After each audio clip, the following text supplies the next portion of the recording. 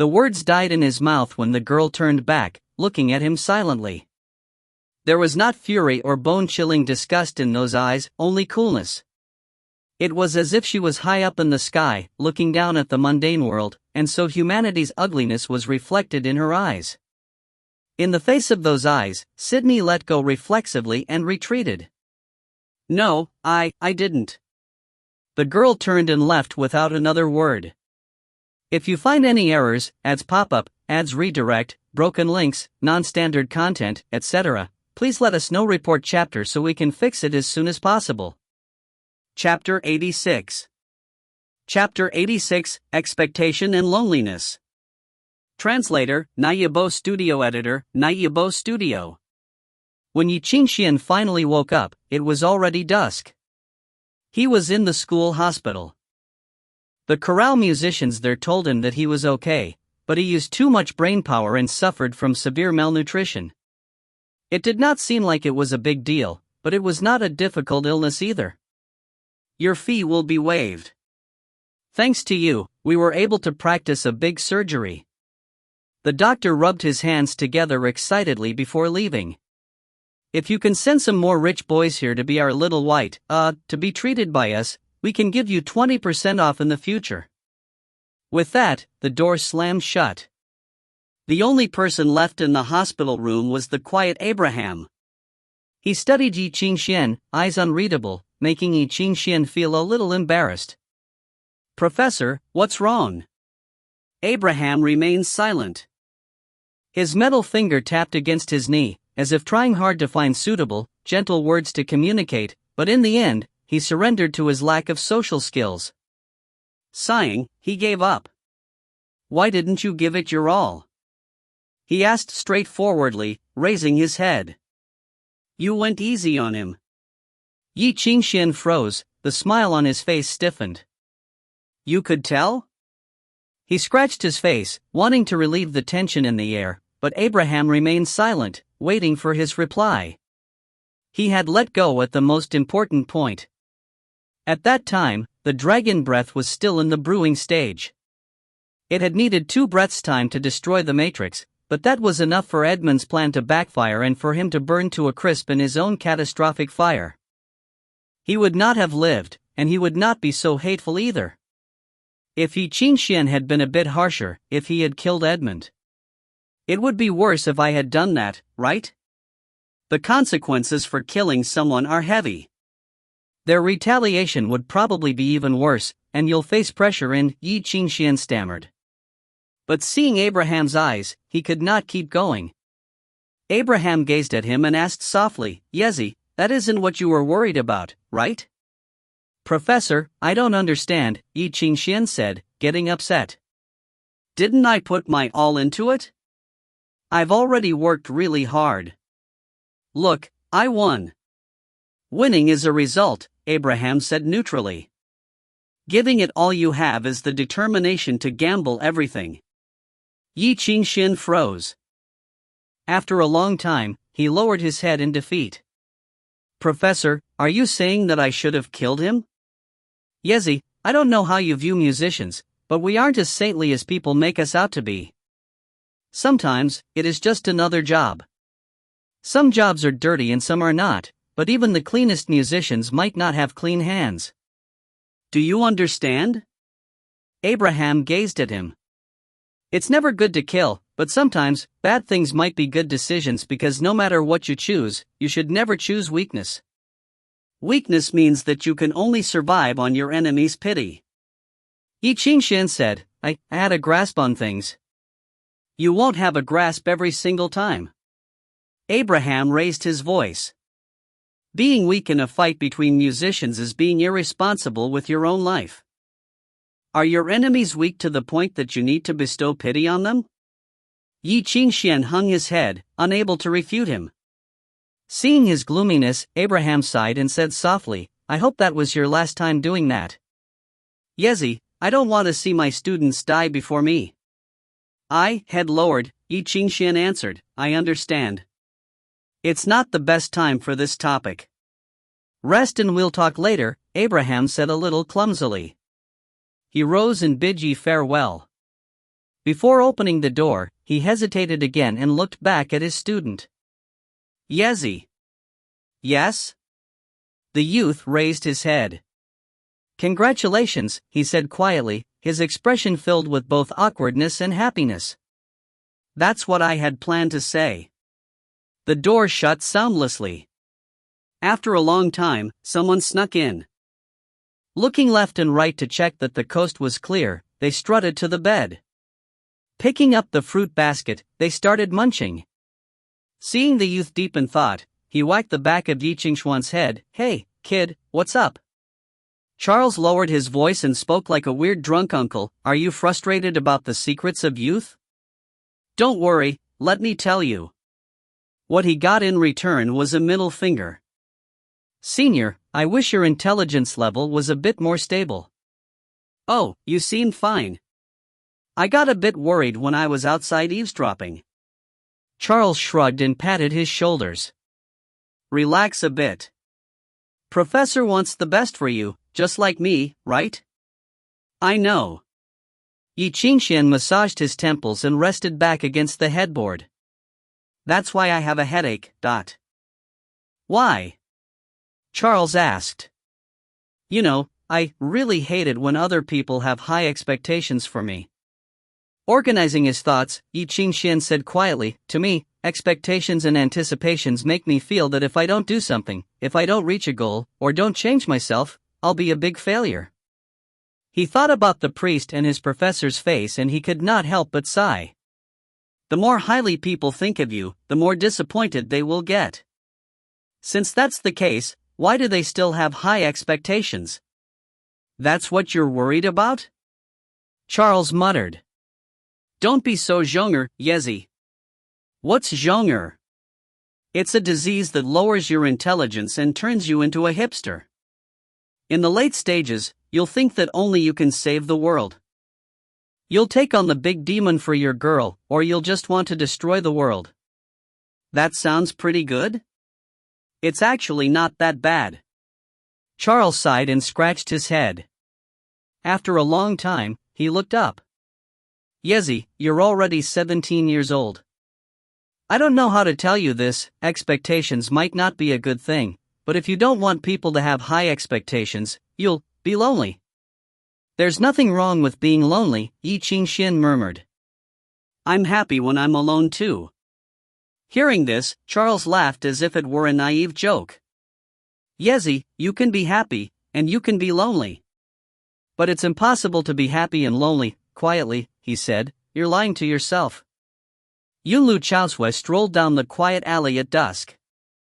She gazed around at the strange landscape of the foreign city. She lowered her head, measuring the length of each tile with her footsteps. Behind her, the old servant followed her every step. Watching the princess's backside, she wanted to speak but hesitated. What's wrong, Nanny? Yunlu Chaozhue gazed at her. Is there something you want to say to me? The nanny lowered her head and advised softly, Princess, you are a descendant of the skies, but this is a barbaric land. If something happens... Yunlu Chaozhue shook her head. There's no one else here. Nanny, you don't need to call me by my title. But you are the princess, how? Hearing her words, Yunlu Chaozhue nodded, suddenly realizing, it seems that Yunlu Qingxi hasn't told you anything. The old servant's features tightened. After a long time, she finally moved her lips. Princess, you are joking again. I am not joking. Yunlu Chaozhue halted in the quiet alley and looked back at her. Isn't your loyalty to my uncle, the true ruler of Yunlu City? The servant gazed at her silently. There was a pause before the fear in her eyes settled and turned cold. Nothing escaped the princess's eyes, as expected. But I don't understand where I was mistaken. The girl shook her head. Nanny, you have done well. You are loyal and a hard worker. There is no mistake. Then why? Nanny, do you know that the Westerners have a saying that the eyes are the windows to the soul? Yunlu Chaozhue looked into her eyes, her gaze still cool as ever. This saying is very accurate. Every time I look at your eyes, I feel that you are hiding something in your heart. Taken aback, the servant sighed. I see. Have you known, since the beginning? She raised a hand and removed her hairpin, freeing her salt and pepper hair. Accompanied by the popping of joints, her stooped back gradually straightened.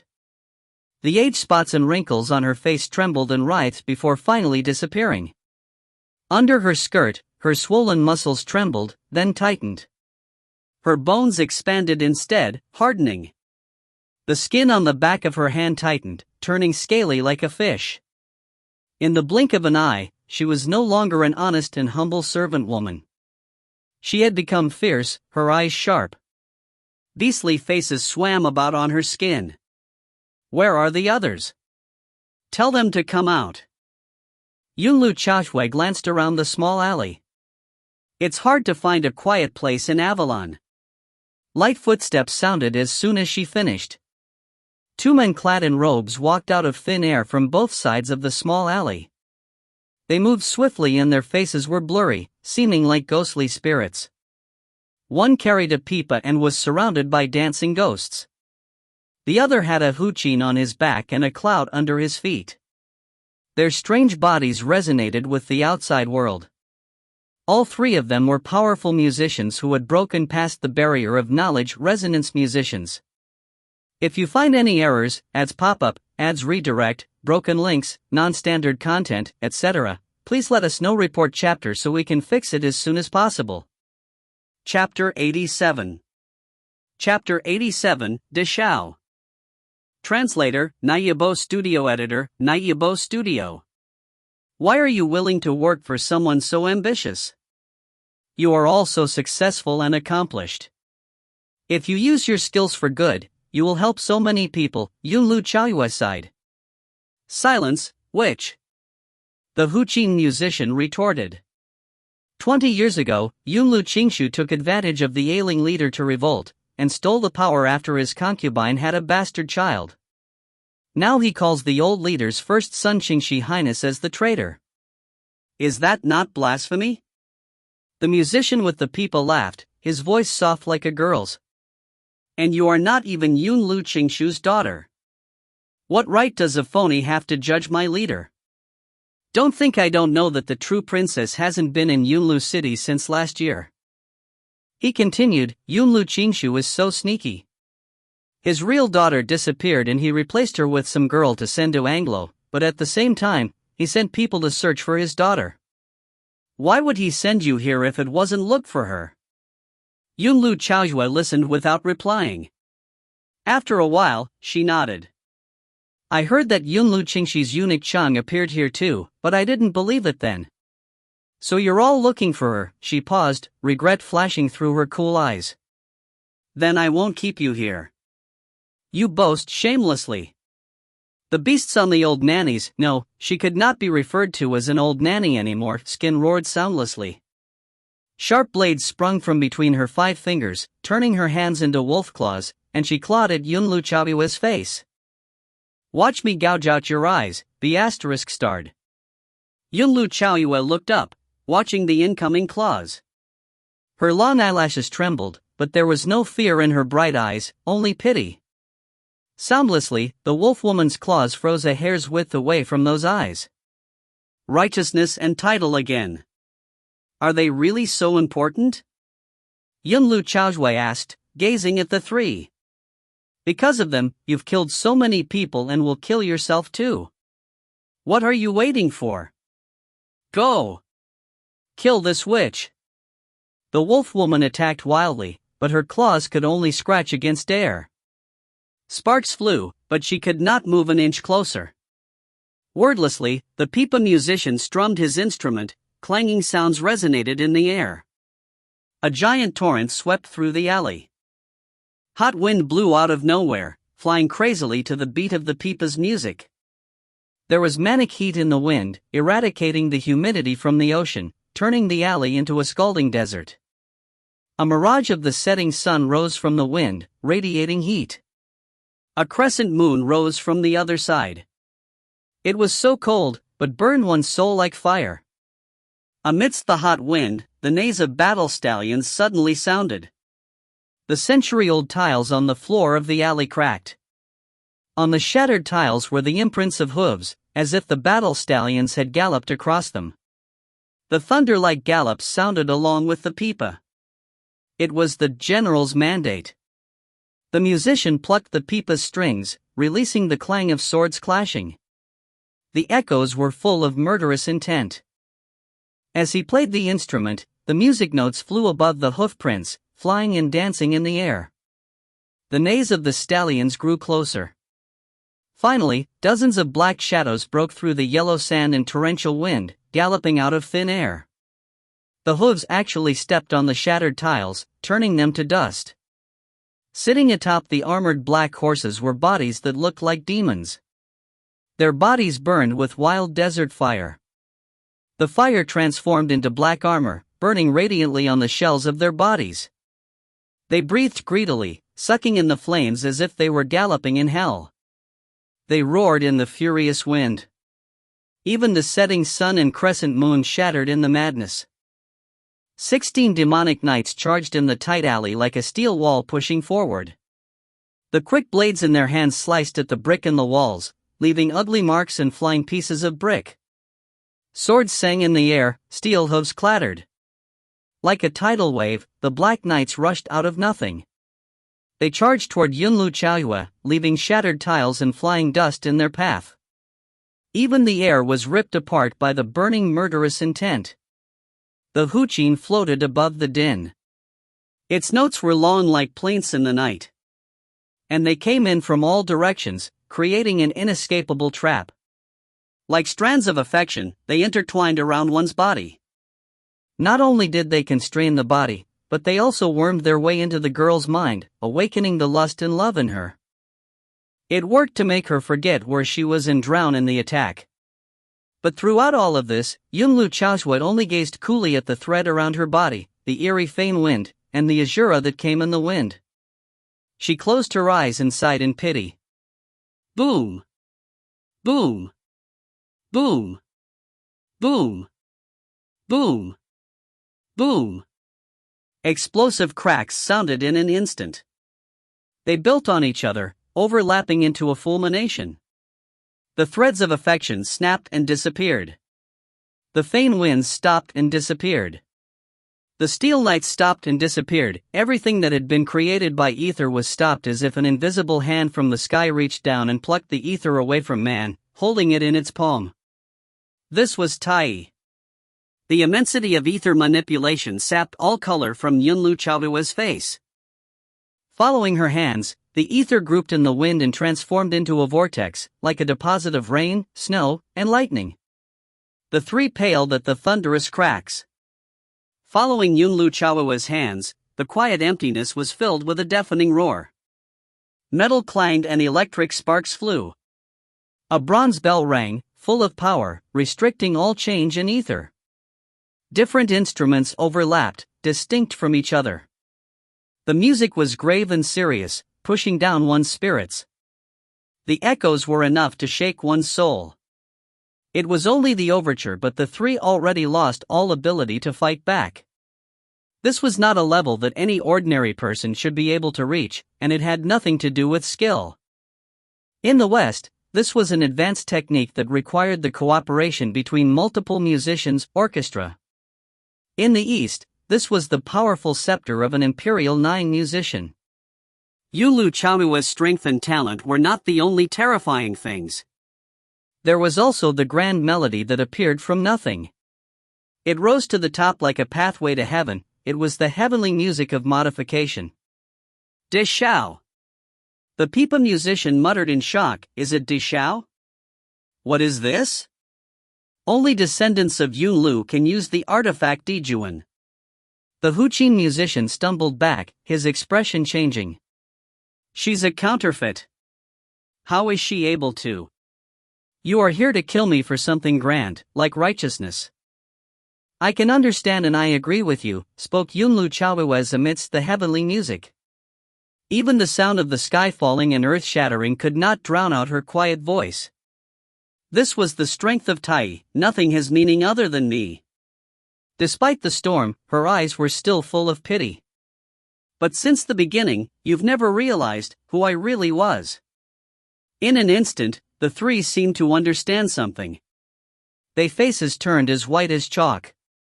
As the loud bells rang, Yunlu Chaoyue moved her fingers, and thunder and lightning enveloped everything. All sound vanished. Even the thunder disappeared without a sound. There was only darkness in the alley. The darkness and electricity surged, occasionally flashing through the thick clouds. A dragon seemed to slither in the black clouds, showing a fierce horn every now and then. De Xiao's stolen ash movement. After a moment, the black clouds scattered and the electric light was nowhere to be seen. All that remained in the air was flying dust, floating like gray-white snow. In the falling snow, Yunlu Chaoyue's cool eyes studied her enemy quietly. The three musicians were still standing in their original spot, as if turned to stone. The strange images wrapped around their bodies had disappeared, regardless of whether they were clouds, ghosts, or beasts.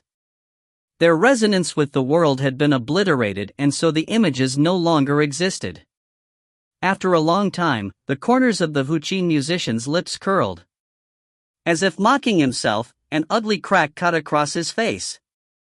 The dragon blood of the Yunlu family, there is no doubt, he murmured. She's real. He had realized that the disappearance of the princess was only a lie fabricated by Yunlu Qingxu to weed out traitors. But sadly, it was too late. His body cracked, fell apart, and melted into the gray ashy snow. Hate, such hate! The Pipa musician cried before fading away as well. The musician who had disguised herself as the nanny gazed at Yunlu Chaoyue's face without speaking. Close to death, her eyes softened and were no longer dark and wild. She opened her mouth and murmured something before her body collapsed into the ash. The world returned to peace. As the gray snow swirled, Yunlu Chaoyue remained silent. She had heard the nanny's last words. Maybe those last few days of interactions had softened her, or maybe her inevitable death had blurred things. Maybe she had never hated the usurper princess. She had said, "Your Highness, please take care." Yunlu Chaoyue lowered her head and closed her lonely eyes. She seemed to sense something in the silence. Looking up, she gazed past the high walls and saw the white-haired girl again. "Are you leaving?" the girl asked softly. There was no reply, even after a long time. But Yunlu Chaoyue's gaze never wavered. Perhaps understanding the meaning of the silence, she sighed. If it wasn't for your allowance and talent, Zhaodang, De Xiao wouldn't have had any effect. Bai Xi, stop hiding. Dijuan had sensed you. As if hearing the girl's long breaths, Chaoyue asked quietly, "How are you?" 1. De Xiao, this is one of the 6 generations of ancient Chinese dance and song. If you find any errors, ads pop-up, ads redirect, broken links, non-standard content, etc., please let us know. Report chapter so we can fix it as soon as possible. Chapter 88. Chapter 88, Zhaodang. Translator, Naiyibo Studio. Editor, Naiyibo Studio. How are you? Good, of course. Better than ever. So please don't put me together with the high and mighty Yunlu family ever again. The girl's voice sounded disgusted. You can go back now. The dirt outside isn't suitable for you. If you want to be a white lotus, go and stay in the clean pond. The light in Yunlu Chaoyue's eyes dimmed. But you are, I'm nothing. Bai Xi raised her voice, full of aversion. I'm a wild kid without parents. I don't know anything about Yunlu City, and have nothing to do with the Yunlu family. Your Highness need not worry. Now, I'm going home and you can leave too. Chaoyue was quiet and lowered her head. After a long time, she whispered, "Thank you for saving me. If it wasn't for Zhaodang, I would have died today." I said you can leave. Do you not understand my Eastern language? Yunlu Chaoyue's shoulder trembled. After a while, she nodded, "Then, I'm going now. Be careful." She touched the high wall, as if wanting to touch the girl's cheeks. After a long time, she turned and left. Everything was completely still in the alleyway, except for the ash floating in the wind. Behind the high walls, Bai Xi listened as Yunlu Chaohua's footsteps faded. After silence finally fell again, she collapsed onto the ground in exhaustion. As if her blood was boiling, fuchsia vessels bulged on her bare hands and face. One could faintly see her blood flowing like lava. Metallic blood dripped from her nose. Some of the blood fell onto the ground and turned the stone red as if the blood were scalding. Other droplets were bone-numbingly cold. Some blood droplets were black-purple. They sizzled on the ground, leaving behind signs of erosion.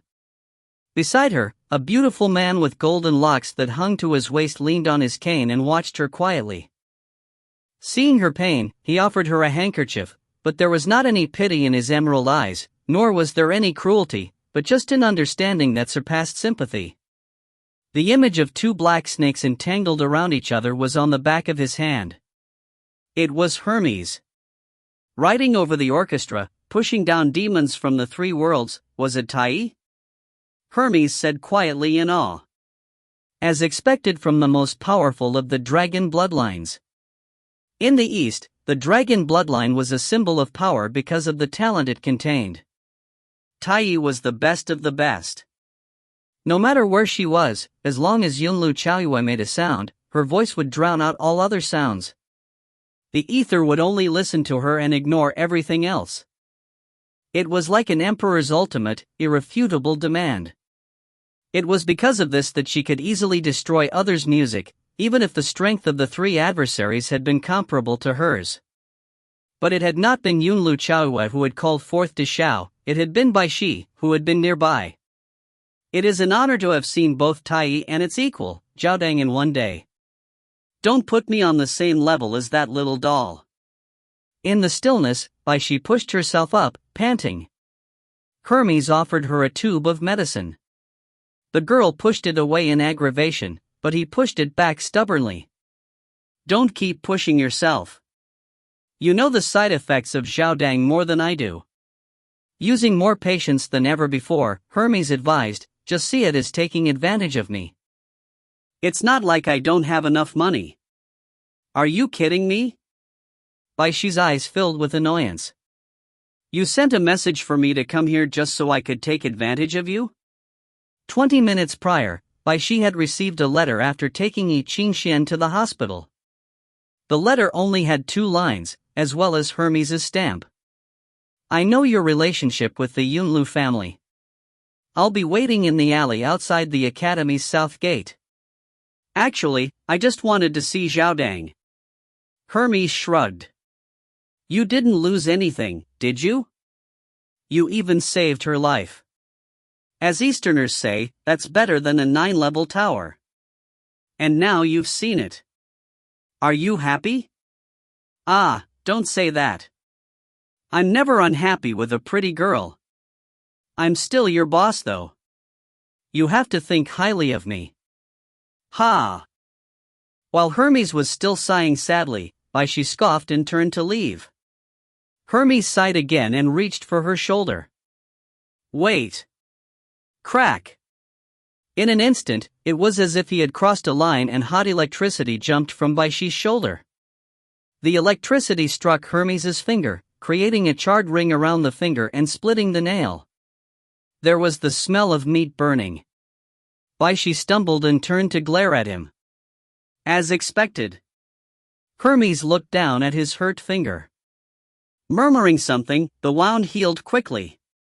He squinted at the ether wrapped around the girl's body, finally certain that the backbite of Zhaodang is deep inside your bones. All descendants of the dragon bloodlines were born with specific talents. Some said that talents were gifts from the gods. But Zhaodang was a curse, it was an extreme talent of the dragon bloodlines. Once awoken, it would go crazy in the ether. Wherever Bai Xi was would be cast into a black zone with wild ether. All ether would be uncontrollable, unable to be manipulated by anyone. But aided by it, even the simplest rune would be increased 100 times its original strength. It would be powerful enough to destroy anything it touched, no matter who or what it was, including the one wielding it. You can't control it anymore. Hermes lowered his head, gazing at the bulging bruised vessels on the girl's wrist. Under her practically transparent skin, the vessels pulsed angrily. The flow of blood sounded like a tidal wave.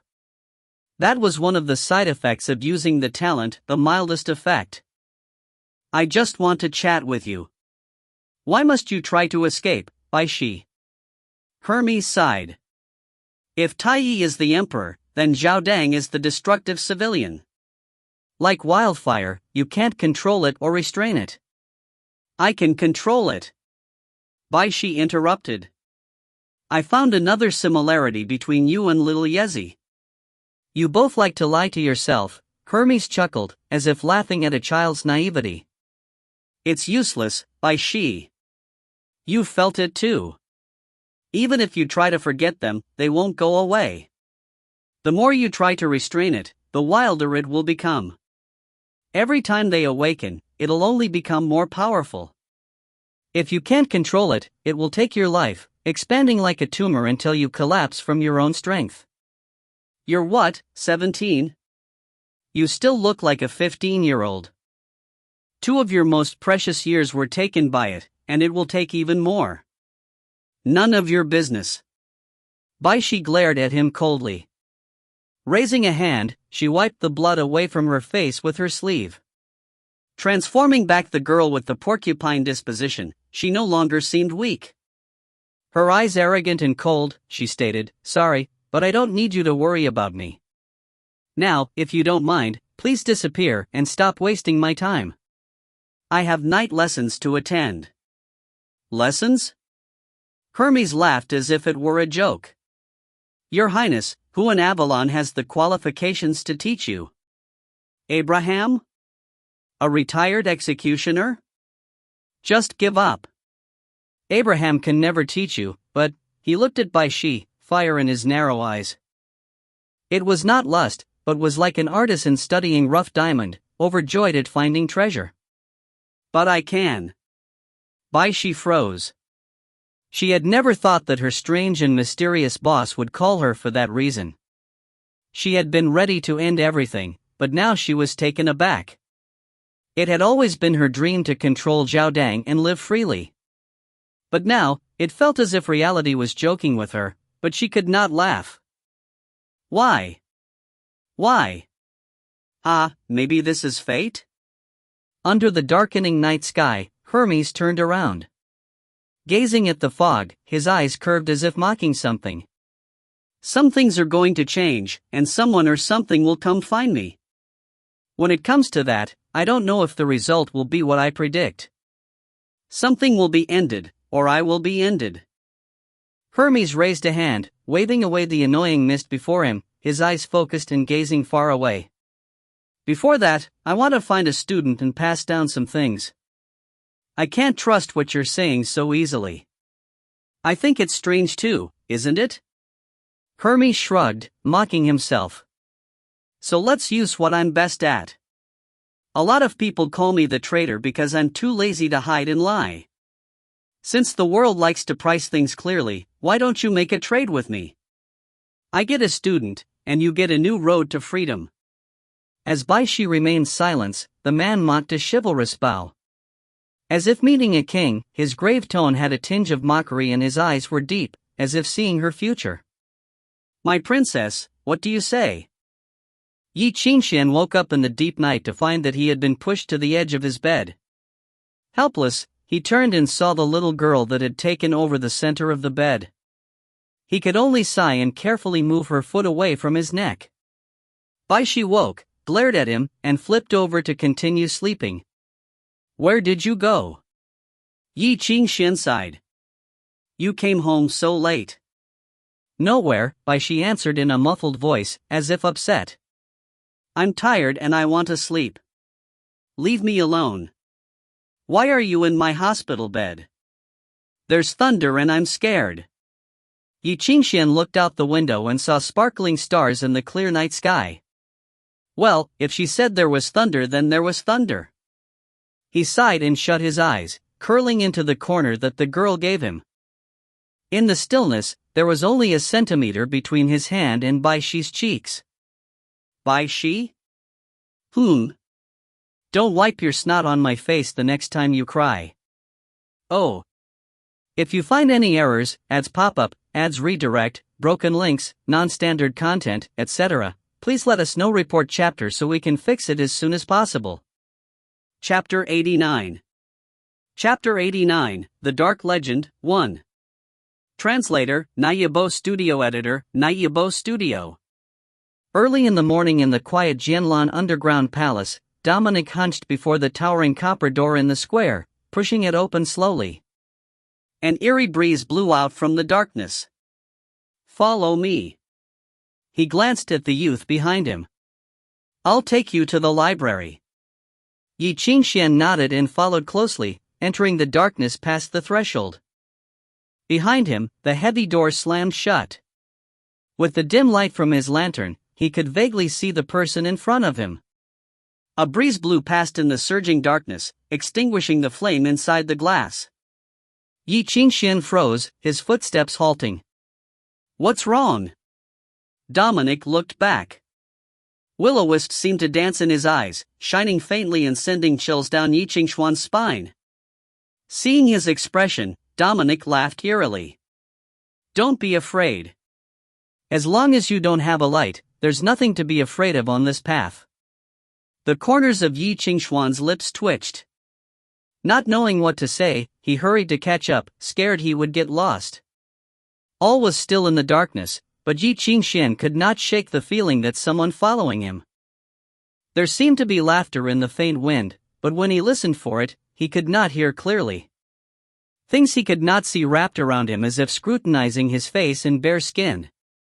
Some opened their mouths, wanting to devour that sweet piece of meat, but the small bell on Ye Qingxuan's wrist rang gently and they did not dare to get close. They finally passed through the darkness. Torches lit up from the sides of the long tunnel.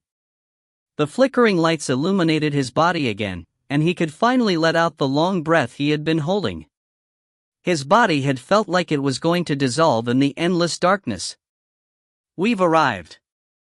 At the end of the tunnel, Dominic reached out and pulled open the metal door for Ye Qingxuan. The metal door grated and creaked. The piercing sound echoed through the darkness like faint laughter.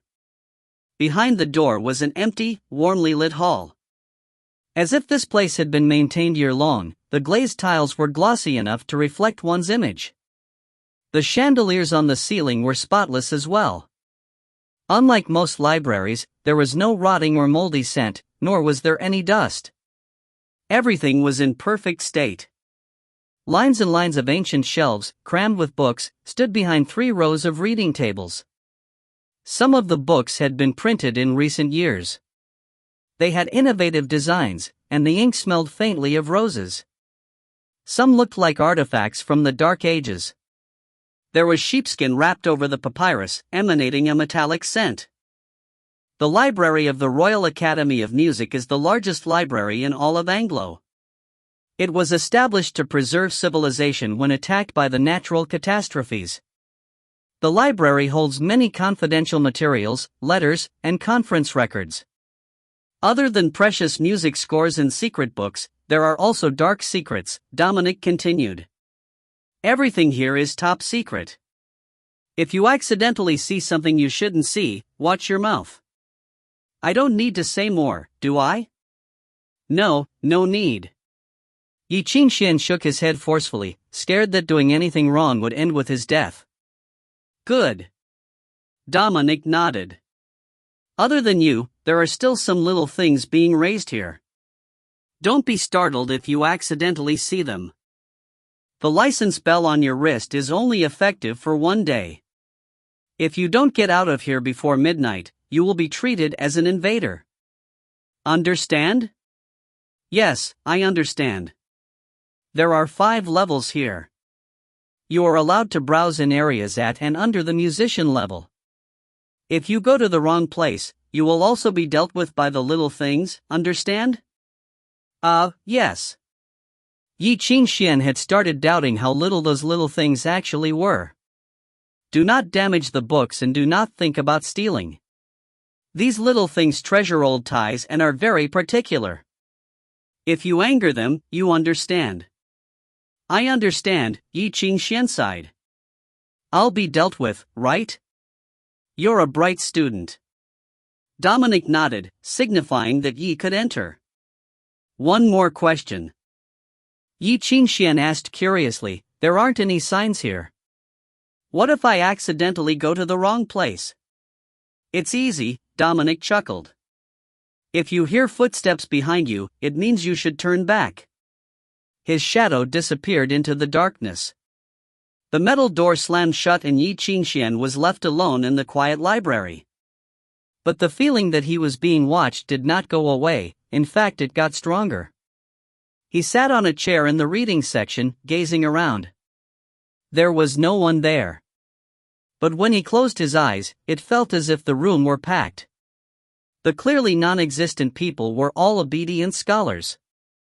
They read the ancient texts in the silent library wordlessly. They did not even make a sound while flipping the pages. They met each other's eyes, deep like dark vortexes. Finally, their gazes fell on the youth who did not belong there, and they refused to avert their eyes. Their faces were blank white spaces. Ye Qingxuan's eyes flew open. The fantasy disappeared from his mind as if it had never existed. He shook his head. He could not keep scaring himself. Okay, let's find out where the teacher records are first. According to Charles, there was nothing that he would not know on the first level. Indeed, the shelves he walked past were all filled with geographical reports throughout time, and boring account books. Occasionally, he would see biographies, travel notes, and histories of other countries. But none of those meant anything to Ye Qingxuan. He continued past the records area. The next area was filled with records of currency exchange rates between countries and other trade information. This would have been heaven for an accountant, but Ye Qingxuan did not care one bit. What did the trade war between East Tianzhu Company and Yunlu have to do with him? Giant sums were involved in it, and reading into it could have great benefits. Maybe he could even grasp the market's future trends and make a fortune, but that was not Ye Qingxuan's goal. The next area was finally the musician area. The amount of the research material was dizzying. Ye Qingxuan squatted by a shelf and stared at an entire row of basic runes from each school, almost drooling. In the end, he bid them farewell with a broken heart and continued searching for the documents he needed. Finally, he found a map of Avalon in the corner of the first level. Wow, this place is big, he gazed around at the dozens of bookshelves. The shelves were more than twice his height, filled with all types of books. A majority of them did not even have titles and only had a serial code. Trying to find something there without any type of catalog was like finding a needle in the haystack. Book management requires knowledge. Now, Ye Qingxuan finally understood what the priest had meant. Sitting on the floor, he looked up at the bookshelves that soared to the ceiling. He felt helpless. Then let's just look for the needle in the haystack. Gritting his teeth, he pulled out the file closest to him. Opening it, he found that it was an intelligence record of downtown criminal organizations. Shaman, tracking investigation report? Ye Qingxuan was taken aback. Flipping through a few pages, he saw the faded text, according to investigation, Shaman left Avalon secretly 5 days ago and is very difficult to trace. This seems to be related to smugglers' ships. The passage was from 6 years prior. There were some bookmarks after it, marking later investigation results. Unfortunately, the results were untraceable, did not appear, and finally disappeared. Shaman, one of the 10 legends of Avalon, the king of downtown, had just disappeared from the royal musician's clutches? There were no more investigation reports after that, much to Ye Qingxuan's disappointment. The records had started when the mysterious shaman had first appeared, and meticulously recorded every detail until his disappearance. He had gone from a nobody to the controller of all of downtown in just a few months. Of the downtown gangs, first was the Caucasian Bear Claws, then the Indian Union, and then the Corsican Mafia. Every criminal organization downtown pledged their loyalty to the mysterious man, offering 1/5 of their monthly profits in exchange for the shaman's permission for them to operate. The recorder had also made some hypotheses based on textual research, deducing how the shaman negotiated with all of the gangs. He had also collected many rumors. The descriptions were so vivid that one could not put the book down. But at the most important part, where the shaman had fought with the elites who had ventured into smuggling, stopped. It ended with a disappointing disappeared. Did the author get castrated? Where's the rest? Ye Qingxuan muttered angrily. He returned the file and took out another one from the shelf. This was The Bloody Butcher, Analysis of the Chrysanthemum Hotel Massacre? In shock, Ye Qingxuan chose another book. Report of Handling the Soul Eater? Following that was Ghost Hand, Criminal Activity Record, The Phantom Carriage, Path Analysis and Organization. Finally, he understood what that bookshelf was for. Could it be the research files of Avalon's top 10 legends? If you find any errors, ads pop up, ads redirect, broken links, non-standard content, etc., please let us know. Report chapter so we can fix it as soon as possible. Chapter 90. Chapter 90, The Dark Legend, 2. Translator, Nayabo Studio. Editor, Nayabo Studio. Ye Qingxuan had always thought that the 10 legends were just folktales and myths. Many people believed in them, but Ye Qingxuan had always felt that they were too incredible to be true. But now there was an entire bookshelf of their records in front of his eyes. Things did not seem to be so simple. The shaman was the mysterious man who had made the rules that guided the entire criminal underworld of Avalon. He was Avalon's Dark King, and had ruled downtown until his disappearance 6 years ago. The Chrysanthemum Hotel Massacre, 3 years ago, was complete slaughter in Avalon's classiest hotel. Everyone, regardless of their gender and age, had been pulverized. Viscount Philo, the target, had had his head yanked off from his body. This was one of the records of the Bloody Butcher. The Soul Eater was one of Avalon's midnight horror stories. A series of research found its true form: a musician who had turned himself into a snake demon after converting to Satanism. Hunted by multiple royal musicians, he jumped into the sewer in the end. According to the records, the Soul Eater was injured and went crazy while fleeing. Motivated by hunger, he attacked a school. Because that had violated the shaman's rules, he had been killed by the shaman's assassin, Ghost Hand. Ghost Hand, known as the Deader in legends, and was the shaman's right-hand man. Anyone who violated the shaman's rules would be hunted by him. Legends said that the phantom carriage soared through the air at midnight. The musicians' union verified that it was alchemy equipment left behind from the Dark Ages. It was unimaginably fast, and even to this day, no one could describe it clearly. No one knew who wrote it or why it was there. There was also some whom Ye Qingxuan had seen with his own eyes. Analysis of Haridi's death. Ye Qingxuan opened the book with trembling hands. Haridi had lived undetected in downtown for countless years. She steered clear of the larger organizations, never tried to steal territory, and never tried to dabble in smuggling or the black market. Instead, she supplied the larger organizations with live items. Her clients were scattered throughout all of Anglo, and the demand was huge every year. The requests included strong workers for plantations, slaves for the mines, beautiful virgins, and more often, children. When the shaman had been around, there was no space for her. But after the shaman disappeared, she no longer needed to follow the rules, and started her business again. Then half a month ago, she died. According to research, she had been commissioned before she died. It was unclear what it had been for, but some suspected that it had something to do with Yunlu City's ambassador entourage. Then, she died. She died in her own nest, bleeding from every pore, her face completely hopeless. The survivors went crazy after overdosing on opiates. They were sent to the Arkham Asylum, but there was no hope for recovery. The chorale musician responsible for the autopsy had reported, according to the dissection, her body had mutated in what seemed to be the siren transformation. This should be one of the missing experiments from the attack on the Royal Research Institute 12 years ago. Note: please see file BP 198 for more information on the attack on the Royal Research Institute. Must be scepter level An. The words were crossed out after that point. According to the autopsy, Hariti had not only inhaled large amounts of opiates before her death, but had also experienced the backbite of the formless ghosts and had gone insane. The cause of her death was sudden mental trauma. The fatal trauma had destroyed her tenacity instantaneously, destroying her entire brain, turning it into mush. Swift and clean.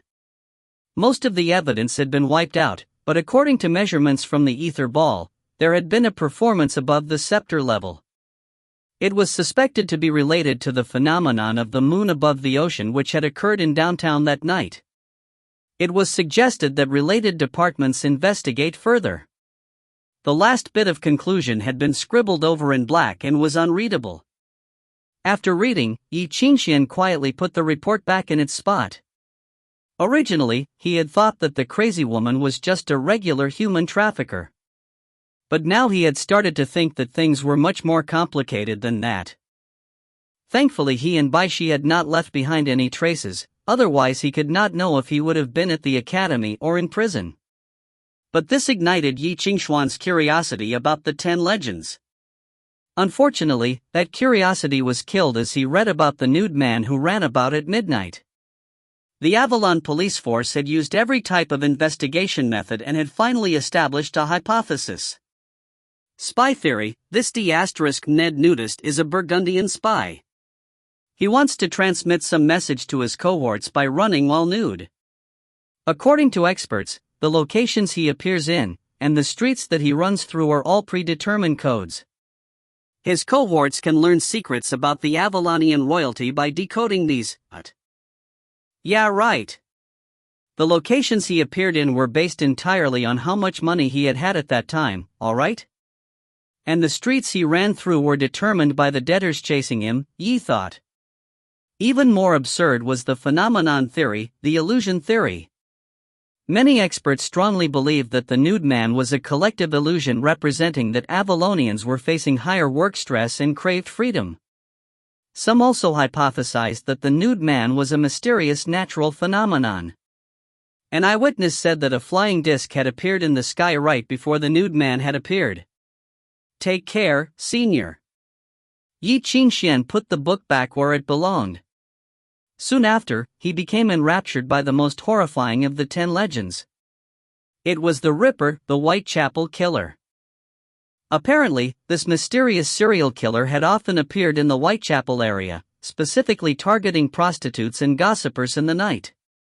The police force had been hunting him for a long time but could never find any trace of him. To catch him, the police had even sent a beautiful policewoman, disguised as a prostitute, and had even used advice from criminals to wait outside the Whitechapel for half a year.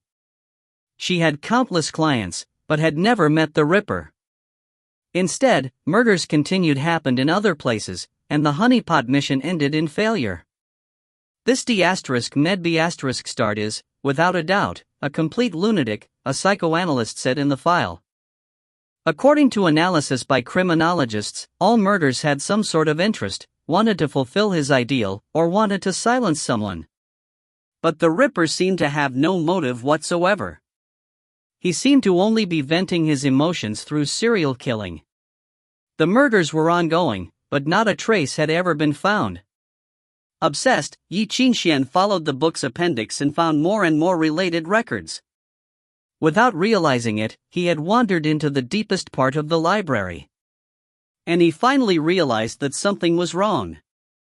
There seemed to be something behind the Ripper case. In many cases, the police force had an extensive and seamless trap, and were always one step away from catching the guy. But the Ripper always got away at the most vital moment. The police force hypothesized that the Ripper was a School of Revelations musician and could predict their plan. But not even a scepter-level Revelations musician would be able to toy with the police force for 5 straight years. Also, Anglo had skilled musicians who could block predictions as well. There were all types of coincidences, but if one looked closely, there were also all types of strange occurrences. The first couple of times may have been coincidences, but the others were too bizarre to be considered coincidences. The guy seemed to be able to teleport. According to records, other than the priest who had the god's tenacity, no one else in the world could teleport thousands of miles like characters in novels. No one could even teleport to the next room. The ultimate proposition of the school of modifications was human teleportation. But to that very day, even the saints could only teleport everyday objects through the wind tunnel. If a human tried it, they would be torn to pieces or evaporate into a cloud of blood. No one was able to disappear instantaneously, unless he got rid of every last molecule of himself. So how did the Ripper do it? Could it be that Pope Beethoven had gotten bored and came to Anglo to kill people for fun? Stop joking. Ye Qingxuan had made himself laugh. After reading through the last record, his gaze fell on a line in the middle of the analysis. After investigation and research, we have reason to believe that the Ripper is somehow related to the shadow of Avalon. Suddenly remembering Bai Xi's cards, Ye Qingxuan was stunned. One of the ghost cards had a deserted palace. The shadow of Avalon was one of this city's well-known horror stories. The legends said that there was a city sleeping in Avalon's shadow. The dead and souls of demons slept in that shadowy city, hiding secrets from the Dark Ages. Some said that that was the true Avalon, but that was just a made-up story. Why would it appear in the report by the police force? Unless there was some truth to it. Ye Qingxuan fell into deep thought before hurriedly closing the book. Remembering the other cases mentioned, he walked to the other end of the bookshelf. If he were not mistaken, there would be more clues hidden in that shelf. Suddenly, it was as if he had crossed an invisible and forbidden line. A chill ran through his body. In the silence, the lights dimmed and started flickering. A sudden wind blew through the sealed library. Faint wailing sounded in the wind. Ye Qingxuan gazed around in a daze, sensing that something was seriously wrong. He tried to step forward, and the hairs on the back of his neck stood up. There was no one behind him, but he could hear light footsteps. The steps were so gentle in the silence, as if someone invisible was walking behind him, following his every step, leaving no trace behind. 15 steps away from the bookshelf, he stopped. The footsteps shadowing him were right behind him. He could even feel cold breath brushing against his neck. This was the end. Some entity in this large library uttered its last warning: you are attempting to solve a mystery you should never have touched. Ye Qingxuan froze in place and raised his arms in surrender. Sorry, I just wanted to find the Academy's personnel files. He stepped back, showing that he did not mean to pass into the danger zone. After a long while, the eerie coldness finally disappeared. Sweating profusely, Ye Qingxuan turned back. As before, there was nothing behind him under the dim light, but it was the first time he had been comforted by the vast emptiness. Everything had returned to normal, but there was a faint trail of footprints on the floor. As if it were a guide, it stopped before one bookshelf. A row of books on the shelf had been pushed out half an inch. It seemed to say, "What you're looking for is here." If you find any errors, ads pop up, ads redirect, broken links, non-standard content, etc., please let us know. Report chapter so we can fix it as soon as possible. Chapter 91. Chapter 91, Death of Moonchant. Translator, Nayabo Studio. Editor, Nayabo Studio. The previous night, a flock of birds had flown when the clock struck midnight. One bird cut across the night sky of foggy Avalon, flying under the stars. It was a raven, a white raven. It had been a moonless night, the moon hidden behind black clouds. The only light came from the stars speckled in the night sky. The white raven flew in the fog, circling above the sleeping city, looking down on the music and torches of the city. When the clock struck, it flew toward the clock tower soundlessly, landing on the tip of one of the clock's hands. At midnight, the clock's hand pointed up at the sky like a blade. The white raven gazed about and finally flew past the window and gears, then entered the dark clock tower. A single candle flickered soundlessly, illuminating the dusty tower. The glimmer of countless emeralds lit up in the darkness. They were actually the candle's reflection in the beast's eyes, the eerie pupils of the predators. Their pure green eyes were full of coldness, and their gazes scanned across the room, studying each other as their heartbeats hastened. At some point, the small room had filled with dozens of birds. They were all different types. Some were black vultures, others were gray seabirds, and there was also a giant pelican. Its long beak hung low as if it were laughing, but there was no mirth in its eyes. Instead, the eyes were silent and dark.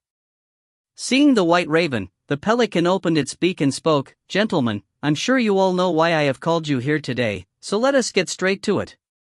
"Of course. Is the investigation report out?" "I don't want to waste time either." The flock of birds all began speaking in human languages. If someone were there, they probably would have been terrified. But to a musician, it meant something else. These birds were not real, but were puppets made from ether. They were dead objects, detailed but cold. The birds flew and spoke, manipulated by people far away. They did this to hide their identity, or because they worried others might discover the meeting. Though they were puppets, they were intricately made, and emanated the opulence of the elites. When they spoke, their frustrated tones sounded like a chorale. When the birds quieted down, the pelican looked around. In a voice hoarse like an old man, he said, "A strange phenomenon occurred downtown a few days ago. I believe everyone has heard of it." He paused, his voice reminding everyone of the event that had led to many sleepless nights. The moon above the ocean. According to investigation, it was created by the resonance between a musician's symphony of predestination and the world, disrupting reality. Yes, you are right to worry because he might have returned. As soon as he finished, the other birds erupted into chaos. Some angrily questioned him, some fell silent in shock, and others questioned every detail, trying to refute the possibility. The only thing they all had in common was the undisguisable fear in their voices. "Enough!" The pelican raised its voice, silencing everyone. He waited until they fell silent before he opened his beak to speak again. "In regards to the phenomenon, we have used many connections to find its origin. Sadly, we have no results. Everyone there turned into lunatics, and the survivors are now in the Arkham Asylum. They may never recover. The dead have already been taken by the Royal Institute of Research. That is the crazy Newton's territory, and we cannot interfere. All evidence had been destroyed at the site, leaving nothing behind. But the phenomenon seemed to have been done on purpose. He's sending a message," the vulture muttered angrily as if through clenched teeth. "He wanted us to see it." The owl's eyes were dark. "That's right. He wants to tell us that he's back. His arrogance. Can he fight against the entire Anglo Empire? He's dreaming. But enough, what are we arguing about? Is now the time to argue amongst yourselves? What, are you scared?" It sounded just like a flock of birds cawing, but in actuality, there were different voices arguing. They were old and young, panicked and angered. Every bird looked back at the one in the corner. "White Raven, you promised us that he was already dead, but..." Even in the sudden silence and under the interrogation of his friends, the White Raven was as calm as ever. He watched their eyes quietly and waited for them to calm down before he said coolly, "He truly is dead." As if igniting something, the birds exploded in anger. "Lies. Raven, I'm sick of your lies. Then explain what happened. There is only one person in the entire world who could create something like that with his symphony of predestination, only one. Moon Chant." In the commotion, no one knew who had uttered the name that seemed to represent disaster. Silence fell over the room. Shaken by the seemingly graceful name, their eyes gazed around helplessly. In the silence, the pelican spread its wings, pushing down the panic in everyone's eyes. He said, when he fled, he destroyed all of his own records. Nobody today can remember what he looks like. Are you sure you didn't kill the wrong person? The owl beside him added, and it's not uncommon for a musician to return his soul to another body. I've heard that some musicians can turn into rats. The vulture said, it's not impossible for him to have escaped. Yes, I've heard that musicians can crawl out of their graves after death. The birds lapsed into chaos again. Everyone, stop kidding yourselves. This time, the white raven suddenly spoke in his stern voice, cutting everyone else off. By the rules of fate, everything must die. There is a limit to man's power, and he must obey such boundaries. Fear the ether, for only the originator is eternal. This has been the vow for all musicians since the Dark Ages. Have you all heard of it before? He observed his shocked companions and said mockingly, have you all been reading too many novels? Everyone moves toward death the moment they are born into this world. It has been arranged so by fate, and nobody can avoid it. Once someone dies, he will not come back. How can a corpse climb out of its grave? To return his soul to another body? Since when has mankind had something as luxurious as a soul? Even if we have had it, our ancestors must have sold it to Satan thousands of years ago. He turned into a rat? Nonsense! If it were possible, then the law of conservation of mass from the school of modifications would be wrong. Who knows how many people will die from the recoil of their music? Don't be misguided by the paganist Newton. He isn't even a musician. He was just a lunatic who was hit on the head by an apple. Moonchant is dead. This is the truth. Who knows if Moonchant has a hidden card or not, the vulture muttered. There's no lack of methods for longevity. The white raven huffed, longevity is not immortality. But the Pope. Enough! The white raven roared. Are you so high up in our mundane world that you dare to question the gods? I don't dare, but don't forget what Moonchant was doing in the Royal Institute of Research. The vulture refuted. We still don't know how extensively he researched the forbidden topics. Before he fled, he had erased all records and wiped the memories of every related person. Anyone who interacted with him before has forgotten his existence. After all these years, all we know is that he was an Easterner. And anyway, did someone really kill him?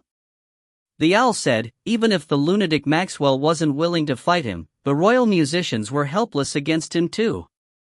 Even Gaius lost half of his men when he tried to capture Moonchant personally. That's right. Gaius betrayed us after that mission.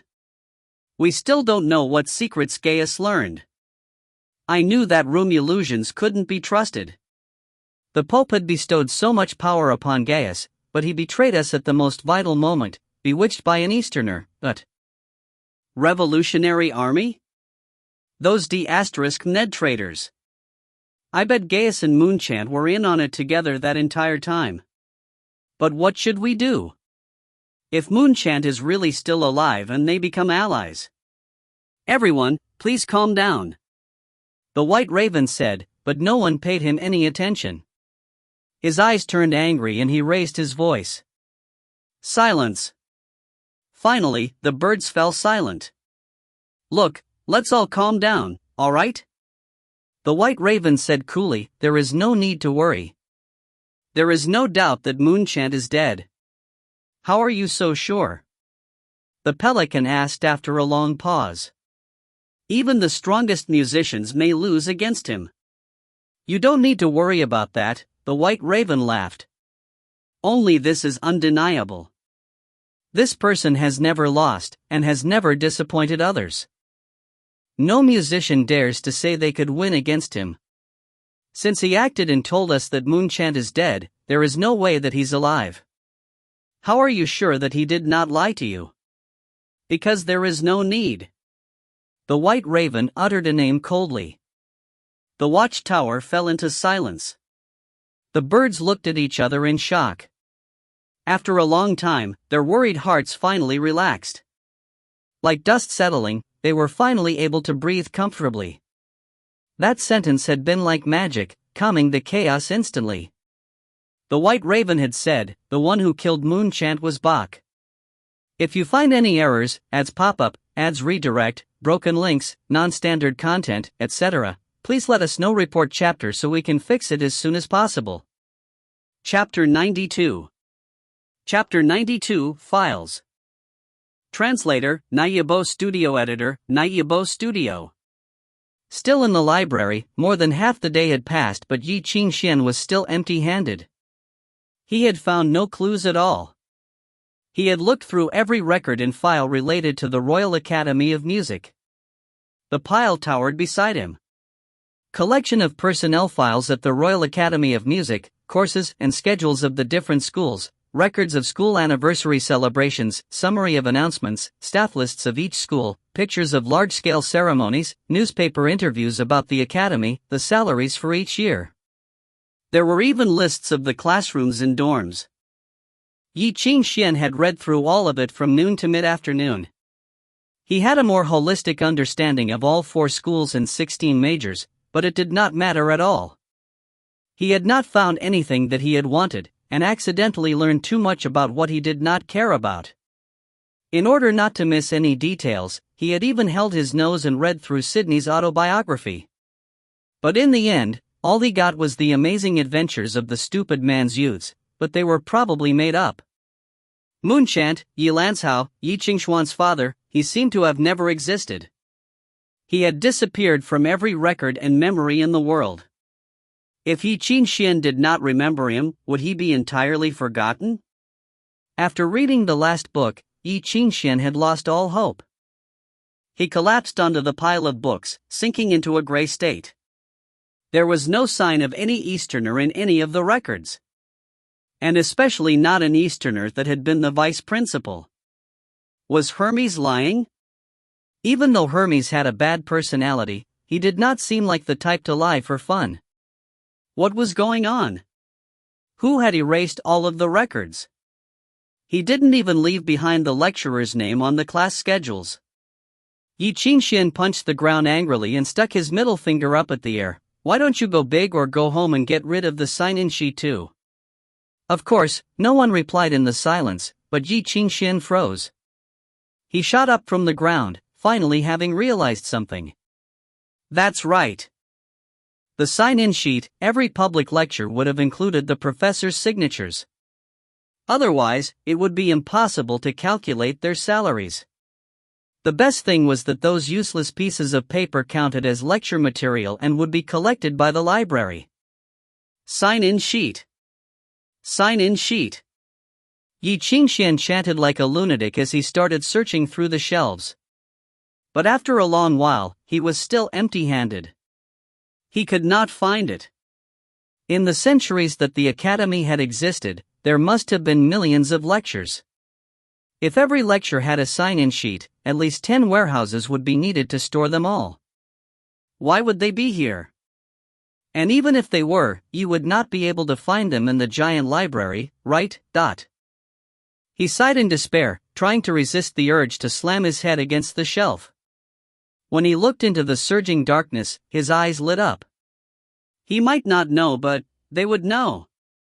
If they knew where the personnel files were, then what Dominic called little things, raised in the library, would know the place like the back of their hand.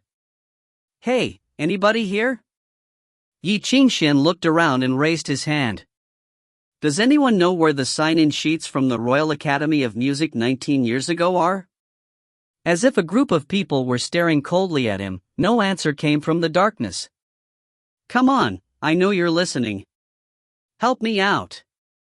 Ye Qingxuan's expression was still genuine. Don't be like this. What if we make a deal? The darkness remained silent. Hey, if I can help you with anything, I'll be glad to do it. Ye Qingxuan raised his voice. At least consider it. Friend, I'm the concertmaster, why don't we make a deal? People should help each other. There's a saying from the East that goes, everyone works for me and I work for everyone. Can't you at least give me a hint? A long time passed before a voice said, "Marble." The soft voice that came from behind Ye Qingxuan was like a little girl's. Ha! Ye Qingxuan looked back in shock, but there was nothing there. The voice rang again as if it had never spoken before. A faint hand made of dust reached out from the darkness. There was a shiny marble between its 3 fingers, and it shook it before Ye Qingxuan's eyes. Marble. Want. Ye Qingxuan was overjoyed. Yes, yes. I'll get you a bunch of marbles when I get out. But it's kind of hard to find ones made of bone. Is glass okay? What color do you like? Red? White? Or green? The darkness surged and there were soft sounds, as if the beasts were discussing amongst themselves. After a while, the dust hand raised 2 fingers. 100. Every kind. Ignoring the fact that they did not know how to count, Ye Qingxuan nodded quickly. Great. It's a deal. There was the soft sound again, then the dust hand rose slowly, pointing at Ye Qingxuan. Promise?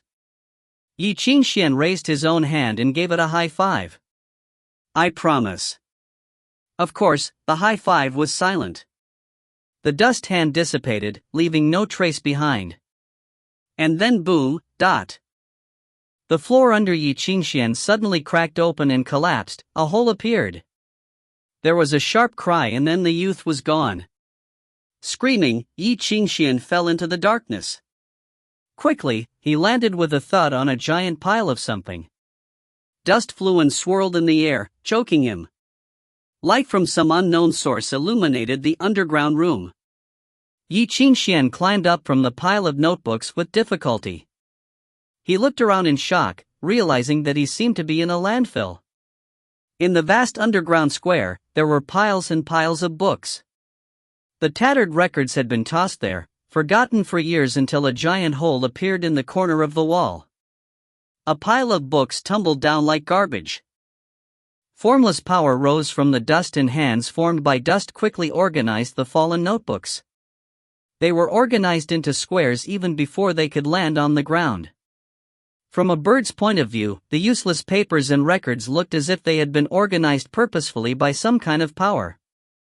They were like puzzle pieces in the hands of a child, built into the shape of a castle, city walls, fortresses, plazas.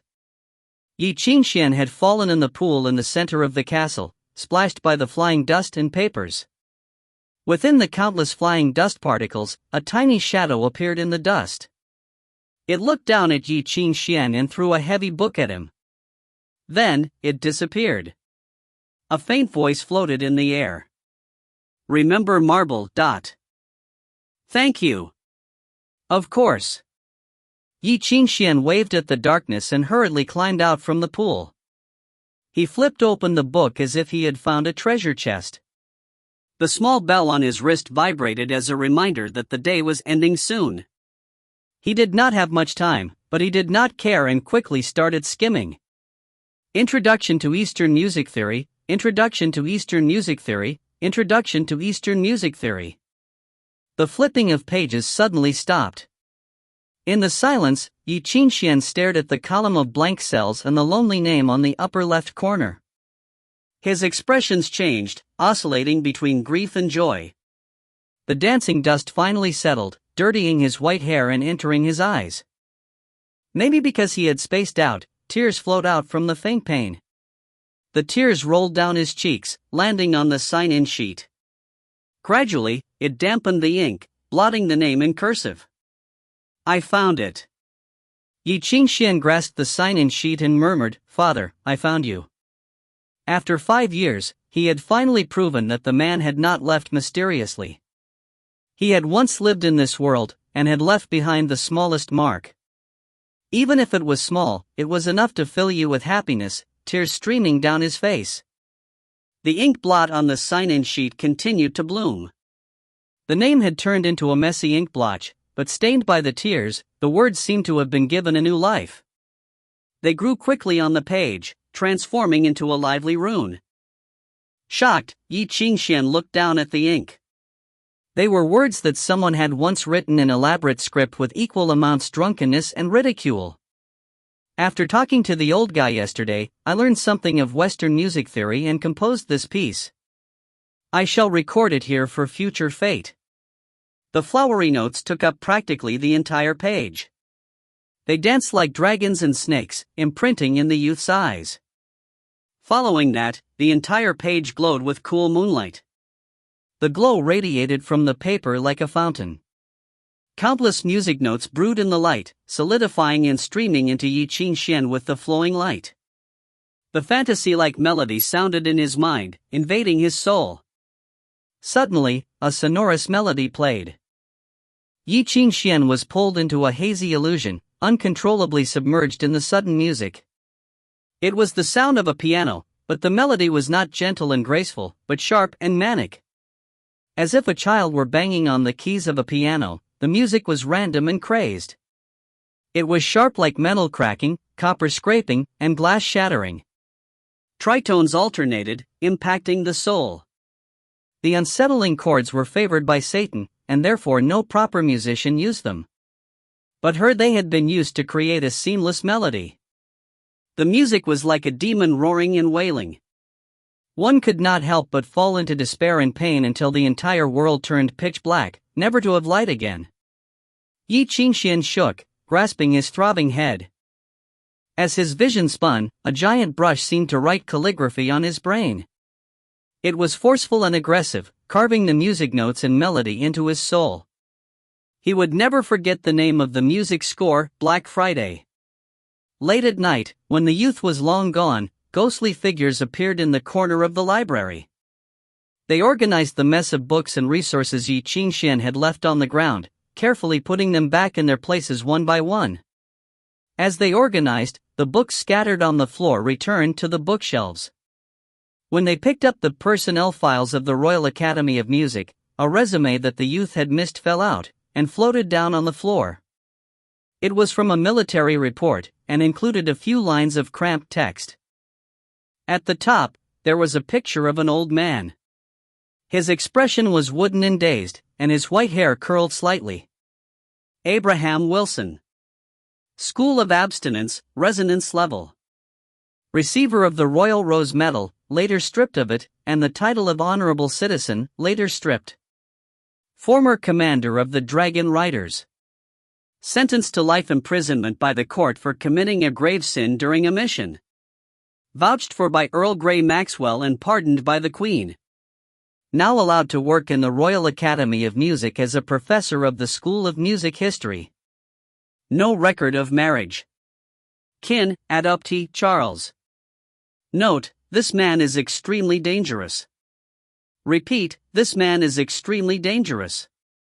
Do not let him come in contact with any swords or arrows. Forbidden to wield ironware. Do not threaten or attack him in order to keep him from overreacting. Anyone who interacts with him should be strictly recorded. Cease any attempts at removing the prosthetic arm. If he overreacts, send him to confinement. At the same time, at least 3 musicians must apply the aether seal on him. He must stay within 3 kilometers of the radius of the Royal Academy of Music. If he attempts to escape, shoot him at once. Do not question him about his position and mission from the military. In addition, do not mention any topic related to Gaius before him. The military is not responsible for any losses suffered if the Academy does not obey these rules. Over. If you find any errors, ads pop up, ads redirect, broken links, non-standard content, etc., please let us know. Report chapter so we can fix it as soon as possible. Chapter 93. Chapter 93, Playing for Charles. Translator, Nayabo Studio. Editor, Nayabo Studio. Late at night, at the downtown pier in Avalon, an old man stood in the shadows of the dark night, silently smoking his pipe. He was once the infamous and feared debtor of downtown, the source of many people's insomnia, Ghost Hand. But now, he sat on a worn wooden box, waiting. Finally, a boat that smelled strongly of fish came through the still waters and stopped by the pier. A wooden plank was laid down like a bridge, and Tan fishermen began transporting fish and crabs onto land. Ghost Tan watched wordlessly as these valuables passed by him. First, there was the fish and crabs, then there was the wine, weapons, silk, and porcelain hidden deep inside the ship. Is that all for this time? Ghost Tan took the cargo list from the boatman. Taking a glance, his brows furrowed. Who added in their cargo halfway through? The boatman hesitated before saying in a low voice, "Someone entered the boat through our channel in Wales. He seemed high up, so we didn't dare ask too much." Didn't you say that this shipment is very important? Ghost Tan squinted, causing the boatman to start panicking. We did, but he insisted. And he also said, he said. What did he say? Ghost Tan took the pipe from his mouth, something sinister appearing on his old face. I said that I knew you, said a voice in the boat behind him. And so he brought me over. Ghost Tan stiffened, his muscles tightened as if he were facing a great enemy. He could not sense the presence of anyone in the boat, but the man was there, standing in the shadows like a spirit. He had been watching Ghost Tan that entire time. And his voice was so familiar. Who is it? Ghost Tan turned around stiffly, suspicion in his eyes. Leather shoes stepped onto the deck. Someone walked out from the shadows of the boat and onto land, walking into the moonlight. His face was hidden under the shadow of his wide-brimmed hat, but one could vaguely see that the corner of lips were curled up, as if smiling. Ghost Tan flinched, the dangerous look in his eyes dissipated. Shocked and surprised, he stepped back and took a deep breath. Sir? He stepped forward, trying to see the face clearly. What, you don't recognize me anymore? The newcomer took off his hat. Wrinkles covered his weathered face, but his eyes were sharp and bright like torches. I thought everything had changed in the years I was gone. But you're still as slow as before, and I suddenly feel relieved. Sir, is it really you? Ghost Tan moved closer to study the face as if he were looking at a hallucination. But when he realized that the man was real and not a figment of his imagination, he laughed as if the most wonderful thing had happened. Welcome back, sir. Ghost Tan strode forward and embraced the man tightly. You don't know how long I've waited for this day. My apologies. There were some matters to attend to, so I returned a bit late. The man known as the shaman embraced his old friend and looked up into the distance, lamenting. The moon shone in the distance, its silver light spilled over the whole city. The towering landscape of the city against the mountains cast a huge shadow. The shadow's points were sharp and menacing, piercing one's eyes. That was Avalon. Old friend, I'm back, the shaman murmured with a smile. At the pier, there was only the sound of crashing waves. The shaman produced 2 copper tubes from his pocket and handed Ghost Tan one. Want one? Smiling, Ghost Tan accepted it and took a cigar from the tube. He sniffed it and furrowed his brows. To be honest, even after all these years, your taste still hasn't improved. You're still heartless with your words. Laughing, the shaman lit his cigar and inhaled. He breathed out a cloud of wispy smoke. So many years have passed. I've almost forgotten what it looks like here. He looked back at the pier.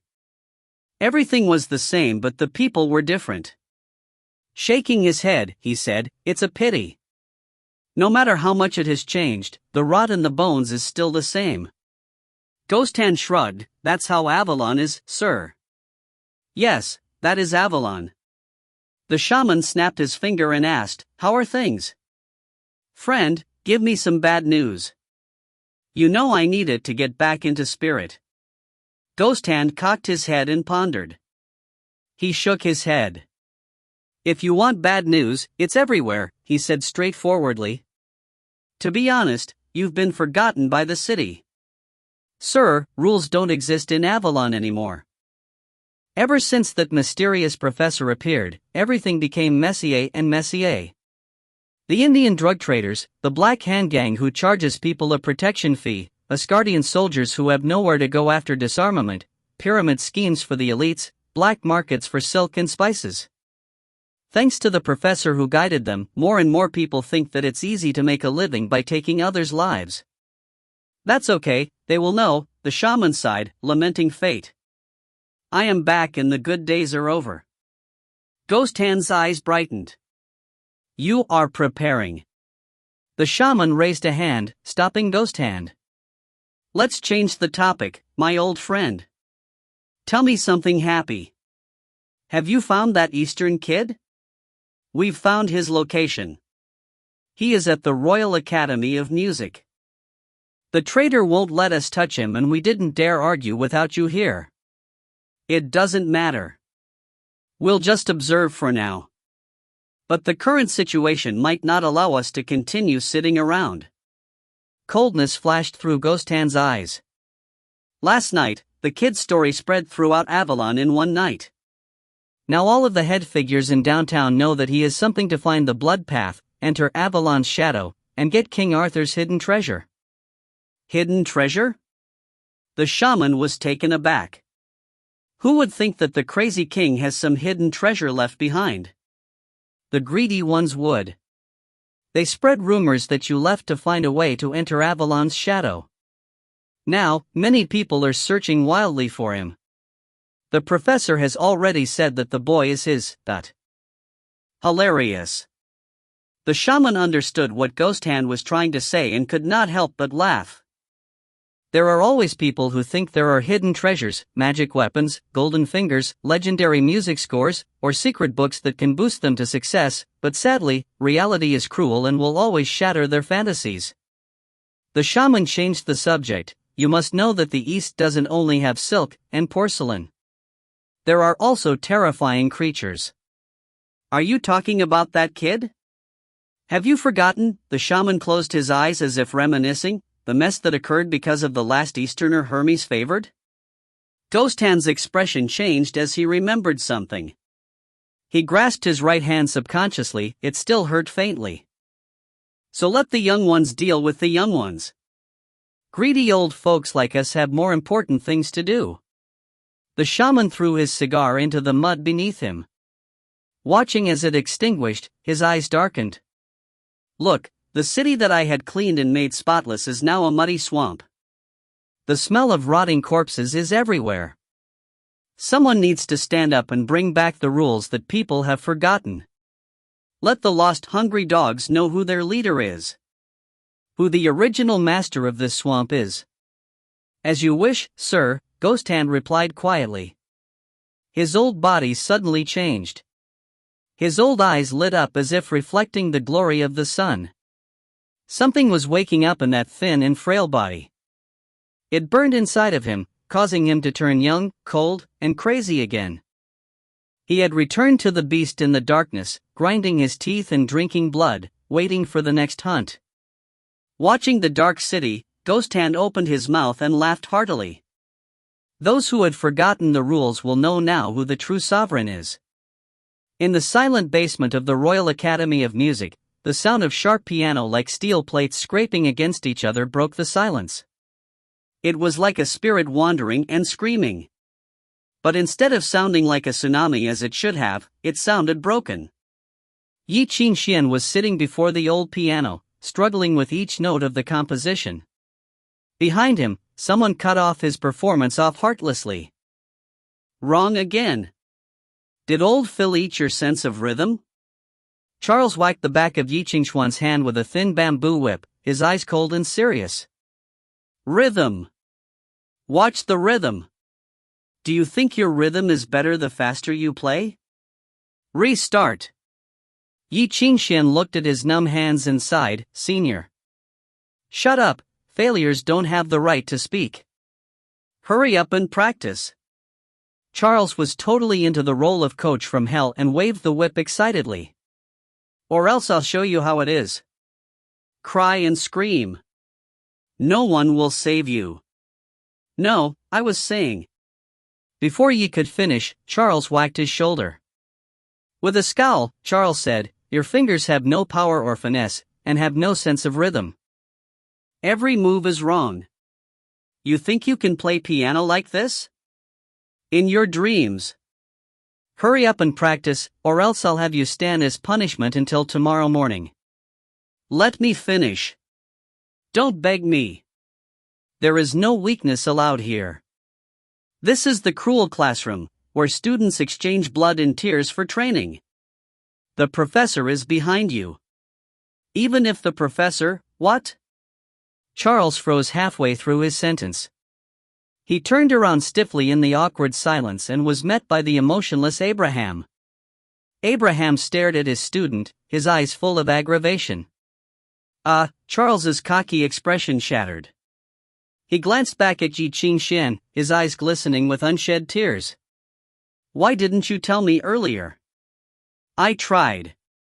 Ye Qingxuan shrugged. You didn't give me the chance. As Charles shook in fear, Abraham finally spoke, his voice monotone. Cruel classroom? Exchange blood and tears for training? Charles, is that what I've taught you? Charles was close to crying. I taught myself. You've taught yourself well. I told you to help Ye, and you discovered all of these principles. I am amazed. He paused and said through clenched teeth, Go stand until the morning. Tears welling in his eyes, Charles obediently went to the corner with the Anglo Encyclopedia on his head and began his punishment. Abraham sighed after he dealt with Charles. He gazed at Ye Qingxuan. It hasn't even been a month since you've started learning music notes. I think it's too early to learn performances with multiple notes. Notes, phrases, sections, and pieces should be learned gradually. Sections made up of measures are already part of the rhythm level. There's nothing wrong with learning earlier, right? Ye Qingxuan smiled and played the piano somewhat adeptly. Professor, didn't you say that the performance is pretty much the same, but you just need to use more notes? And anyway, I've found a good practice piece, Black Friday? At that, Abraham could not help but sigh. If you find any errors, ads pop up, ads redirect, broken links, non-standard content, etc., please let us know. Report chapter so we can fix it as soon as possible. Chapter 94. Chapter 94, Records of a Genius. Translator, Naibo Studio. Editor, Naibo Studio. Half a month ago, Ye Qingxuan had come out of the library and slept for 2 days straight afterwards. When he had woke up, he told Abraham and the others something totally shocking. He seemed to have found a music sheet entirely suitable for him. But before Abraham could be happy for his student, bad news came. Black Friday was so unconventional that it barely stayed in line. It was a hair's width away from being demonic music. The relationship between its notes created an interval. Usually, music pieces avoided using the tritone interval and instead used pure tones. The disharmony of a tritone interval could activate the dark side of man's heart and of the ether, causing people to turn wild. Yet Black Friday almost entirely used those demonic intervals. Even the dark pieces that Satan had given to his own squire were not so hopeless, frantic, or eerie as Black Friday. Faced with Abraham's questioning, Ye Qingxuan only said that it suddenly entered his mind when he opened a notebook in the library. This worried Abraham. He could not understand why any master from the school of mind would hide such an odd melody in his notes, and imprint it into someone's consciousness through a mark. The materials for a music sheet that could transport memory and imprint a mark were close to none. He could not comprehend why anyone would put something like that in a page of ordinary notes. Black Friday was a music score from the school of mind. It was considered to be at the musician level, but if one separated the measures, it was possible to be a practice piece for rhythm level too. Analyzed by Abraham, its 5 measures could be paired with different music notes to create 5 different effects. First, the melody would evoke the listener's negative emotions, causing him to lose control. Then, guided by the melody, ether would influence and control the enemy's senses. He would become a disabled person who could not see, hear, or feel. It was a superb composition with a wide range of uses. Interpreted by Abraham, if the 5 measures were connected, it could also activate a hidden effect. But no matter what he tried, he could not find it. It probably required a unique playing technique and instrument. Abraham became even more worried. He could not think of a reason as to why Ye Qingxuan insisted on learning such a mysterious piece. But to Ye Qingxuan, practicing Black Friday was the most important task at hand. Of course he had to practice. Why would he not practice it? When he tried playing it for the first time, he realized that the eternally sleeping Jiao Shaohuan Pei actually had a reaction. Yi had been ecstatic then, practically jumping up and dancing. He had a premonition that he would be able to truly awaken Jiao Shaohuan Pei when he finally learned the piece. He had grown up hearing about the zither that had accompanied his father. Apparently, it was a treasured instrument passed down through generations. He did not fully understand how the zither had turned into that, despite it always being in the case. But the most important task at hand was to awaken and learn it.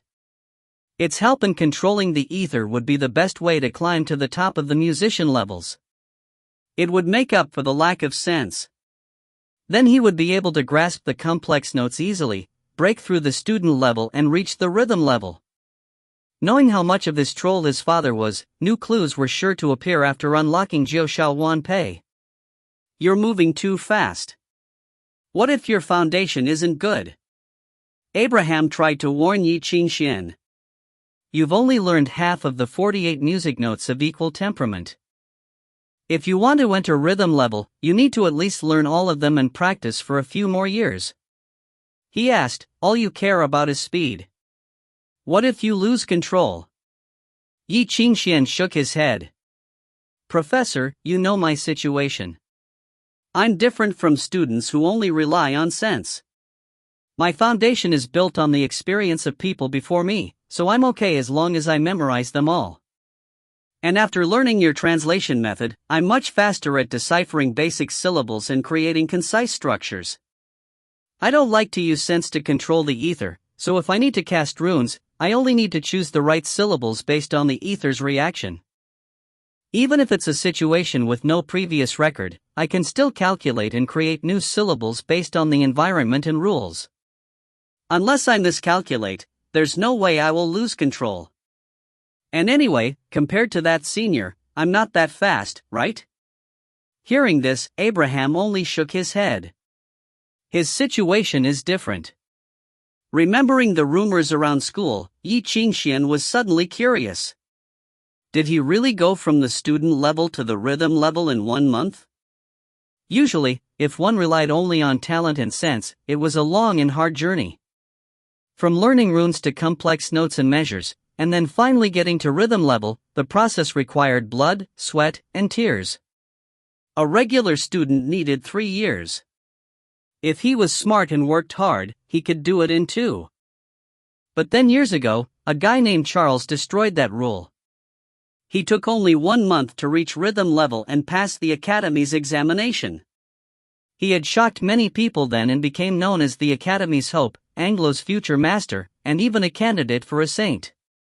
But then 10 years passed, and yesterday's genius was still stuck between the rhythm and musician level, and had turned into a useless failure who liked drinking and running around naked. Ye Qingxuan really felt bad for him. It wasn't 1 month, Charles corrected Yi seriously from the corner of the room. It was 2 days. Crash. That was the sound of Ye Qingxuan's jaw hitting the floor. He almost jumped onto the piano in shock. How many days? 2 days. Abraham sighed and scratched his head. More precisely, it was 1.5. I was a bit busy then and had to squeeze out time to teach him. Professor, stop joking. Ye Qingxuan's eyes almost popped out of his head. 1.5 days? And you had to squeeze out time? That's right.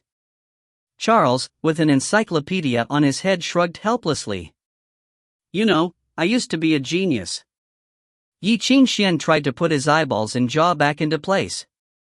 It took a long time before he could finally accept this truth. He slumped into the chair. Only 2 days? He murmured to himself. I suddenly feel like I'm a failure. What should I do? Why do they all say 1 month? Because they don't want to scare people? I didn't pay attention when I filled out the declaration record and wrote it wrong. Charles's expression filled with regret. Then I realized I couldn't change it, so it stayed like that. Ye Qingxuan almost spat out blood, but he kept it in. Then why are you still stuck on rhythm level? Senior, are you accumulating experience to make headlines? Yeah, right. Charles rolled his eyes. Look at the history department's sad state now. Who would wait if it were possible to get some glory and money? Then nothing else makes sense. Ye Qingxuan did not believe him at all. You need to learn music notes, syllables, and musical pieces for student, rhythm and musician levels respectively. There are only technical difficulties, but no obstacles or challenges. There shouldn't be any trouble if you practice and work hard. Senior, could it be that you haven't learned a complete piece yet? PSH. What's a musical piece to me? Charles smirked. I learned a few on my way home from the test 10 years ago. I would have requested the musician level test that day if I wasn't scared of being experimented on. Ye Qingxuan could almost feel the blood spray out of him. Seriously? Actually, no one can surpass Charles's talent in the musician world. Abraham nodded, his expression helpless, but for some reason, there would be problems with every piece he put his hands on. All the techniques and melodies are correct, but there would always be some strange effects. Strange effects? Ye Qingxuan was in a daze. It's complicated, not sure how to explain. Abraham's expression was puzzled. Professor, he won't understand if you just explain it. Shaking his head, Charles walked over to the piano. Let me demonstrate. Junior, don't get scared. As soon as he finished, the sound of glaciers shattering shot through. It felt as if they had suddenly been transported to the tundra of the Asgard Sea. Countless icebergs crashed into each other, creating crisp and vigorous sounds. The overwhelming power forced Ye Qingxuan into shock. But quickly, his expression turned to fear. William Tell Overture? Senior, are you trying to burn down the building? William Tell Overture was a musical piece from the School of Revelations. Ranked by the Sacred City, it was one of the most renowned pieces at the rhythm level. It was way above the abilities of those at the musician level. But this piece could call forth wild ether, transforming into a torrent, flooding the world. Blazing fire would fall from the sky, the burning souls of heroes would devour the enemy, destroying them on the spot. The master who composed this work of art had created it out of despair and fury when his country had been invaded, and his home burned down. He had called forth the souls of heroes to lead his people and destroy the invaders. But he died from exhaustion on the eve of victory. Without a doubt, his soul had assimilated into the music. As soon as it entered the second movement, a real Iron Legion would appear. The wild ether surged in from all directions. Abraham had secretly used his highest authority to make it easier for the ether to group and create musician-level effects to help Ye Qingxuan practice. But this effect at the musician level was enough to obliterate an entire army. Before Ye Qingxuan's wide eyes, the burning ether transformed into red-hot flames. They gathered in the empty air, gradually taking shape. In the next moment, as the majestic overture raised in intensity, the effect came into shape. Next, the army of souls would come from the sky. Ye Qingxuan was ready to interrupt Charles's performance, but Abraham stopped him, gesturing at him to look closely. Boom! Flames exploded and a figure appeared gradually. It solidified and was almost complete. Thud!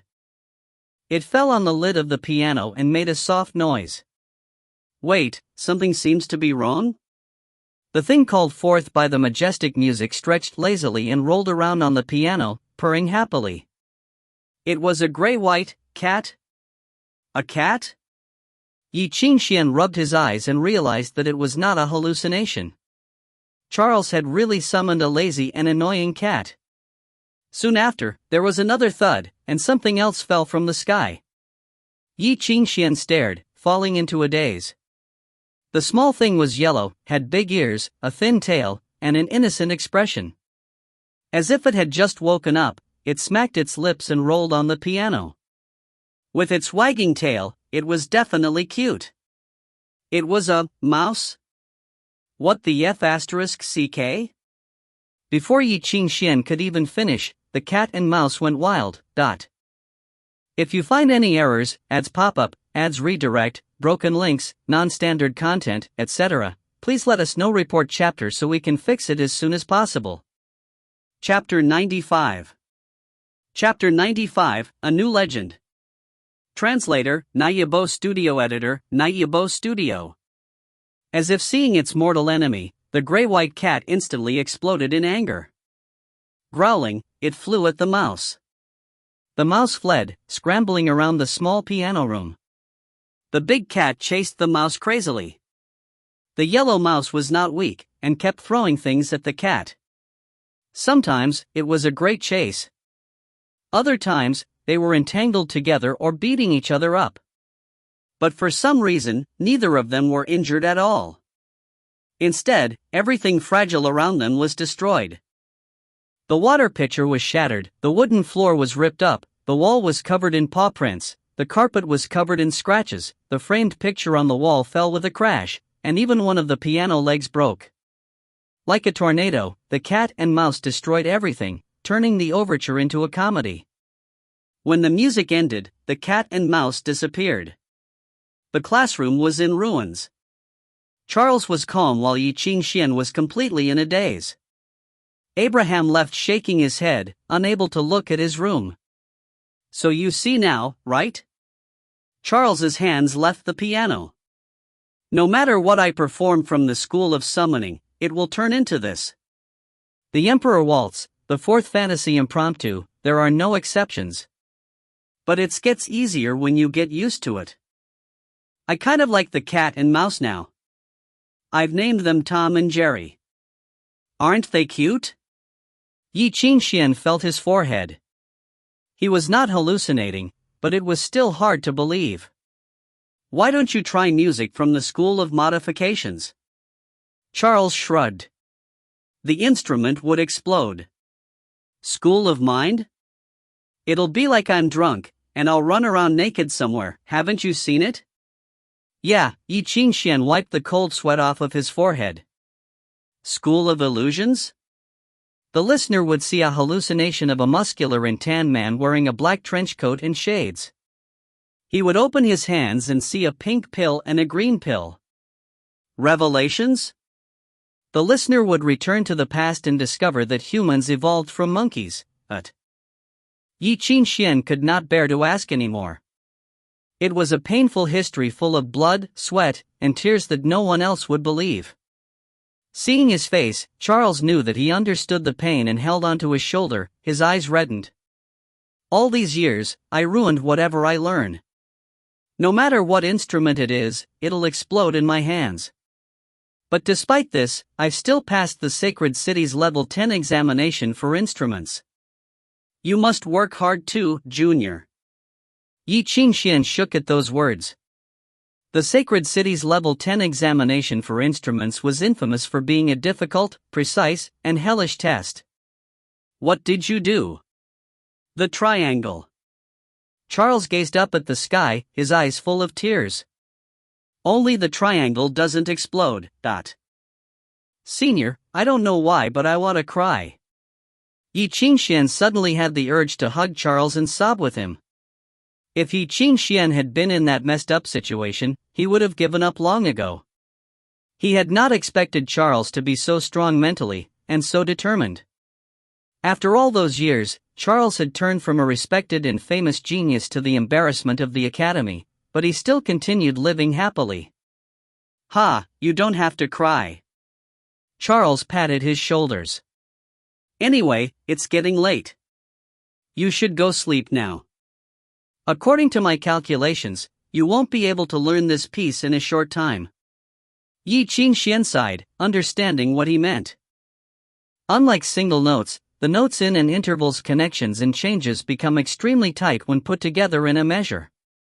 The relationship between the notes created an interval, and intervals created measures, and 2 or 4 measures could become a phrase.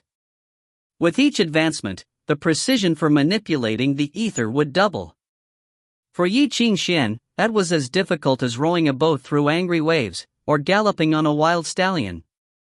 He would be completely dragged around by the ether and lose his own tempo. Even if he used his professor's translation method to find the best grouping method, he still needed a lot of work over a long period of time. After all this time, he had barely managed to play the first measure and still made mistakes. He did not wish to be like Charles and play every piece smoothly like flowing water. Just the simple goal of being 100% accurate and successful would need at least 3 months of practice. He envied Charles's and Bai Xi's natural talent. Bai Xi was not as messed up as Charles and did not like to learn, but the few times she went to class, it was as relaxing as a walk in the park. Sometimes she would fall asleep during class but still learn the material after flipping through the book. Thinking about that, Ye Qingxuan felt a wave of hopelessness. Whatever. I'll just wait until I'm rich, and then I'll buy a bunch of rune stones and make it work for me. Charles could only laugh at this.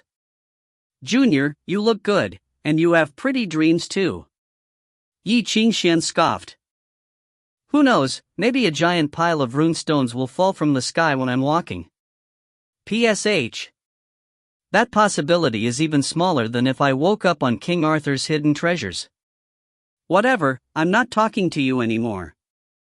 Ye Qingxuan rolled his eyes. Ready to sleep, he turned back before leaving. All right, do you know where I can buy marbles? Marbles? Why? I promised it as a thank you gift. Oh, I'll take you tomorrow afternoon. I've finished all my alcohol. Charles yawned and sighed. The quality of my sleep is getting worse these days, I keep having nightmares. Could it be that another girl is stabbing my voodoo doll? The next afternoon, Ye Qingxuan carefully packed a map of Avalon, and reminded Bai Xi to take old Phil and get him from some ditch if he went missing. And then, taking a deep breath, he finally went out with Charles. Senior, are you sure you're reliable? Ye Qingxuan looked around with every step he took, scared that Charles would take him to some weird place again. Don't worry, I've been walking this path for 5 or 6 years. I can find it even with my eyes closed. Charles walked in front, full of confidence, while Ye Qingxuan still was not convinced. There was no way he could feel relaxed after seeing that guy's talent at leading. Was there anyone else who would take their junior to the cafeteria and end up at the Avalonian police station? Just explaining to the police that he had been lost brought Ye Qingxuan close to tears. In the end, he could only go home when Bai Xi came with proof from the academy. And Charles, on the other hand, had crawled out from the girls' dorm. He had been so close to being discovered and beaten in public. It's okay, there's old Phil if you do get lost. He patted Ye Qingxuan's shoulder but suddenly remembered, have you seen old Phil recently? No, maybe he went running around again. Why? Nothing. Charles's expression changed. You know, after Haridi disappeared, there's a new member of Avalon's top 10 legends now? Ye Qingxuan suddenly had a bad feeling. No way. Yes way. The new legend is a mysterious dog, Charles said, slightly scarred. All the kids in Avalon know not to walk by themselves, otherwise an evil dog will jump out of nowhere and scare them half to death, and steal their valuables. 2 days ago, when the Yunlu ambassador group was leaving, the royals hosted a banquet. All the officials were talking and suddenly, a dog with a drumstick in its mouth jumped out. And in front of everyone, it bit the crown prince's leg and made him pee his pants. Before anyone could process what had happened, the dog ran away. Apparently, its judgy eyes had created some emotional trauma for a lot of people. The crown prince is still hiding in the sheep pen. This is a conspiracy. A despicable conspiracy to destroy the friendship between our countries. Charles imitated the Secretary of State's angry words and shook his head.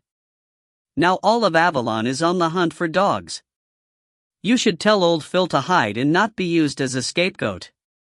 Seeing the sadness in Charles's eyes, Ye Qingxuan's facial muscles quivered, not sure what he should say.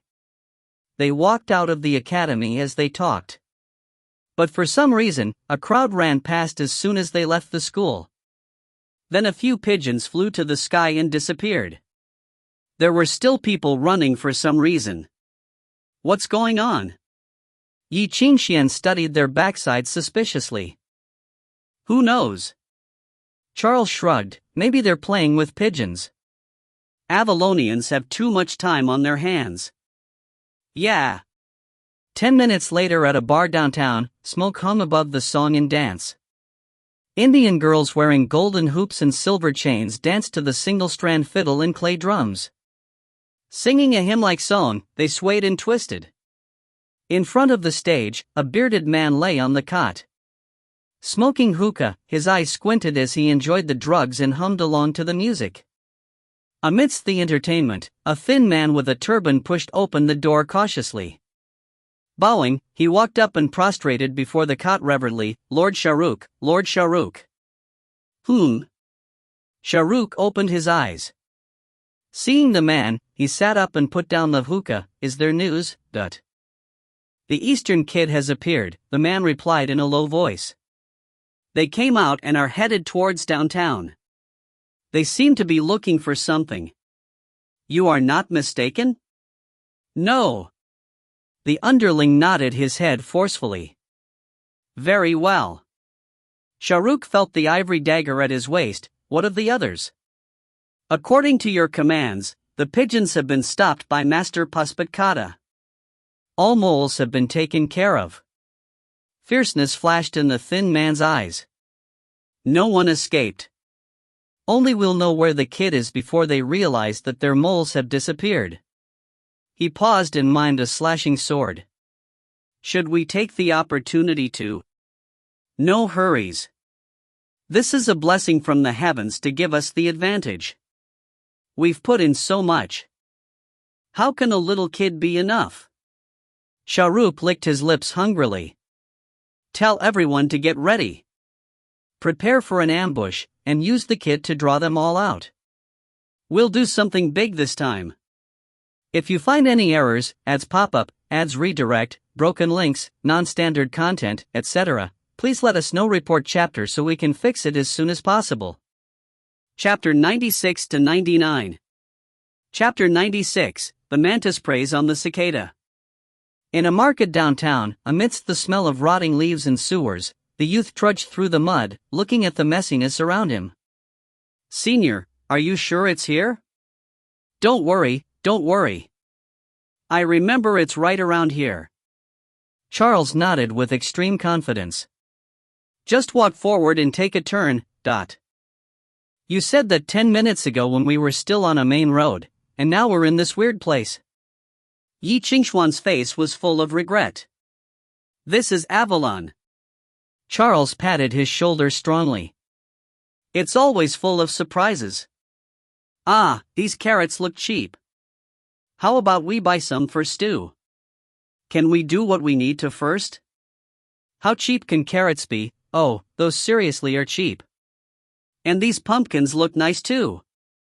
Boss, give me 1 kilogram. And how much are the cabbages? Ye Qingxuan was immediately distracted by the vegetables and started bargaining with expertise. After a lot of skillful talking, the seller added in 2 eggplants. In the end, he bought a bunch of stuff at half the normal price, and Ye Qingxuan was in high spirits. Satisfied, he picked up the giant pile. My luck's pretty good today. Senior, you've been drinking so much, a stew can help you. F***ck, where'd you go? He finally realized that his senior had disappeared. Boss, did you see where the guy who came with me went? The fat woman behind the vegetable stand rolled her eyes lazily. I think a girl wearing red waved at him when you were buying and he left. Ye Qingxuan almost spat out blood. He just wanted to scream, Charles, you *SS, did you come to help me or to find girls? Quickly, that was not what he was worried about when he started walking again. The alleys of downtown were dirty and confusing. He looked around at the unfamiliar surroundings and finally realized that he was lost. In the silence, he heard faint sounds from afar. Someone was walking over.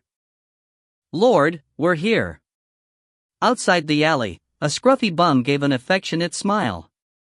He rubbed his hands excitedly, watching the person before him. The man clad in a black robe stood at the entrance of the gate, looking into the distance. Under the blazing sun, his face and body were hidden by the thick hat and robe. He emanated coldness like a ghost, sending fear into people's hearts. "Are you certain?" a scratchy voice asked from under the hat's brim. "You're giving me money, I'd never lie," the bum said quietly. "I saw him go in with my own eyes." A white-haired Eastern kid. "I can't be wrong." Reverence filled his eyes. "And anyway, you're important. Everyone in downtown knows that if we want to live, we can't piss off Mr. Professor." "Good." The man referred to as Professor nodded. His voice was like bones scraping together. "Otherwise, you won't have any days left to spend the money." A pale and thin hand reached out from under the dark robe. It was pale as if it had never seen the sun, pale as death. Seeing the hand, the bum's eyes lit up with enthusiasm again. His gaze fell on the wad of green money orders held between two fingers, and he could not look away. Looking at the money, the bum could not help but laugh dumbly. The pile of money orders from the church, each one worth £1,000. Tying the papers with a string, the professor tossed it and it rolled on the ground. "You can scram now." The professor waved a hand and walked toward the alley without looking back. "Thank you, Lord." "Thank you." The bum dived at the money like a starving dog seeing food. Picking up the money, he impatiently counted it and laughed ecstatically. "I'm rich." His dirty fingers gripped the money tightly. With burning eyes, he put the beautiful little darlings into his pocket. He froze when he looked up. A pair of feet was before him. He looked up in shock and was met by a cane adorned with silver and gems. It was held by a clean and elegant hand. A large ruby ring shone from the forefinger, a family emblem engraved into the gem. As if the wearer was preparing to attend a banquet, the precious stones on the sleeve cuffs of the detailed suit shone with a subtle but luxurious light. "Mr. Professor, what's with the hurry? Why don't we have a chat?" The man with the cane had an elegant voice, gentle and anchored like a warning from a friend. He wore a top hat and leaning on his cane, he looked like a gentleman. There was a polite smile on his handsome face, fake and arrogant like all Sicilians. But that was not enough for the bum to cry out in shock. Behind the man was a group of thugs wielding knives and metal staffs. The burly men had appeared suddenly and soundlessly in the small alley. Their dark eyes were filled with haughty ferocity, smiling mockingly at him as if looking at a clown. There was only one group of thugs in all of Avalon who dressed so brightly, and they were all Sicilians. Black hand gang. The bum finally processed the situation and screamed as if he had seen a ghost. The young man loosened his grip, and the bum collapsed on the ground. He scrambled up, stammering, I. The young man did not care about him and waved his hand, telling the bum to get out of his sight. The bum hurriedly crawled forward, and when he was far enough, he scrambled up and fled. He did not even dare to pick up the money on the ground. Now, there was only the surrounded professor and the young man leading a group of thugs. "It seems that I'm surrounded." The professor did not act as if he were surrounded, and just gazed at his unfriendly friends. "Nice to meet you, Mr. Professor. I am the second son of the Lucco family. You can call me Lorenzo, Palermo Eagle Lorenzo." The young man put a hand to his chest like a gentleman. But when he looked at the professor, his eyes were taunting. The legendary Viper just jumped into a trap without even realizing? This is surprising. Lorenzo? Schwartz's son? The professor studied the man as if he had expected this. "You're faster than I had thought. I thought the first to arrive would have been the Indians." Actually, they were indeed the first. Lorenzo shrugged and looked back. Behind him, blood flowed under the feet of the Sicilian thugs. The blood had come from another alley, and flowed into an open sewer. Some burly men were still tidying up the site. They threw 2 mutated corpses into the sewer and watched as they disappeared into the darkness. It was clear that the Indians had been taken care of by the Sicilians. They did not even have the time to realize they had been ambushed before they had been completely destroyed by an attack. At the back was a fat corpse with his eyes still open in shock. Shahrukh, one of the Indian leaders, had been slashed like a crazy painter's canvas. He had died without a sound. Seems like I've underestimated you. The professor looked back from the sewer. It seems like you had prepared beforehand. Did you think like the Indians, waiting here and capturing your supposed partners? You also want that kid? Are you trying to make time? Lorenzo saw through the professor's thoughts and laughed, cocking his head. There's no use. We've already cleared out everything within a few 100 meters of here. Now, Professor, you better understand this clearly. We are enemies, but seeing that you once helped us with our business, we can let you leave here unharmed. What do you think of my offer? Oh, I must thank you for your pity, the professor said lightly, but I'm afraid I won't be able to leave. You're worried that I'm not trustworthy? Lorenzo furrowed his brows, his eyes cold. I am the second son of the Lucco family. Keeping my word is something that my father has taught me. We Sicilians never break promises. Because of Ghost Hand, I'm willing to let you go if you promise to never interfere with this again. Idiot. The professor sighed. You thought I was talking to you? Lorenzo blanched. He opened his mouth to say something, but his expression changed. Suddenly, he felt the ground shake. In the stillness, the tiles beneath him trembled as if hammers were pounding the ground. Heavy footsteps came from both sides of the alley. The footsteps were sharp like metal scraping against stone. Lorenzo looked up in all directions in shock. It was like a nightmare. Metal shone from both ends of the alley. It was the color of heavy plate armor. F***ck, Lorenzo could not help but swear when he processed what it was. Defenseless, he waited as the group of armored men rounded the corner. It was as if the hungry wolves meant for battle had taken a wrong turn and ended up the alley. The fully armored men walked in synchronization, like an army parade. The axes and swords in their hands shattered the tiles, creating fierce and piercing sounds. But this was not a battlefield. This was Avalon. Why would heavy armored soldiers be here? Chapter 97, unaware of the Oriole behind. In an instant, the army blocked both exits in the alley. Raising their weapons, their ferocity was overwhelming. Look who we captured? 2 big fish. The sissy Sicilian rich boy, and the sneaky professor. The short and stocky man at the front laughed. He held a heavy flame-shaped sword, and a horned helmet covered his face. His voice was scratchy yet icy. Bassett Werner? Lorenzo finally realized who the army was. They were not in the army, or more accurately, they were no longer in the army. They were Asgardians. Born with the genes of pirates, these thugs, who could not do anything other than kill, spread around the world after their country's disarmament.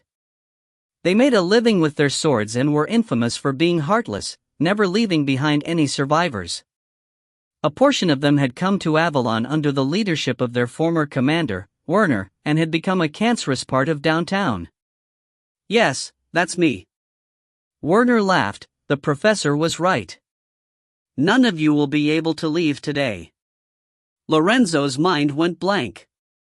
He knew that these people were crazy, but he had never thought that they were this crazy.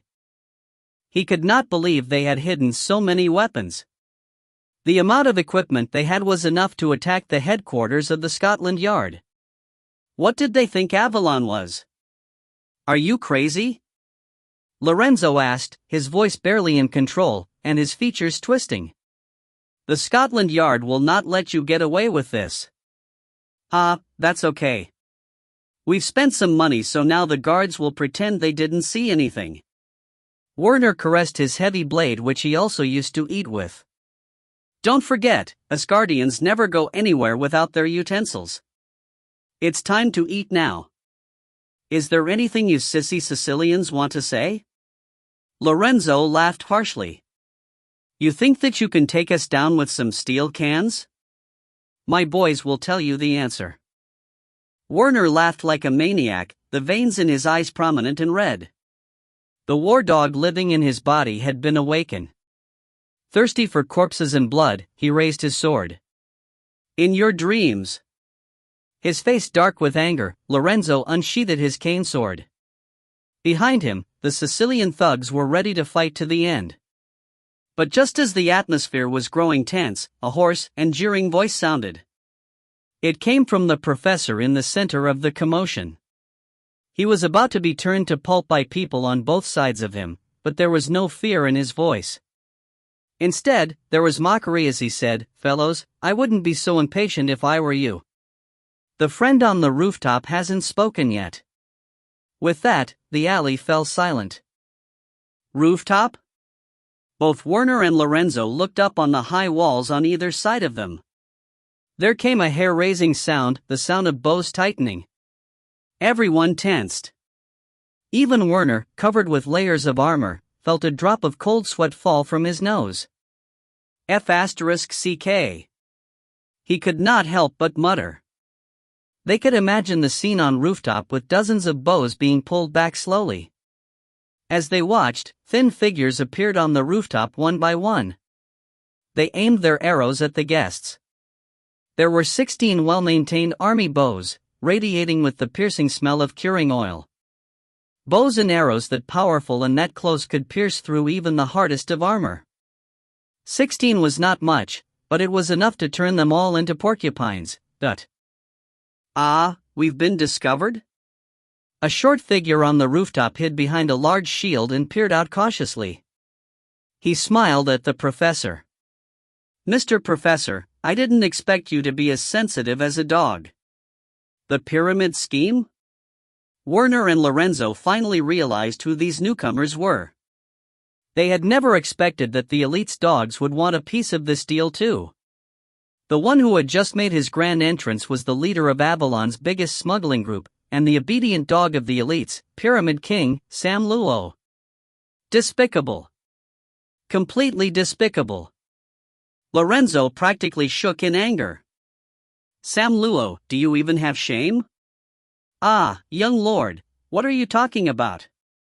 The man known as Sam Luo raised his bow in protest as if he had just been insulted. All of you are good men who can fight, but the pyramid scheme is just a group of poor people who can only live on the elite's scraps. It would be sure death if we fought you face to face, alright?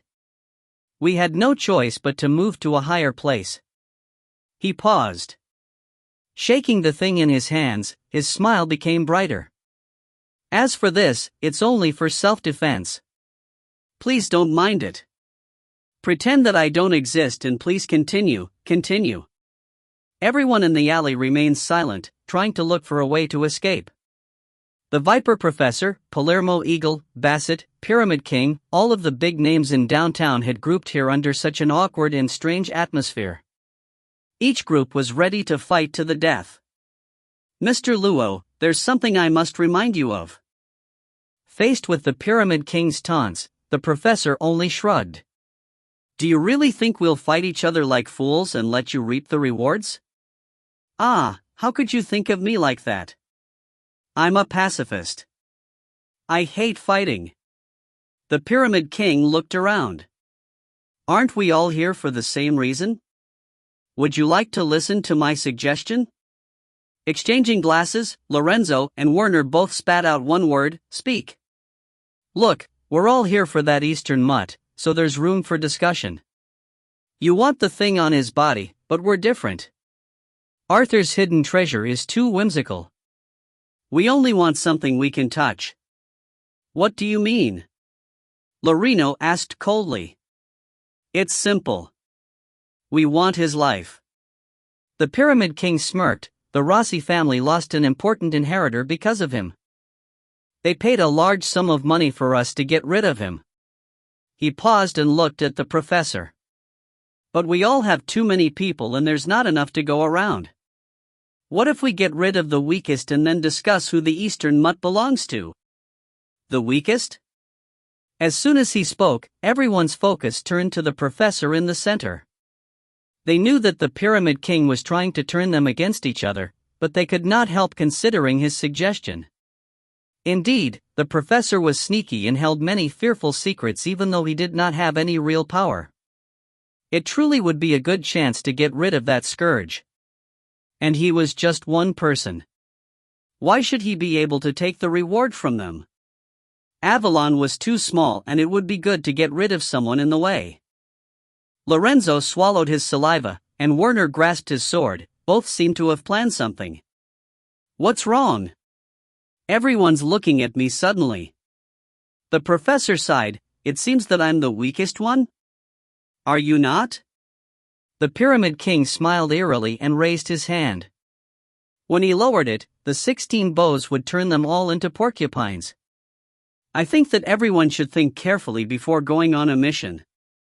What if I perform a magic trick for everyone to enjoy?" The professor laughed lightly.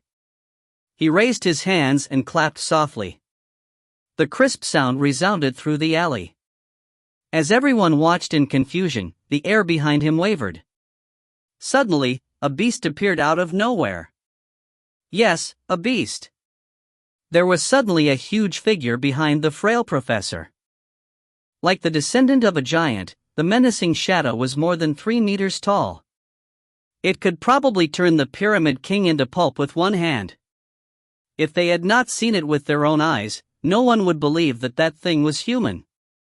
Yes, he was a human. Wearing a dramatic and clownish donkey mask, the strange creature stooped behind the professor. He held a folded bone saw like a butcher who had just gotten off work at the market. Everyone present felt raw terror in their hearts. The giant was naked except for a dirty apron. Caked on the rough apron was dried blood. The layers upon layers of blood had dyed the dirty yellow apron deep red. The bulging muscles on his arms pulsed with his heartbeat. One could faintly see the blood vessels under his scarred skin. The sound of everyone gulping was all that could be heard in the silence. Someone opened his mouth and murmured the name with horror, the bloody butcher. The undead, strange creature, butcher, child of the demon, horseface, bloody nightmare. Of course, the most well-known name was the bloody butcher. He was infamous for his impossible height, fearful appearance, and successful record. He had no competitors and left no survivors. Rumors of the strange creature had spread through London's streets like a nightmare. No one would have guessed that the professor had hired the creature and hid it inside himself. Lorenzo stumbled back, his eyes full of fear. His father had told him what would happen if the creature began his killing spree. Werner was more direct, and quickly stepped back.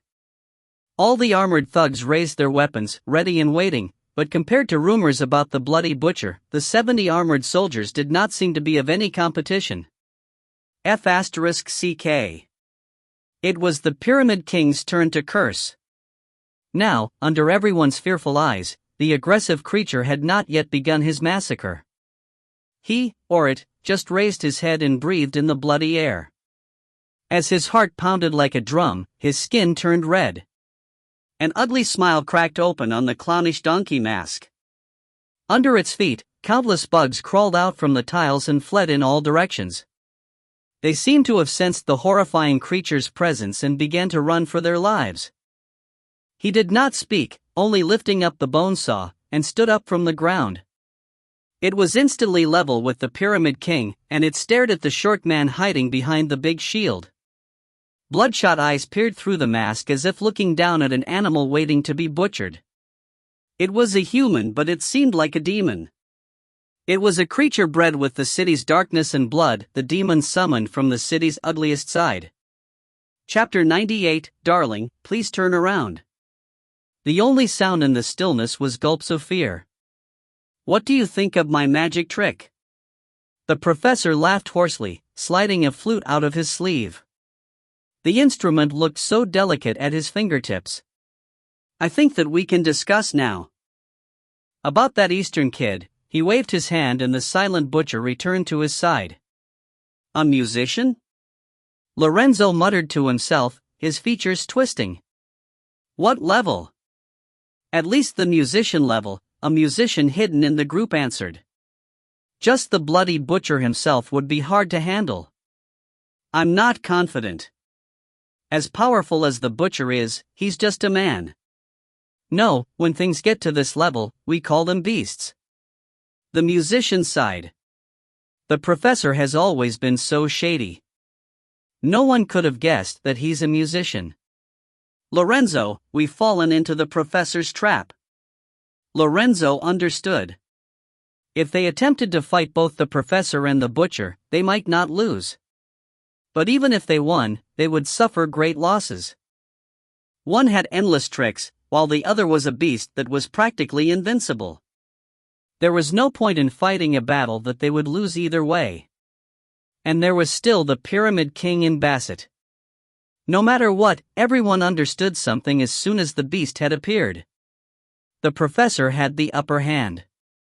On the rooftop, the Pyramid King watched the beast, the corner of his lips quivering. Professor, what do you really want? It's simple. The professor gazed at all of them. There are two solutions. The first one is that all of you leave and the kid is mine, or maybe you'll like the second solution, fight to the end.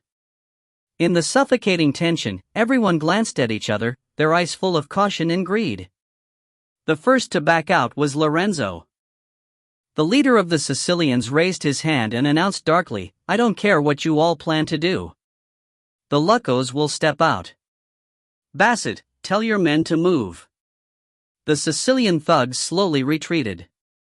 They gripped their weapons, cautious of the Asgardians behind them. Seeing the treasure slipping from his fingers, Bassett's expression was unreadable. Tightening and loosening his hold on his sword, he finally grit out, move out. We will retreat as well. An intelligent choice. The professor clapped his hands and finally looked at Sam Luo on the roof. Mr. Pyramid King, it seems that you'll be brave and fight me? It was a joke. The pyramid scheme was the most cowardice in Avalon's downtown. Seeing his great plan fail, the Pyramid King's eyes rolled. As if in physical pain, he lightly put down his hand, we will retreat as well. The three groups watched the professor and the beast closely, then stepped back carefully. The tense atmosphere slowly relaxed. Seeing that there was no need to fight, everyone let out a sigh of relief. But then a confused voice sounded throughout the alley. Excuse me, anyone here? A lost boy lugging a pile of stuff walked into the alley under everyone's eyes.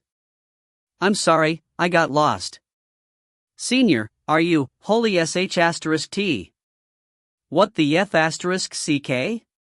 He thought.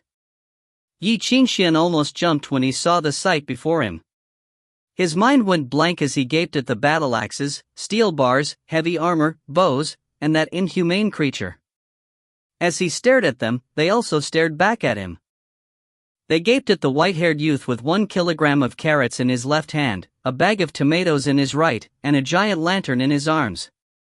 He looked like he'd just come back from grocery shopping. As everyone stared at each other, the youth finally reacted. He stepped back saying, I'm sorry. I'm in the wrong place. Please continue. Don't mind me. Amidst the sounds of everyone's jaws hitting the ground, he slowly retreated, turned, and stepped away. Panicking, the Pyramid King called out, halt! Okay, but despite his words, his body did not listen. As if shocked by electricity, Ye Qingxuan sprinted away. sh*t, he runs fast. Someone in the crowd murmured, which opened the dam and everything went out of control. The ones who had been retreating were now restless. Catch him. Someone yelled, whoever catches him gets him. The still atmosphere had shattered, and the crowd went wild. Lorenzo, Werner, and the Pyramid King all forgot what they had said about retreating and charged forward wildly. The professor was frozen in his spot. He had not expected for the situation to change so dramatically within seconds. As he watched the mass of people rush into another alley, he glared at his flute, anger flashed through his eyes. "Butcher, catch him!" The 3-meter giant roared and jumped up, then landed in the crowd. Swinging his bone saw, 2 people were instantly thrown into the wall, blood spewed from them. As he swung his saw, many people were instantaneously sliced into halves. Blood spurted out and people screamed. At the other end of the alley, Ye Qingxuan ran as if his life depended on it. Looking back, he saw the mass of menacing men, angry thugs, and one beastly creature. He wanted to cry. "Why are you chasing me?" The Pyramid King screamed, "No, hand over the treasure and I'll let you live." Beneath him, Lorenzo yelled, "Friend, don't run. We can protect you." PSH, yeah right. Bassett was clad in heavy armor, but he was the fastest, chasing without slowing down. "Kid, don't listen to them. Give it to me. You'll be the Asgardians' eternal friend." What treasure? What friend? Ye Qingxuan thought. He had no clue what they were talking about. Resisting the urge to cry, he sped up. As he ran, he suddenly had an idea and tossed something behind him. "Here's your treasure. Take it." A black object flew from his hands, cut an arc in the air, and fell into Bassett's arms. Forgetting about his sword, the Bassett clutched it instinctively. He did not even get the chance to take a look before he was flattened by the crowd behind him. Someone yelled, "The treasure's here. Catch him." Bassett got the treasure. As more and more people piled on, Bassett subconsciously tightened his grasp. There was a squelch, and red liquid oozed out from between his fingers. The rush of people froze. Some of the drops fell into people's mouths, and some people swallowed reflexively. "Tastes sour and sweet, we can eat the treasure?" "Mom, I'm going to Avalon too." Lorenzo, who had rushed over, was pissed. He kicked Bassett, yelling, "Idiot, that's a tomato. Don't you want treasures? Here you go." Up front, Ye Qingxuan was happily giving out treasures. He continuously tossed things behind him. "Here's a tomato. Here's a potato. Here's a lychee." He decided to throw whatever he could get his hands on. He even picked up a frog from the ground and threw it. "Here's a frog. Here's a squid, and an angry banana." The angry banana angrily stuck Lorenzo's face. There were lychee bits on the other side of his face too. This gentleman now looked like a homeless beggar. Just as the angry Lorenzo began to roar, something was thrown at him again, and splattered his face with blood. He froze in shock.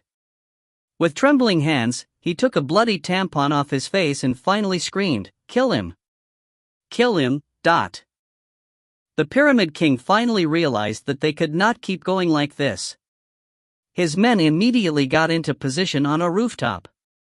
They aimed at the youth and fired. Amidst the whistling, an arrow brushed past the youth's arm and dug into the wall next to him. The arrow twanged like a honeybee's wings. Ye Qingxuan looked at the wound on his arm and froze. "Crap, you guys are for real? Who was F***King playing around?" On the rooftop, the Pyramid King yelled, "Get ready and kill this B*****starred." Consecutive twangs of bows sounded, sending chills down Ye Qingxuan's spine. "I was just buying groceries. What did I do?" Taking a deep breath, he began chanting quietly. Everyone's angry roars covered his frustration as he chanted the syllables. Under the hoarse melody, the youth's body blurred, turning whimsical. Rune Hayes. **T, forgot that this kid is a student musician." The Pyramid King growled. "Shoot. Fire. Kill him." Next, Ye Qingxuan added flow to himself without hesitation. His pallor turned red immediately. Running while performing this task was practically death. Speeding up, he made multiple near misses. His body grew blurrier, and after a turn, he disappeared. The mass turned into a mess. The people at the back did not stop running, pushing the people in front to keep chasing. Many accidentally hurt others in the mess, and there was no room for explanations for injured thugs. They could only start fighting each other. Numerous corpses fell to the ground in the axing and stampede. Blood flew amidst roars and screams. No one noticed that the blurry shadow next to the wall that quietly started to move. Chapter 99, This is Avalon. Hush, hush, no one can see you, Ye Qingxuan murmured as he cradled his head and carefully crawled forward. Under the stress caused from both flow and haze, and performing precise manipulation, his face was almost green. After fleeing past another corner, sure that no one had discovered him, Ye Qingxuan collapsed onto the ground. Flow and haze stopped immediately, and sweat poured out like a faucet. A damp print appeared on the ground beneath him quickly. He looked at the pumpkin he had forgotten to throw, and tossed it angrily at the wall. What just happened? It was a bright and clear day. He had just gone to buy marbles and groceries, but instead he had been chased by people with axes and bows. And treasure? What treasure? Ye Qingxuan felt around his body. The only thing valuable on him was his leather wallet. And he had bought it for $20-some. What were they after? What? After thinking for a long time, Ye Qingxuan had a headache, and the only conclusion he could come to was that those guys were crazy. I'm so unlucky. He sighed and got up. Giving up on the marbles, he just wanted to get back to the academy quickly. Why did he run into such weird things whenever he left the school? But as he stood up, he felt wind above his head. Goosebumps rose up all over his body. He rolled on the ground without thinking, and heard a clang behind him. The stone ground cracked under the flame-shaped sword. You really did run away. Covered in blood, Werner panted for breath. His eyes widened under his horned helmet, gazing at Ye Qingxuan with wild joy. I'm so lucky, hand over the treasure. What treasure? With a flying scissor kick, Ye Qingxuan kicked the pumpkin at Werner. But the man raised his sword and slashed the pumpkin in midair. The pumpkin exploded, pieces of pumpkin and juice flew everywhere. Ye Qingxuan's neck grew cold. The flame-shaped sword was a heavy-duty weapon that required handles on the blade. Its power did not come from the blade, but from its own weight. Only Werner, famous in Asgard for his inhuman strength, could wield the sword so effortlessly. It moved in his hands like a windmill. Each slash left behind deep cuts in the ground. Ye Qingxuan stumbled back, but Werner was right at his heels. Werner was a dwarf, but he moved so quickly that his legs were a blur. This type of sword required one to be steady and stable with a strong core. His feet moved like wheels. The short figure rushed forward, and he swung the sword down. Ye Qingxuan jumped back at the last moment. He felt the blade slice past his forehead, cutting 2 strands of hair. Hoisting up the sword, Werner had a sinister and weary smile. Since you won't open your mouth like a crab, I'll just have to search your corpse, . What crab? It should be a clam, okay? Ye Qingxuan retorted in panic. I have no respect for you thugs. You aren't cultured at all. Werner froze. His face reddened before darkening in anger. You're asking for death. With that, he swung the sword down. Hey, let's discuss this. Don't get angry, alright? Ye Qingxuan really wanted to cry. How about I teach you some grammar and you let me go?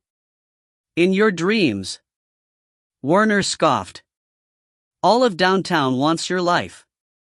If you want us to all let you go, you'll need to teach a big grammar class. What do you even want? Ye Qingxuan asked, suddenly angry. I'm just one person. There's not even enough of me for you all to stab. What do you get from killing me?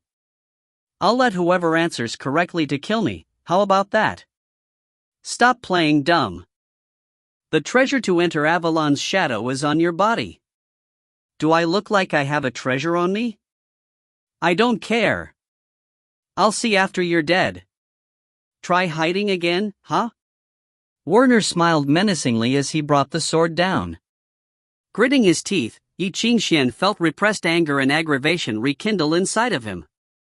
Does your brain work? Can you not understand the human language? Can you not understand?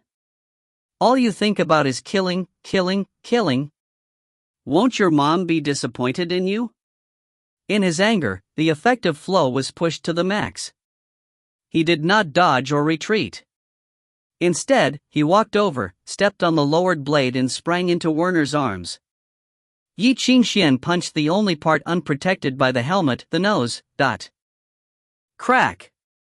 The fist slammed into the horned helmet, and Werner cried out in pain. The sword fell from his hands as he tried to hold onto his nose. But Ye Qingxuan did not let him go so easily. Stepping on the tortoise shield, he flattened the man on the ground. He repeatedly punched the nose until he heard the sound of bone cracking, and his hand came away bloody. Furious, Werner ignored his wound and grabbed a dagger from his waist, stabbing Ye Qingxuan's arm. Ye Qingxuan retreated as soon as he heard the sound of a blade unsheathing, but he had still been slashed in the arm. Nothing had gone smoothly ever since he had come to Avalon, but Ye Qingxuan quickly began chanting a basic rune in anger, instantaneous rune. Following Abraham's deciphering method, he skipped more than half of the syllables. A solid coldness enveloped his hand, following his palm. This was the rune that Edmund had used to fight him last time, Frost. If he pressed down on Werner's face, the ether would explode and turn half of his brain into icicles. But Ye Qingxuan hesitated at the last second.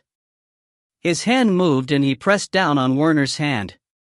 Werner whimpered as his arm suddenly went numb, and he could no longer feel his palm. Don't move!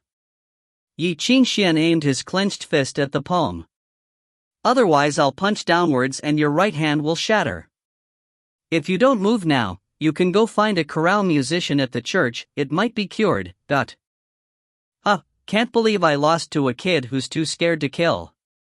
Lying on the ground, Werner laughed at himself, his weary smile showing through the blood on his face. What's the use of letting me go? You think I'll let you go just because you didn't kill me?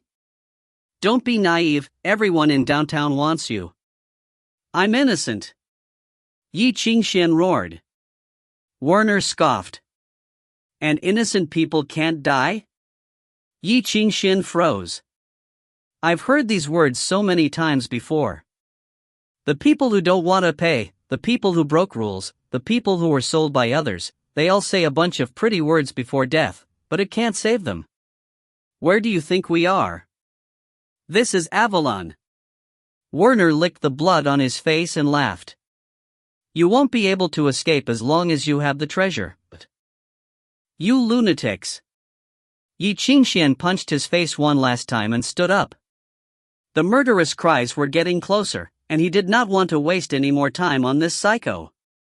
But behind him, Werner with a frozen hand laughed coldly. He grabbed a small dagger from his boot with his left hand and aimed the green blade at the youth's back. The Indians were not the only people who knew how to use poison. But then a commotion rushed past. Stunned, Werner felt the world grow dark, and the wall beside him suddenly collapsed. Before he could even scream, he was buried in the rubble. The loud crash made Ye Qingxuan jump in fright. When he turned around, all he could see was red, and the bloody beast. The street behind the collapsed wall was covered with corpses.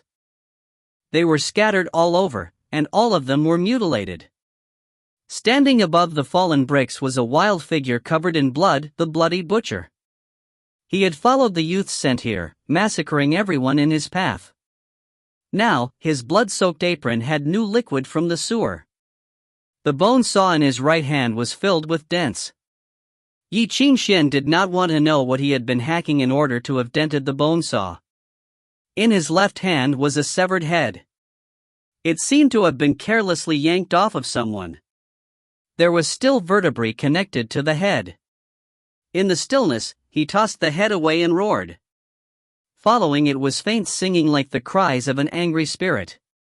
The bulging muscles on his red arms pulsed according to his heartbeat and faint runes glowed. The runes lit up, attracting a tidal wave of ether. They entered his body, turning him into a true beast. His heartbeat turned into drum beats, and the sound of blood pulsing turned into chanting. The screams in the air became the rhythm, and his breathing turned into a wild chorale as the ether grouped inside him. God, please give me mercy. I kneel in the river of souls, attempting to wash away the dirtiness. God, please give me salvation. I am waist deep in curses. Can you hear my pleas? God, please give me your blessing. I am neck deep in blood. I beg for relief. Blood surged and transformed into a menacing face. He cheered like a child along with the singing, la la la. La la la. La la la. The God in the song, take me back to heaven. What is this creature? Ye Qingxuan muttered. He stumbled back in disbelief, the hair on the back of his neck rising in fear. The beast had turned his own body into alchemy equipment, an entire music score was tattooed on his skin. Only an inhumanly strong body could withstand the consumption of a music score. Haridi's implants were nothing in comparison to this. Now, ether flowed through his vessels, turning into a power wilder than blood, hotter than fire, turning him into something not human. He was not a demon. His wild murderous intent made him something more terrifying than a demon. He was a killing machine. Amidst the crazed and painful singing, the butcher raised his head.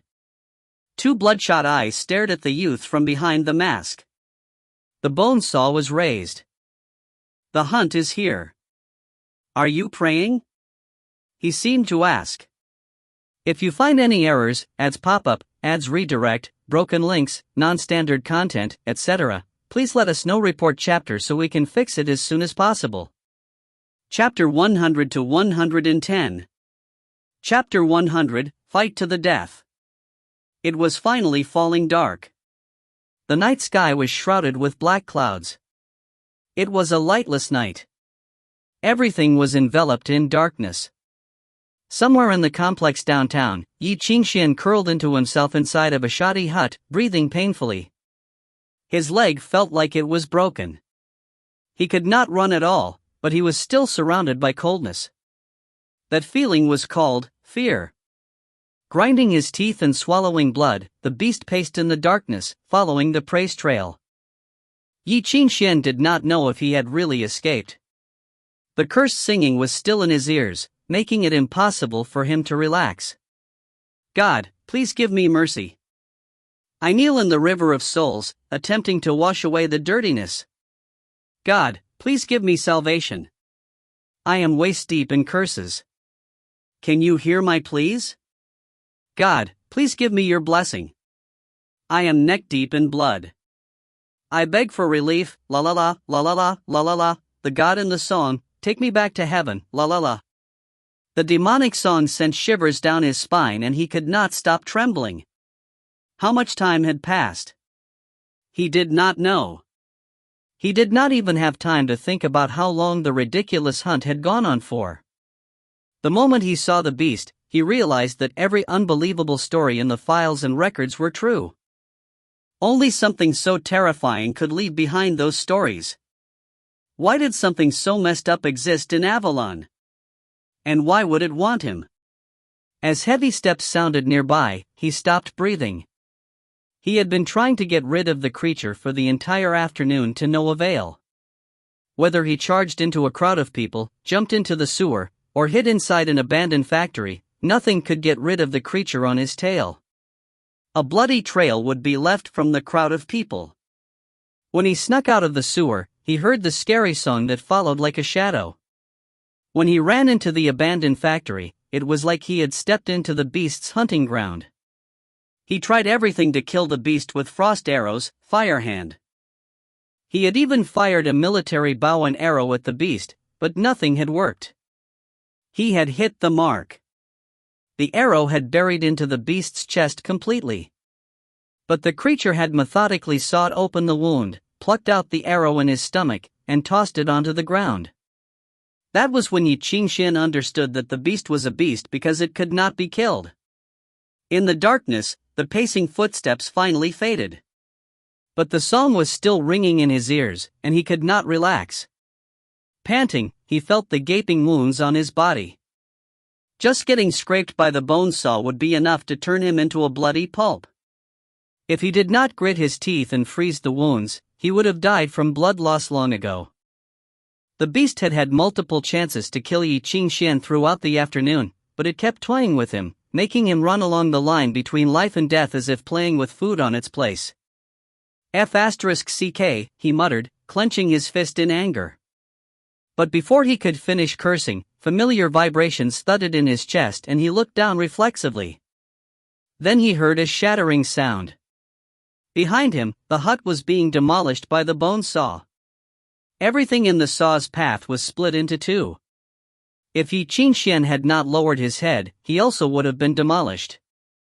In the darkness, the voice sang and blood flowed. A ghastly light shone down from somewhere, illuminating the angry shadow.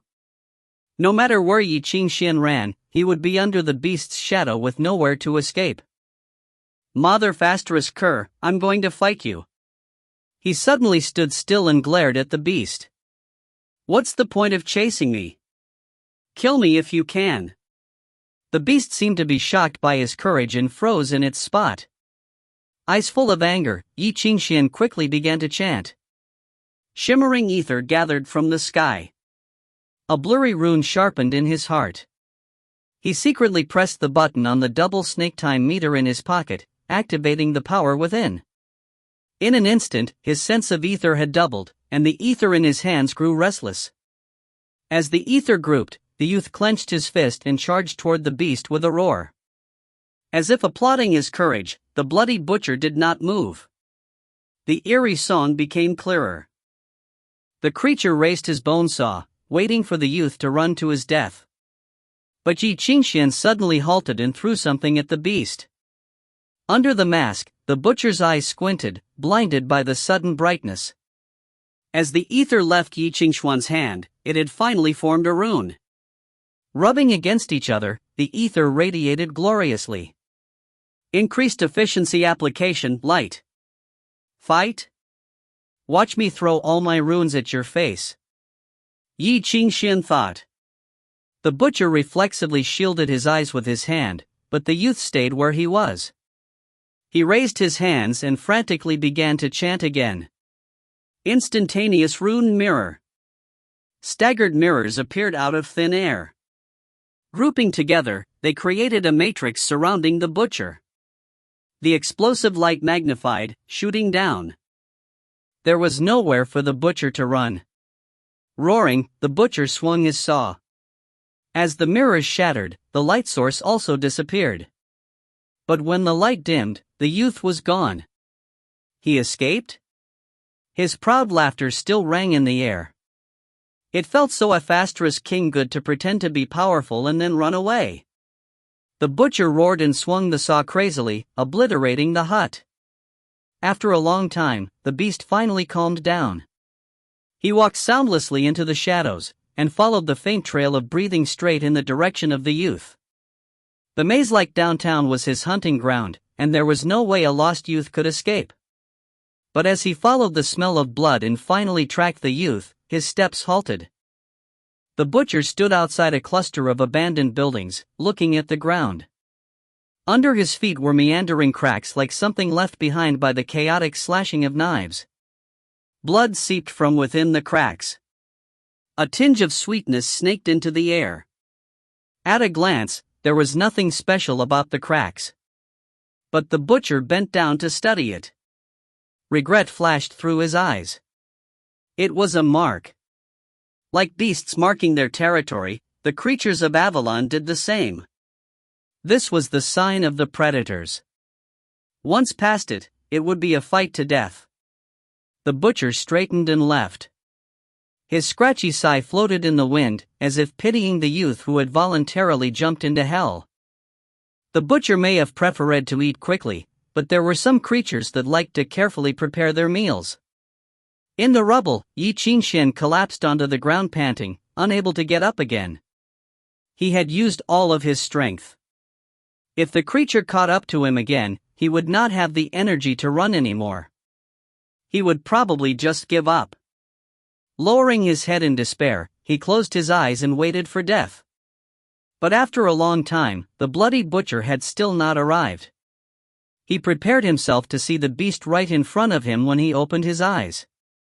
But when he opened them, there was nothing before him. The bloody butcher was gone. He had escaped? Unable to believe it, he froze. After a while, he could not resist the urge to laugh. It was seriously like a joke. He had gone to buy marbles, but somehow run into a gang war, somehow been chased, somehow was carrying a hidden treasure, somehow was chased by a beast for so long. What the F***ck even is all this? Restraining his anger, he pushed himself up with difficulty and walked, holding the wall. No matter what, it was over. But reality quickly slapped him in the face. Over?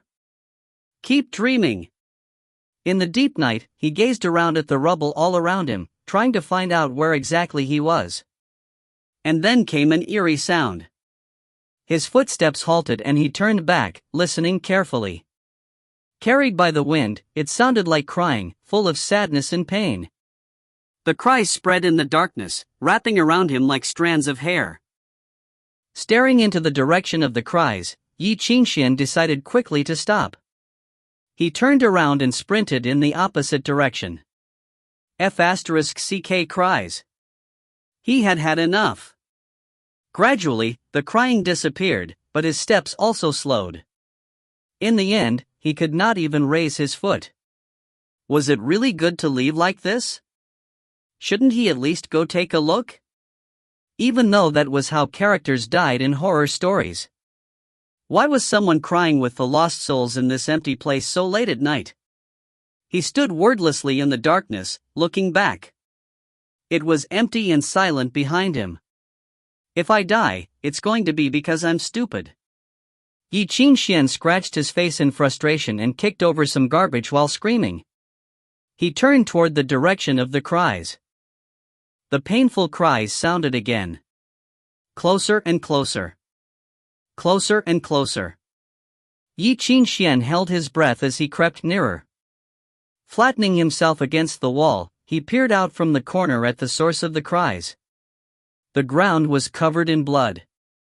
Chapter 101, Calling from the Dark. A naked corpse lay on the ground, fresh blood pooled around it. The eyes of the cold body stared up into the black sky. She looked like a typical prostitute from downtown. Her cheap dress was torn and had been dyed red from the blood.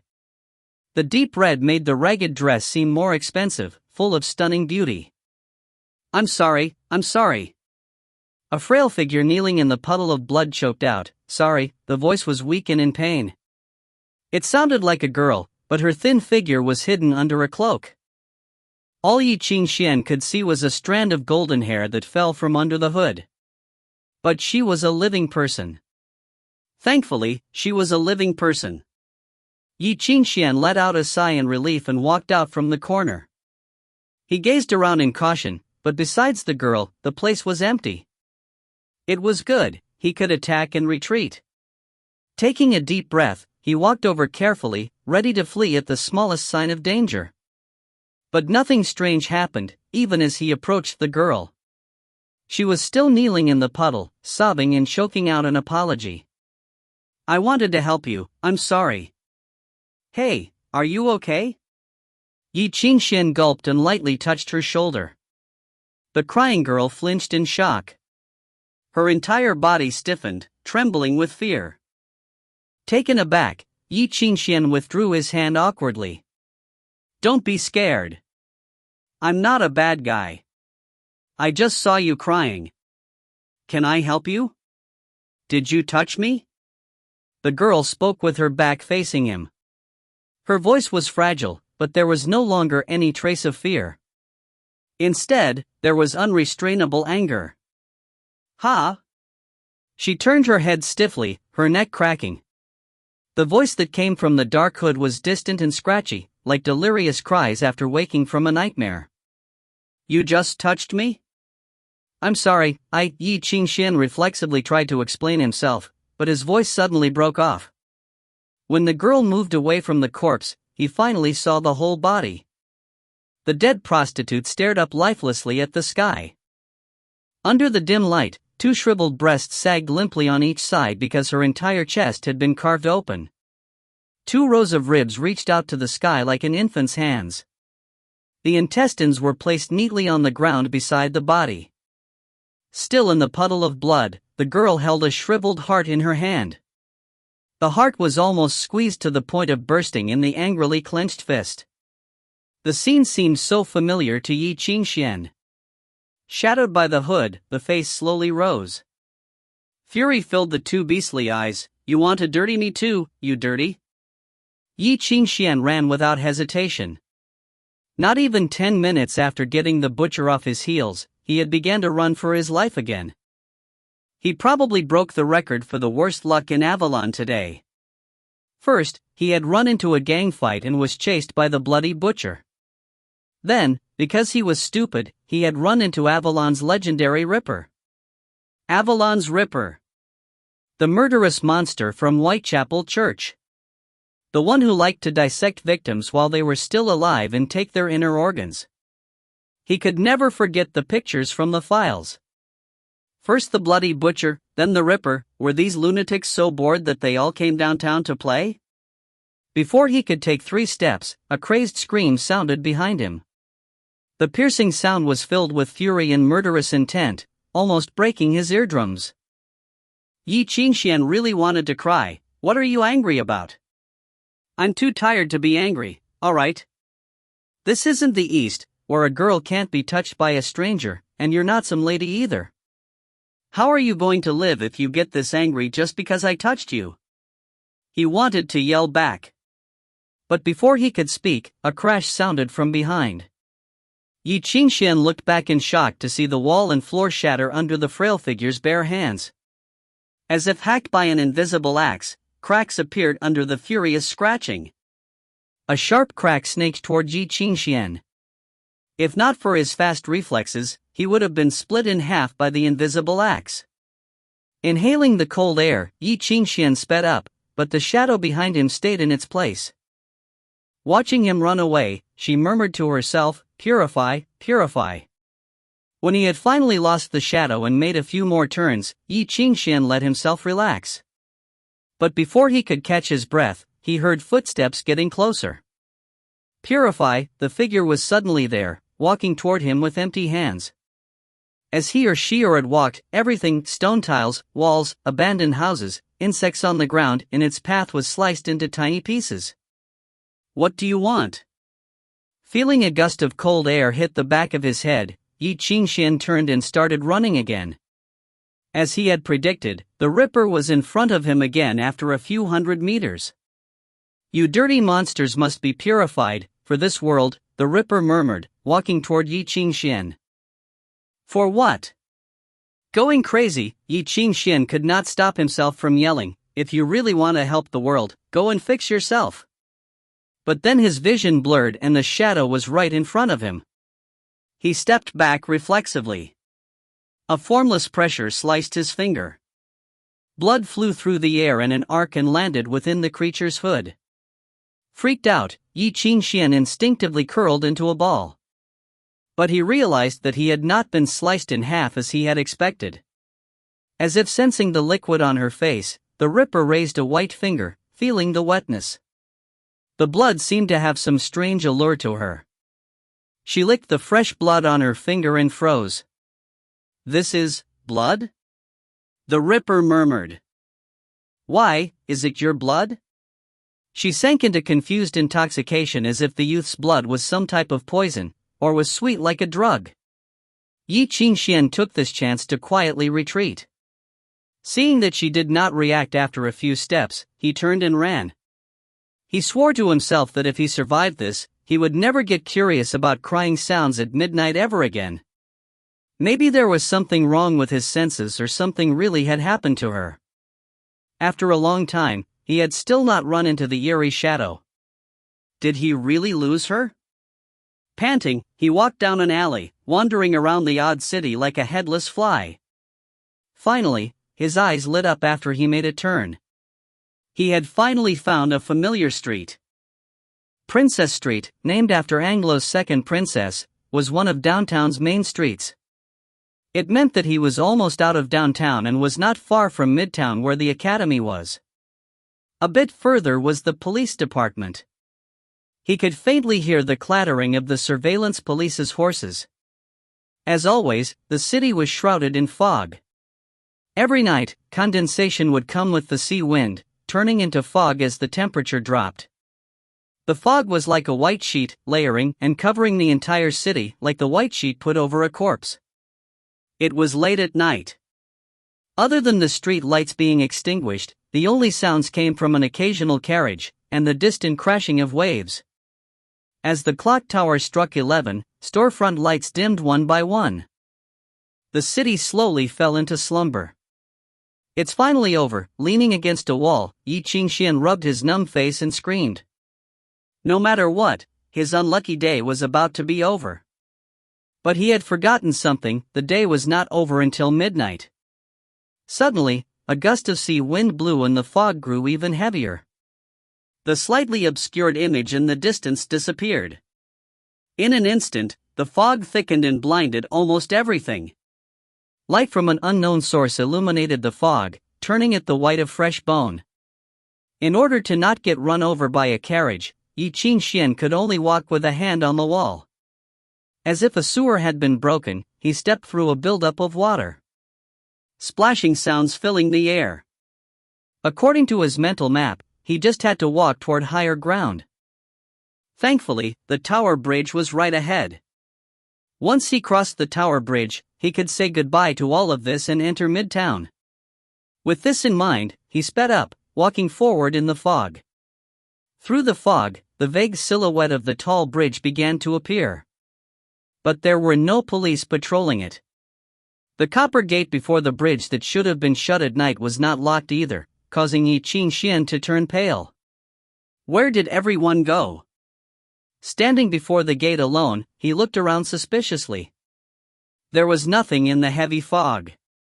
He finally realized that he had not seen anyone in a long time, not a single person. At some point in time, everything had turned still. Night was supposed to be still, but there was nevertheless sound in that stillness.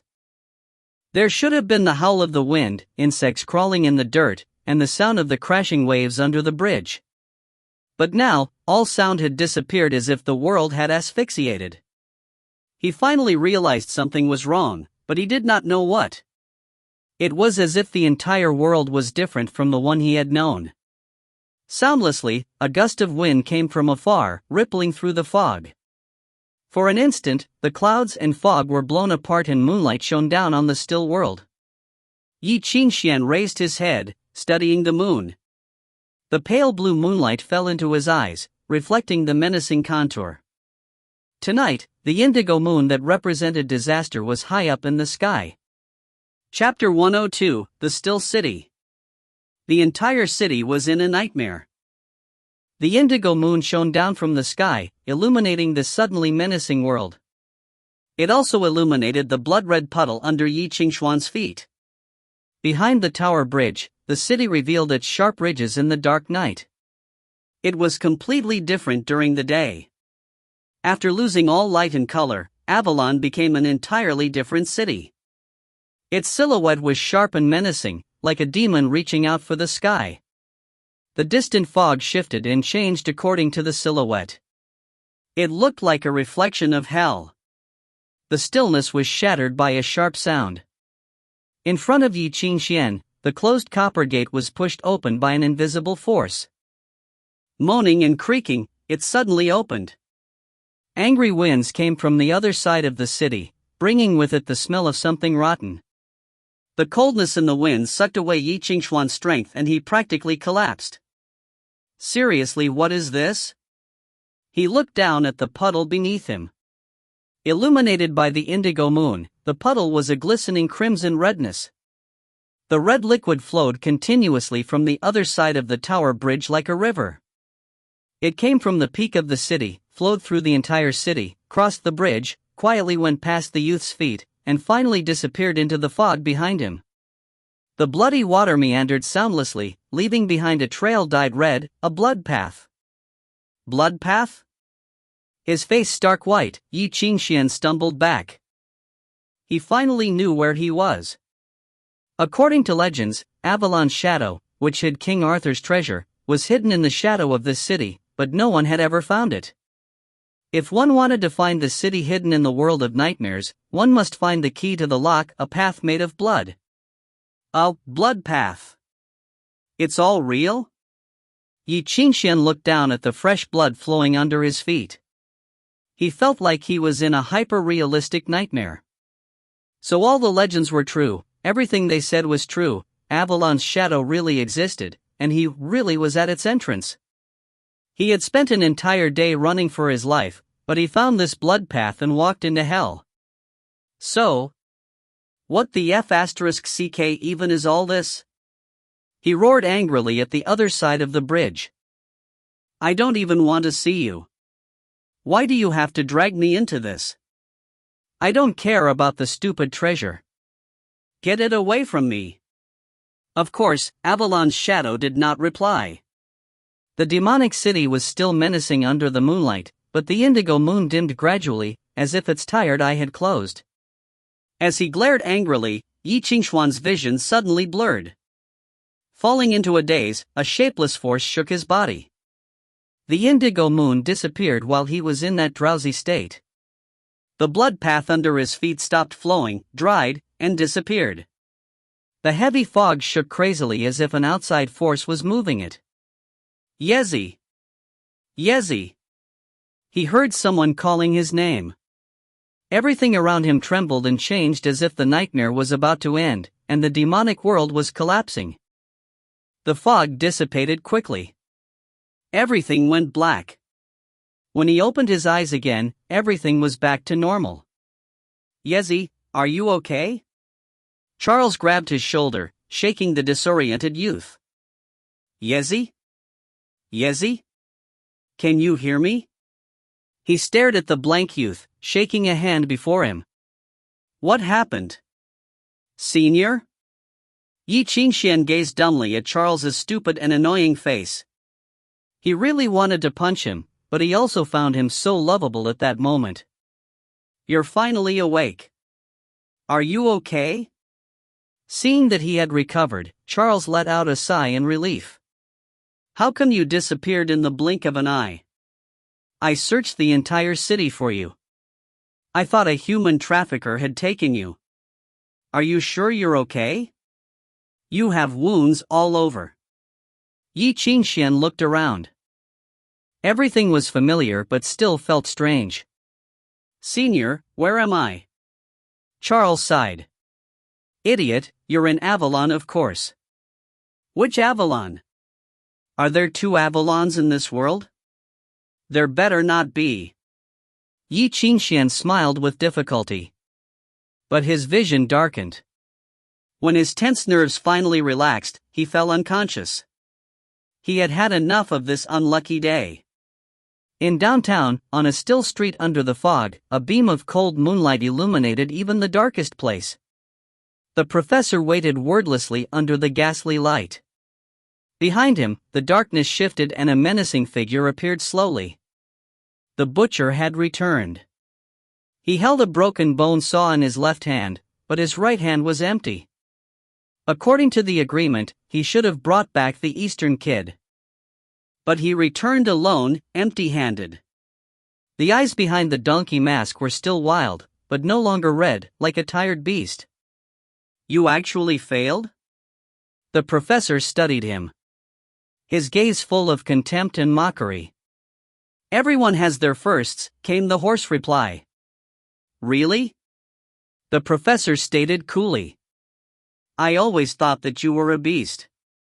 Don't beasts exist because humans need them?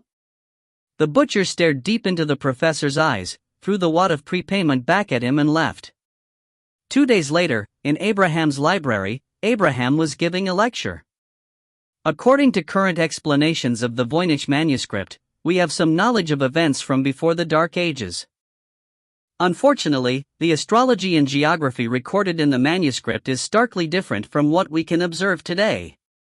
Abraham wrote on the blackboard as he spoke. According to the Voynich manuscript, the stars were entirely different. Rather than the star ring, it mentioned a belt created by many stars. It was known as the Milky Way. Of the celestial objects closest to the Earth mentioned, there is only the moon. There is no mention of the indigo moon. Most importantly, there are many stars that we cannot observe, such as Mercury, which represents mystery, and Mars, which represents war. These discontinued phenomenons are common in Eastern astrology. For example, a part of the star field passed down from the prehistoric times, the 3 Yuan and 28 Su, can no longer be observed. The South Star, which represents life, and North Star, which represents death, have disappeared. Maybe these mysteries are part of the undeciphered portion of the Voynich manuscript. To this day, inconsistencies between records and reality have confused many archaeologists. Many starseers and astrologers have even started doubting life and committing suicide. For those who analyze ancient texts, this is something that must be avoided. We must, Yezi? Yezi, are you listening? Abraham turned back to see his blank student and raised his voice. Yezi? Yezi! The youth snapped awake and scrambled to sit up, rubbing his face. I'm sorry, Professor. I spaced out. Where are we now? Analyzing the Voynich manuscript. Sorry, Ye Qingxuan said awkwardly. I don't think I heard that part clearly. Can you repeat it? Just start from the last part. Abraham sighed. Putting down his chalk, he sat down before Ye Qingxuan. You've been out of it recently. Did something happen? Nothing. Ye Qingxuan chuckled. Maybe I'm just tired. Have you been staying up to read again? Abraham suddenly felt helpless. For the past half-month, Ye Qingxuan had eased up on his studies on runes, and had officially begun learning about the analysis and deciphering of ancient texts. The youth's progression was pleasantly surprising. He had sped through everything. After learning the translation method, Ye Qingxuan could decipher and translate some more recent texts. After some more training, he could become Abraham's assistant and help with current work. In a few weeks, Ye Qingxuan had learned what most people needed 2 years to grasp. It was partly due to Ye Qingxuan's talent, and partly due to prior knowledge. There were not many abnormal people who could memorize the church's entire archive, but this guy had also read through most of Abraham's library too. Abraham also did not need to worry about spending time on practicing different languages. Ye Qingxuan had become familiar with most languages during his time as a scribe. Other than the lingua franca, and the Latin language used by the church, he had even learned the Asgardian language, known as the living fossil, from Father Ban. He had learned ancient Eastern language as a child too. Ye Qingxuan could read most research texts without much difficulty. Having a student like that would have been a dream come true for any ancient text researcher, but Abraham was starting to get a little worried. Ye Qingxuan had been off these past few days. When Charles had brought him back 2 days ago, he had been covered with blood and running a high fever. The fever had finally broken, but he refused to say what had happened. And now, no one knew what he was thinking about. He constantly spaced out and locked himself in his room. Everyone was worried, but when Charles had snuck a glance through the window, he had seen that Ye Qingxuan had just been reading in his room. He had flipped through the pages as if he spent day and night looking for something. Abraham shook his head. We'll end here. Go rest. He rose and began tidying his things, but when he turned around, he saw that the youth was still sitting there. Professor, is what we're learning really useful? Ye Qingxuan suddenly asked. Chapter 103, Vent. Ye Qingxuan stared at the words and images on the blackboard, spaced out. Professor, what's the point of reading all of these ancient texts and trying to understand the world before us? I suddenly don't understand. Ye Qingxuan questioned, why should we spend all this time on learning how to translate everything? To find an explanation, Abraham answered, to explain things. Explain? To be honest, Professor, I really need an explanation now. Ye Qingxuan slumped in his seat and closed his eyes. Ever since I arrived in Avalon, I always run into things. Some bad things. Like I suddenly entered a world that belongs to strange creatures. Everything is foreign and I can't communicate or understand anyone. I don't even know how to look at the world anymore. He thought of the wild laughter and hoarse voice, and lowered his head tiredly. Everything is normal, but why does it change at night? Or do I hallucinate during the day and the craziness is the world's true appearance? Are they wrong or am I? His memory had resurfaced, dragging him back to that unlucky day. Werner looked at him with a bloody face. No matter how much pain Werner was in, he still laughed crazily. Contorting his face into a demon, he roared, all of downtown wants your life. What's the use of letting me go? You think I'll let you go just because you didn't kill me? Don't be naive, everyone in downtown wants you. You're innocent? And innocent people can't die? Where do you think we are? This is Avalon. Suddenly, Werner expanded and turned into a menacing black figure. It raised a bone saw and sliced through corpses, spraying blood. The sky darkened and the fog was there again. An evil spirit chased after Ye Qingxuan like a shadow. The sharp voice echoed in his ears, purify, purify, purify. He wanted to reason with someone, but there was nothing to reason about. He had just wanted to buy something, but had been chased after for some reason. He had just wanted to help someone, but was almost split apart and purified. This crazy world made no sense.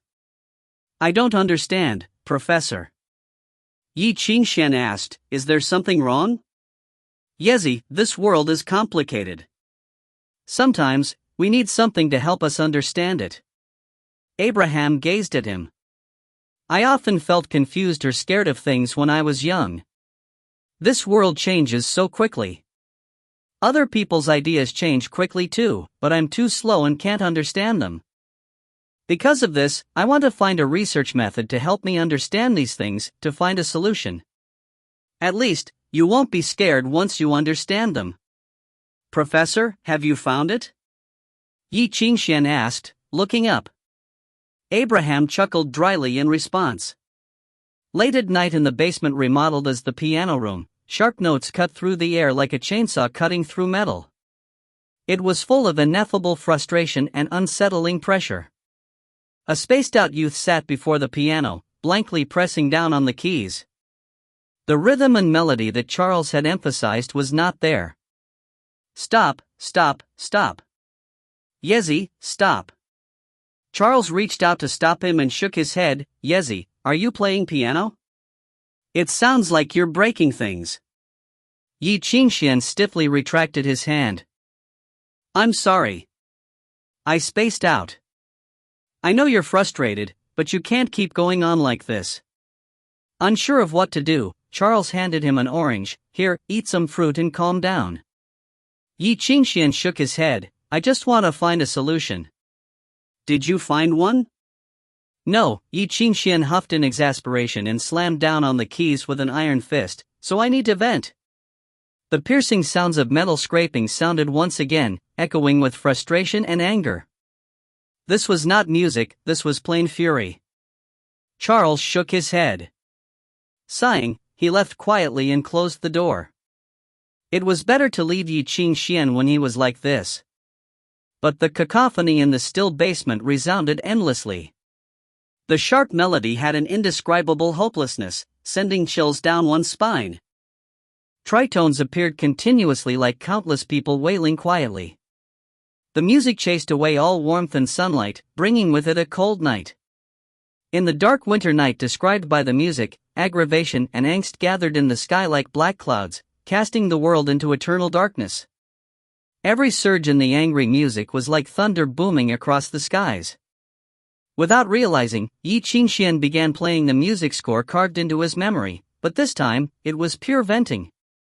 He did not worry about the art, did not bother with the notes, and did not think about sensing and controlling the ether. He threw away all concern. Ye Qingxuan was just focused on venting out his anger. Only sharp piano music sounded in the darkness. The helplessness, confusion, and anger that had built up in his soul over the past few days was all thrown into the lonely music. Like a maniac dancing, he slammed his hand down on anything he could in despair, creating broken sounds. He shattered the silence, shattered all reason, and shattered all restraint. The irritation and depression in Black Friday was expressed to the extreme in this crazed performance. He had never connected with the anger and helplessness in the piece before. Confusion was born from the helplessness, and gave birth to trepidation. Frustration grew in it, followed by fury, and finally turned into an explosion of hysteria. But when the music reached its climax, the piercing sounds suddenly lowered. The broken, angry, manic sounds became weak and soft, like murmuring in one's ears.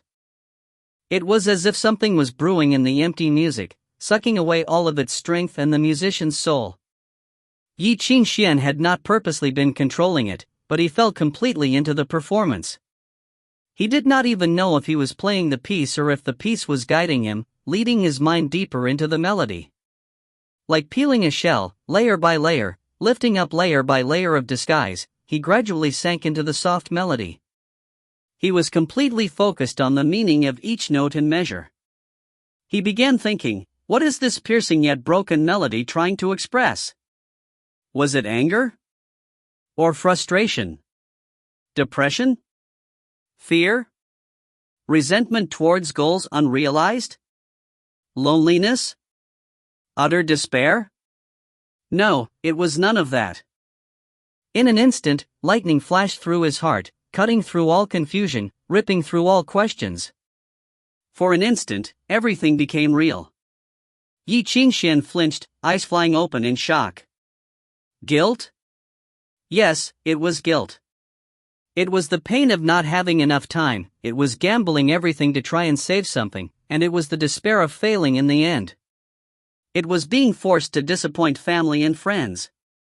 It was the helplessness of missing an opportunity and never having the chance to make up for it. It was a helpless guilt. Guilt, guilt, guilt, guilt. Throughout the dark music, every note and interval bled with guilt. For a moment, the soul of the melody was finally revealed from the plain notes. The melody began changing wildly. Like a pool of still water suddenly rippling, consciousness suddenly glowed from within the shell. This was the life of this dark music piece, it was the soul of the melody. Charles paced outside the door with a pile of fruits in his arms. He did not know what had happened to his junior during that trip. Ye Qingxuan had changed completely, locking himself up in the basement, making everyone worry over him. Charles had gone to the backyard of the School of Modifications to get fruit to comfort Ye Qingxuan. He wanted to fill the youth's stomach and then have a good talk about going to the therapist. But when he finally made up his mind and opened the door, he froze. The wailing music flowed from behind the door, echoing in his ear. It was alive, like an angry spirit softly singing a heartbreaking song. Charles was rooted to his spot. The fruit fell to the ground, but he did not care. His eyes grew wide, almost popping out of the sockets. What the heck was this? He thought there was something wrong with his ears. Had this guy had locked himself in the basement, banged on the piano while venting, and somehow entered the state that all musicians dreamed of, resonating with the soul of the music? Ye Qingxuan had gone from a student with no foundation at all to grasping the essence of the music in one step. And a dark piece filled with despair at that? Features twisting, Charles shut the door carefully, not daring to interrupt whatever Ye Qingxuan was doing. He crept around, picking up the fallen fruits, and returned to the living room. He chewed on a banana blankly, his mind somewhere else. The girl brushing old Phil in the corner looked up. Seeing Charles like this, she asked in confusion, Charles, are you okay? You look like your girlfriend just got kidnapped. Nothing, Charles mumbled numbly. After a long time, he slapped himself. When he was sure he was not dreaming, he could not help but slap his knee and mutter, F***ck me. Chapter 104, Long Time No See. The dark wailing music was still continuing in the basement, but Ye Qingxuan had sunk into confusion again. He had felt the soul of the dark piece of music, but what was the soul like? He had found the essence hidden in the melody, but he could not describe it. As the melody resounded, Ye Qingxuan focused on one question: what exactly is guilt? As he fell into a daze, uncontrolled ether was pulled by the melody, gathering from all directions. It was like fog but also like light. The layers of apparitions hovered in the basement, unable to form a solid shape. Because Ye Qingxuan had never thought about what guilt looked like, he still could not find the true nature of the essence. Was it cold rain? An eerie breeze blew through the basement. Cold water vapor solidified near the corner of the wall and vanished quickly afterward. Was it a thunderstorm? Dark clouds suddenly appeared in the ether apparition. Roaring thunder shook the charcoal clouds. Heart-stopping lightning flashed at times. But the storm disappeared quickly as well. Was it the feeling of 1,000 blades piercing the heart? But the flashing blades disappeared after cutting through the apparition. Was it like burning lava? A gust of heat appeared within the music, blowing like faint wind from hell. Illusions appeared and disappeared continuously within the ether, like flashing scenes from a dream, but the changes eventually slowed, becoming more and more difficult.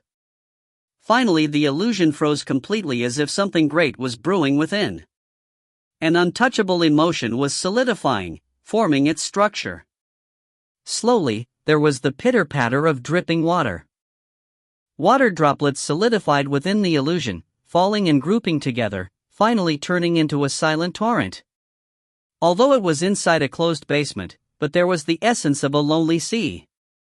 It was a river, a black river. The black water flowed soundlessly inside the ether apparition as if it wanted to cover the entire world. The water gradually rose, flowing over Ye Qingxuan's ankles, rising to his waist, reaching his neck. It rose inch by inch, flooding the room with cold despair.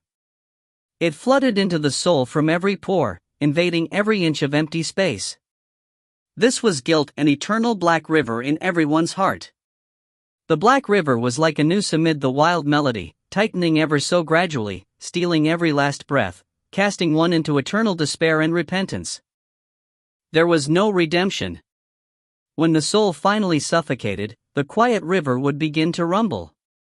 It was like a hopeless spirit roaring wildly, crying helplessly, begging and pleading for salvation. The black river flowed on, crashing against every inch of the walls. Even the insignificant organisms hidden between the floorboards writhed in pain.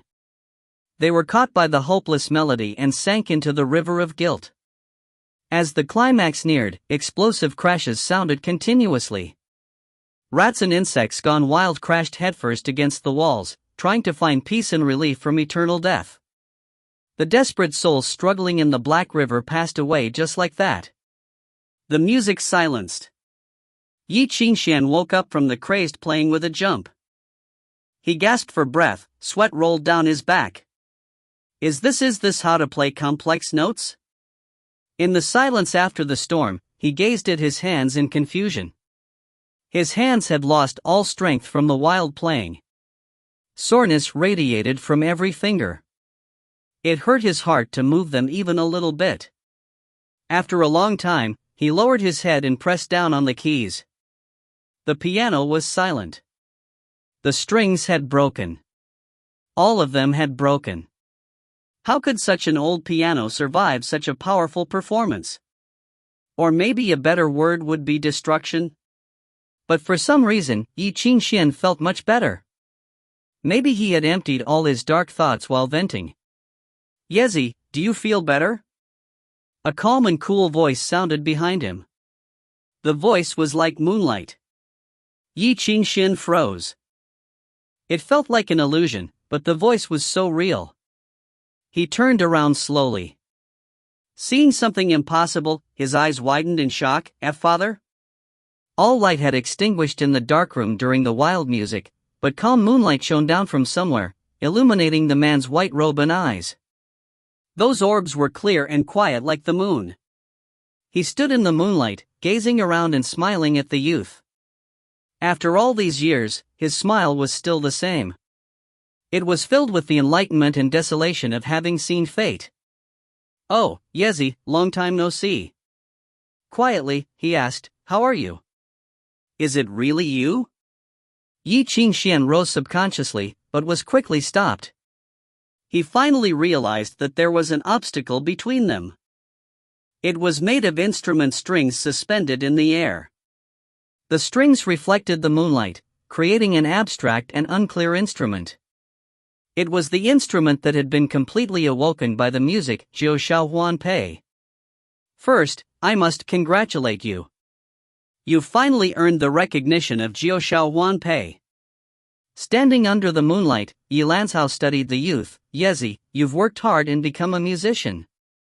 Ye Qingxuan stared at the man in shock. After a long time, he sat down as if his legs could no longer support him. "It was actually pretty easy." He lowered his head, a bit sad. "I just spent a little time. My apologies for not being able to truly be by your side and congratulate you on your most important moment. As you can see, I am just a memory right now." Ye Lanzhao sighed as an apparition in the moonlight. "You've awakened Ye Qingxuan. This means that you've returned to Avalon and found what I have left behind. But where did you find this music score? Sharon Hotel? The library? Queen's Road? Or was it from some old guy?" "I feared that you would not be able to find it, so I left behind many identical carvings, but I did not actually want you to return." "I didn't even want you to find it." Ye Lanzhao studied the youth in silence. He said softly, "Sometimes, I even wish that you'll forget me and live as an average person." "How great would that be?" "You won't have to experience all these dirty things. All you'll have to do is work hard and you will be able to live happily. Father, what's the point of saying all this?" Though Ye Qingxuan knew it was just an illusion, he still could not help but question him.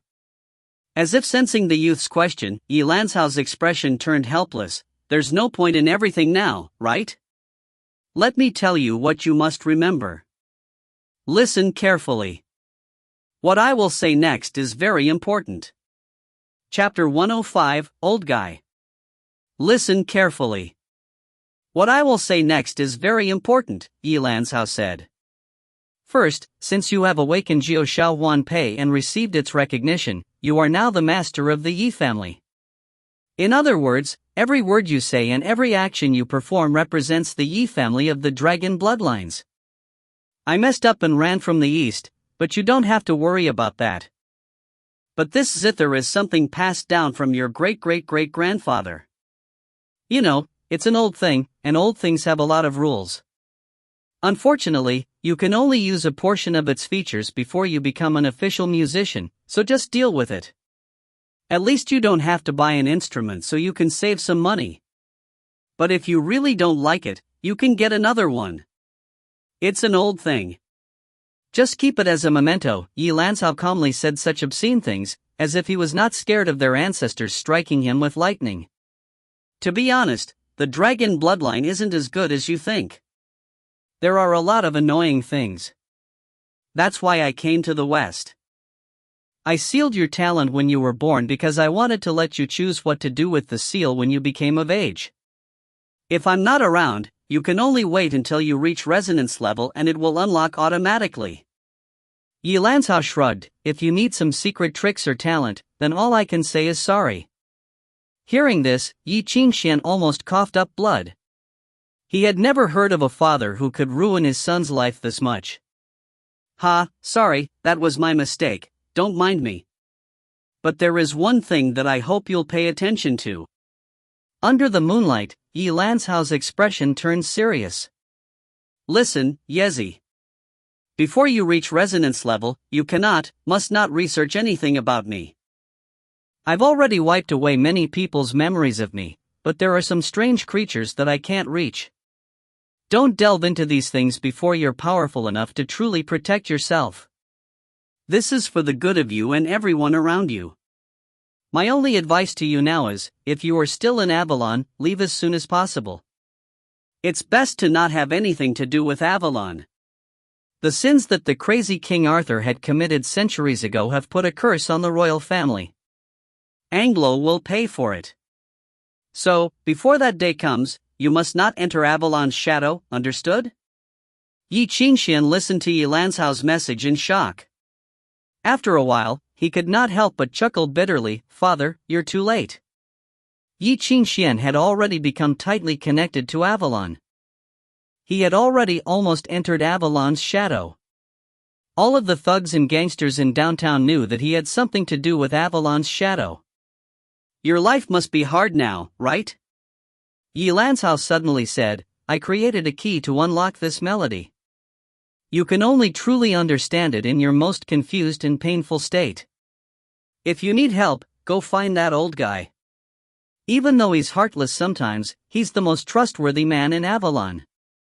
He owes me a lot, so go and annoy him. Old guy? Ye Qingxuan blanched. He had seen this nickname in Ye Lancao's notes. It was mentioned on Black Friday's sheet music. The inspiration for this composition had come from talking with this old guy, but who was he? Ye Lancao stroked his chin in deep thought. What's his name? I suddenly can't remember. I think he's called. Here, his apparition wavered. The moonlight began scattering. Oh. It seems like we're running out of time. This is all we have. He smiled helplessly and waved at the youth. Goodbye, Yezi. A faint cacophony, like explosions and angry roars, came from the shining illusion. Ye Lancao looked behind him and sighed, eyes darkening. These guys are faster than I thought. As if Ye Lancao could not hold it in anymore, he lowered his head and covered his mouth, and coughed lightly. Blood seeped through his fingers, dripping onto his ivory robe, turning it bloody yet beautiful. Sorry, I have a cold these days, he chuckled with difficulty. Touching the corner of his lips, he had a careless smile on his face and waved at Ye Qingxuan. Take care of yourself, Yezi. Don't be like me. Ye Lancao retreated slowly. Dust fell onto his white robe, making it look worn and sad. The moonlight gradually dimmed. His smile blurred, but as he looked at the youth, his eyes were filled with longing and satisfaction. The basement returned to pitch-black darkness. In the scattered moonlight, the last farewell from a long time ago sounded. Yezi, it's so great that you can become a musician. The youth stared at the spot where the moonlight had been. He lowered his head after a long time. Yeah. Late at night, the basement door opened soundlessly. Ye Qingxuan peered out from behind the door. After making sure that no one was around, he nodded in satisfaction. Good, everyone was asleep. He crept toward the empty living room. Starlight illuminated the deserted table and chairs. The only sound in the silence was the crickets outside. Taking his jacket from the hanger, he quickly put it on. He stuffed his hair inside a hat. Thank God nobody saw me. Looking at his blurry reflection in the mirror, he nodded in satisfaction. This outfit should do. A hand suddenly reached out from the corner of his vision and slung over his shoulder. Ye Qingxuan flinched at the sudden touch, barely stopping himself from yelping. A drunken smile appeared. The man hooked an arm around him and waved at the boy's reflection in the mirror. Hey, Junior, you still awake? Looking at Charles, Ye Qingxuan forced a smile. Senior, you're still awake? I keep getting nightmares about bloody things these days and it scared me awake. Charles shrugged. I was just getting ready to drink a bit and I ran into you. Want to come with? It's okay. Ye Qingxuan chuckled, shaking his head. Where are you going? You're all bundled up. I'm going for a walk. Ye Qingxuan racked his brain for an excuse and stated seriously, I've been in a bad mood these past few days so I wanted to take a walk. Maybe then I can think everything through. Really? Then you have to be careful. Charles said lightly, you know a ton of people in downtown want to get you to get rich. Ye Qingxuan looked into Charles's drunk eyes and asked awkwardly, you know everything? I haven't been getting around these years for nothing. Charles picked his nose and studied the kid before him. Let's put it like this. It's like all of downtown got drugged with aphrodisiacs over the past 2 days. They've practically captured all of the old guys with white hair to find you. All they're missing is a wanted poster with your face plastered all over the city. Are you trying to hand yourself over, wrapped up with a bow on top? Listen to my advice and stay in the academy. Here, at least the professor can protect you. If you don't leave, what can they do? But I can't keep hiding here, right? Ye Qingxuan pulled down his hat sadly. Look, I've been hiding here for so long. I've flipped through so many books, trying to find an explanation, but I still don't have a solution. I can hide here for 10 years, I don't care. But what about you guys? You and Bai Xi can't stay here forever, right? We didn't do anything wrong. Why do we have to run for our lives when we're just going out to buy something? Someone has to solve this. If I don't go, who will? Charles did not reply. With a bottle in his hand, he gazed at the youth wordlessly. After a pause, he sighed and downed the bottle with a tilt of his head. Okay, don't say that I won't help you. Follow me. Where are we going? The basement. Charles turned on the lights one by one, illuminating the entire basement.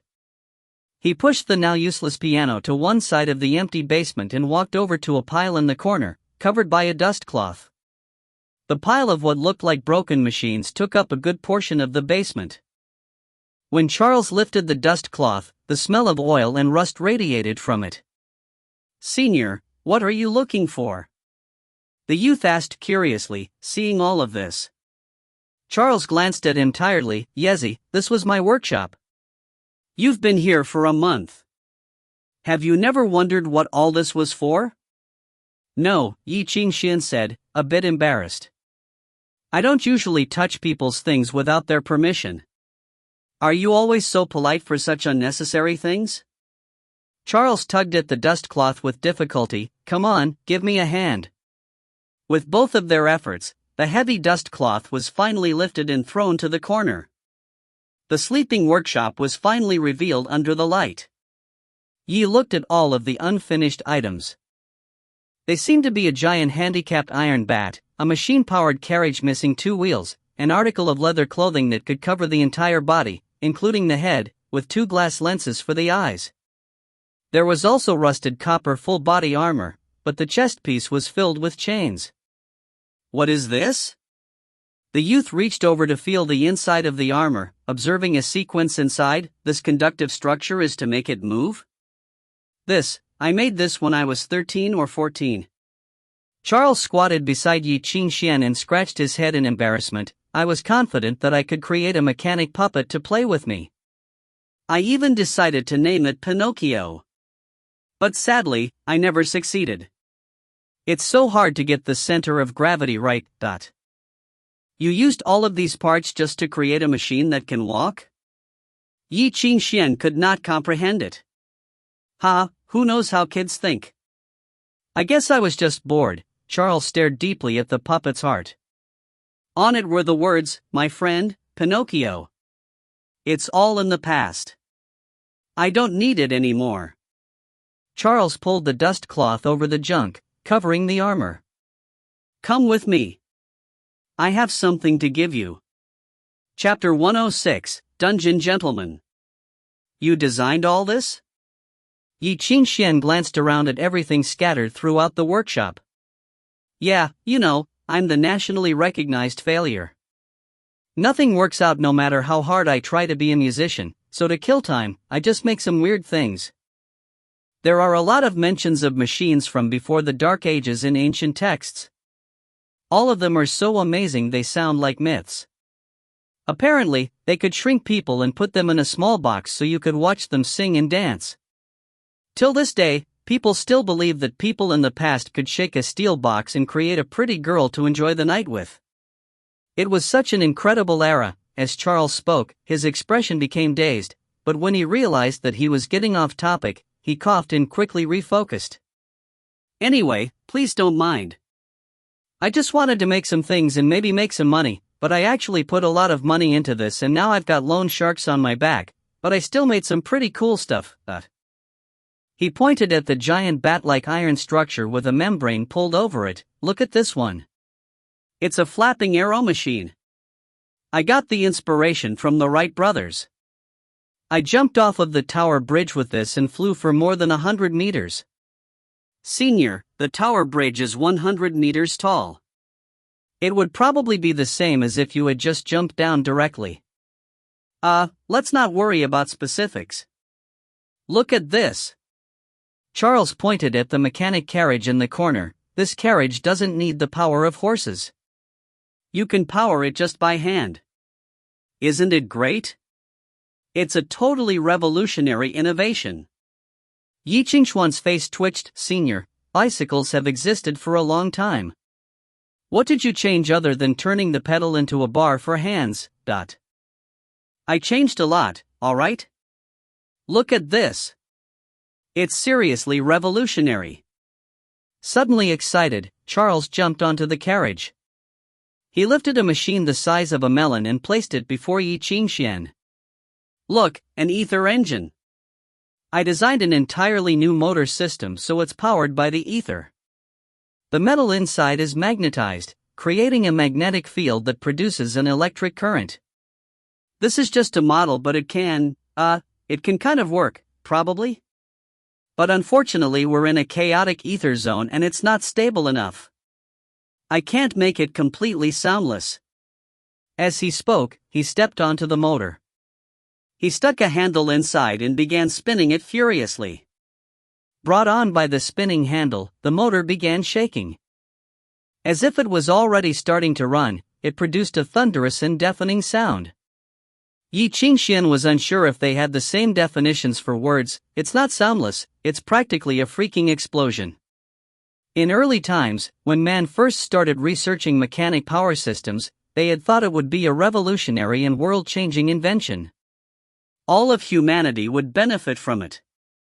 But soon, the natural environment cruelly rejected the power system. It was okay in the safety zone of the mainland, but once the density of ether was raised to a certain point, the activity would multiply exponentially. If the density rose too high, it would create the dark world, which was the black zone on the map. The ether would react to any sound there. It was a vacuum, entirely void of sound. Even the sound of clothes rustling would lead to unforeseeable changes, not to mention the sounds of multiple power systems activating. The uncontrollable ether would create disastrous results. The most common was explosion, explosion, explosion. Senior, your inventions will be seen as weapons. Charles' face fell under Ye Qingxuan's heartless criticism, but he became excited again quickly. Pointing at a small thing on the ether engine, he said, don't talk. Use your heart to feel. Ye Qingxuan stared at the glass shade the size of a thumb sitting on the ether engine. Some type of metal thread inside slowly lit up. It flickered with the weak light of a candle, but at least it lit up. What do you think? Isn't it awesome? Charles gestured excitedly. This is an entirely new type of illumination. You can turn the heat of gold thread into light. I experimented with hundreds of materials before I found the best match. Do you want to know? Do you want to know? He batted his lashes in anticipation. He seemed to be waiting for a chance to brag, his eyes saying, all you have to do is ask and I'll tell you. Ye Qingxuan helplessly looked away. Am I even allowed to say no? He could not bear to remind Charles that the masterpiece he had worked so hard to light up was not even as powerful as a new student's rune effect. He could only try changing the subject. Senior, didn't you say you have something for me? I almost forgot. Just a second. Tapping his forehead, Charles began rifling through the pile of random trash. After a bunch of crashes and thuds, he finally cheered, pulling out something rolled into a ball. Here it is. Try it on. With that, he shook out the thing in his hand. This is the result of all of these years of hard work and research. For some reason, hearing you say that makes me not want to wear it, Ye Qingxuan sighed out of habit, but when his gaze fell on the thing in Charles's hands, he froze and could no longer look away because in his hands was a black robe. It seemed to be made of crude and rough leather. Not only had the marks not been wiped away, but there were even some scales still on it. Red scales flashed in contrast with the black leather, covering the left shoulder and arm, making it seem beastly. Amateur cuts and skills sewed the leather into a crude robe. The beastliness was forced into the appearance of a gentleman, but rather than seeming civilized, it looked even more menacing. Rather than calling it a robe, it would be better to be called a strange leather vest. Only an explorer of the dark world would wear something as unfeeling. Every corner was designed with a function in mind. Even the sleeve cuff had a place for a bow, and there were many slots for weapons on the belt. Ye Qingxuan's mind went blank as he glanced at the robe. He walked over subconsciously, feeling it. What is this? Last year, I signed up to explore the dark world, but I didn't get chosen. Charles shook the robe. This is what I made when I decided to sign up. It was designed with the trendiest style in mind. I call it the Dungeon Gentleman. His features danced as he showed Ye Qingxuan his design. I made the outer layer with dragon skin, and the inside is made from some leftovers from when I made a parachute. It's fabric from the web of the white copper spider. Its strength is no joke. It can withstand piercings from any regular blade. But just in case, I added steel plates in the vital areas. Because of how complex the dark world is, this robe is fireproof. It keeps you warm when it's cold, and is even resistant to acid. To deal with different situations, there's also some extra buttons and hooks. You can hang or connect other objects. There's also a slot for chant materials. Shaking the odd robe, he sighed, the only downside is that I forgot to measure it. When I finished, I realized it was too small and I couldn't wear it. He tossed the Dungeon Gentleman to Ye Qingxuan. It should be perfect for you. Try it on. The black robe landed in Ye Qingxuan's hands heavily. It was not as light as its counterparts. After hesitating for a second, Ye Qingxuan took off his jacket and put the beastly robe on. It fit him perfectly as if it were tailored for his body. After he pulled up the zipper and did the buttons one by one, he suddenly heard a light pop from behind him, and his stomach sank. Crackle! Pop! An ice-cold steel plate in the lining stuck out as the robe was pulled tight, sticking to his spine. A similar feeling came from his arms, waist and joints, as if something had latched onto his body. What is this? Ye Qingxuan thought of a myth, but he was not sure. Charles smiled mysteriously. Have you heard of the gospel armor of the Knights Templar? No way. Ye Qingxuan refused to believe it. The gospel armor was the biggest military mechanism of the church, and the weapon of the Knights Templar. The knights who wore the mechanical armor were blessed with strength from God and fought with extreme power. Whether they were fighting a demon or a monster, the enemy was nothing before these knights, but... the formula for the alloy and design of the armor is top secret knowledge. How could I have gotten it? I just got the inspiration from the legends of Knights Templar. I call this iron bone. It's a tight-fitting outer auxiliary bone. I replaced the heavy armor with leather and sacrificed the protection. This iron bone structure can bear the reaction force for you, so your own strength can increase. It's like having a prosthetic. It's a total savior when you need to run for your life. I swear on my soul that even a lame man can run faster than a regular person when wearing this. Senior, you used all of these fancy terms to describe it just to tell me I can use it to escape? Hey, you're lucky to get to wear it. Stop nitpicking. Charles knelt down with a small wrench and began tightening and loosening various screws, tailoring the robe further. In the end, it was tight as a bodysuit and fit Ye Qingxuan perfectly. Okay, try jumping. Chapter 107, I'll be back soon. Okay, now try jumping. Ye Qingxuan obeyed, but then his vision blurred and he almost crashed into the ceiling. Mind going blank, he was a heap on the ground before he could react. The basement's ceiling was low, but it was at least 3 meters high, which meant that just by jumping slightly, he had shot up more than 1 meter. Usually, he would need 3 layers of the rune flow to achieve this. Scared? Charles smiled proudly. Back in the day, I carved all of the auxiliary runes I knew, just in case. It's pretty basic as alchemy equipment, but at least you won't need to use flow and other weird methods to run. He walked around the youth in satisfaction and patted his shoulder. The effect is pretty good. With your physical strength, you can escape from everyone and anything as long as you don't come face to face with something as crazy as the legendary Butcher. I also have openings and slots for upgrades. If you can find the frame of a complex note armor, you can instantly turn into someone awesome like Knight Templar. Just imagine you punch like usual, but now your fist can go through a steel wall. Then nothing in Avalon would be able to stop you, other than the armor of the Round Table Knights, But I have to get a complete frame of a complex note armor first, right? Ye Qingxuan rolled his eyes. Senior, why don't you just wish that the sword in the stone will accept me as its master, and suddenly get taken to the palace to become the future king of Anglo? Wow, I didn't know you had such a good imagination. If you're the master of the sword and the stone, then shouldn't I be taken to the sacred city to be the pope? Hey, who was the one that first started fantasizing? I was just thinking for you. Cackling, Charles tossed over a jar of something.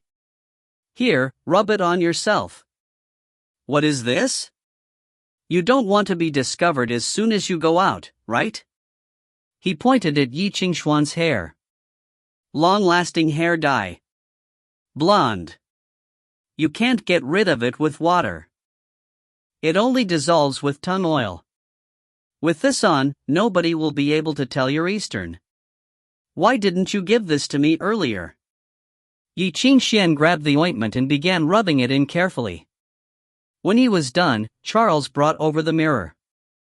They were both stunned. The boy in the reflection was purely Western. The long hair was now light blonde, completely different from before. Charles took 2 steps back, giving him a once-over. In the end, he realized that there was still something missing. Charles looked around for a long time before he finally put a hunting hat on Ye Qingxuan's head. Now, the harmless Eastern kid had disappeared. Instead, there was a gloomy youth, pale face in stark contrast with his black robe. Ye Qingxuan smirked, instantly turning eerie. If not for the dungeon gentleman's menacing aura, he would look like a cheap version of Hermes at first glance. But Charles was still shoving things at him, like a salesman eager to get the rich customer to spend even more money. Look at this. Helps you breathe underwater. It might be useful? Hand-cranked lock picker. It's totally easy to pick locks now. I don't think I'd use that. This catapult hook is a must for scaling walls. Do I need it? Ye Qingxuan asked, at his limit. What about this? Charles shoved a mask in 2 steel canisters. A gas mask and smoke bombs? I put a bunch of pepper into the smoke bombs. No one will be able to breathe after it explodes. Sorry, I don't need that either. When Charles finally could not find anything else wrong with him, his gaze fell on the youth's fingers. This one, this weird ring, take it off. If you want to hide your identity, you can't leave behind any trace. No need, Ye Qingxuan chuckled. His fingers flitted over the ring. The instrument strings wrapped around it suddenly shot out, twanging. I remember this is, he thought for a bit, thinking back to the frustration carved into his mind, and began chanting. Crack! Crack! Crack! Crack! Layers of crystals suddenly covered the delicate strings. The ether rested on the surface, and transformed into something smooth like black metal. As a highly expensive adjustable instrument, its appearance was no problem at all. The technology was designed to make large instruments portable. Merely changing the outer appearance was as easy as lifting a finger. Under Ye Qingxuan's careful control, Jiu Xiaohuan pace slowly changed. Finally, it became a black cane in his hand. Ye Qingxuan gripped the cane and twirled it before tapping it against the floor. Rather than a muted thud, it created a crisp and delicate sound, like jade pearls rolling on a copper plate. It was the sound of an instrument string thrumming. What about now? Under the shadow of the hat, the youth smiled slyly. This is an instrument? Charles moved closer. Before he could say anything, a faint noise sounded in his ears. It was the melody of despair that flowed like a black river. The melody snaked into his ears, burrowing into his soul like a live creature, echoing coldly. As his vision went dark, Charles sat onto the ground subconsciously. Very quickly, the sound dissipated and he could see again. But when he looked at the youth, his eyes were full of shock. The first measure of Black Friday? Since when could you play complex notes? You've reached the rhythm level. I'm just a fake. Deep down, I'm still just a student. Ye Qingxuan smiled in self-deprecation. Most people go into complex notes after they learn all basic notes, but I'm probably the only one who learned how to perform complex notes before I even learned all of the basics, right? Charles did not say anything. Anyway, just think of it as me cheating. The youth smiled mysteriously and grasped his cane. Since I'm handicapped without any sense, I need a cane to help me, right? Seeing how sure he was, Charles's troubled emotions ceased. He smiled helplessly and waved his hand, telling the youth to leave. Be careful. Okay. The youth did the button on his sleeve cuff. Just as he turned around, he heard Charles say, "Hey, Yezi, you aren't really stupid enough to take on all of downtown, right?" How could I? Ye Qingxuan pulled down his hat and chuckled. I just want to let those people who want my head to understand how I feel. If they understand and stop chasing after me, I'll be thankful. Understanding what he meant, Charles felt a headache coming. Sounds hard. Good luck. Okay. The youth turned to leave. I'll be back soon. 10 minutes later, Charles stood in the living room, gazing at the moon. Downing one cup after another, he went back into his failure state.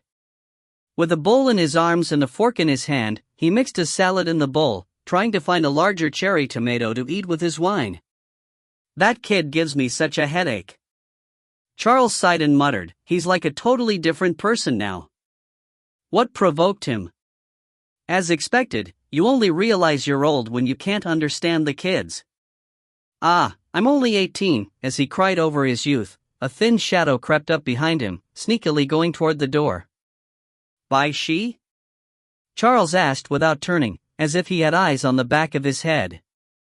Where are you going? The shocked girl became petrified and stammered, I'm in a bad mood and I can't sleep. I want to go out for a walk. What a coincidence. You're right after Yezi. Charles looked at her out of the corner of his eye. There's a carnival in downtown now. It's dangerous. Bai Xi instantly lost her temper. I'll go wherever I want to. But not now, Charles sighed and stood up, blocking her. He said seriously, it's midnight. Do you know how dangerous downtown can be? I know you're worried about Yezi, but a little girl shouldn't run around. No one will even know if a human trafficker catches you. Be good and go to sleep, all right? Otherwise, I'll get the professor. Humph. The girl glared at him unhappily, but Charles did not budge. The way he guarded the door, no one would be able to get past. Bai Xi gave up in the end.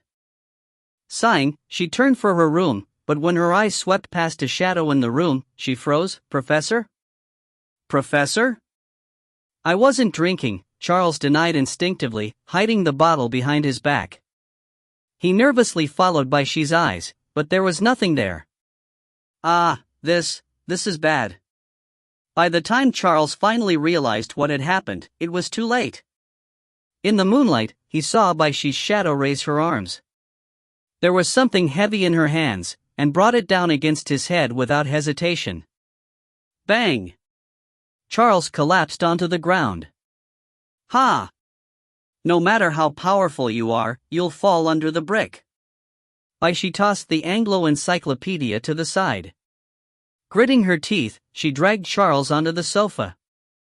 After moving him into a weird position, she waved at the shadows. Old Phil, come on. We'll lose him if we're not fast enough. Under the moonlight, the girl picked up the felt hat that Ye Qingxuan had left behind. Putting on her jacket, she walked out with a grumpy dog. The moon illuminated the dark city quietly. The city was silent as if it had fallen asleep. An intoxicated man walked down a small alley in downtown, swaying as he went. Suddenly, a burly shadow jumped before him. Hey, you! Come here! A cruel-looking man waved the mace in his hands as he studied the drunk. Stand still. Sensing that something was wrong, the man stuck his hands in his pockets and turned around. But another figure popped out on the other side, blocking his escape route. Seeing that he was surrounded, he pulled out his dagger, his eyes fierce. I am Dean of the Lucco family. Friend, don't do anything stupid. Bang! Whacked on the back of his skull, the man fell to the ground. A third figure jumped down from the wall. Dean? Lucco family? Who are you kidding? The man with the mace kicked him, laughing proudly. Ha, you don't know how long we waited here. You Eastern mutt, you think that I won't be able to recognize you in this disguise, you even wore a wig. Chapter 108, The Big Three of Darkness.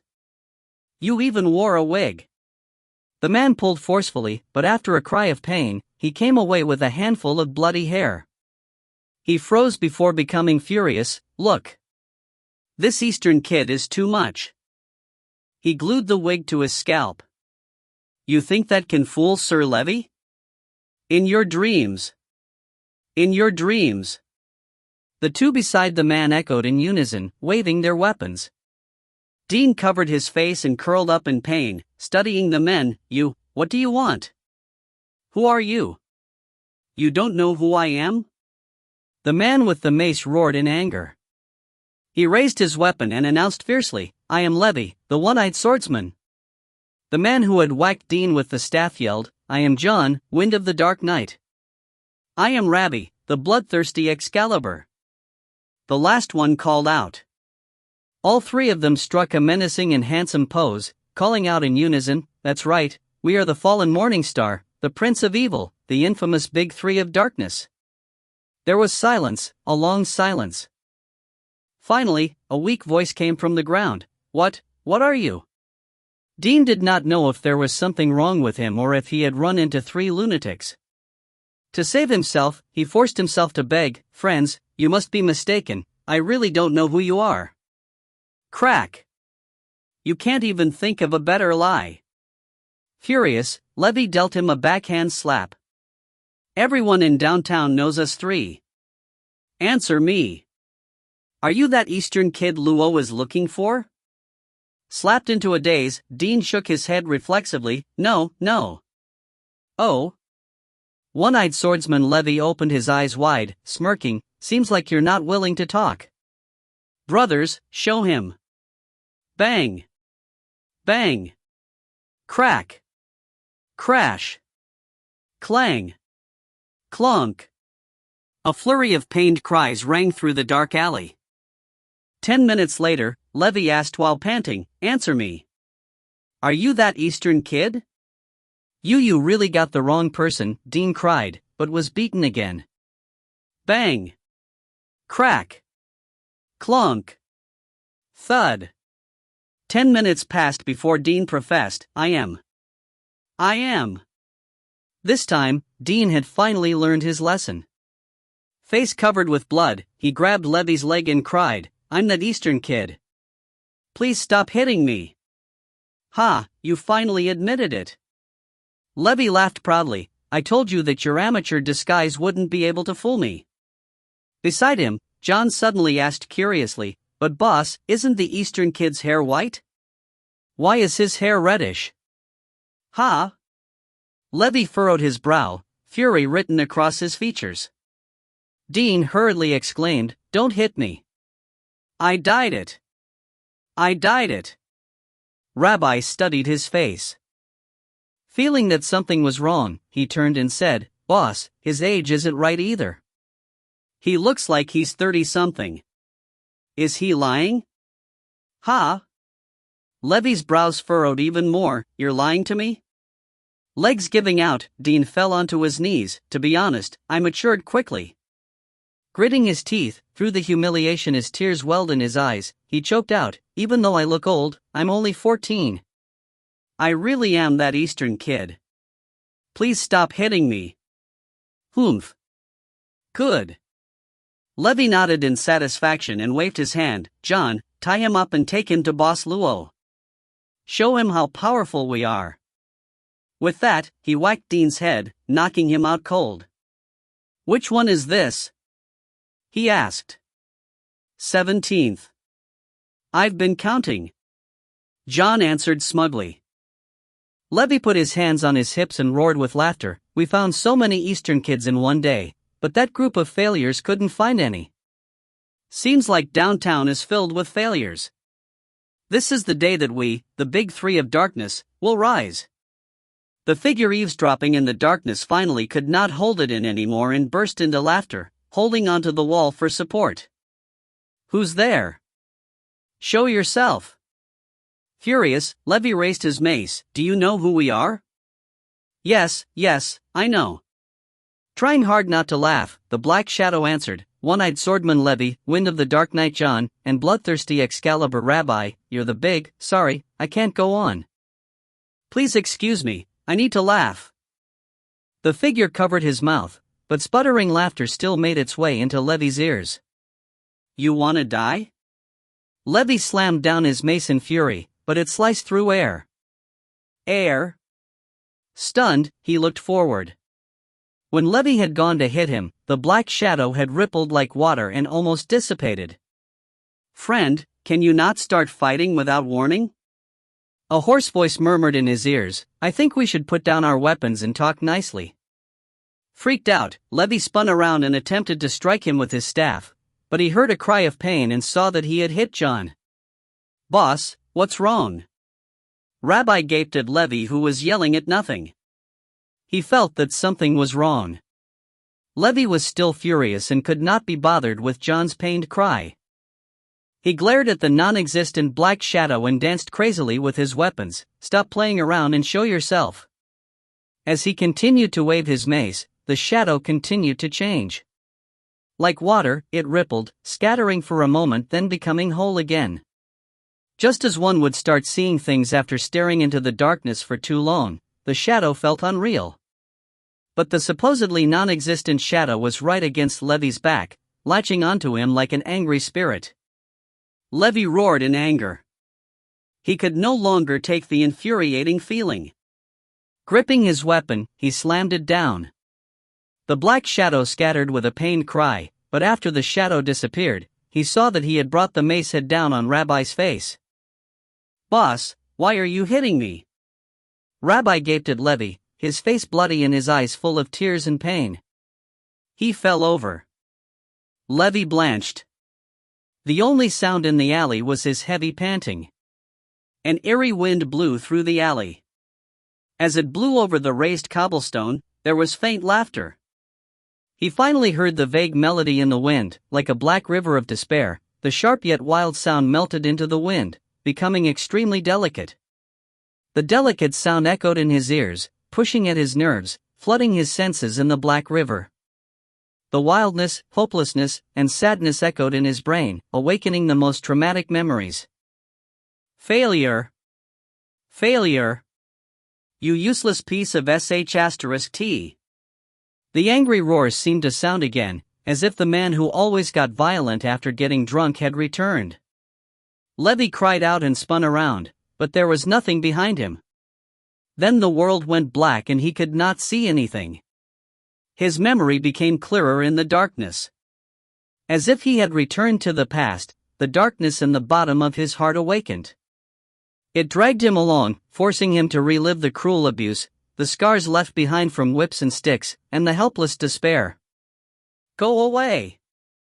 Go away!" Levy screamed. He waved his mace crazily, but he could not hit anything. Finally, he collapsed onto the ground. He waved his arms, trying to fight the non-existent ghost, but the monster was in his heart, snickering. Who are you? Levi yelled hoarsely. Picking up a rock, he threw it blindly. I'm going to kill you. I told you to calm down. Beside him, the figure leaned lazily against the wall. The moon shone over the high wall, casting silver light on his upper body, but his body was shrouded in a menacing black robe. Even his face was hidden under a wide-brimmed hat. All that could be seen was his delicate and pale palm. He rested against the steel-gray cane in his hands. Under the moonlight, the cane seemed to vibrate, rippling faintly. Not even Ye Qingxuan had thought that a simple shadow made by the rune mirror, and the first measure of Black Friday could have controlled Levi, and made him hurt his friends, practically turning him into a lunatic. The ease came from Jiao Shaowanpei's help. The instrument had been designed to help the musician perform precise manipulation of the ether. Ye Qingxuan could only perform the music score carved into his brain with its help. With its aid, Ye Qingxuan was able to perform complex notes. He had entirely skipped months and years of practicing, and had jumped right to the rhythm level. Unfortunately, Black Friday had 5 measures in total. Of these 5 effects, he only had the ability to choose one. Unlike a true musician, he could not pair the measures how he wanted to, or even use all 5 effects at once. The music piece influenced enemies' senses by using the negative emotions in the melody as a medium. All Ye Qingxuan had used just then was the first measure, vision interference. If he played the whole piece, he could make someone blind, deaf, and unfeeling. Even if he stabbed them through their chest, they would not even be able to feel the pain. In the end, they would die in confusion. This strange style was darker than the dark musicians. When he played this piece, Ye Qingxuan could feel himself becoming colder too. The music did not only influence others, it also affected his spirit. Ye Qingxuan really wanted to know why his father had created such a dark piece of music, but at the moment, he had more important questions to ask. Ye Qingxuan suddenly banged the cane against the ground. The melody jumped from the first measure to the third. The tide of despair spread with the melody, rushing into Levi's brain. Levi's vision suddenly brightened and he could see again, but his body was numb and he could not move at all. Someone stepped onto him and looked down at him, their face shrouded in shadows. "Good evening, sir." The figure's silhouette seemed well-dressed, like an elite, but why would an elite be in the dirty downtown? The strange cuts and material of the robe had a beastly aura, mixing wildness and grace. It was inexplicably strange. "I'll be honest with you. I need your answer about something." Chapter 109, How May I Help You? "I'll be honest with you, I need your answer about something." The voice was polite, who was so intent on hurting an Eastern child. "Can you satisfy my curiosity?"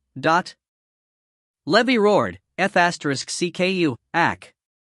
Before he could finish, he was cut off by the pain of his limbs being sliced by knives. There were no wounds at all, as if the knives were inside of his blood and fat, cutting him from the inside. He could not even cry out at the sharp pain. An average person would faint instantly from such pain, greater than that of broken bones, but now, he could not even faint. His limbs spasmed and he writhed uncontrollably on the ground, his eyes rolling in their sockets. The third measure of Black Friday, physical interference. "Sir, there's a limit to my patience." The gentle voice sounded in his ears again, but this time, there was an undertone of anger. "Tell me, who is it? Who wants the Eastern kid? Answer me, . After minutes of pain that felt like eternity, the practically unconscious Levi finally spoke, "Sam Luo. The Pyramid King of the Pyramid Scheme. He accepted a large sum to catch the D*Ned boy." "Whose money?" "An elite. A family with a lot of money. They want the Pyramid King to use the cruelest method to get rid of the kid. That's all I know." "Really? Really?" The hallucinatory pain suddenly stopped, disappearing without warning, as if it had never existed. Levy continued writhing, his body not having recovered yet. Okay, next question, the gentlemanly voice continued. Where can I find this Mr. Sam Luo? Levy's eyeballs rolled around as he said, the Pyramid King doesn't have a fixed location. He and his men keep moving. Did you not understand my question? The shadow interrupted him, pushing the cane against his forehead. The hopeless melody sounded once again. This time, the delicate pain appeared like a warning. The shadow articulated each word carefully. I want his location. The cemetery. Highgate Cemetery near Whitechapel. The warning pain pushed Levy to the brink of sanity, and the answer fell from his lips easily. That's where he takes care of traitors. Hudson wants to quit and leave the group, but he was caught. He'll definitely be there tonight. Give me the address. 221B, Baker Street. Very good. Under the shadow of the hunting hat, the youth curled the corner of his lips into a smirk. Next, let's talk about how many men he has and what weapons they use. At midnight, the fog still shrouded the city with a whiff of rotten blood. A carriage stopped on one of the downtown streets. The door opened and a little girl hopped out. The girl turned and brought a large golden dog out. The dog landed on the ground and side-eyed the owner of the carriage before lifting its leg and peeing all over the wheels. Not caring at all, the owner glanced at the dog before looking at the girl with smiling eyes. The pyramid scheme's territory is right ahead. He should be there. Bai Xi nodded and said ingeniously, thanks for the ride. No problem. You just hitched a ride. Your teacher isn't that stingy, Hermes said, shamelessly praising himself as if stating a fact. Bai Xi scoffed and rolled her eyes. You knew that I was going to follow him out and was waiting outside, right? Understanding a student's mind is part of a teacher's responsibilities. Please don't mind.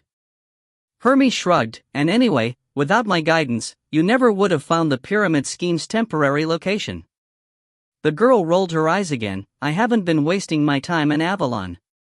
Even without you, I would have found it, alright? Hermes could not help but whistle. I almost forgot that you're a bad girl who's always on the streets. No wonder you don't feel bad about hitting your teacher, but you have to be careful. The pyramid scheme specifically does the dirty work for elites. Kidnapping, trafficking, and prostitution is nothing to them. They're not as easy to fool as that group of idiots at the pier. Even if you've learned a lot recently, you're still not a musician. And not only will you be outnumbered, but the pyramid scheme is known for being shady. It's not impossible to be beaten with a dirty trick.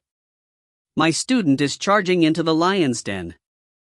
As a teacher, of course I'm worried, but I have to respect your choice. Hermes dabbed at his non-existent tears dramatically to show his pain, then he waved and said loudly, whatever happens next, just see it as a challenge. Unleash your potential, but remember that safety is the most important. I'll be sad if you die. That means that even if I'm close to dying, you'll just watch and not help, right? Correct. Hermes snapped his fingers in satisfaction, as expected of my student. So brilliant. I don't need to be brilliant. I just know your bad personality very well. Bai Xi slammed the door, locking that infuriating smiling face in the carriage. The carriage started moving again, taking Hermes' annoying laugh into the fog. Old Phil side-eyed the carriage until it disappeared and bit the girl's sleeve cuff, telling her to follow. Then, sniffing for the youth's scent, he walked toward the darkness. Faint torchlight lit up in the distance. A strange scent was carried in the wind. It smelled like dirt and decay. A cemetery? Bai Xi hid in the alley, quietly watching the gate up ahead. A few muscular men stood on each side of it. The rotting wooden gate of the abandoned cemetery was ajar, revealing the menacing darkness behind it. In the darkness, one could vaguely see broken statues of saints and dancing flames. Are you sure he's in there? Bai Xi glanced down at old Phil, who looked at her sideways. He did not reply and could not reply, but he seemed to be judging her doubt. All right, Bai Xi sighed, finally experiencing what her cousin often had to face, being judged by old Phil. "Can you get in? You go first and I'll be there soon." Hearing her words, old Phil got up and padded into the darkness. Soon, his silhouette slid through a hole in the corner of the wall. Sometimes, it really was easier to be a dog than a human. Bai Xi stood in the darkness, staring at the gate. 2 burly men guarded the gate, smoking and bored. An endless stream of people from every direction entered the cemetery. She could not count how many people there were. Although the cemetery had been abandoned for a while, the walls were not low enough for a little girl to scale, plus it was where the pyramid scheme often met. Who knew if there were traps? She thought for a moment before taking a clump of what looked like clay from her pocket. It jiggled in her hands like pork fat and seemed elastic, but as her fingers moved, it spread into a vague face.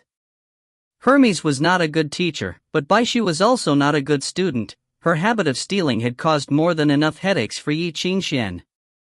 Hermes was well known as a hoarder, and would bring home whatever caught his eye for a second. As a student, Bai Xi obviously had to help her teacher clean out his hoards. This was one of the results of cleaning. The clay face fit her perfectly, becoming one with her own face. As she pinched and squeezed, it slowly turned into the face of a mid-aged man with thick eyebrows and a hooked nose. Coughing and clearing her throat, Bai Xi's voice became thick and scratchy.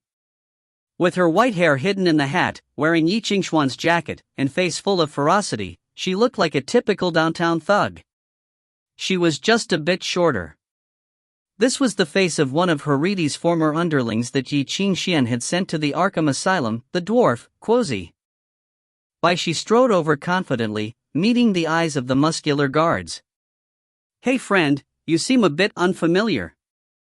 The fierce man at the door held her shoulder. Crack. The girl, no, Quozi shrugged the hand off and slapped the man without hesitation. "Are you King blind?"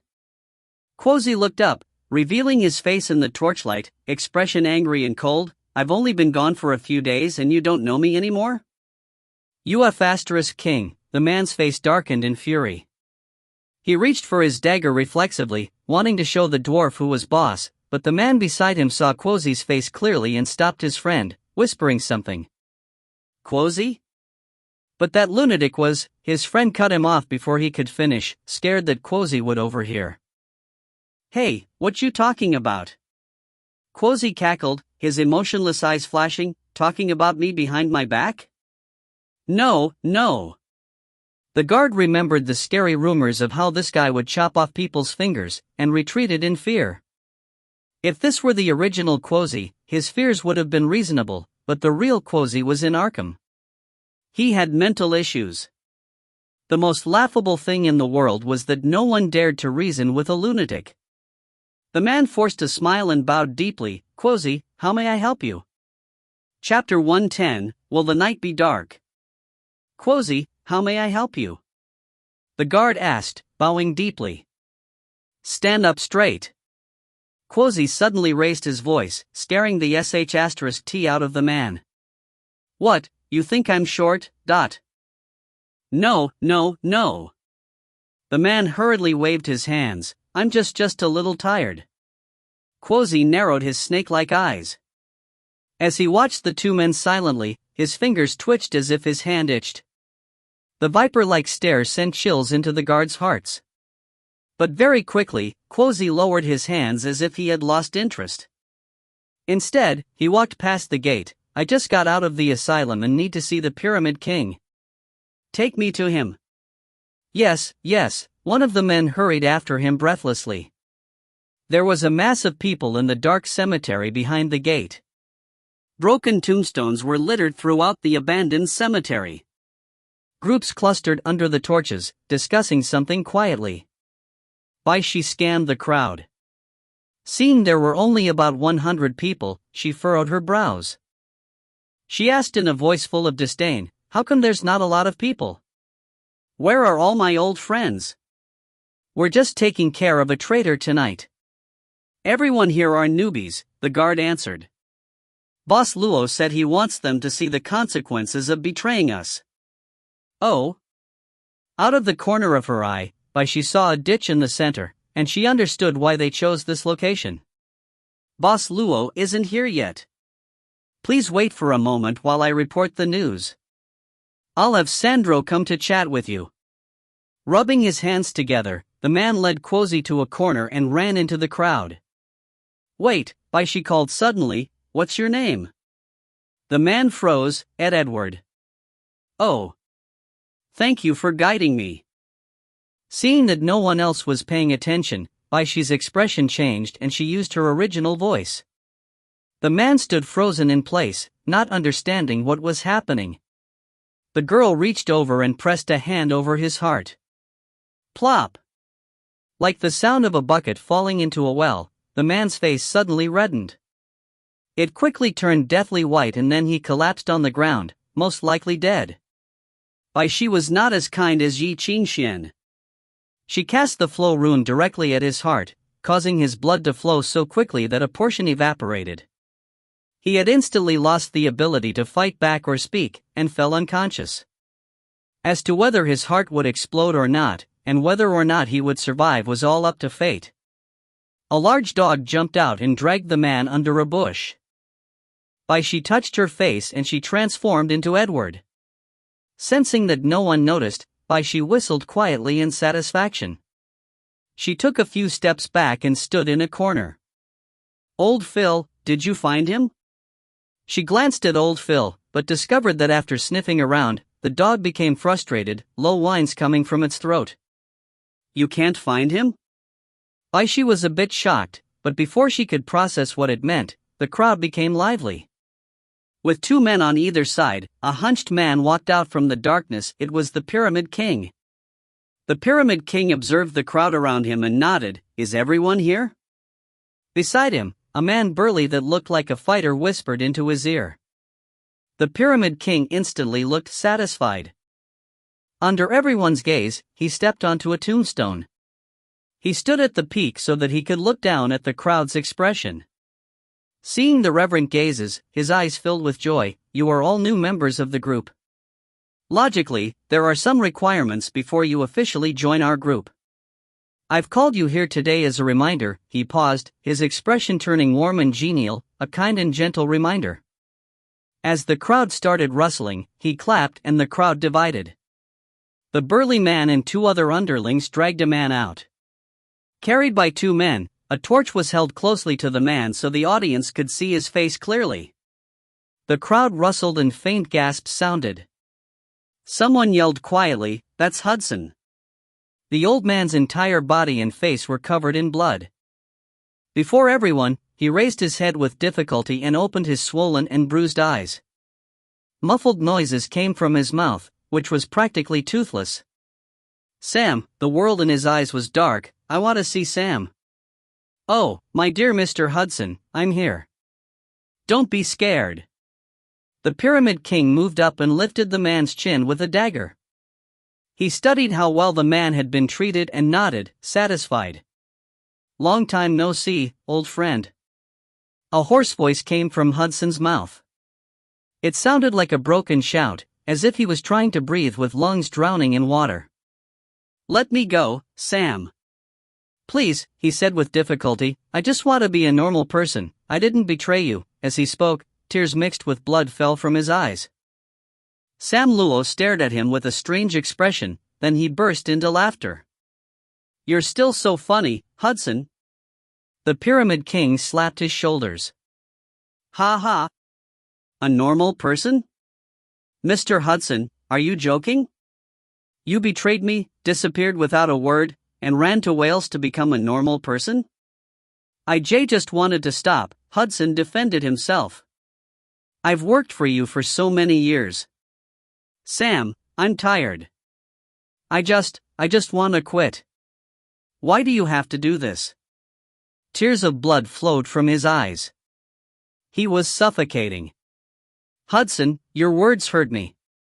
The Pyramid King gazed at him sadly. You've worked for me for so many years. I thought that I knew you well, but I can't believe you lied to me, he sighed. He tugged at Hudson's hair, roaring, No one can betray me. No one. How many years have I raised you, old dog? How many years? Then that B*TCH, shaman, came back and you want a new master? Let me tell you, there is no place for that old fart in this city. With a flying kick, he forced Hudson into the ditch. He jumped down and stomped on Hudson's face. When the poor man started gurgling, close to death, the Pyramid King finally stopped stomping. Kruger! He hoisted himself up with the help of an underling and commanded, I want to build a fountain in this ditch. Come make a hole for me, and let these new kids take a shower. In the ditch, Hudson shut his eyes, all hope lost. But after a few moments, there was still no reply to the Pyramid King. Stunned, Sam looked up and raised his voice, Kruger! Kruger! Where are you, you son of a B*TCH? Get the F*CK over here. But no one replied. The crowd grew restless, everyone stared at each other awkwardly. The Pyramid King furrowed his brows and turned toward his guards. Where is that mother Kerr Kruger? Did he not come? I told him to come. The bodyguard was confused as well and shook his head. He said he'd come in the afternoon. He should have arrived long ago. Suddenly a yell came from the crowd. Everyone looked back in shock. The crowd separated, revealing some latecomers. Under the moonlight, the men who had just arrived were deathly pale as if they had seen a ghost.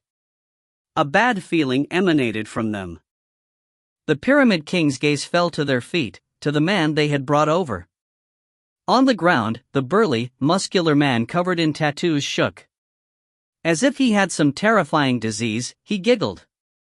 The seemingly happy sound sent chills down everyone's spine. Boss!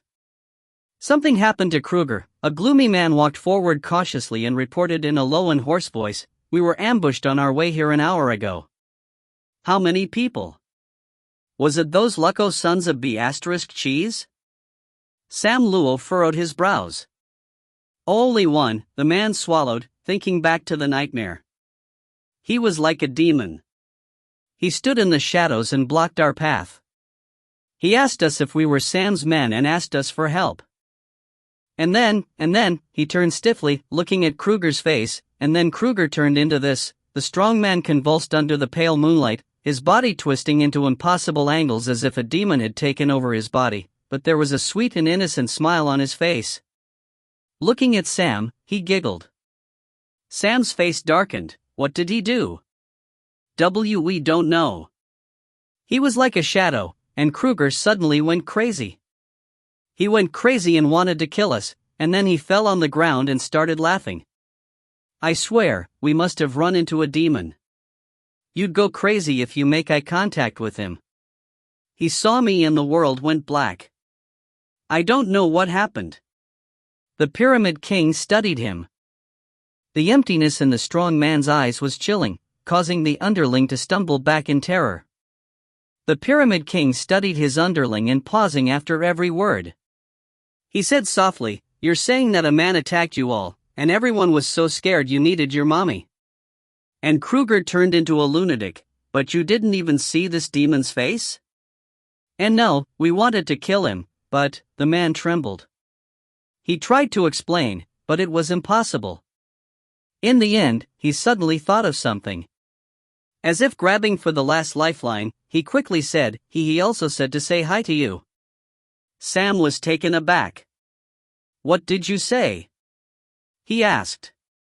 The man wanted you to say hi for him. The man shook, and words spilled from him like beans from a can. He said that he'll come visit you tonight, and that you should light some candles.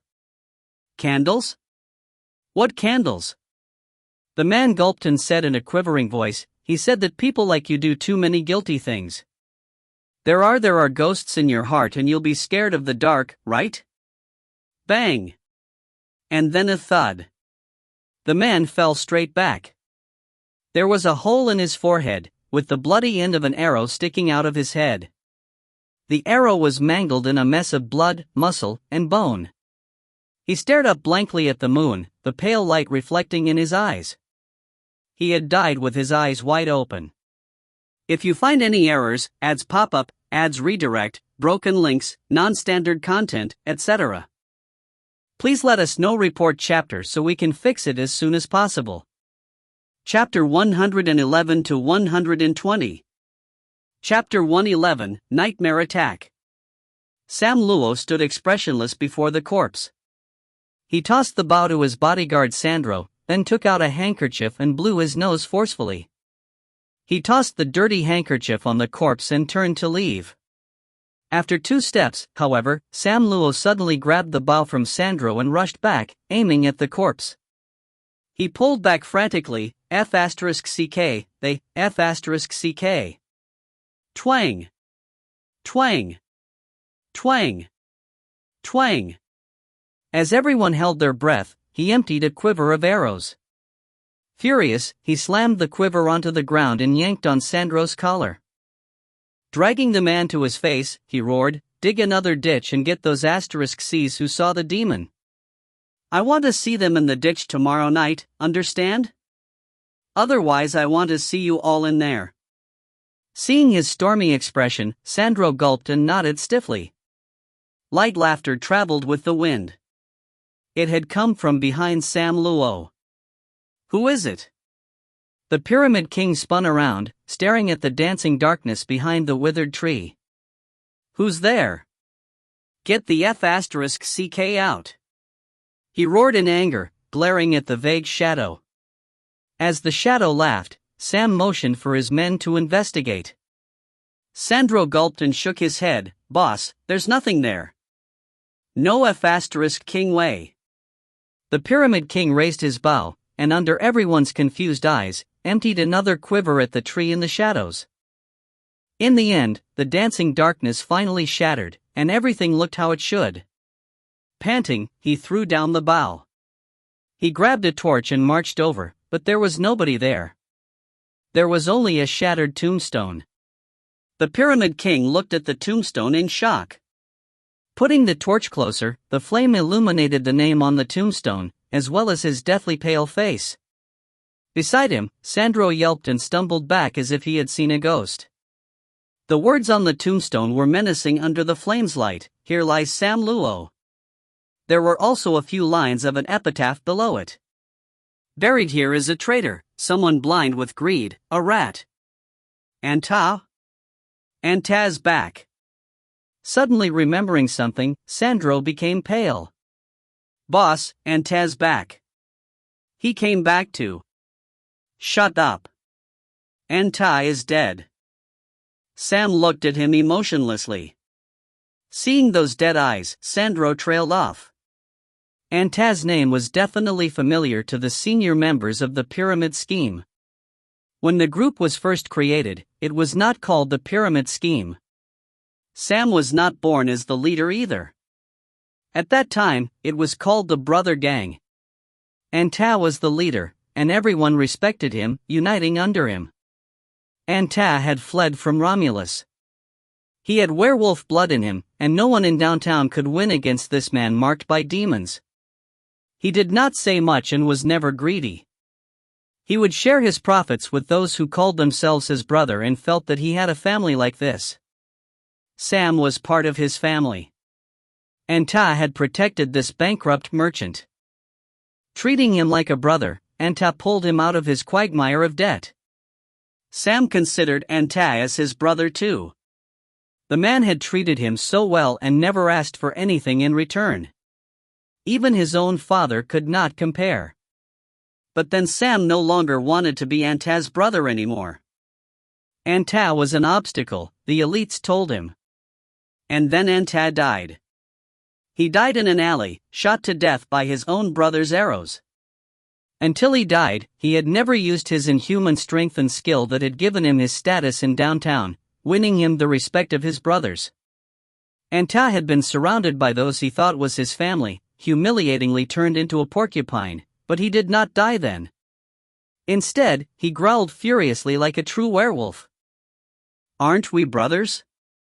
Anta finally asked Sam, who had planned it all. "We're family. Why did you do this to me?" "We are family." A little upset, Sam used a dagger to dig out Anta's heart, can't you sacrifice a little for family? And so Anta gave up his heart for his family's success. I will not forgive you, Anta had said. Then he died, his eyes wide open. Later, Sam buried Anta to placate the others, or maybe to placate himself. But Anta's tomb had been dug up. Some said that homeless men dug up his tomb to steal the burial items. Others said that it was opened from the inside. Everyone who had been there would describe to others how there were countless scratches on the coffin. There was blood and flesh all around. They all formed the same name over and over again. Sam, Sam, Sam, Sam, Sam. I will not forgive you, the murmurs suddenly sounded in his ears again. Sam spun around, blood drained from his face. But there was not a decaying corpse staring at him in the deathly pale moonlight. There was nothing there except for the new members of the pyramid scheme. They watched Sam in shock, whispering amongst themselves, unable to hide their fear. Anta? It really is Anta. Staring into the darkness, scared out of his wits, Sandro stumbled back. You're back? How can you? Crack. Calm down, Sandro. The Pyramid King's slap forced Sandro back to reality. Gazing around, he narrowed his hateful eyes. Someone is messing with us. Boss, I heard his voice. That is phantom voice. Musicians love using it to mess with people. Sam Luo forced a cold laugh, repressing the fear in his heart. He had interacted with those legendary figures in all his years living in downtown. Those legendary figures would come do dirty work for money too. The Pyramid King had hired some before, and had even killed some. No matter how powerful a low-level musician was, he was still a man, and would die when he had lost enough blood. He must be close if he wants to affect us, but there's nowhere to hide here, he murmured. His hawk eyes locked on his underlings. He's hiding within you. The group instantly grew restless. They studied each other in shock. None of them had expected a demon to be hiding amongst them.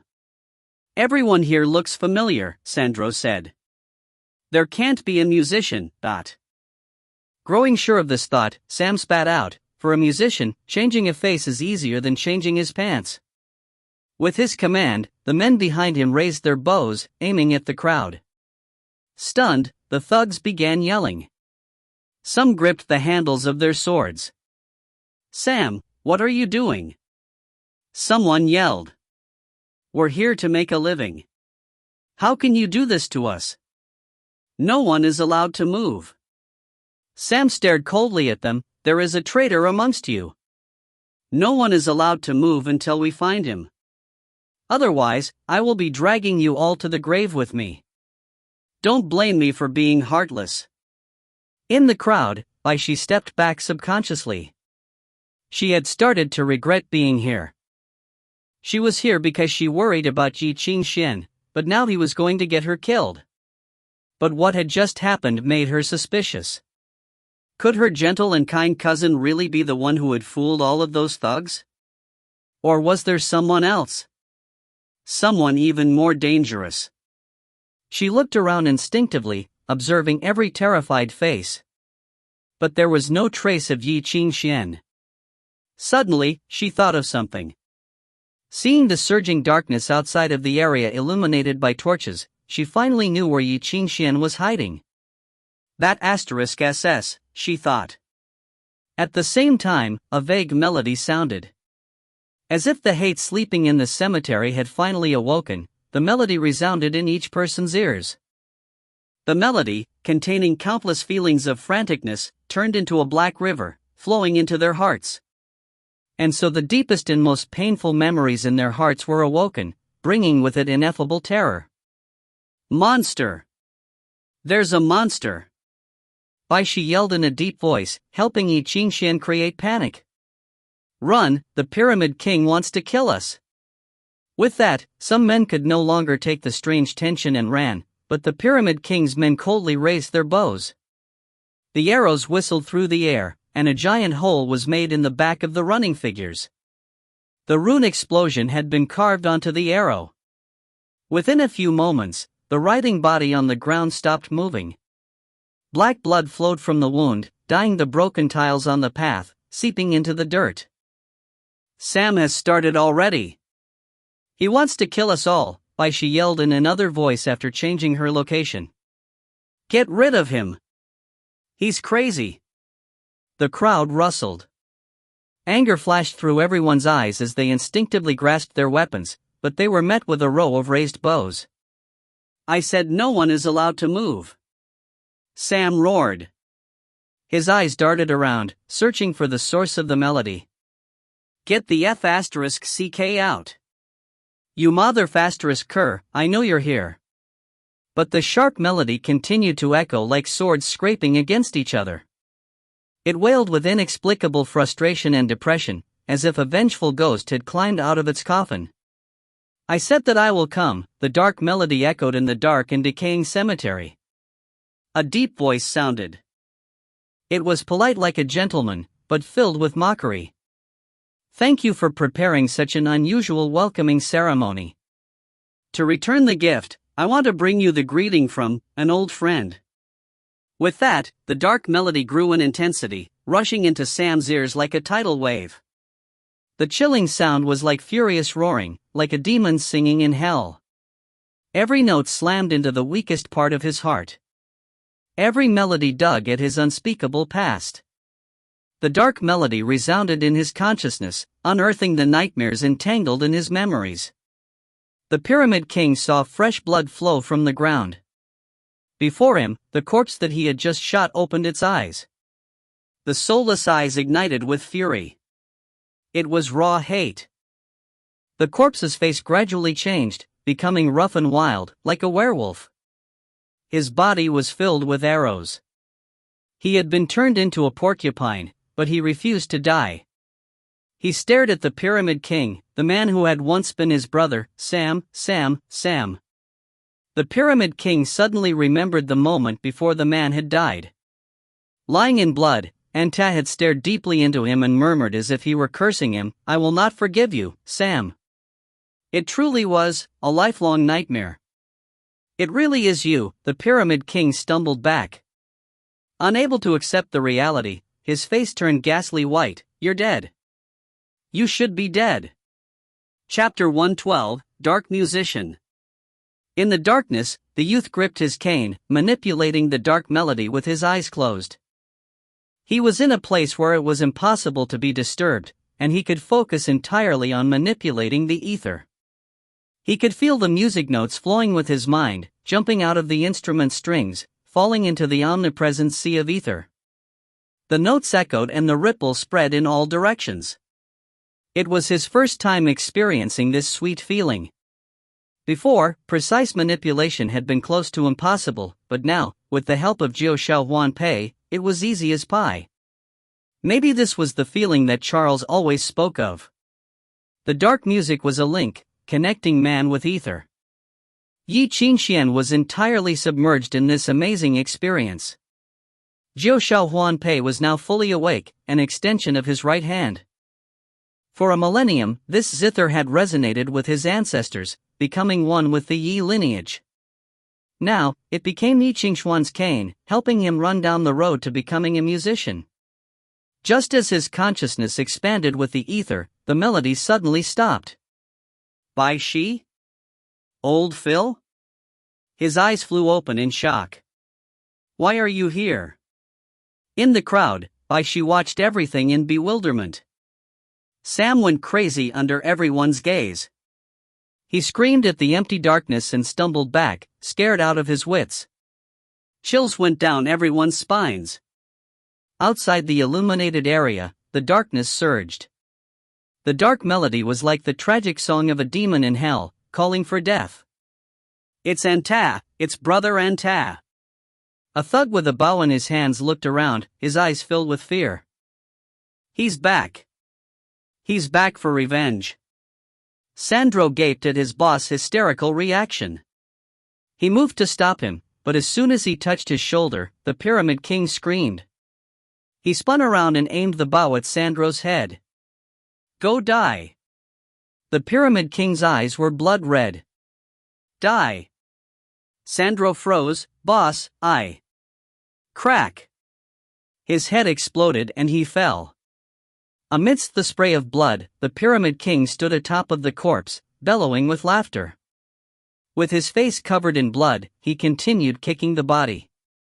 Dead, he's dead. Ha, Anta, you died again. You died again. If I can kill you once, I can kill you again. Stepping on Sandro's corpse, he shot arrow after arrow.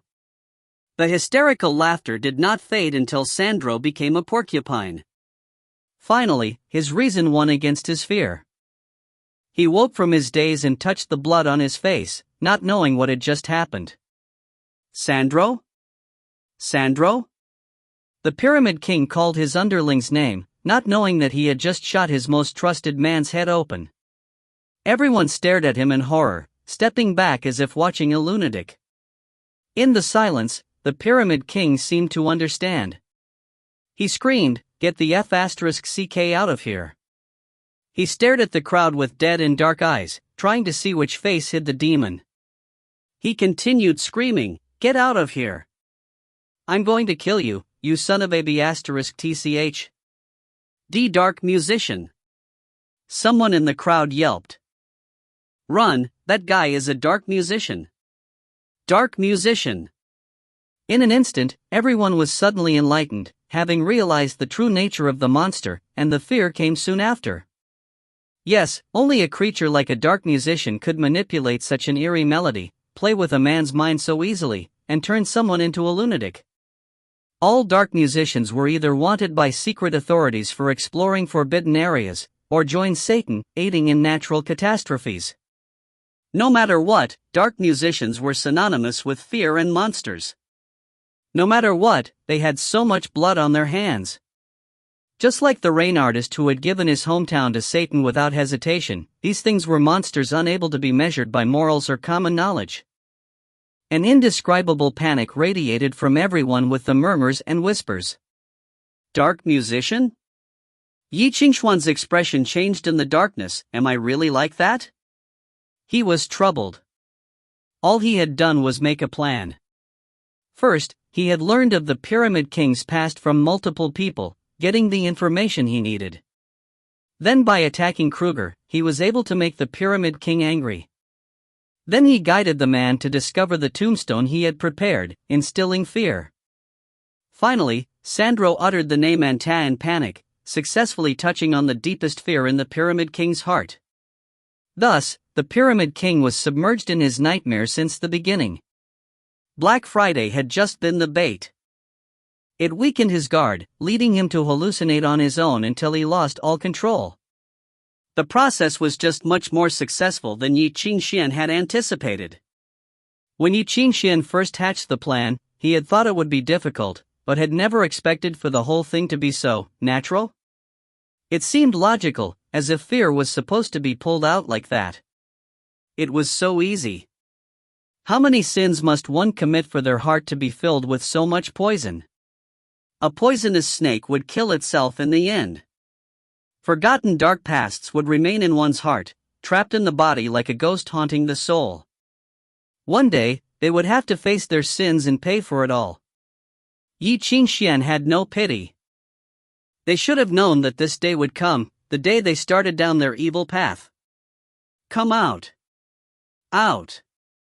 The Pyramid King was still yelling hysterically under the torchlight. You're here, I know you're here. He pulled something out, his eyes becoming cruel. I'm going to count to 3. If you still don't come out, then you'll be sorry. The object in his hands shone coldly under the moon. It was a mirror. But a menacing face was carved on the back of the mirror. It was covered with scales, and the hair was made of writhing snakes. The lively forked tongues moved, the mirror of Medusa. In the crowd, Bai Xi recognized the item and her heart skipped a beat. It was alchemy equipment from the School of Summoning. The summoning musician could release the demon sealed in the mirror through Song of the Exiled. After the seal was broken, the reflection of Medusa would be summoned. This was rare equipment that could be used without any musical skills. The only requirement was to fulfill Medusa's thirst for blood. Medusa was also known as the spirit of vengeance. The moment she was summoned, she would exact revenge on anyone who had hurt the summoner, even if it was just a melody to awaken the darkness inside his heart. It was not the worst in terms of destruction. This reflection of Medusa could only attack with its snake hair, and was not much for a third-level musician, but it was infamous for its resilience. It was extremely difficult to win against it. If one made eye contact with it, they were sure to suffer the stone curse. This infamous curse would turn a man into stone, and they could not be turned back. Only a few music scores could protect against the curse, and most musicians were terrified of it, not to mention Ye Qingxuan, who had been a student up until a few days ago. Bai Xi furrowed her brows, trying to think of a solution, but before she could think of anything, a desolate melody spread from the ancient mirror. Desolation filled the melody, resounding under the moon. It was the melody carved into the mirror, Song of the Exiled. Reflecting the moonlight, a shadow flew from the mirror. It dove into the corpse on the ground, eating its fill. In an instant, the corpse turned to blood. Medusa's reflection appeared slowly. Her snake hair danced. The venom on her teeth dripped onto the ground, sizzling. "Go," Sam growled, "find the musician." The summoned demon gazed around, studying each face before her. Her vertical pupils were filled with cruelty. She sniffed each breath in the air, sensing the ripple of ether until she finally found a trace. In the darkness, Ye Qingxuan could feel the coldness closing in. The Jiu Xiao Wan Pei vibrated in his hands, warning him of approaching danger. He focused, preparing to fight back. Beside the Pyramid King, Medusa's red eyes brightened and she hissed. Using a beastly sense of smell and her sense of ether, she found the direction of the enemy. The snakes danced crazily. The glow of the stone curse lit up. "There's no way this time," Bai Xi sighed in the crowd. "Cousin, you're really going to get me killed this time," she murmured. "I just came for the show. Why do I have to do this for you? And for a pretty girl like me, shouldn't everything be solved by using my beauty?" Murmuring something, Bai Xi stepped forward, out of the crowd. Under the dancing flames in everyone's eyes, she took off her mask. Bai Xi revealed her delicate face. Sam spun around. Seeing her, confusion flashed through his eyes. "Oh, good evening, my friend." The girl raised an arm. The silver bracelet around her wrist tinkled like a chime. Every movement created a crisp sound. Ding! "Who are you?" Sam roared, raising the bow in his hand. "I'm a messenger of justice, just passing by," Bai Xi stated, raising both hands. She had put on black gloves at some point. Fingers clasped, drum beats echoed faintly in the air. Faced with the bow aimed at her, the girl raised her arms obediently. "Don't kill me, I surrender," she paused, grinning, "just kidding." And so thunder boomed. Chapter 113, Pomp and Circumstance. As the girl clasped her fingers, the black gloves pulled tight. Instantly, deafening drum beats burst in the air like frantic thunder. The explosion tugged at everyone's hearts, turning into an irresistible rhythm. The bells on Bai Xi's wrists shook, the broken yet crisp sounds joined together into the whistle of furious winds. In an instant, there was thunder and wind, transforming into a melody with the rhythm. There was no overture, no build-up, and it surged from all directions without any warning. It was powerful like 1,000 war stallions charging forward, majestic like a royal procession. The mousy girl seemed to have suddenly stepped before the throne. Her eyes were arrogant yet stern. Her expression was no longer playful but pompous. School of Modifications, Pomp and Circumstance March, Movement 1. The preparations and guidance of countless musicians were needed to reach the climax. But without warning, the climax came, along with the brute strength known as Jiaodang. Like a coronation, it was grave yet majestic, and destroyed all attempts at resistance. For a second, terrifying light shone from the girl's eyes. This piece composed by St. Elgar symbolized the coronation of King Arthur when he first established the kingdom. Working as the messenger of God, the Pope placed a halo over Arthur's head, representing that he had become an apostle and controlled divine power to rid the world of all evil. All musicians who performed this piece would receive the halo, temporarily having this divine power. This symbol was the halo above the girl's head. It radiated thunder and electricity, feeding her with unimaginable strength. Even if it was a rushed performance, she possessed an inhuman strength by using her talent to forcefully perform this melody from another level. Kill her! The Pyramid King screamed, but it was too late. Bai Xi disappeared in the blink of an eye. There was a footprint carved into the stone where she had stood, terrifying cracks snaked forward. Amidst the majestic performance, the girl rushed forward with electric light and furious winds, instantly upending the Pyramid King's guards. Their bodies were lost in the storm, burnt to crisp by the lightning, becoming a bloody mess. The halo flashed, dimming a bit. Bai Xi charged again. Just as the Pyramid King yelped, Medusa shrieked. She appeared out of thin air, gnashing her teeth at the girl. Her snake hair danced, bloody light exuded from the snake's eyes, illuminating Bai Xi's face. The glow of the stone curse dissipated when it came in contact with the halo around Bai Xi. Divine power was able to evaporate any demonic curse. But it was clear that the halo dimmed, and it began to burn up faster. There was not much time left. When Medusa opened her mouth, Bai Xi snapped, "Move!" Clenching her right fist, thundering chimes sounded. A faint vortex appeared above her fist. The air constricted and it sounded like glass shattering. Boom! The virtual reflection of Medusa flew back from her punch. Her body shimmered and the snakes expanded, then exploded and spewed blood. The blood that had been sucked from the corpse a moment ago was forced out. The drum beats and chiming jangled messily.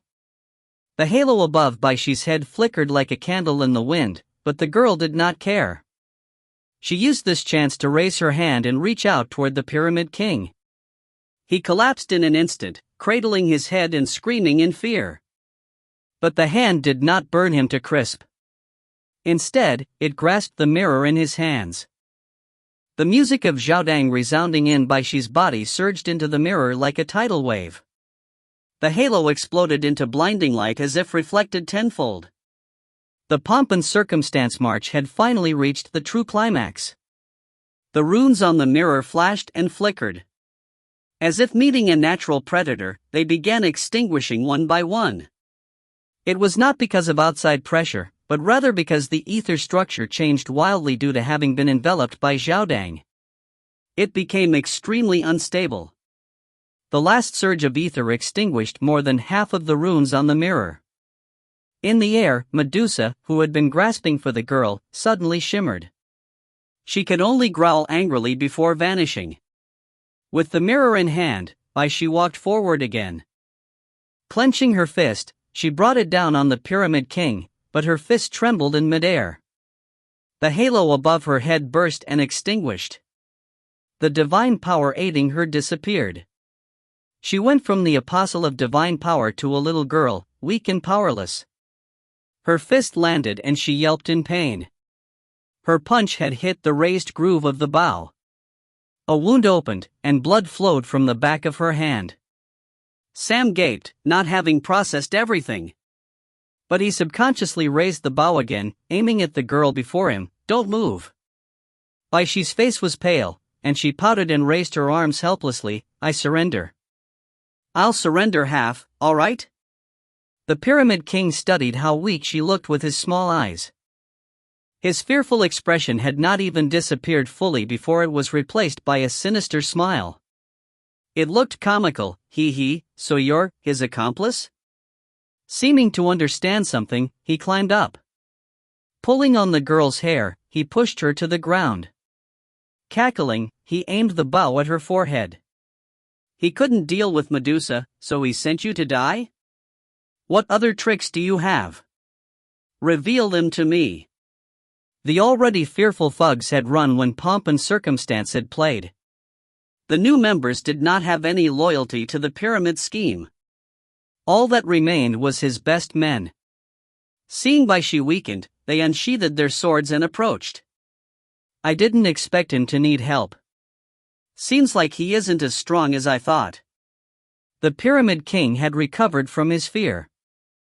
Looking around, he roared at the darkness, I'm going to say this one last time. Come out. Or else I'll kill her. Just give up, Bai Xi sighed. I'm just a passerby. I don't know that guy. It doesn't matter. With you here, he'd be scared to kill the wrong person. He can't attack me anymore. The Pyramid King grabbed the girl's hair, pinching at her cheeks, leering at her, what a good little girl. It'll be a pity if you die. I can't promise what will happen if he doesn't come out. I wouldn't do that if I were you, a hoarse voice rang from the darkness. Shut up and show yourself. Sam swept his sharp gaze around. A sigh came from the writhing darkness, then, as you wish. Deathly pale moonlight shone suddenly, lighting up the cemetery full of grief and darkness. The light fell on the broken gravestones, as if they were lit with light from hell. In the suffocating stillness, creaks sounded, like the gate of hell had opened slowly. Rotting dirt turned, as if the dead buried 6 feet under were awakening, pushing at their tombs so they could bathe in the moonlight. As the dirt turned, a coffin slowly opened, and a thin figure rose from the rotting earth. Welcomed by everyone's fearful eyes and weapons, the figure walked out casually. He had just walked out of a coffin, but he was dressed finely in a beastly robe. The scales on his shoulder reflected the white moonlight. Holding a black cane and wearing a rotting hat from the coffin, he looked as if he were attending a banquet for demons. His silhouette was thin yet sharp like the contour made of steel wires. The face hidden in the shadows of the hat was unclear, but a vague smile was visible. It was all so odd. Everyone was taken aback. No one had expected for the terrifying thing to be hidden beneath their feet. It was impossible to discern whether this figure was alive or dead. Even a musician was a human. Unless he had mutated himself, how could he live for so long in a rotting coffin? Greetings, Your Majesty the Pyramid King, the polite voice sounded from under the hat. The voice carried the grace that all elites strived for. It was full of dignity and made him seem unapproachable, separate from the others. But no one noticed as he sneakily threw an underground respirator into the darkness. If not for that, he really would have suffocated. He had planned on hiding in the coffin and waiting until the Pyramid King had completely broken before interrogating him, but he did not expect the man to have such powerful alchemy equipment. Nor did he think that Bai Xi would be here because she cared for him. Plans never accounted for all possibilities. He was used to this. The best solution was to keep his image as a dark musician and terrify them. Seeing him, fear flashed through the Pyramid King's eyes, but quickly, it was replaced by ferocity. You dare to come out? But why not? Ye Qingxuan laughed lightly. Didn't I come tonight to fulfill my promise? But sadly, our game went astray and the entertainment disappeared early on. He emphasized entertainment, revealing his regret. The hoarse voice did not seem to fit the youth, and felt like the low voice of the dead. The thugs trembled with fear. This figure that seemed like a gentleman had the aura of something monstrous. Chapter 114, Question Session. Stop talking about useless sh**t. Furious, the Pyramid King swung his bow, aiming the arrow toward Ye Qingxuan. Did those gay luckos hire you? Or do the Indians want revenge? Or is it that son of a **tch professor, or that old shaman? I'm sorry, but none of them. Ye Qingxuan shrugged and strode over. With his cane propped on his shoulder, he looked like an energetic youth going shopping. He seemed oblivious to all of the arrows that could kill him in seconds. He simply gazed around at the view. I came for myself.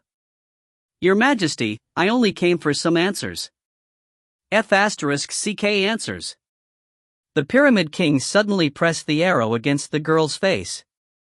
Kneel or I'm going to put a hole in her head.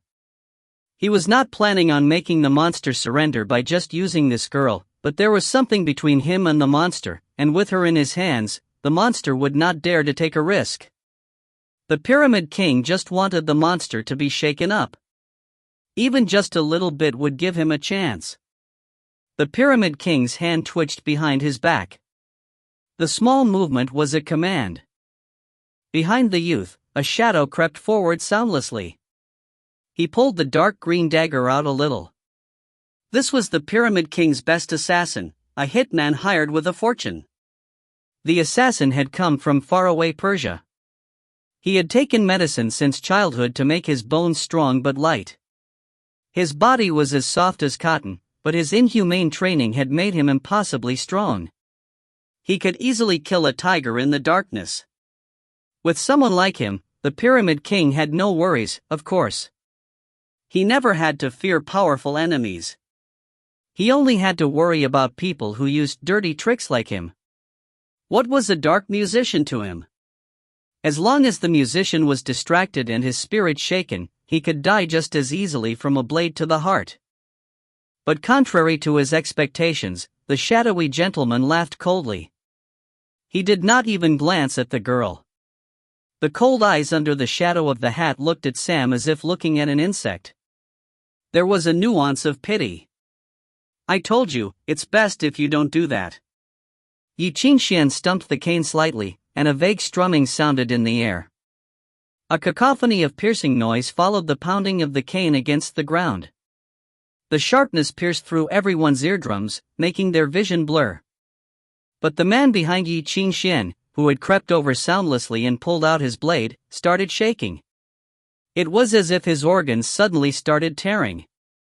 His muscles jumped, trying to leave his body, and his veins writhed. The hallucinatory pain attacked without warning. He fell to the ground, shaking and crying out in pain. The man curled into a ball in pain, not even knowing that he had sliced himself with his own dagger. As he shook, his joints rubbed against each other. His bones had started to lock up. The man had wanted to make a sneak attack, but he did not know that with Jiu Xiao Wan Pei, the surrounding ether acted as Ye Qingxuan's eyes when he was on guard. The theory of 360-degree vision had confused Ye Qingxuan for a long time. He still was not used to it. The legends of how a musician's power would multiply with a good instrument was no lie. Sensing that someone was approaching, Ye Qingxuan quickly moved his tired mind and performed the third measure of Black Friday. He controlled the assassin's senses, inflicting the burning hallucinatory pain on him. In the end, the man shrunk to the size of a dwarf, and continued to writhe with difficulty. Veins pulsed on his face like a living organism. He stared up at the Pyramid King in despair.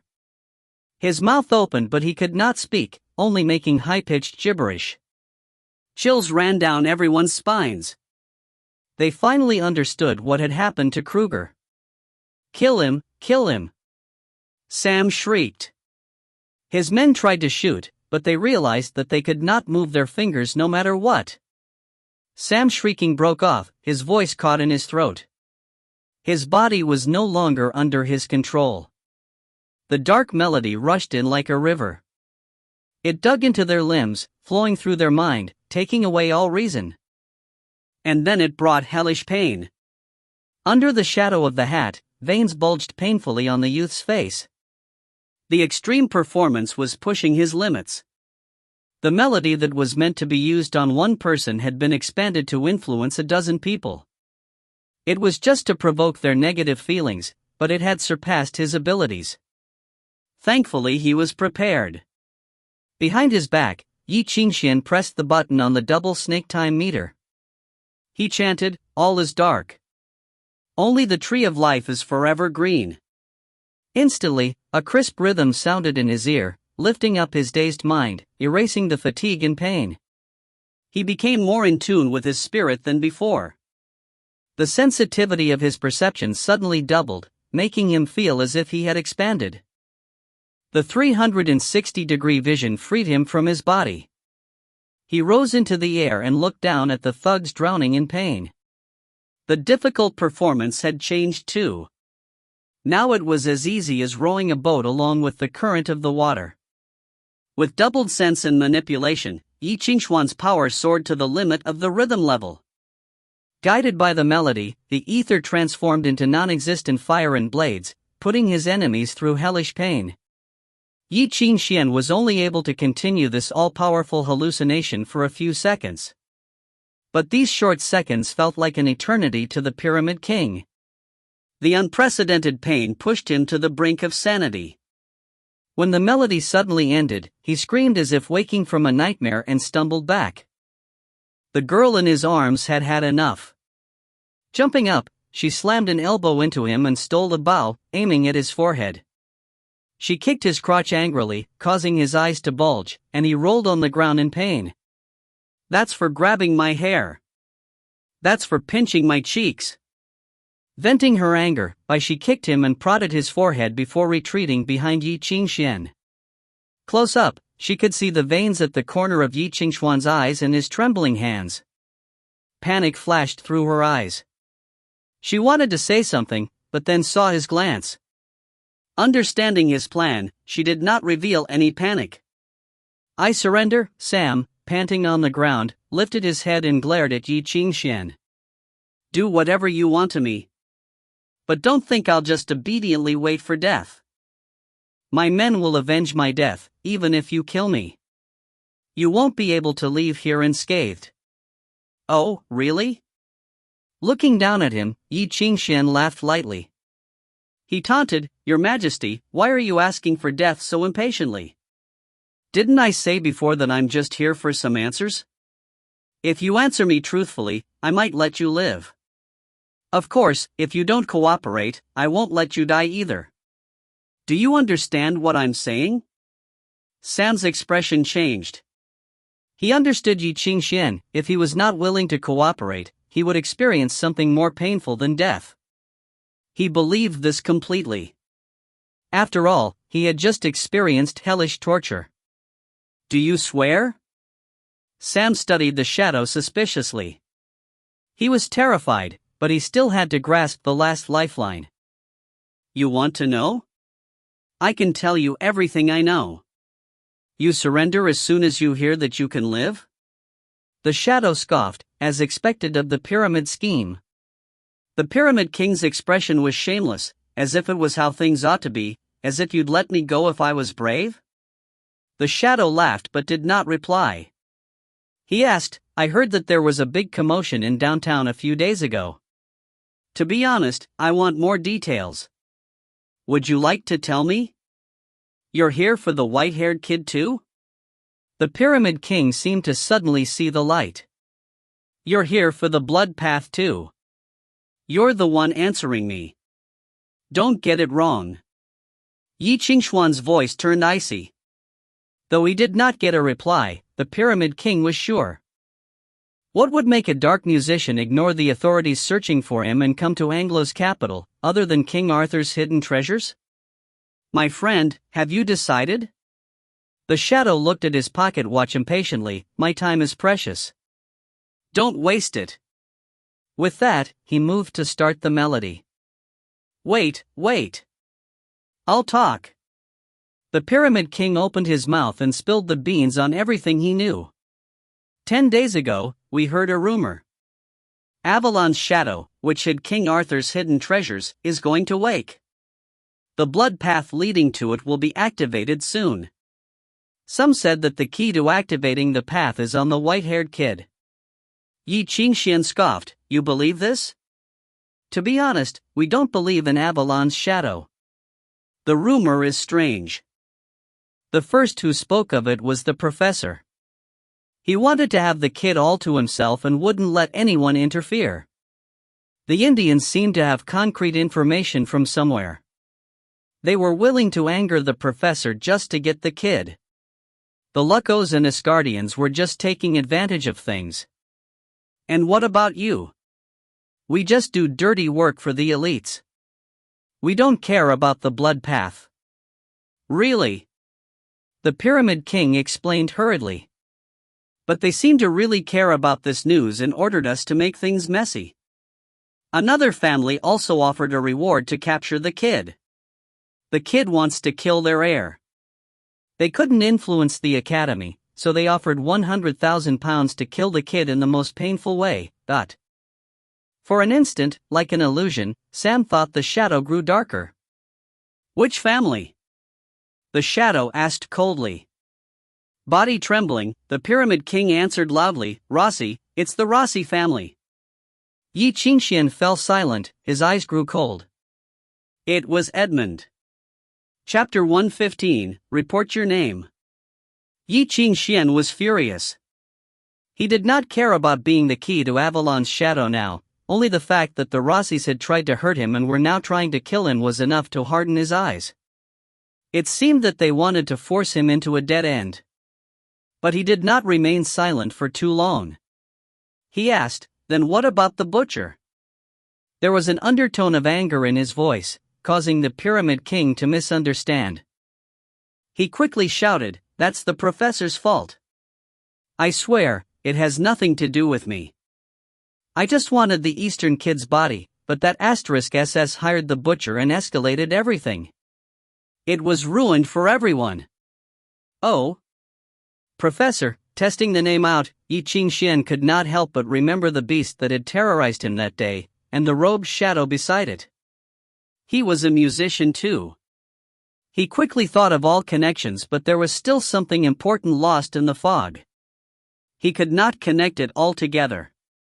If you want to find the blood path, you should hurry. The Pyramid King's voice seemed to be happy at his misfortune. We received news yesterday that the shaman is back. He hates dark musicians. Once he gets into power, everyone who breaks the rules will be hung or drowned in the quagmire. It'll be impossible for you to work downtown. The Pyramid King paused. When he mentioned the name, fear flashed through his eyes. Everyone is starting to panic now. You're all so scared of him? The dark shadow asked tauntingly. You don't understand. You're not from here, you don't understand. The Pyramid King was bitter. The shaman is not just a legend. He was an entire era of downtown, do you understand? He was the Dark King back then. When he was the most powerful, he controlled half of Anglo's dark world through Avalon's downtown. Everyone dreamed of kneeling before him to kiss his ring and pledge loyalty to him. The elites couldn't control him, and the police were all loyal to him. The royalty had to ask him if they could wear silk pajamas. He was the king of Anglo in the shadows. Some say that he had even met the Pope. If he didn't go missing, all of downtown would probably be his now. His eyes flashed with discontent. To him, we're just rats eating his leftovers. Even if times have changed, all he needs to do is clap and many will want to follow him. If he really is back, we have to kill him before he can control everything. Didn't he run after being persecuted by the royal musicians? Royal musicians? They used to be his partners. How could the royal musicians live so lavishly without that man's money? Ye Qingxuan did not reply. He had never imagined the shaman to be so powerful. He was just lucky that the legendary Dark King was still trying to get his own power back and was not focused on King Arthur's hidden treasure yet. Last question. Ye Qingxuan looked at him. Do you know who Old Guy is? Old Guy? The Pyramid King tried not to laugh. Are you kidding me? There are thousands with that nickname in downtown. How do I know who you're talking about? Really? That's a pity. Regret flashed past Ye Qingxuan's eyes as he looked away. You can go now. Turning, he waved his hand. I've lost interest in you. The Pyramid King froze in disbelief, followed by ecstasy. He had not expected the man to really hold his promise. He could live now. But why did he feel so humiliated? He could feel the shadow's eyes glancing at him for the last time. The gaze was cold, full of disdain and pity. It was as if the man was looking at a fly, a bug, or some other insignificant thing. Was he just a rat the man could kill depending on his mood? As if his life was so useless that he did not want to take it. You'll regret it. Sam screamed in his mind.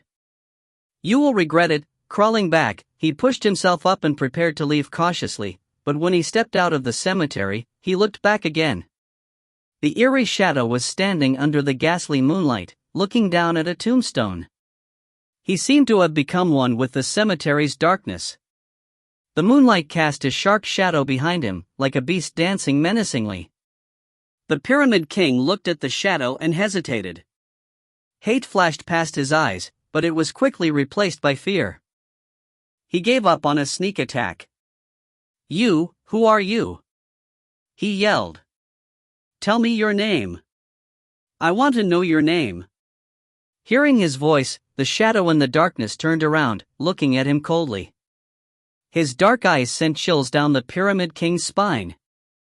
They was arrogant and cold, like checking if the rat had the right to ask for his name. Silence. The Pyramid King's face reddened and he turned in anger. But then he heard a voice behind him. You can call me Sherlock. In the darkness, the youth was actually racking his brain for a name. When he looked down at the tombstone beside him, his eyes lit up and reported the name on the stone.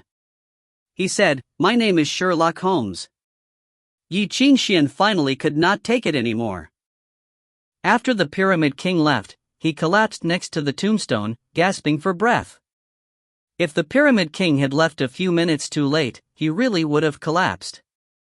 Skipping levels and activating the dark melody had pushed him past his limits. Beside him, Bai Xi scrambled to hand him a tube of green medicine. It was high-quality recovery medicine. Ye Qingxuan did not have the energy to ask where she got it from. Taking it, he tipped his head and downed the medicine. After panting for a long time, he finally felt his mind recover.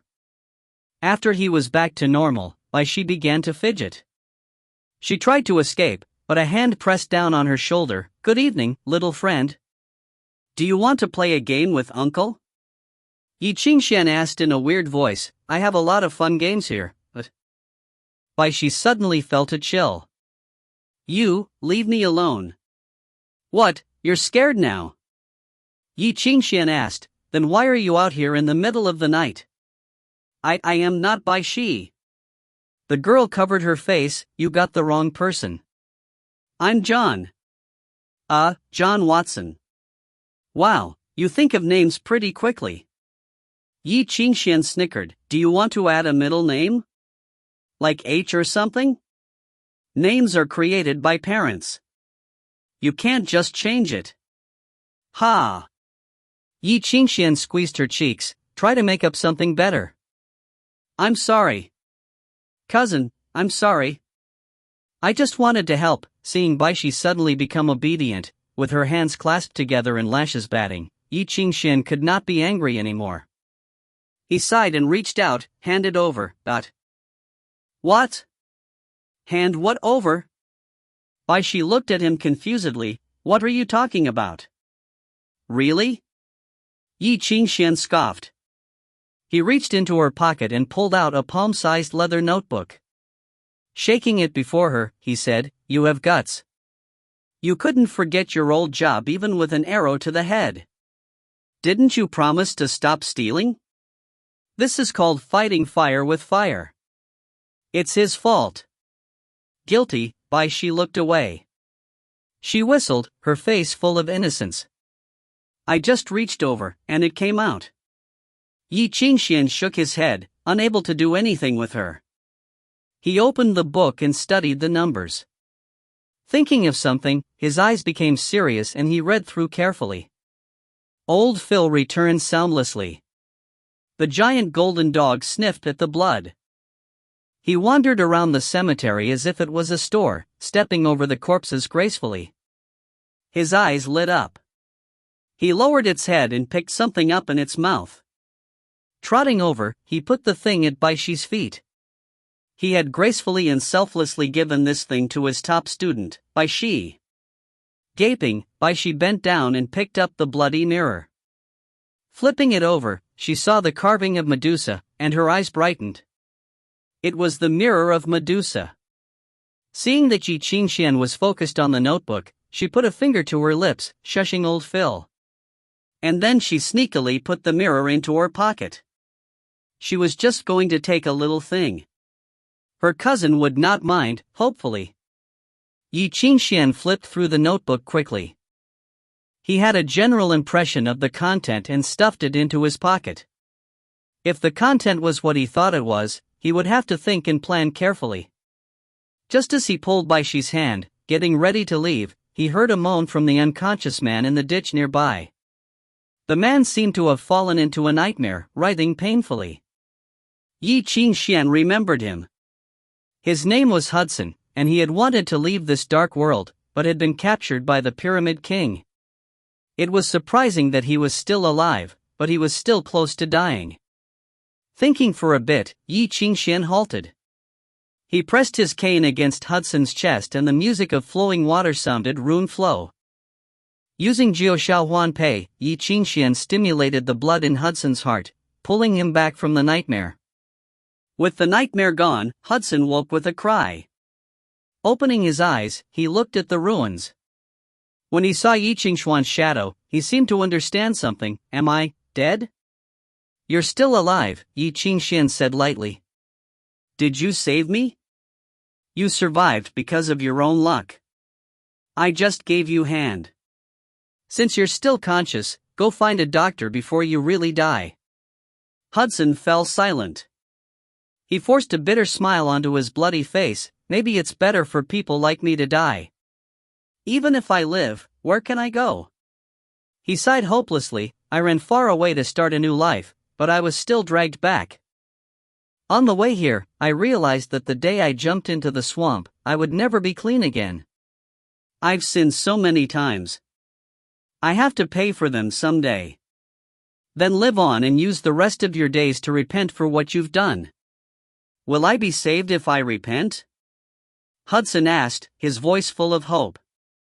No, the youth shook his head. Studying the bloody cane, his voice was hoarse and cold. You will live on full of guilt. You will live in this darkness until death. But you can at least try to be a good person. With that, Ye Qingxuan turned to leave. Stunned, Hudson fell silent. Watching the shadow leave, he wanted to cry. He felt as if he had just been saved. That's wonderful. He knelt down onto the bloody dirt, seeing the shadow off. Sir, thank you. The shadow in the distance halted, turning around. He finally looked away after a long moment, and thank you too, he murmured. This was the most beautiful sentence Ye Qingxuan had heard over the past few days. What happened? Bai Xi asked quietly. Why are you suddenly so happy? There was a question I've been asking myself these days, but now I realize that the answer had always been in my heart. Ye Qingxuan smiled in the darkness, satisfied and freed. It's not meaningless to be a good person. Chapter 116, The 7 Schools of Music. The Royal Academy of Music had continued the tradition of having one public lecture per week for centuries. Every student could attend, regardless of major, school, or year. Sometimes, famous musicians or scholars would hold lectures to share their research or explorations with students, but nobody had put much effort into their lectures over recent years. It had become an empty tradition. The professors wanted to keep their findings exclusive, and only shared things that everyone already knew. Now, the public lectures were just a group of important people coming to move their lips. Other than textbook material that everyone knew, they would also say useless things like work hard and don't give up. As expected, fewer students came every year. Now, it became a blow-off class for students who had cut class and needed extra points. But today, the classroom was no longer empty. Instead, it was filled to the max. In the crowded classroom, there were even students sitting in the aisles. But no one in the crowd spoke. It was silent except for the gentle voice from the podium. The academy had always upheld a strict etiquette system to produce students with the mannerisms of an elite. The etiquette system touched upon things like sitting posture, and was enforced throughout the academy. The crazy dogs of the Student Council Executive Office made sure that the system was followed to a T. Every lecturer would stand behind the podium. Even a saint had to be polite and spirited, unable to show any weakness or laziness, but today, there was a chair behind the podium. A girl sat on the walnut chair, her feet hidden under her dress. The dress that rested on the ground was spotless. She looked nothing like a famous history scholar or renowned explorer. Instead, she looked like an 18-year-old girl, Lola Caput. Her skin was pale, as if she had a chronic illness, but her hair was golden and her long locks fell past her delicate neck to her chest. It looked like a beam of sunlight falling on plain brocade. She leaned back in the chair, explaining the content of her lecture in a gentle voice. Sometimes, she would get excited and start coughing. When her servant offered her medicine, she would refuse. After catching her breath, she would begin lecturing again. The students were silent. Everyone focused on her. Even if they whispered, they tried to be quiet, not wanting to interrupt her. They could not help but look into her eyes. Most who could enter the Royal Academy of Music were the best of the best. They had seen much of the world. They were bored of elite ladies' caked makeup and had seen enough of weak girls who needed to be protected, but they had never seen a pair of eyes like these. They were like an emeralds in a mirror. They were filled with refined beauty when still, and when they moved, they shone an intoxicating light. They were close yet unreachable. 9 years ago, an elite girl from a fallen family had been physically weak since childhood and had become a musician. She began researching the Dark Age, becoming a researcher of the Dark Age history. In the beginning, everyone who heard this thought it was a joke. It was clear that this girl had a disadvantage compared to the exploration musicians who could enter deep into the dark world. Her weak physique could not survive the harsh conditions of explorations. She also could not enter archaeologist sites to search for ancient texts and evidence. All she could do was organize and decipher the texts that had been discovered. Everybody knew that research of the languages from the Dark Age had not progressed in the last 300 years. Was she sitting at home, waiting for research results to fall from the sky? Some people asked. But quickly, the mockery and doubts shattered after she successfully deciphered the first chapter of Voynich's manuscript.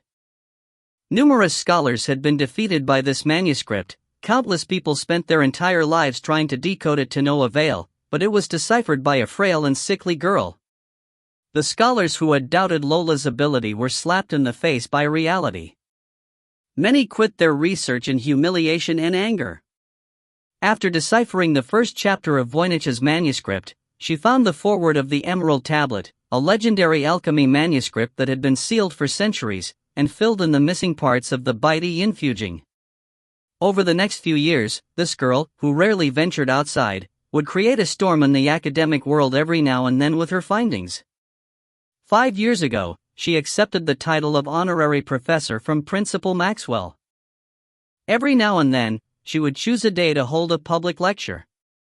Every time, the lecture hall would be packed. Within the last 5 years, more and more students decided to explore the dark world after graduation. Miss Lola's influence was undeniable. But this time, the woman did not lecture about material that was way above their level. Instead, she followed the suggestions of some professors and decided to fill these impetuous and impatient students in on the basics. When the Dark Age ended, the original 3 kings established an entirely new musician system on top of the School of Classics. They divided musicians into 3 levels: musician level, resonance level, and scepter level. These 3 levels could be further divided into 9 sublevels. This is the 9 levels of musicians that we now know. For everyone present, the most important is undoubtedly the musician level. After your initial learning and research, I'm sure you can all successfully enter the rhythm level in a few years. From here, your basic knowledge will enter a professional level. All students must choose the school that suits you best. This is the most important choice a musician will make in his life. Of course, the Royal Academy of Music had already chosen the field for you based on your natural skills. All you have to do is follow the course. At the podium, Miss Lola pursed her lips ever so slightly, as if disagreeing with this method of teaching. But she hit it well, smiling gently. Pausing, she waved a hand and a tree diagram appeared on the blackboard behind her. Below the same foundation, 7 branches reached in different directions. Sometimes, they would combine or overlap. Other times, they were like parallel lines, staying far away from each other. Today, I will lecture about the 7 major schools of musicians. Lola said, the so-called 7 major schools is a classification system suggested by the third pope. They represent directions of research. Through the years, musicians have added and revised the school, forming 7 different paths and fields. They are the ones we know today: modifications, summoning, choir, revelations, illusions, mind and abstinence. You may think that there's nothing to this, right? Even an idiot knows this, right? Musicians from the school of modifications can cast electricity and frost, summoning can control demons and beasts, and choir can heal like a doctor. Revelations are eccentric. They can predict dangers and avoid trouble. Illusions musicians can manipulate illusions, and the school of mind can control the mind. The school of abstinence can restrain the previous 6 schools, but it's hard to truly become an expert and has many flaws. There is another school that combines 2 or even 3 schools, producing unimaginable power. You have all heard of this before and don't need anyone to repeat it. So today, I want to tell you something deeper. She paused. Her eyes were no longer light, but dark and serious. Now, she was not a girl anymore. Standing before her podium, she was standing in her field of expertise. Expression stern, she was ready to explain the reason behind the phenomenon to these confused students. The 7 schools all have unique core principles and goals. This is something no musician can get around. A musician only has to consider it after entering the resonance level, or even the scepter level. But if you only start thinking about it, then it'll be too late. No matter what school it is, in the end, it's all to search for the originator, but all 7 schools have different starting points and direction of research. They are different in performance, function, and final goal. Here's an example. The school of modifications uses changes in matter to create effects such as fire, frost, and electricity. It has terrifying destructive power. But actually, they research the relationship between the nature of all organisms. The school of summoning explores the nature of demons and catastrophes. That is why they take out a piece of their personality and consciousness to raise beasts and demons. When a musician groups ether, these pieces can come together to form phantom beasts. The most common school for the church is the school of choir. They focus on the source of all life. That is why they are talented in healing. But do not forget that there is a branch of the school of choir that researches the nature of death. So if you don't want to die from a strange illness or have your organs fail randomly, please do not anger these seemingly harmless musician doctors. The school of revelations works to unveil the future. They are skilled in analyzing, researching, and exploring.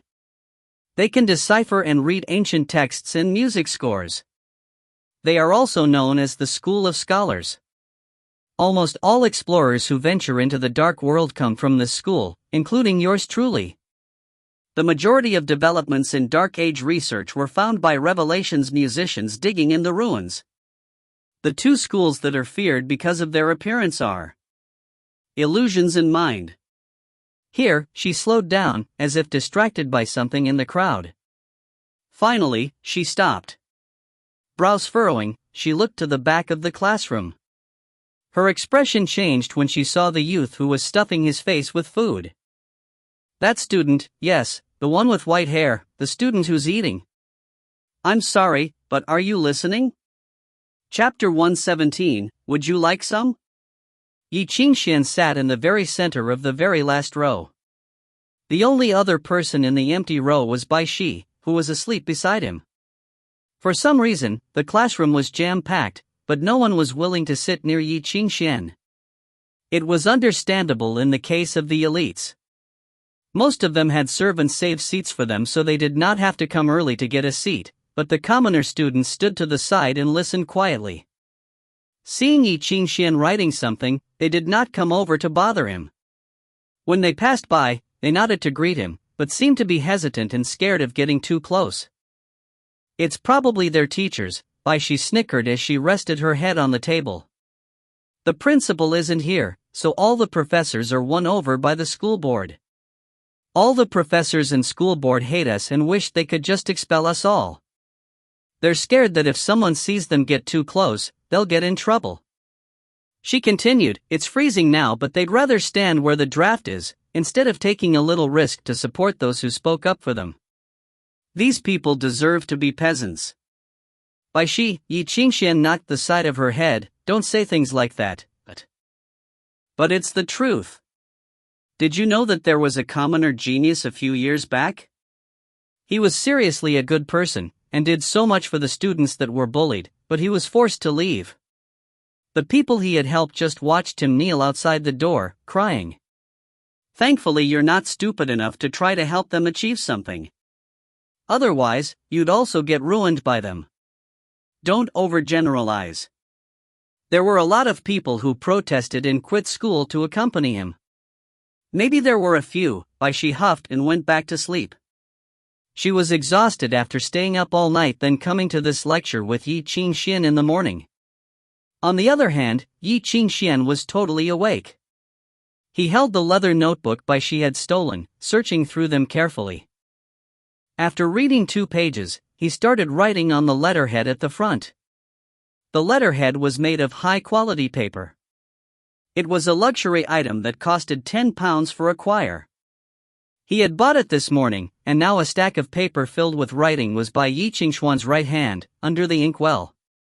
Ye Qingxuan had used the most fashionable elite handwriting for the letter. This script came from the sacred city. The priests who wrote in the church script when writing the lingua franca had also preserved a bit of their own handwriting. This style later spread and became a unique script. It was clean and crisp while still solemn, and was therefore favored by the elites. Ye Qingxuan had spent months practicing this script as a scribe and had been praised by the priest. He had become skilled at it. That was what had made the priest want to train him to be part of the clergy. But now, for some reason, Ye Qingxuan wore a pair of thin gloves when writing. Even his wrists and forearms were covered. Not an inch of skin had touched the paper since he had bought it. Curious, Bai Xi glanced over, but just one line was enough to make her head spin. He was using purple prose, and the structure of some sort of poem to write about boring content. Graceful yet considerate, he caringly asked about the health of a senior. Then he humbly, but not fawningly, expressed his gratitude toward the other's care. Finally, he mentioned how they had met last month at a banquet and could not bear to part. From Bai Xi's perspective, it was complete bullshit. If someone wrote a letter like that to her, she would definitely find the guy and beat him up. At the end of the letter, Ye Qingxuan wrote the name that he made up last night, your loyal friend Sherlock Holmes. What is this? Curious, Bai Xi reached over to take the letterhead but Ye Qingxuan flicked her finger away, don't touch. Taken aback, Bai Xi retracted her hand sadly. Ye Qingxuan explained, you'll leave behind fingerprints and other evidence. It's best to not touch this without wearing gloves. What exactly are you doing? Bai Xi rolled her eyes. Writing a letter. Ye Qingxuan shook the notebook at her. It's for those who need help. Bai Xi glanced at the book but could not understand anything. It was filled with weird symbols and numbers. And what is this crazy thing? A code, Ye Qingxuan answered. More specifically, there are 3. The first is a replacement code. The alphabet and word list were switched around according to a specific method and put back together into a new order. The second is a mapping game, and the last uses code words. Deciphering this was fun. It's not that hard. He shrugged, compared to ancient texts and music notes, this is nothing. What's in it? The records of everything the pyramid scheme had done for others, Ye Qingxuan replied. Sam is tricky. He's scared that he'll get killed for knowing too much, so he has to leave something behind to save himself. If he's scared of getting killed, he shouldn't have done it in the first place. If you can think of in the first place for everything, then the world wouldn't be so cruel, Ye Qingxuan replied lightly, shrugging his shoulders. He folded the letter, carefully put it in the envelope with a pair of tweezers, and sealed it with glue. Finally, he put the letter and the rest of the letterhead into a small box, and put it back into his bag. He was finally done. After finishing, he sighed and leaned back in his chair, suddenly becoming drowsy. He had not slept at all since yesterday. Now that he was relaxed, he felt exhausted, but he just could not fall asleep. He was hungry. The sleeping Bai Xi heard something like thunder beside her. She raised her head in confusion to see Ye Qingxuan sprawled on the desk, looking like death. "What's wrong?" "I'm hungry," Ye Qingxuan moaned quietly. Bai Xi gazed at him judgingly before sighing, "Idiot." Despite her words, she pushed her extra breakfast over. Ye Qingxuan snatched the bag, but his expression fell after he opened it. "Cousin, your breakfast is a bit too greasy." "Then give it back if you don't want it." I'll eat. Ye Qingxuan quickly lowered his head and began stuffing his face. But as he ate, he felt that the atmosphere gradually turned uncomfortable, as if the entire world stopped. Raising his head, he saw everyone staring at him as if he had just killed a puppy. He did not know when the lecturer had singled him out. "That student, the student who's eating, yes, that's right, you." Ye Qingxuan flinched, sensing something bad happening. Many faces flashed past his eyes, but for some reason, it stopped on his stupid senior. And so, as everyone watched, he awkwardly put down his breakfast and wiped his mouth. Clearing his throat, he put on a humble yet warm smile, and pulled a drumstick from the bag, and passed it to the front. "Would you like some?" his action said. In the deadly silence, Lola's facial muscles twitched. She shook her head slowly.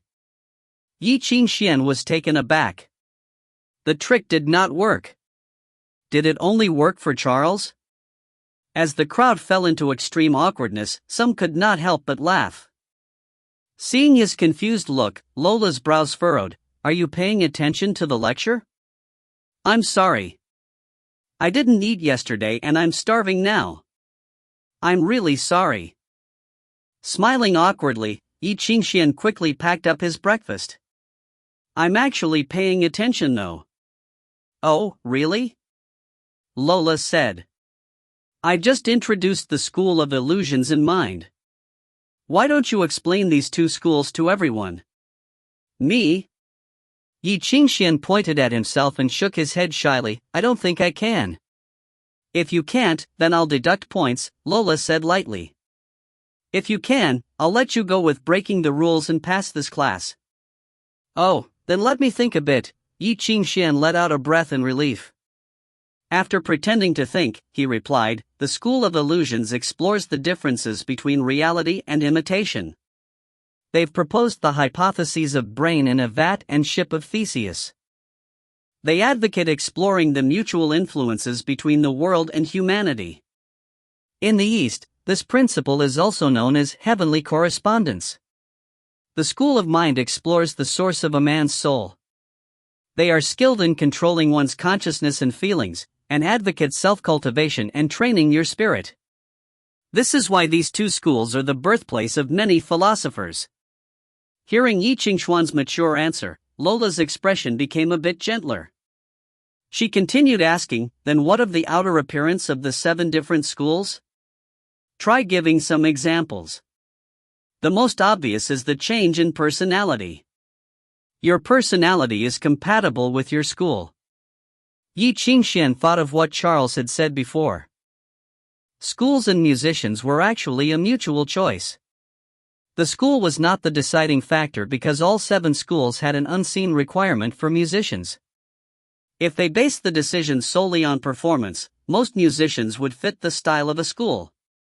As Charles had said, most musicians of the school of modifications were irritable. The school of choir had 2 extremes. They were either amazingly happy or terribly gloomy. Musicians from summoning looked like a beast. Those from revelations all believed in fatalism. Mime musicians were liked by everyone, illusions musicians were moody, those from abstinence seemed to all have facial muscle paralysis. They were emotionless, like robots. But one could not be so straightforward when speaking. Hearing Ye Qingxuan's answer, the upset in Lola's eyes finally lightened a bit. She shook her head. It seems that your knowledge of this area is not bad. If you know all this, then you must have some thought about choosing a school, correct? Ye Qingxuan did not reply for a long time, his expression turning awkward. To be honest, I'm quite busy and haven't thought about it yet. Lola furrowed her brow. What is more important than your future? Ye Qingxuan chuckled, but did not reply. Compared to one's future, maybe one's past was more important. Chapter 118, A Letter from a Stranger, 1. It was a hot afternoon. Everything burned white-hot under the sun. Evaporated water droplets were blown toward Avalon by the lazy ocean breeze, adding to the suffocating humidity. As everyone sweated in the humid climate, the entire city smelled like bird stew. But the library of an exquisite mansion uptown was filled with cool air. A steady stream of air conditioning blew in from the pipes, making it possible to be comfortable even in the summer heat. An aged man sat behind the table. He wore a monocle and was entirely focused on cleaning his beloved pipe. Panicked footsteps suddenly sounded outside the door. He looked up, furrowing his brow, to see his old housekeeper push the door open hurriedly. The housekeeper was drenched in sweat, and he looked shocked. He looked at his master in fear, unable to speak. He panted as if he had run all the way from the gate. He was shaken, as if he had been running for his life, and gripped a letter in his hands. Master Spencer," he rushed over and placed the open letter on the table. "I was getting the mail, please look at this." "Who is it from? Didn't I say that you could reply for me if it was insignificant?" Furrowing his brow, Spencer opened the folded paper. Skimming the content, it seemed unimportant. It looked like a letter from a junior. The sender asked about his health, thanked him for his care, and said they felt lucky to receive his advice at a wedding last month. He froze, a bad feeling overcame him. Did I attend a wedding on the 7th of last month? No, master. Cullen, who knew Spencer's schedule well, and shook his head. The 7th of the last month, that was when they came for the goods. They? Goods? Spencer's mind went blank and he froze. He looked down at the letter and read it again. The seemingly plain lines seemed to hint at the exchange that no one was supposed to know about. The amount of goods, the time they had left the pier, the distribution channels. The shipment of cargo that no one was supposed to know about, the illegal arms that should have been hidden in the darkness, the secrets that were never to be revealed were all known by whoever sent the letter. 600 heavy armor suits, 70 new Watcher crossbows, and most importantly, 5 Archangel armor suits, the new assassin weapon created by the Royal Institute of Research. These secrets should have gone soundlessly into the dark world, unknown by anyone. They should have been, the F***king should have been. But now someone had seen through it all. He had even left his name at the end of the letter, arrogant and mocking, Sherlock Holmes.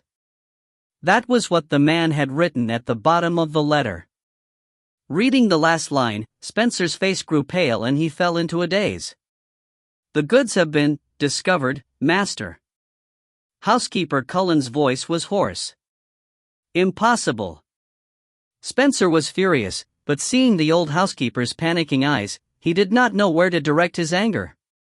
F***ck, gritting his teeth, he crumpled up the letter, threw it on the ground and furiously stomped on it. When he finally calmed down, he turned and asked, "Who delivered the letter?" "A beggar threw it into the mailbox. He escaped before we could catch him." The housekeeper wiped at his sweat. "Master, should we keep calm?" Spencer squeezed out from between his teeth, "It is not completely out of control. We can still handle this." Trying to ignore his trembling lungs, Spencer muttered to himself as if trying to comfort himself, "We can still push it down." No one will know. No one. Master, master. A servant knocked on the door. When he entered, he was met by the room's suffocating atmosphere in two gloomy gazes. What happened? Spencer's eyes were murderous. Do I allow servants to disturb me when I am in the library? There are two guests. They want to see you. Can't you see that I'm busy? Furious, Spencer slammed the pipe down, forgetting that it was his beloved possession. Venting his anger, he roared, "Tell them to get the F*** out. I don't want to see anyone. Do you understand? They said," the servant gulped, "they said they're from the 5th Division. They want to consult you about something." Spencer froze. Old housekeeper Cullen turned stiffly, his eyes dazed. "The 5th Division from the Army?" The servant nodded. Cullen stumbled back and fell onto the ground. He had almost stopped breathing. The confident housekeeper could no longer keep up his proud stature. He suddenly seemed old, like someone with epilepsy. He gazed at Spencer, his eyes full of despair. "Master." The 5th Division, the Hound Division, the Crazy Dog Den, the Executioner Family, the Cremation Center, the Nightmare Division, were all of its nicknames. As all knew, the military only had 4 divisions. There was no 5th Division, yet it existed. It had been established in secret after the Dragon Riders had been banned. They were responsible for monitoring, intelligence, assassinations, and getting rid of anything that could not see the light. It was not a part of any group. They were wild dogs loyal only to the royal family. The man in charge was an old guy who had experienced 3 kings, the hated lunatic Maxwell. Under his lead, they had become Anglo's nightmare. Everyone knew that this group of executioners only came if they had a reason. "Master, master, go, master," the servant frantically called his dazed master. He reached out but Spencer shrieked. Slapping the servant's hand away, Spencer stumbled back, practically pressing himself against the wall. "I won't go." Expression terrified, Spencer curled up in the corner, screaming like a lunatic, "I'm not going anywhere. The Rossis are noble men. They won't do this to me." "Master, they've gone," the servant reported again, head lowered, "they've left." Spencer froze, unable to believe it. "They left?" "Yes." The servant nodded. "They said that you seemed to be busy, so they left an invitation. You're welcome to visit them any time. They can also come take you there if you need them to." Spencer collapsed into his chair and stared blankly out the window. Under the blazing sun outside, 2 men clad in black entered the carriage and left soundlessly. They left. Did those crazy dogs really leave? After a long time, Spencer finally recovered and commanded, "Out." "Get out. I need to be alone." The servant helped the weak Cullen out the room. Alone in the still library, Spencer activated the hidden door and walked into a small room. He sat on the chair and took a deep breath, closing his eyes. When he opened them again, he had become a bird of prey. A vulture flying in the sky. When he arrived at the top of the clock tower, the secret meeting was already chaotic. The angry and panicking birds were all arguing and shouting at each other. The vulture closed its wings. Landing in the center, he realized that those in attendance were all very familiar. They were all partners he had worked with. The weathered pelican was trying to maintain order. "Everyone, please calm down. Do not argue. Pelican. Do you truly understand our state now?" The magpie screeched. "What's the situation with the letter?" The vulture flinched. He was not the only one to receive a letter. Making his way around, he discovered that a total of 14 families had received a mysterious letter. 6 families had already been visited by secret police. "Where's the green falcon?" the vulture asked. "Taken away," the owl answered coldly, descending from the sky. "I just received the news a few minutes ago." The flock of birds fell silent, panic in their eyes. please calm down. The pelican was much more composed in comparison. It's obvious that our relationship with the pyramid scheme has been discovered. The records of our illegal trades have been revealed. There is no turning back at this point. We need to take care of the aftermath. The aftermath, do you understand? Who can this Holmes fellow be? The owl grit its teeth in anger. I want this Bai star to die without a complete corpse. Where's the robin? Isn't he in charge of downtown? Panic not, friend. I am here. A blue robin descended from the sky, landing in the crowd. It said lightly, "My men are investigating." F***, all they can do is investigate and investigate. The vulture roared. Those useless pieces of sh*t can't find anything, The pelican nodded. The only ones who are willing to work for us in downtown is the pyramid scheme, but are they still trustworthy? We must receive an explanation from Sam. Sam has disappeared. He knows that we'll look for him.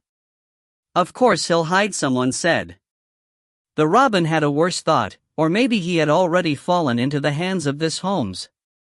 Hesitating, the pelican said, "I can ask a musician from the School of Modifications for help. Maybe they can find some evidence from the letter." There's no use. We've already done so. The owl shook his head. The Master Monet had already looked at the letter. There is nothing that can be traced, no fingerprints, no sweat, no body odor. The man wore gloves, and no medium can be used to trace his identity. He is skilled in this. He might even be a musician. What about the paper? The paper is the best medium. We've tried it. The owl continued. The things that the music score yesterday once more found was too messy.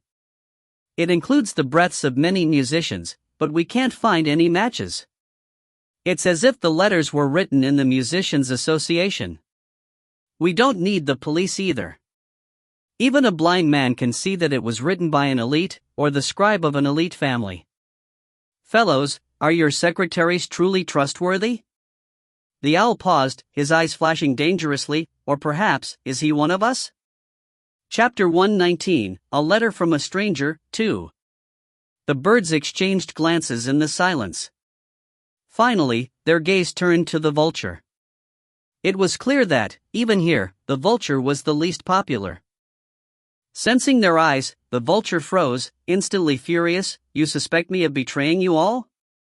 You'd med be stards, I was part of the trade. Why would I make trouble for myself? I just want to remind everyone to not leave behind any complications, someone said. Of course there won't be any. The vulture's voice was full of frustration. What do we do now? Do we wait for the secret police to find us one by one and take us away? He continued, the royal family has been displeased with us for a long time. The Queen has been having some mental issues recently because of the curse. They are willing to seek outside help, to ask the Easterners for help. If they know that we've been messing around at this critical point, they'll never let us go. Calm down. The 5th Division has only heard some rumors. The Green Falcon has just gone to cooperate with the investigation. He wasn't arrested, the Blue Robin said coolly. If they really did have evidence, we would not be chatting here. At that point, the 5th Division would kindly open a VIP room for us in the Arkham Asylum. We might be able to have a party there. You mean they can't do anything to us at the moment? The vulture could not believe it. Do you still not understand? Why did Holmes choose to send you all the letter? The Blue Robin asked mockingly. He's blackmailing you all, my friends. This is clearly to provoke Parliament. The vulture panicked. He can have as much money as he wants. Are you kidding me? The Blue Robin laughed. Gentlemen, let me remind you. You might have met the most arrogant kidnapper in the history of Avalon. He has already put blackmail letters containing the fingers of captives into the mailboxes of 14 families. He has declared war on half of Avalon. How can you satisfy a lunatic like that with money? The crowd remained silent. Everyone felt a chill go down their spine. Catching the attention of a lunatic was never a good thing, especially if the lunatic might be a dark musician. The scariest fact of the matter was that this dark musician had escaped past the Avalon enchantment, hid from the Musician Association, and snuck into Avalon. No one knew what this crazy man could do. What if we stop? A weak voice sounded from the crowd. The flock of birds rustled and turned to the source of the voice. At the back of the crowd, the magpie flinched, obviously scared out of his wits. He said, "As long as we don't get into the mess of Avalon's shadow and search for the blood path, the dark musician won't become our enemy, right?" And he could not continue. The blue robin's eyes had turned icy. "Do you think you're still able to stop now?" he asked coldly. "We've put in so much effort to spark fights in downtown, and squash the shaman's comeback just to find the blood path. The queen has been trying to reduce our power ever since she took the throne. She wants to turn the glorious bloodlines into nothing but a name. The royal family is at its weakest point now. We can only take the initiative if we have the blood path. Because at that time, even the queen will have to listen to us. A dark musician is just an obstacle. What are you all scared of? Didn't we work together and force the shaman away before? But what should we do now?" The owl asked. "Let the dark musician Holmes continue making a mess of things?" "We don't need to do anything," the blue robin suddenly said. "Just wait patiently for Holmes to make a mistake. If he dares to leave any evidence behind, he will be dead. If he reports us." "How?" The blue robin scoffed. His biggest mistake was in writing the letter and giving us time to prepare. All we need to do is destroy all evidence and create a clear alibi. He won't be able to do anything to us. And anyway, the elites of Avalon aren't all perfect like Lancelot. Everyone has done something illegal. The royals can't kill all of us, can they?" As the crowd fell silent, the pelican sighed, "But we must give up on the pyramid scheme." Hearing this, the vulture felt a pang in his heart. Giving up on £100,000 of monthly profit and the tools for dirty work felt as if he was slicing up his own heart to give away. The money was not the most important either. Without the pyramid scheme, their eyes, ears, and influence in downtown would be wiped out. They would have to start all over. And the shaman just had to come back. It was the worst timing. "Don't worry. If we can bring the pyramid scheme to power, naturally we can help others too. There are many in downtown who want to be connected to us."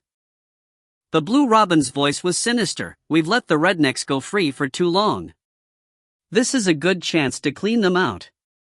Just like 9 years ago, the ones who are obedient can survive, but the shaman, the professor, and Holmes will die. At that time, all clues to the blood path would be in our hands." "And Sam," someone added. "Get rid of Sam first. That guy knows too much. If he calls us out, things will be messy." "Don't worry. Sam will die sooner or later," the blue robin replied. "To prepare for this day, I hired a blood sorcerer long ago to curse him. So there shouldn't be any problems if you take care of your own evidence." "Take care of our evidence?" the vulture murmured to himself. When he opened his eyes, he was back in his own body. His eyes were ruthless. "Cullen! Cullen!" Spencer pushed open the library door, calling for his housekeeper. "Tell Cullen to come see me." He paced in the library silently, his face dark, as he thought of every detail. But just as he was focused on his thoughts, faint crying and screams sounded. "What's going on?" he yelled in frustration. The servant outside the door said, "Master, it's young Master Edmund. He's crying again. That useless piece of trash. How is he shameless enough to cry?" Furious, Spencer grabbed an Eastern vase nearby and shattered it at the servant's feet. The family had such high expectations for him, But he's nothing compared to Banner, or Banner's brother, Gavin. Usually, Spencer's voice was full of love when speaking of his youngest child, but now his heart was filled with anger he needed to vent. Stealing something so precious from his uncle is one thing. But then he dared to get destroyed by a redneck. And he's crying? The servant trembled, too afraid to reply. Seeing that Cullen had arrived, he retreated quietly. All that could be heard in the silence was Edmund's cries. One could vaguely hear, "I want him to die, where's father? I want to see father." Adding to Spencer's anger. "Cullen, make him shut up," Spencer spat, "or else he'll be locked up." Yes, Cullen nodded, still shaken from earlier. He turned to leave but heard a voice behind him, "Bring me everything that the pyramid scheme had given. Nothing can remain." He froze in disbelief, instinctively calculating the value of everything. Everything? Cullen confirmed. Everything. Spencer nodded tersely. "Alert the workers in the boiler room. Tell them we'll need to use it soon." Half an hour later, the boiler room had become a furnace. It was hard to believe that someone had started the boiler in such hot weather. Servants threw coal in continuously, raising the temperature. Every breath was like swallowing lava. The pain was like a fifth-degree burn. Spencer stood before the boiler, observing the giant thing that could heat up an entire manor in the winter. The door as tall as a man was wide open. Sparks flew in the blazing air, glowing red. Sweat rolled down his back. He held a handkerchief to his mouth, trying to breathe. "Master, it's ready," Cullen reported quietly, walking in slowly. "Everything's here." Spencer turned to look at the dozens of trolleys. They were filled with antiques, account books, Eastern silk, Burgundy wine, Asgardian tobacco, and ancient books. His heart in pain, he closed his eyes and waved, telling them to hurry. Muscular servants pushed the trolleys toward the blazing boiler. Even from the distance, their hair curled, and their skin turned red. They did not dare get close to the boiler.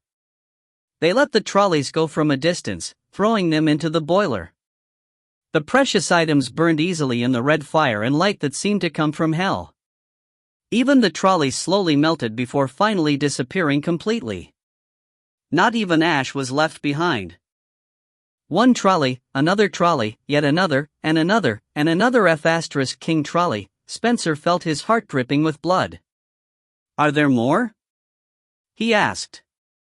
Cullen shook his head. "Master, they're all here." "All here?" Spencer seemed unconvinced. "Are you sure?" "Yes, master. They're all here." Cullen nodded blankly and suddenly felt pain in his chest. Lowering his head stiffly, he saw a silk-gloved hand and the dagger in it. The dagger was Spencer's favorite blade.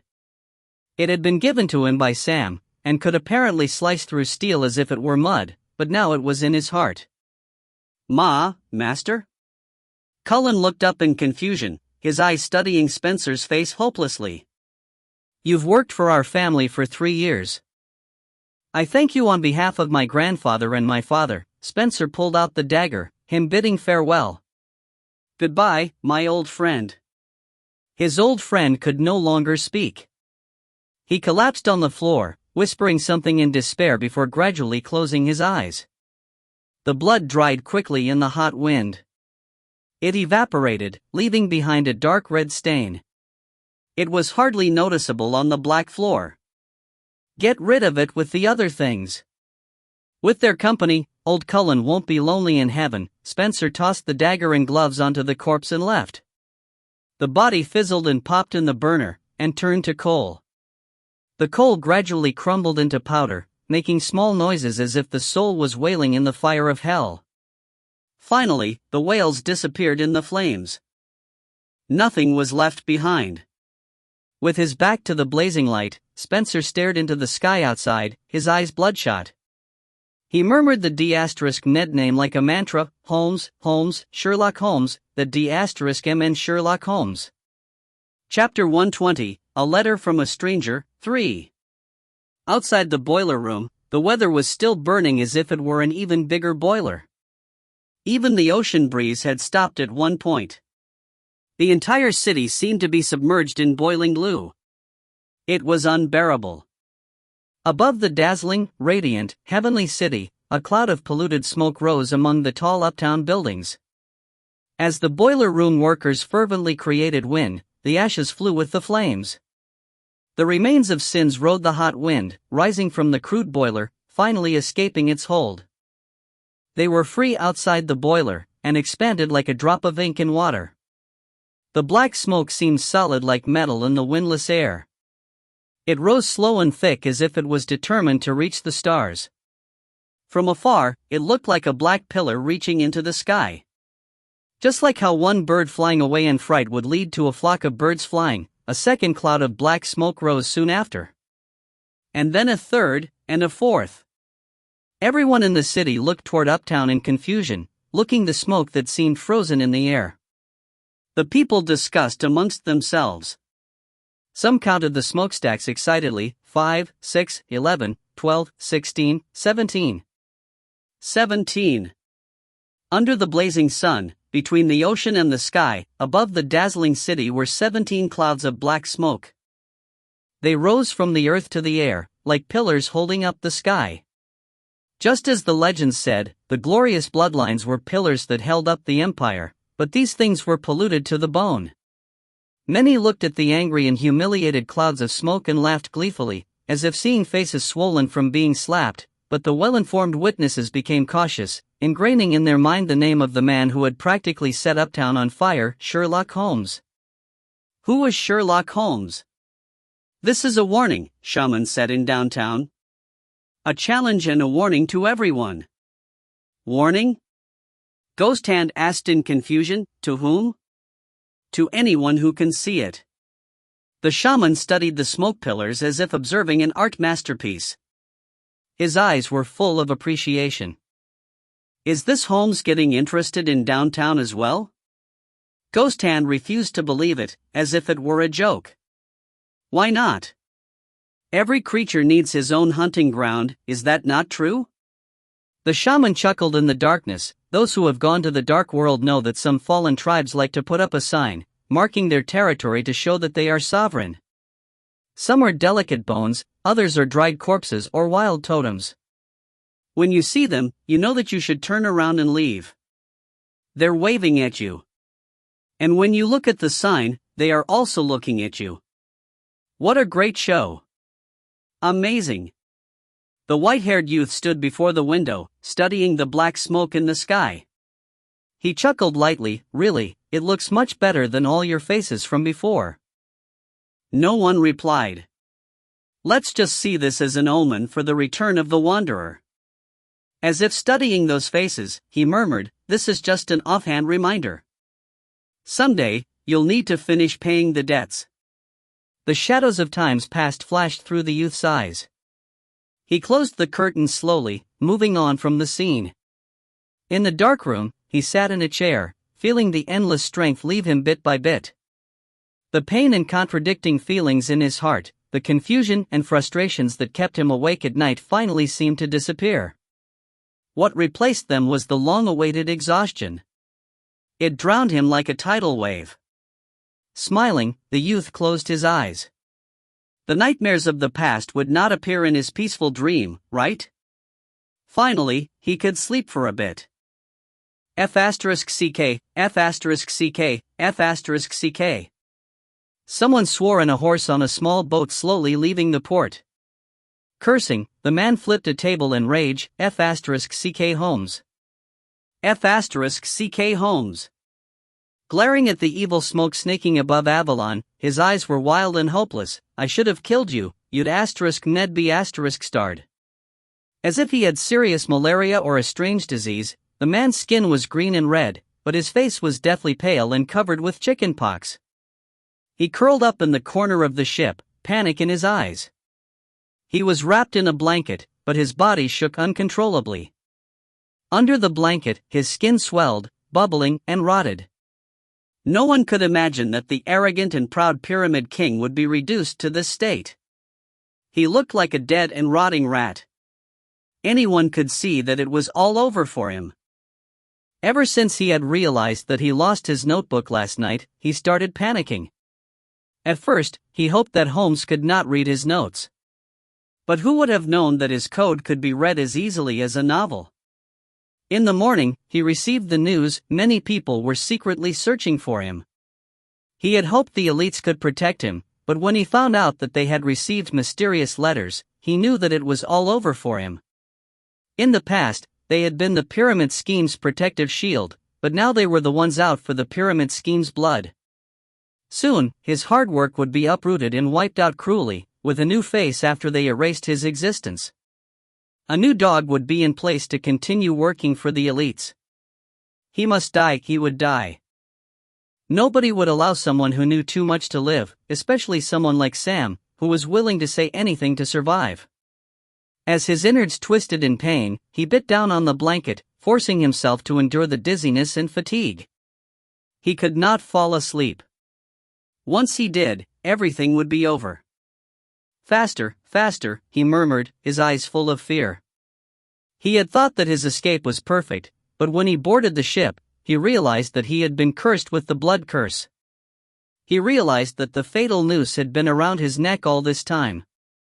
If he moved even a little, he would die from asphyxiation. Now, he just wished he could leave Avalon as soon as possible. The musician who had cursed him was in Avalon. The further he was from the city, the weaker the curse would be. He could only hope that he could find someone who could undo the curse in time, but this was impossible. The crisp voice in his ears was getting clearer. It was the melody of the noose, digging into his bones and destroying him. 1 blind mouse, 2 blind mice, 3 blind mice. See how they run. All that could be heard in the stillness was the sound of the boils popping, and Sam's pained moans. But somehow, he could hear children singing quietly. The song was cruel, eating away at his life like maggots in his bones. Cut off their tails, dig out the small eyes, the cute furry body. Rip off their paws, shave the sweet bone marrow, the warm organs are gone. The crisp voice continued to sing in his ears. Did you ever see such a sight in your life, as 3 blind mice, 3 blind mice, 3 blind mice? Face ghastly pale, Sam suddenly opened his mouth and threw up the food in his intestines. They had rotted, like stew made from garbage. Sam froze. He raised his hand blankly. His trembling hand was numb. It seemed to have disappeared, and that was left was a bag of skin and bones. He looked up at the drawer. The mirror on it had shattered. The shards landed before him, reflecting his withered face. Warm blood flowed from his eyes, nose, and mouth, cruelly taking away any warmth from his body. He tried screaming out in despair, but he no longer had the strength to scream. He wanted to cry, but had no tears. He prayed to the gods, to the demons, to the monsters, to anything that could help. He was willing to give up anything in order to live. Including your soul?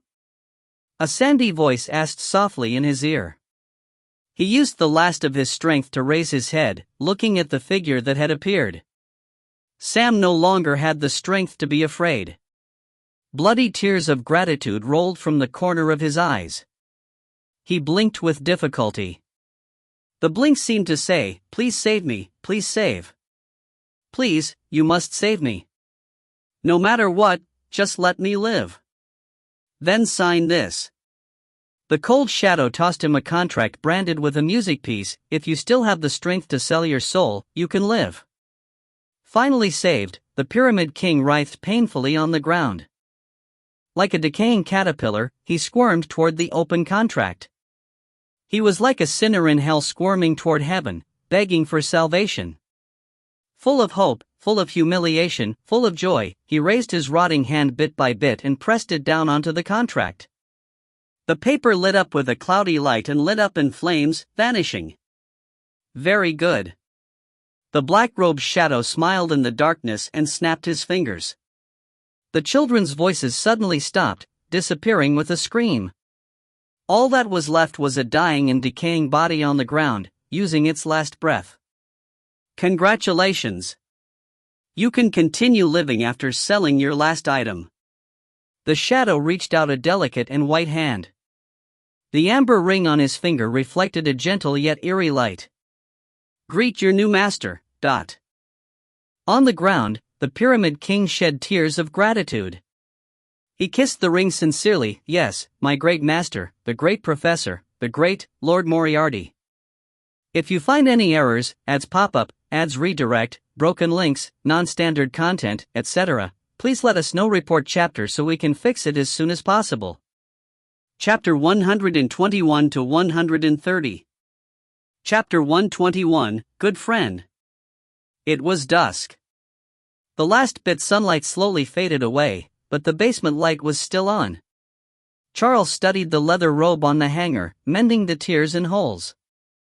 The design had been perfect enough, but now he could see that once something was actually put in use, there would be problems. Many problems had arisen in just one night.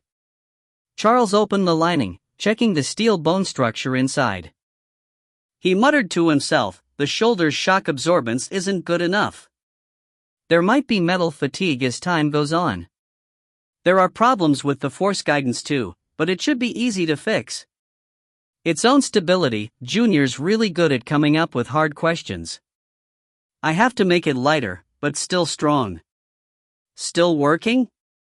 A voice sounded behind him. Professor? Charles turned around in shock. Shouldn't you be teaching? Abraham shrugged. The only student who's willing to come also ditched today. What about Junior? Still sleeping. Maybe he's tired. He can get tired too? Sounds like a joke. Charles shook his head. Sometimes I feel like he's made of steel. But even if he's steel, he shouldn't put so much pressure on himself. He can get metal fatigue too. He's already reached the rhythm level in 1 month. It's already been 1 month? It feels like only a few days have passed. Abraham sighed. I had worried that you two wouldn't get along, but now it seems like you two are good friends. Good friends? Thinking of something, Charles laughed. What's wrong? Nothing, I just heard a joke a few days ago, Charles said. Good friends are like stars. No matter how often you see them, you know that if you look up, you'll see them watching you from afar, not doing anything. Charles, why do I find you more and more annoying? Professor, I try not to be, Charles said helplessly. Once I dreamed of a really interesting comic about a bat knight. He would fight against the evils in his city and had many powerful enemies. While he was fighting for justice, he met a group of powerful friends. Some of them were able to fly, and their eyes could shoot lasers. Some were female warriors in bikinis, others had green light, and another one could talk with fish. They united and even became members of a tight clothing club together. But no matter how many friends he had, the Bat Knight always fought by himself. When he faced powerful enemies, his good friends were useless, just like Ye Qingxuan. Looking back at the robe, Charles's eyes darkened. Professor, look, I want to be a superhero that can shoot lasers with my eyes too, but sadly, I'm just a pile of useless trash. Sometimes, I really feel like I'll become the useless friend too. Abraham was silent for a long time. Finally, he patted Charles's shoulders, saying, some people are not destined to receive help. Charles shrugged. But anyway, I feel like Junior is a little weird these days. Maybe he grew up? Abraham nodded. You were like this too. You'd always hide under the bed to look at porn. I'm not talking about that, Charles quickly explained, almost choking on his spit. I mean that he looks the same as before, but he looks scared of something. Oh. Abraham nodded. Professor, do you have any solutions? Abraham shook his head. You can't do anything either? From what I see, just let him be scared. Why should you force yourself to stop being scared? Abraham looked at him. Charles, didn't you have many nightmares when you were little? Charles's smile froze and he looked away. That's all in the past. Yes, everything will pass, Abraham said. The room fell silent again. Charles studied the steel bone structure in the long silence. He suddenly asked, "Professor, are you scared of anything?" "Yes, many things." Abraham nodded calmly, though his eyes were bitter. "A few days ago, I was scared the academy wouldn't pay me. You know, you owe too much money. If you can't pay them back, it'll be hard for you to stay here." Seeing his expression, Abraham laughed. "The older you get, the more things you worry about, and the more things you fear. When I was young, I kept thinking how great it would be if wasn't scared of anything, but is that really better? Do you really have to force yourself? As Charles thought, Abraham reached over and lifted the robe. "Did you make this?" "It's good." Charles shrugged. "I can't be a musician, so I can just make these small things." There's nothing regretful about not becoming a musician. If you are a renowned artisan, you can be respected too. There's no problem as long as you can live well. There aren't any rules about what you must do. I had wanted to train Yezi to become a scholar, but sadly, it seems like he probably doesn't want to. I can only help him in a different way. With that, Abraham reached into the air, slowing opening his prosthetic fingers as if grasping something. Then the Requiem enchantment over the academy cracked open. The omnipresent enchantment in the air began turning secretly. Thick and solid ether rushed through the crack, flowing into the basement. It shimmered with a beautiful glow. A black violin appeared in the black metal hand. The strings vibrated, playing a graceful and quiet melody. The entire world seemed to hush. Everything stopped rushing around, entering an indescribable peace, as if falling into a beautiful dream. There was no more death, no more uncertainty, no more confusion. Everything returned to a calm state. This was a fragment of the legendary Wormrist Kekai. It came from the calming Requiem and could make all musician-level scores ineffective. Resonance-level music score, Tranquility. The ether rippled with the melody. Everything in its path fell asleep. Abraham stood within the ripples, conducting the melody. He guided the ether onto the black robe, transforming into music notes. Layers of complex music scores shimmered on the steel bone structure before dimming. In the end, they disappeared with the melody, reverting back to its original appearance. The music score of Tranquility had been sealed within. Abraham was not an alchemist from the school of modifications, but he had used his studies in the school of abstinence to turn the score into a seal implanted into the robe to become alchemy equipment. Compared to professional alchemists, the seal I've made can only be used once. Abraham shook his head regretfully, putting the robe back on the hanger, but it should be enough for now. But Charles felt the power within the robe, discerning it. Once the Tranquility enchantment is activated, everything within 10 meters will become a silent ether zone. It's only for half a minute, but all music scores under the resonance level, and musicians who haven't gone past the barrier of knowledge will be unable to manipulate ether. No matter what, he can at least stay alive with it. Abraham remained silent, glancing at his steel arm. The constantly flashing rune on his inner arm seemed to be reminding him of something. He reached over, feeling the easily activated rune and the power it held. The music score was enough to turn the entire building into ash. That was his shackle. Abraham looked away, sighing, "That is all I can do." Ye Qingxuan awoke from his dream, his entire body sore. The over-manipulation of ether made him nauseous. Jiu Shaohuan Pei could help him with precise manipulation, but performing complex notes still exhausted him. Even if his father had made Black Friday just for him, he needed to create each interval by himself. He needed to overlap the music notes and put them into the structure of an interval. It was like putting words into a phrase, phrases into a sentence, and then making a paragraph that was the measure of a music piece. Each measure needed his total focus. If he had not hid in the coffin beforehand in the graveyard, he would have been found easily. Hopefully it won't be so tiring today. Rubbing his face, Ye Qingxuan climbed out of bed and went to the bathroom for a shower. When he saw himself in the mirror, he almost freaked out. Under the dim light, a white-haired youth stood silently in the shadows, staring at the mirror. There were dark circles under his eyes as if he had a lack of sleep, but his gaze was sharp, like a sword becoming sharper with use. He no longer looked at the forgotten friendships and indifferences. He was no longer full of enthusiasm. He had received some things and lost others. Maybe Charles was right. The classroom was where one learned by shedding blood and tears. The best way to learn was pain. Downtown was a good school, even if he learned things he did not want to. Ye Qingxuan looked at the mirror. After a long time, he sighed. Junior, do you think you've gotten so attractive that you can't even recognize yourself? A voice came from the side. Ye Qingxuan shook subconsciously. Senior, can you not scare me like that? He sighed. I know. It's annoying to get interrupted when you're drunk on your own beauty. Charles came closer.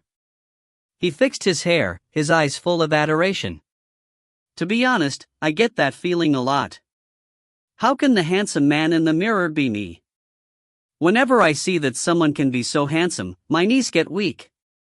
When I looked at the mirror a few days ago, I almost kneeled down to myself. Senior. Ye Qingxuan seriously wanted to slap this guy.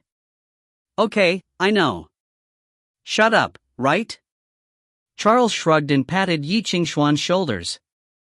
But Junior, Ha? Charles played with the soap by the sink and whistled. You've been out of the shower for so long. Haven't you noticed that you're not wearing pants? Ye Qingxuan looked up into the sky, sighing. He did not care who was listening to his prayers, but he just wanted someone to strike the sky with lightning. Chapter 122, Deduction After Dinner. In a remote tavern in downtown, a bedraggled man drank wine with large gulps under the dim yellow light. His eyes were dazed and his hair was messy. His clothing was originally clean, but had become dirty with its owner's care. Failures like him could be seen everywhere in downtown, getting drunk and escaping from reality. But he seemed to be rich, and could afford the expensive wines. F***ck, a bunch of bullsh***t. Lestrade spat. He downed the wine and snapped his fingers, calling the bartender for another bottle. The bartender seemed not to have heard and did not reply. Angry, Lestrade moved to flip the table over, but a bottle was placed before him. He was already wasted, but he could still see that it was black market whiskey from Burgundy. 30 bottles were produced annually. It was a rare luxury. A figure sat before him. One could see from the contours that the man was dressed well and was full of grace. Voice gentle, he asked, Hey, friend, mind if I sit here? I've had a good harvest recently, and I want to celebrate. I need a friend to share with. Lestrade opened his eyes, but he was drunk and could not see clearly. The newcomer took off his hat and placed it on the table. Then he opened the bottle smoothly and poured 2 glasses. Cheers to the mighty Avalon. The gentlemanly figure raised his glass. Lestrade hesitated. Pursing his lips, he raised his as well. F***ck Avalon. Downing the glass in one shot, the sweet liquor rolled down his throat, waking his drowsy senses. Pursing his lips, he tossed the glass and stuck up his middle finger. Okay, you can scram now. So uncivilized, the newcomer sighed. He finished the glass and set it down. Friend, why must you drink by yourself? Life is short. You need a friend to talk about your worries with. You need a good listener. You **king lunatic. Rolling his eyes, Lestrade slammed his hand onto the table and stood up, ready to leave. Sit, the elegant voice said behind him. For some reason, Lestrade's vision blurred, his knees buckled, and he sat in the chair again. Very good. This is the basis of a conversation. You must be polite and open your heart. As Lestrade's eyes widened in shock, the newcomer laughed quietly. Let me introduce myself. My name is Holmes, Sherlock Holmes. It's a pleasure to meet you, Inspector Lestrade. I've heard much about you. Lestrade was awake instantly.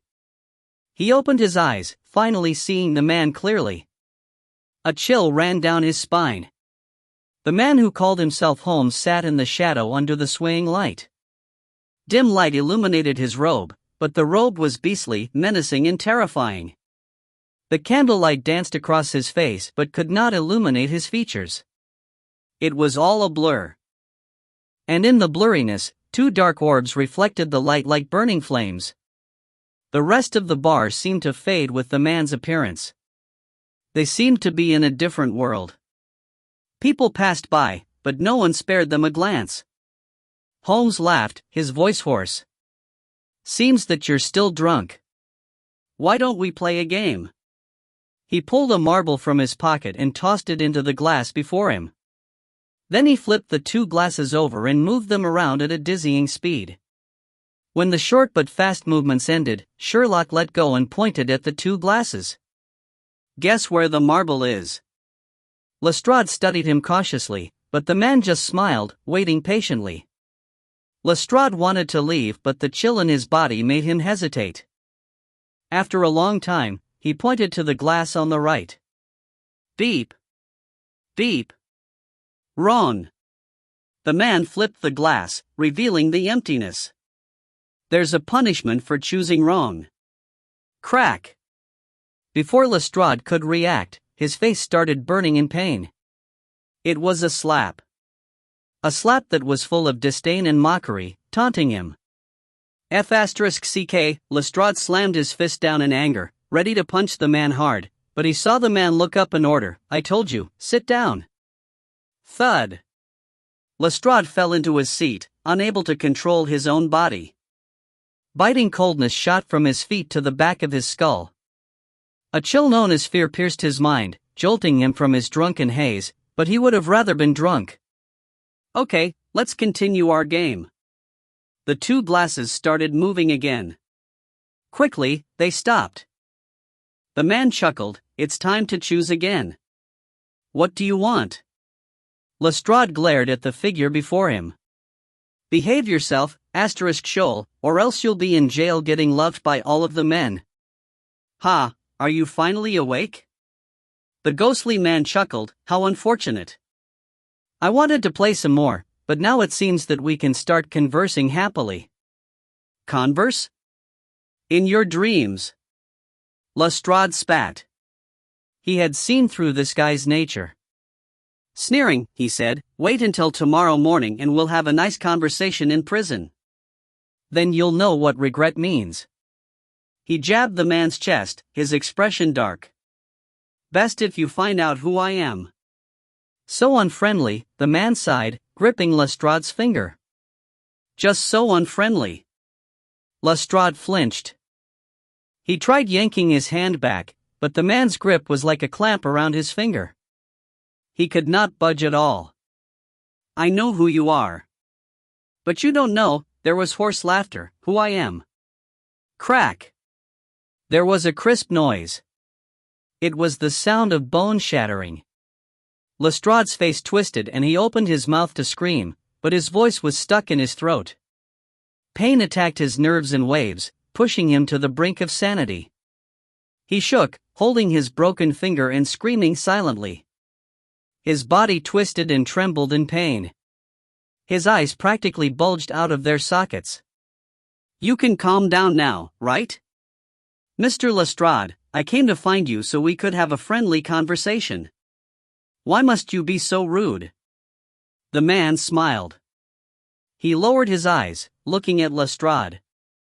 "Or has your argument with that rich lady made you lose all reason?" In extreme pain and fury, Lestrade finally understood one thing: the man before him was a complete lunatic. Glaring, he forced out, "You stalked me." "Stalk? You?" The man who called himself Holmes was taken aback, as if he had heard a joke. He gazed at Lestrade's face and shook his head seriously. His nonchalant reply was full of scorn and coldness. Lestrade's humiliation multiplied. He panted heavily, his face red and his eyes murderous. "I don't care how you found out, *Shoal, but I will get rid of you." "Understood? Get rid of you." You and everything you inquired about will be thrown into the sewer. Inquire? Ha, look at yourself, sir. Everything's written on your face. The D*Ned fellow laughed.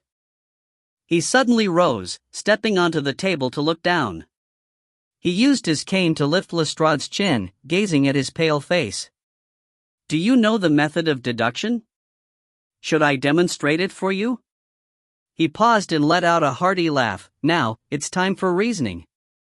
Chapter 123, The Demon's Dark Eyes. It's midnight and you, an inspector with a promising career, didn't go home but let yourself get drunk as a pig. I suppose that you must be in a very bad mood, and maybe saw some terrible things, so I shall give you my sympathy. But I still can't imagine that you would pick such a dirty downtown tavern to buy a drink, even to relax. Are you strapped for cash? What a surprise! If you go to Midtown, I'm sure those kiss-up men would know who you are, and would give you a discount. No doubt something happened, so you can't have a drink for free anymore, not at least now. Pale face, red neck, and dilated pupils, you smoked opiates. Interesting. A cop smoking opiates, have you always had such a special hobby? Lestrade froze, his pupils constricted out of fear. His secret had been discovered. He tried to say something, but the hoarse laughter did not wait for his words. Oh, sorry to digress. Let's get back on topic. Oh, look at those scratches on the neck and arms. Must have been from someone's sharp nails. Look at the pink nail polish left on the wound. Was it a prostitute? No, prostitutes would choose a brighter and more charming color. What's more, they know who you are. They wouldn't dare to harm a hair, even if you beat them up. There is obvious ring-shaped mark, but no ring. Where did the ring go? Well, from your look, you didn't lose it. You just took it off, didn't you? Your sleeves, oh, they're turning black. You're well dressed, but a gentleman would never wear dirty clothes. And look at your nails. Is there dirt underneath them? Terrible. You'd better go home right now and take a nice bath. You haven't been home these past 2 days, right? Your hands caught my attention too. They're full of calluses. It tells me that you must have worked very hard before. Are you a craftsman? No, everyone knows that you're an inspector. The only explanation is that you've worked at a workshop before. According to your age, let me guess, it was family workshop, wasn't it? You must have been in charge of tanning the leather, right? Your fingers and palms don't have the same skin color, which proves that your fingers must have been soaked in some kind of agent for a long time. The agents for tanning leather can corrode things to some degree. This explains why red marks appear whenever you drink. Then, my next question is, how can the son of a leather workshop owner occupy such an important position in a national police agency where there are so many elites and noblemen? The only explanation is that you have a good wife and a father-in-law in Parliament. But it seems that her father doesn't really like you, and always finds fault with you. Otherwise, he wouldn't give you his old clothing as gifts. I can tell that you really like this coat, but it's a pity that this coat was fashionable 10 years ago. Maybe you have made a name for yourself, but you just can't be acknowledged by those elites and become one of them. My advice for you is to find a mannerism teacher, or you will not even be able to correct your abnormal knees. In conclusion, there must have been some conflicts between the gloomy Inspector Lestrade and his elite wife who regrets to have married such a poor man. There was deathly silence. The cane lifting Lestrade's chin was lowered, but Lestrade could not move at all. In the silence, Lestrade felt that even the air had solidified. Something like an invisible boa twined around him, restricting him. He even felt the cold and wet scales on his skin, slowly dragging him into the chasm of fear. As if he was standing in front of his father-in-law again, he felt long-gone humiliation and fear. No, it was worse than that. He had no secrets that this man did not already know. Lestrade opened his mouth but had no idea what to say. It was like he was naked walking over the snow. Blazing sun shone on his body, but it gave him no warmth, only cruelly revealing his secrets. The whole world was laughing at him, laughing at this overconfident downtown redneck. He shook with great humiliation. Don't be afraid. Aren't I your friend? A cold hand stroked his hair. Don't worry, I won't tell anyone. You help me and I will help you. You, what? Gathering his courage, he glared at the man. What do you want from me? We can talk about it later. As your good friend, I care about your situation right now. This man named Sherlock Holmes shook his head and sighed. You've been down on your luck ever since the shaman came back. First, those downtown cases made you almost lose your job. You were a competent employee to your boss, but now you're just useless waste. Then your ways of earning money were cut off. Those big guys who used to pay you disappeared one by one, and I'm afraid that the last rat willing to give you money disappeared last night too. You're used to indulging, but you've run out of money, haven't you? Otherwise, you wouldn't have quarreled with your wife because you can't afford the expenses of holding dinner parties and luxuries anymore, right? Silent for a long time, Lestrade finally nodded slowly. He surrendered. A friendly hand grabbed Lestrade's, clenching it tightly. A hoarse voice said, "There is still a chance, Lestrade, there is a chance, do not give up." The man hummed a motivational song and said passionately, "No matter what, please don't forget that you still have friends behind you, you have me." What Lestrade felt was just a great chill from head to toe. His hands trembled, but he did not have the courage to break away from the friendship. He did not dare to. He was afraid that something would be waiting for him if he refused. What do you want? I want to help you. The sound seemed to come from a demon, with a vicious friendliness. You will prove that you are not a waste, that you are a young and promising detective, the nemesis of downtown's criminals. In the eyes of your father-in-law, you will be the perfect son-in-law. As long as you provide some insignificant information, I will provide you with the power to rise up. Lestrade was speechless. In the silence, his breaths became heavy at times, stopping at others. His pupils dilated and constricted. His mind was struggling and hesitating. In his hesitation, Holmes took out a thick paper bag and pushed it slowly against Lestrade's face. The pyramid scheme is over, you know. Here is the Pyramid King's contacts, and his secret channels for smuggling. Imagine what your future would be like when you catch him. At that moment, Lestrade almost subconsciously reached out for the paper bag. When a child gives in to the temptation of sweets, a whip will teach his hand a stern lesson. The cane cruelly swept Lestrade's hand, pushing the lamp on the table to the paper bag. Bit by bit, the oil lamp tilted. The oil spilled, each drop spreading and reflecting the impending flames. Just as the oil lamp was about to topple over, Lestrade moved. He swept the oil lamp aside like a madman and grabbed the paper bag. He forgot the pain of his broken finger and the shame he had just endured. His eyes were full of fanaticism and greed. Deal. He clung to the thing greedily. I can tell you everything you want to know. On the ground, the overturned light jumped one last time, vaguely illuminating the side of the man's face in the shadow, as well as his lips, curled into a cheerful smile. Maybe he really had made a deal with Demon. Lestrade stared at the eyes of the demon in a daze. The demon's eyes were black. 10 minutes later, Ye Qingxuan opened the door of the tavern and walked into the night. Soon after, the sober Lestrade ran out, clutching the paper bag. He glanced around. Seeing that no one was following him, he ran to the police station like a mad dog. Starting tomorrow, he would be the nemesis of downtown's villains. Congratulations to him.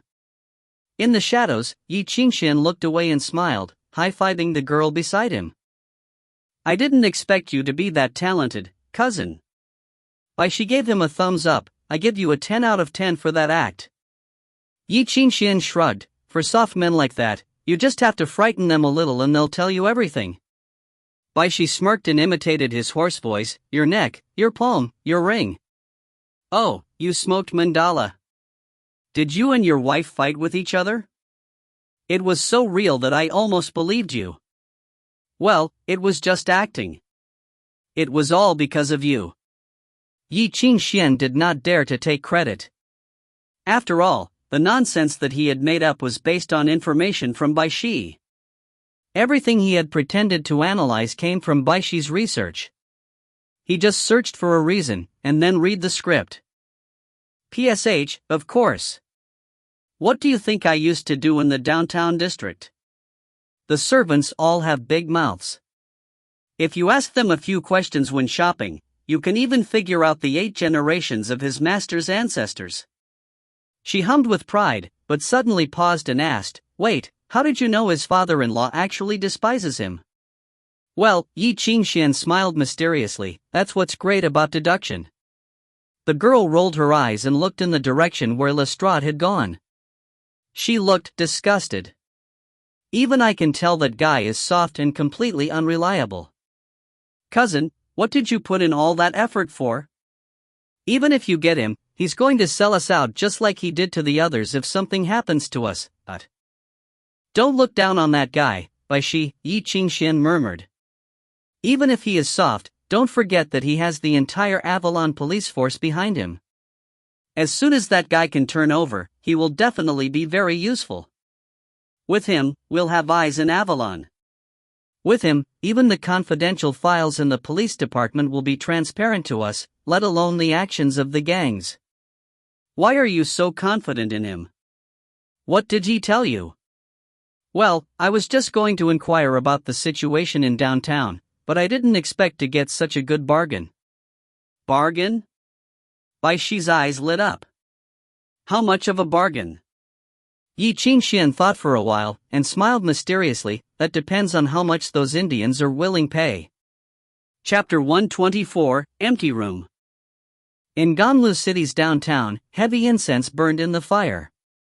Smoke rose, snaking into the air of the hall, along with the sound of drums and the singing of dancers. Bare-chested men rested on the couch smoking hookah, their eyes drunk. Beautiful performing girls laid in their arms, rubbing against the men's chests. They were dazzling and intoxicating. 10 servants in turbans shuttled through the hall with wooden platters, working fervently to provide each guest with wine, piper beetle, betel nuts, and oyster powder. My esteemed guests, please enjoy these delicacies from my home. The servants poured wine for the guests. Then they cut the betel nuts, dipped them into oyster powder, and used piper beetle to wrap them into triangular shapes. The servants practically hand-fed the guests. 2 young men stood behind the table, one tall and one short. They looked like brothers. Both were dark-skinned and clad in a long robe. Their black curly hair was wrapped in a turban, and a gold pendant hung from their necks. They looked just like every other Indian in Avalon, and complimented this Indian brothel. Yes, this was an Indian brothel. Ganlu City, also known as the Sea of Milk and Drugs, was the biggest gold mine for Indians in Avalon. It apparently made 1 bushel of gold per day. Other than the women, they also had other more aggressive businesses in the beneath the surface, such as dealing opiates and soma wine. All of them were connected to Ganlu City. The elder brother smiled, tossing a piper beetle wrap into his mouth. Patting his brother's shoulder, he said in a heavy Indian accent, "Shah, try one and stop being so down. We're here to entertain ourselves. Ladies, come and sing for this unhappy boy." With that, he threw a handful of money onto the table. The performers giggled sweetly and began dancing and singing before the table. Shah's expression twisted instantly. He asked in a low voice, "Hey, cousin, your so-called bargain is to bring me here to look at prostitutes?" Patience. The good stuff hasn't come yet. Cousin patted his shoulder and waved for the steward. He gave the man a thick wad of money and leered, "My brother Shah can't wait any longer. Please send the girls over." Seeing the cash, the steward smiled instantly, of course, that. In a blink of the eye, the smell of heavy perfume rushed in from all directions. Bai Xi could hardly breathe. Amidst sweet and delicate voices, dozens of haughty and sexy girls appeared out of nowhere. The enthusiastic girls practically squeezed onto Bai Xi's lap, hugging her arms and cooing. Bai Xi just wanted to throw up. Thankfully, the dark oil on her skin hid the greenness. "Master, are you satisfied?" the steward asked Ye Qingxuan, rubbing his hands together. Ye Qingxuan glanced at the girls and furrowed his brows. "My cousin, Sha, doesn't like them. Give me another group." Bai Xi's expression changed quickly. Seeing more girls rushing over, she cried in panic, "I like them. I really like them. No need to change, Tisk." Ye Qingxuan shook his head and stated in the Indian accent, "Sha, this place is blessed by the gods. You'll be able to find your type of girl. If you're shy, let me look for you." Before Bai Xi could refuse, Ye Qingxuan turned to the steward and said sternly, "He likes girls like this, and this." He gestured with his hands. The steward's face practically turned green. "Isn't that a F***king ball?" "Oh." Ye Qingxuan pretended to be furious. No, beautiful. Beautiful." The steward lied through his teeth. "Do you have this type?" "Yes." The steward replied, clenching his teeth. "But, your request is a bit unique. The person might not be able to serve you well." Ye Qingxuan shrugged, "It's okay as long you have it." Soon, the floorboards began trembling. A fat and dark woman appeared. She shook her butt and smiled, and opened her giant mouth. 2 splotches of blush had been applied to her cheeks. She looked as terrifying as the Black Bull King of Indian myths. After asking who her client was, the ball smiled and rushed forward. Bai Xi's face was practically green with terror. "Cousin." Ye Qingxuan coughed. Things would really get out of hand if they kept playing, so he reached out to stop the Indian ball. He grabbed Bai Xi, who had almost passed out in the woman's arms, and laughed. "They're all beauties. My brother likes them a lot. Where's the room? We can't wait." The steward froze. Studying them, his facial muscles twitched. "The two of you want to be together, My relationship with Sha is as close as the sacred mountain and the sacred woods. We've sworn to never part. We eat together, sleep together, and of course we have to be pleasured together." Ye Qingxuan laughed weirdly, looking at the steward aggressively. "What, is it not allowed?" No, it is." The steward felt his shattered worldviews crumble to powder. Peering at the ball that had been washing plates in the kitchen a few moments ago, he felt like he had really run into the devil today. Watching the drunken man walk away, one hand on his cousin, the other on the ball, he shook his head. He sighed, "Young people nowadays really know how to have fun." In the room, Bai Xi stared at the dancing ball. She had never felt the need to wash her eyes so strongly before. In fact, she had the urge to perform pomp and circumstances and wash the entire room with blood. "Cousin, how much longer are you going to play for?" She grit out between clenched teeth as she pinched Ye Qingxuan's waist. The corner of Ye Qingxuan's lips twitched in pain. Don't worry, soon." With that, he clapped his hands, telling the ball to stop bouncing on the ground. Smiling, he pulled out a rope from his pockets. "My lady, would you like to play something new?" The ball froze. She collapsed before she could reply. Behind her, Bai Xi put her hands down coldly. "Why a rope? Just get it done like this." "Cousin, you've totally ruined the atmosphere." Shaking his head, Ye Qingxuan sighed and tied the ball up. Then he poured anesthetics into her and finally let go. "Okay, she'll sleep until morning." Bai Xi kicked him fiercely. "Where's the great bargain? Is it this ball? Did old Phil eat your conscience? You took an underage girl to a brothel." "You were the one who wanted to come so badly," Ye Qingxuan replied helplessly. "And cousin, you don't count as underage. In a few years, you'll be the young master of downtown. Don't tell me you've never seen this stuff."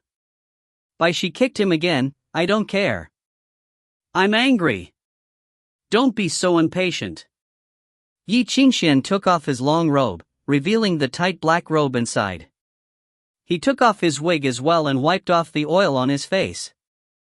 Putting on his hunting hat and opening Jiu Xiaopei Huan, he transformed back into the man who stirred trouble in downtown, the dark gentleman, Holmes. Bai Xi did the same, but she put on a cloth over her face. Then she pulled a bunch of stuff from her pocket, finally turning it into a bow. It was her reward from the pyramid scheme, along with Medusa's mirror. Okay, where do we start? Bai Xi projected her anger of being harassed by the Indian women. She spat out, I want to empty these K's treasure storage. Very good, very powerful. Ye Qingxuan snickered behind his hand. In the giant commotion that swept through downtown a few days ago, the group that suffered the most losses was not only the pyramid scheme. There was also the Indians who had thought themselves to be clever. They had wanted to catch Ye Qingxuan and use him as bait, but did not expect the Black Hands to be even dirtier.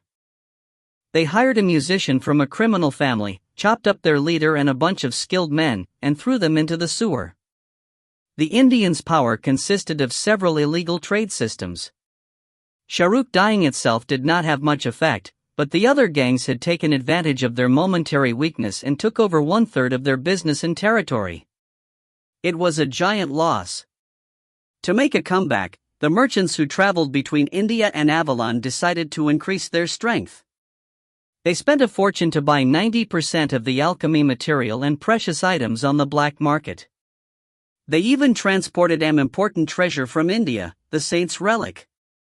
According to the police force's hypotheses, they collected all the items such as runestones and ancient silver so the Indian musician in their care could enter the resonance level.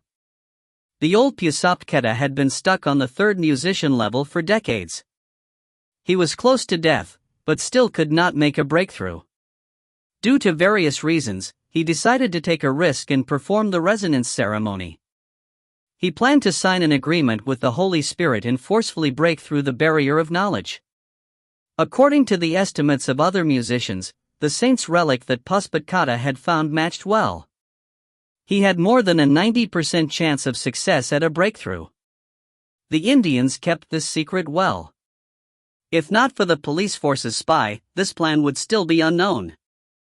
And according to the news Ye Qingxuan had received, the ceremony would either be tonight or tomorrow. But there was a problem. Should he wait for Pusapketa to be bathing and fasting, take advantage of his weakest moment, and do something major? Only an idiot would not. Ye Qingxuan loved to bear grudges, and he had amazing memory. He would never let his enemies become stronger. After calculating that he had more than a 70% chance of succeeding, Ye Qingxuan slapped his thigh and exclaimed, "Let's do it." He had spent the entire day collecting information. Lestrade had also gotten some intelligence on the Indians. Using all this, Ye Qingxuan hatched an entirely new plan called Empty Room. So basically you just want to act cool. Bai Xi rolled her eyes with expertise, expressing her scorn. Why don't you just call it research of blood words? But there aren't any words written in blood, and there isn't research, Ye Qingxuan shrugged in regret. But that's a good name. Save it for the professor. Wow, cousin, you have great fantasies. You flatter me. I need to work on them more. Ye Qingxuan acted shamelessly, just like how he had learned from Charles. Wait a second. He pulled out a thick stack of white paper onto the table, as well as an ether ball. After gazing around, he brought a chair over and pushed Jiu Xiaopei to the ceiling. Wait for me to make a map. Clang! The zither strings twanged, shattering the silence, spreading like flowing water. The clear and crisp sound echoed through the room, bouncing against the walls without fading. The echoes snaked up the beams in the ceiling. Yes, the echoes went up the beams. As the strings thrummed, invisible strength poured into the beams. It spread instantly along the entire structure of Ganlu City like water. For a moment, the entire building trembled as if the illusionary music went through the beams, ceiling, walls, and foundation.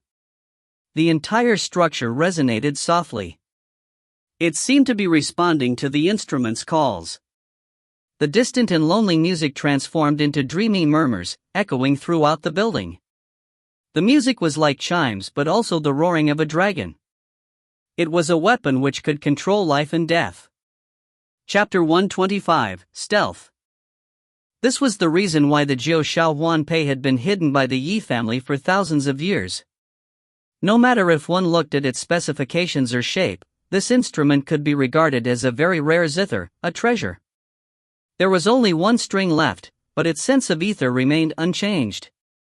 Ye Qingxuan had never played any instrument before, but he could feel that no other instrument could be compared to Jiu Shao Huan Pei. After all, the Yi family's reputation of being experts at ether was not just an exaggeration. With the zithers ringing, the ether ball began to light up. Then the ball heated up in the young man's hand like fire. Silver dust rippled violently in the ball. Like a conductor, Ye Qingxuan used Jiu Shao Huan Pei as a signal amplifier, magnifying the ether ball's detection accuracy hundredfold. Large amounts of information poured into it, practically making the ball explode, but Jiu Shao Huan Pei cleverly controlled the brink of collapse, maintaining the ball at the junction between overclocking operation and complete collapse, ruthlessly squeezing out each function to work at its peak. A brilliant light illuminated the room. The ball in Ye Qingxuan's hand rose up slowly, suspended and revolving in the air. The silver dust inside shook along with Ye Qingxuan's thoughts. Faint images flashed through the ball. A crack appeared. The youth sighed. It was a basic piece of equipment after all. It could not manage much. If it was the legendary palace of the sacred city, the biggest ether ball in the world, it could detect the ether tide in any corner of the world. According to rumors, countless scholars would gather in the palace any given moment to observe every ether movement in the world.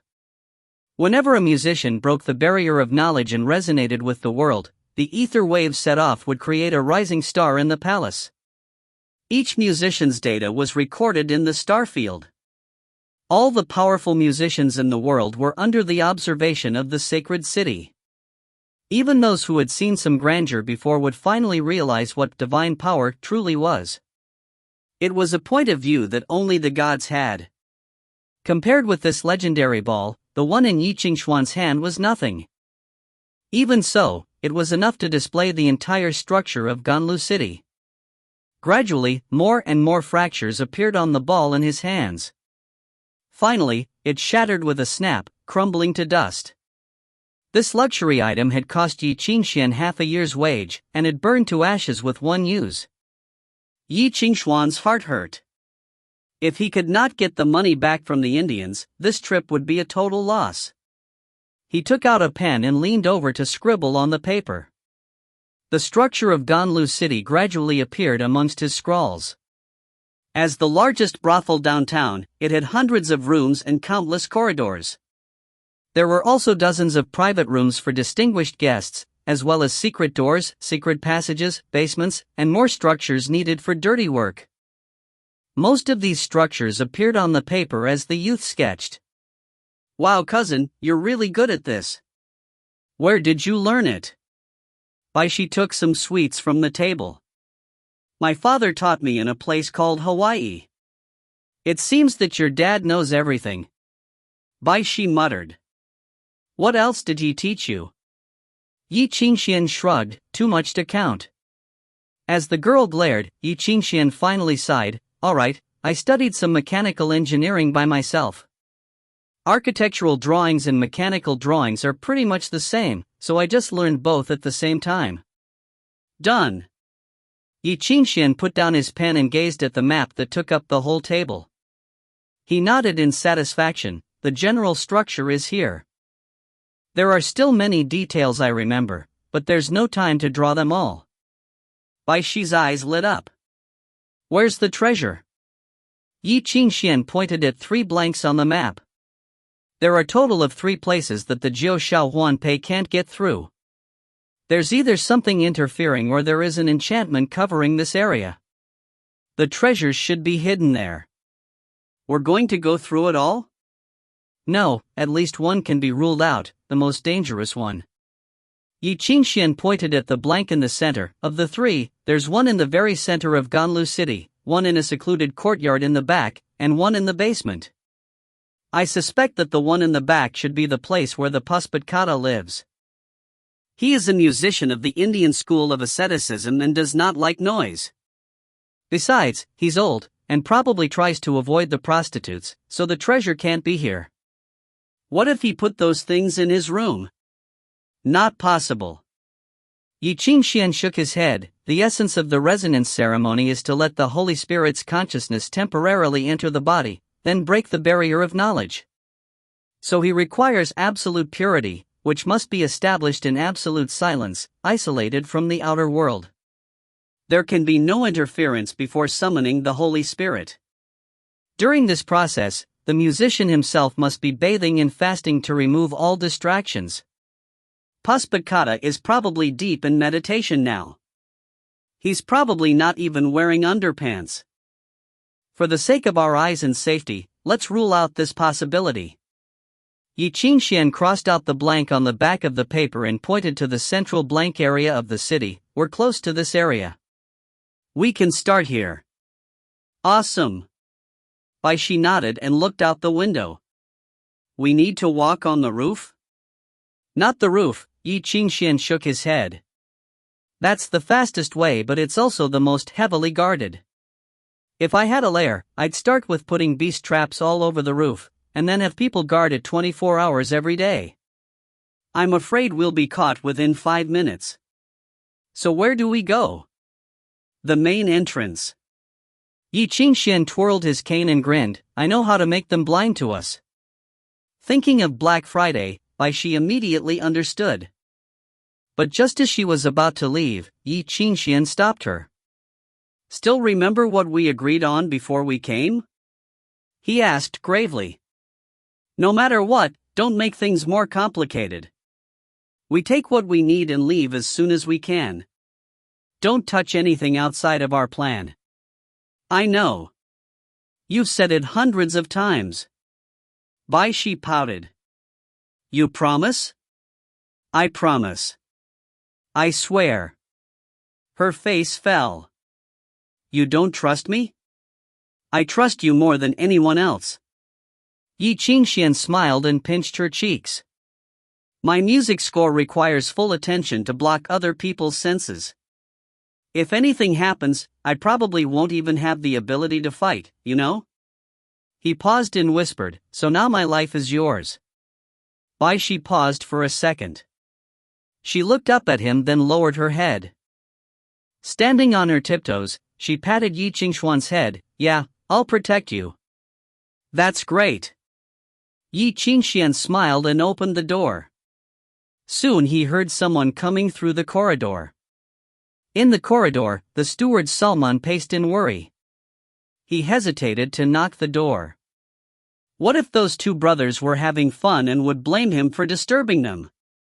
It was rare to have such big spenders, but the two still confused him a little. He had worked here for so many years and had seen a lot, but he had never seen perverts like them. There must be something wrong with them. After a long time, he gritted his teeth and went to the door. For some reason, his mind went blank when he set foot in the corridor. He vaguely heard a plaintive melody, like a river flowing. The oil lamp on the wall flickered at just the right moment. He shook his head and could not hear the faint melody anymore. He stood outside the door, ear pressed to the door, eavesdropping on the room. Behind him a vague figure frowned and gripped his cane. The second measure of Black Friday, auditory interference. Salman's expression suddenly changed.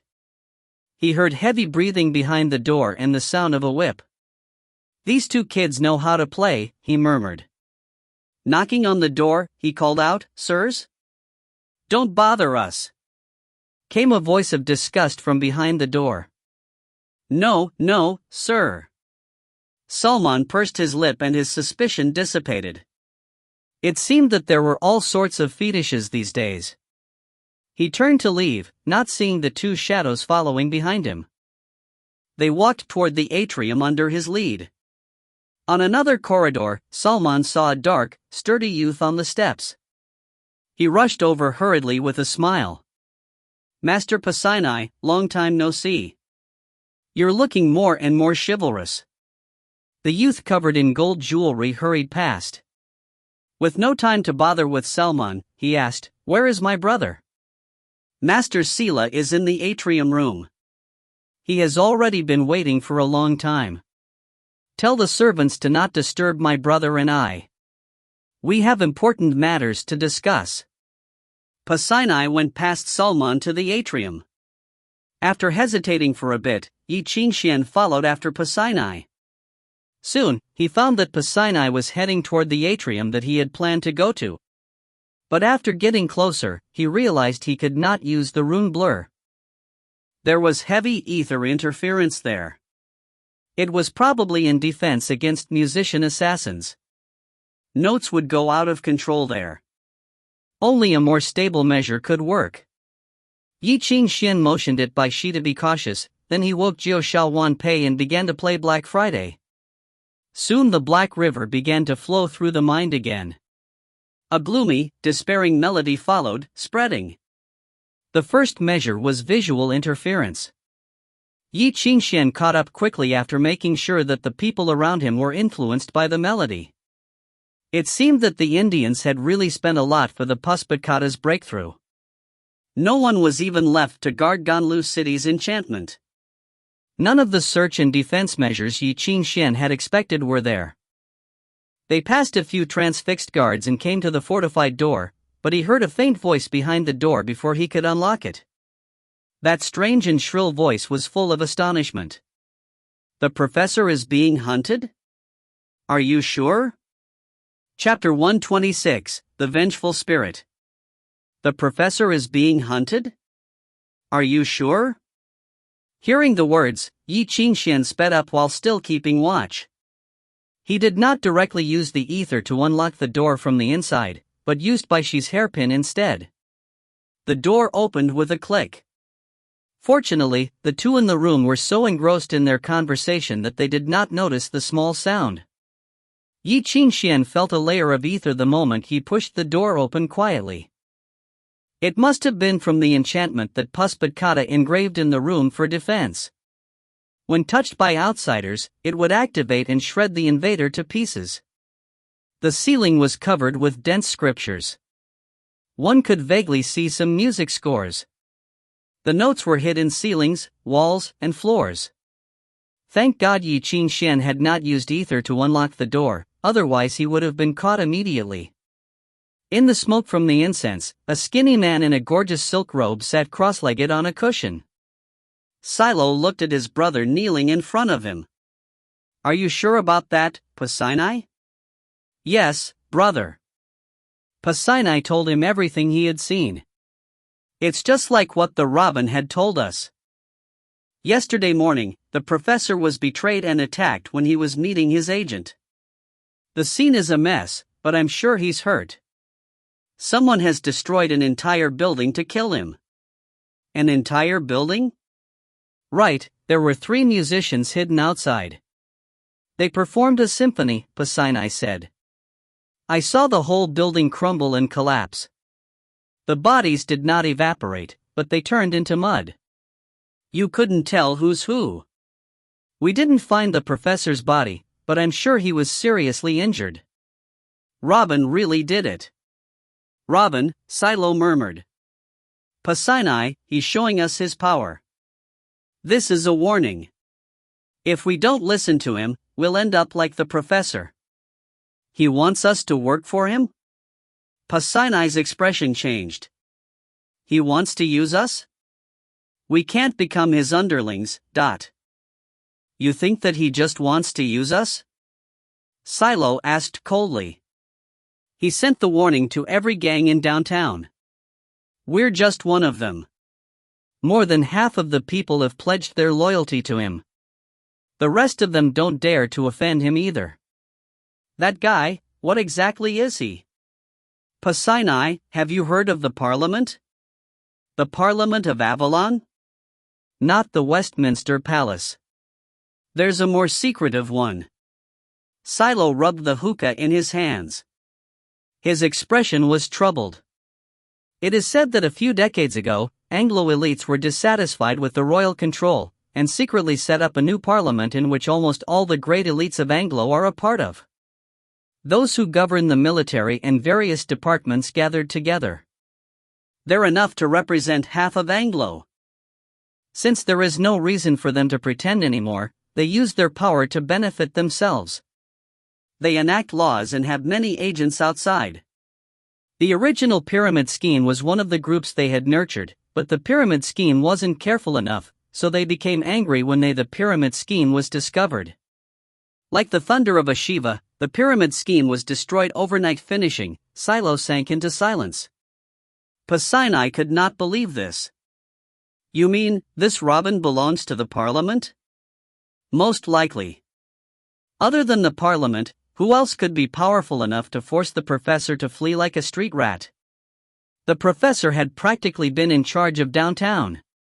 What do they want? Maybe they are looking for clues about the blood path, said Silo, with a low voice. I suspect that the disturbance a few days ago caused by the Eastern kid may have been provoked by them. Shahrukh, that fool, had thought himself a genius, but ended up without even a body. Does that kid really have the key to Avalon? I'm not sure. Silo shook his head and began to tell a story from the past. It is said that before the shaman left Avalon, he spent a lot on asking the traitor 3 questions.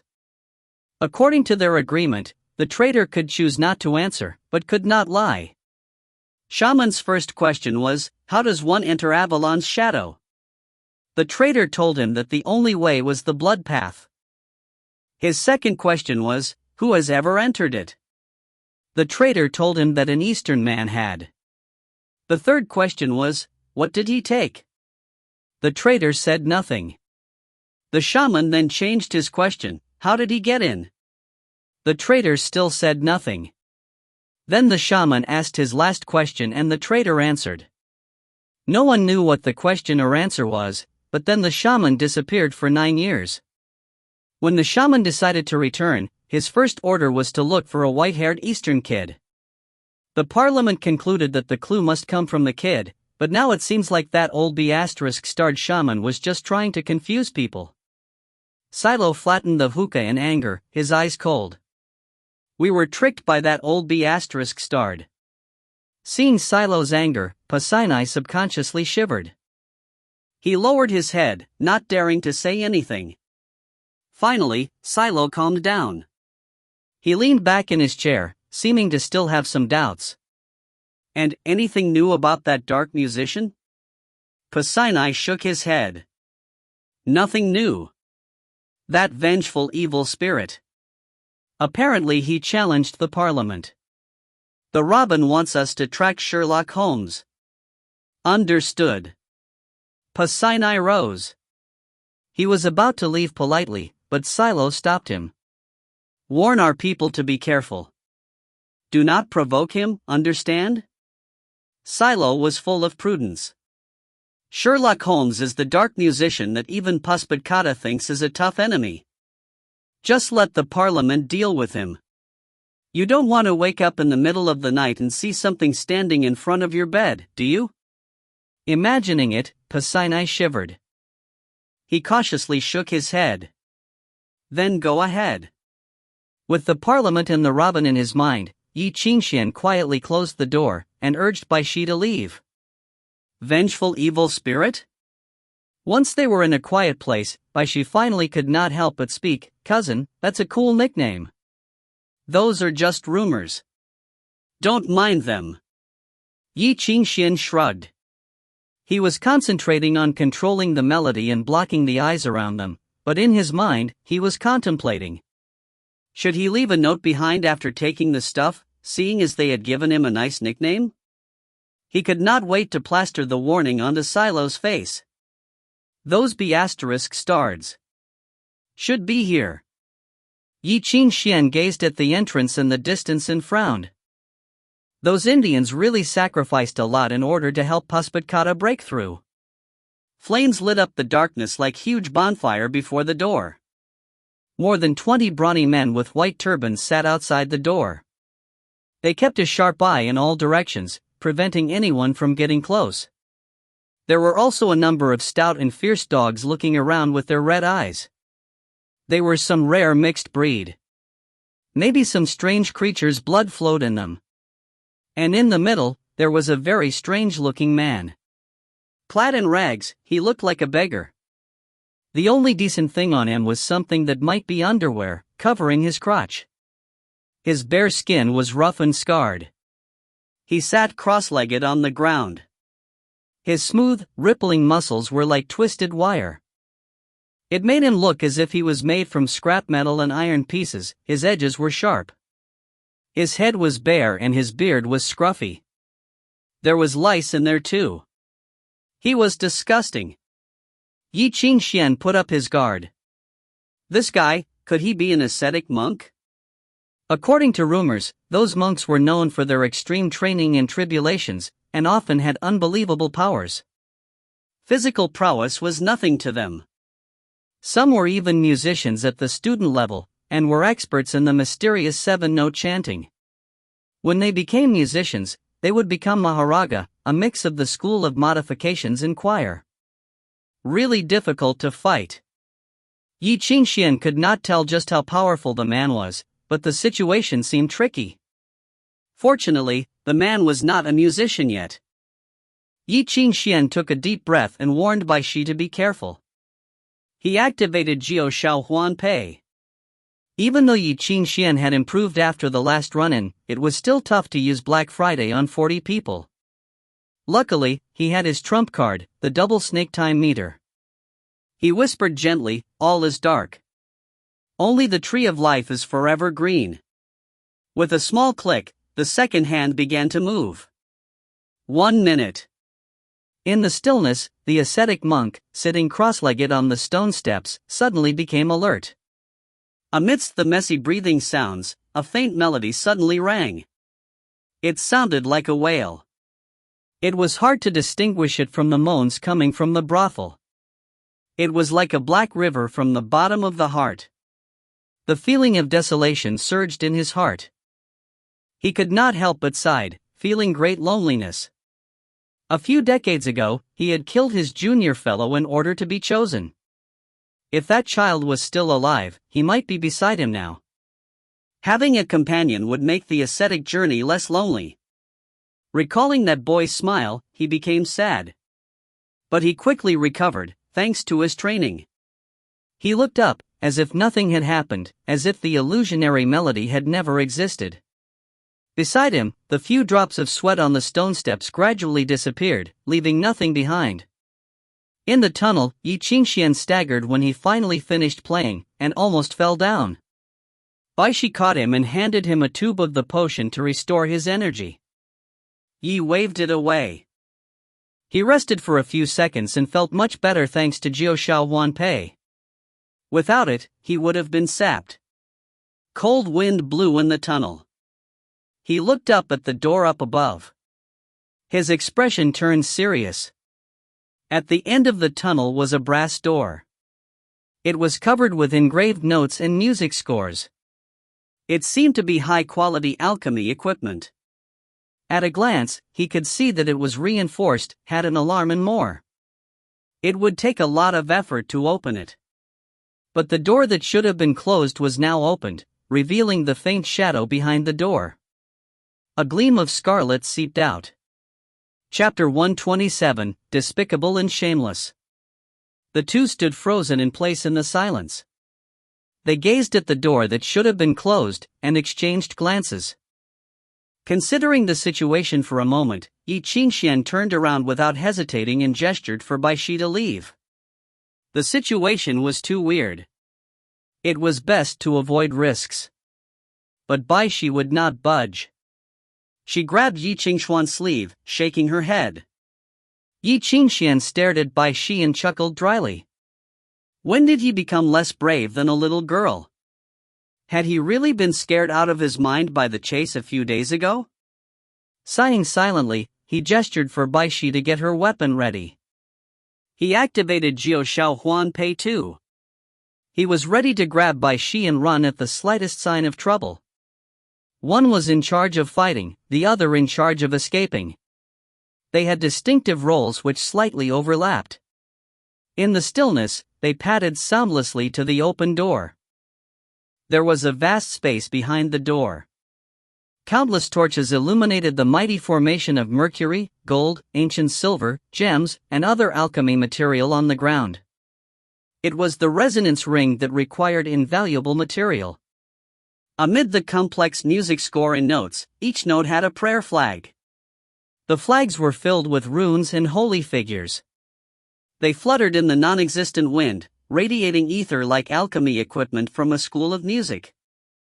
They formed a structure with the resonance ring below.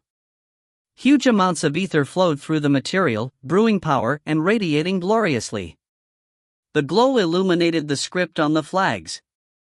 Countless runes floated in the air, transforming the world into something holy. But in this holy room there was a corpse with a slit throat. All Ye Qingxuan felt was delayed fear. The corpse was the musician who was supposed to guard this place and perform the ritual, but he had been attacked and his throat had been slit before he could fight back. Blood flowed.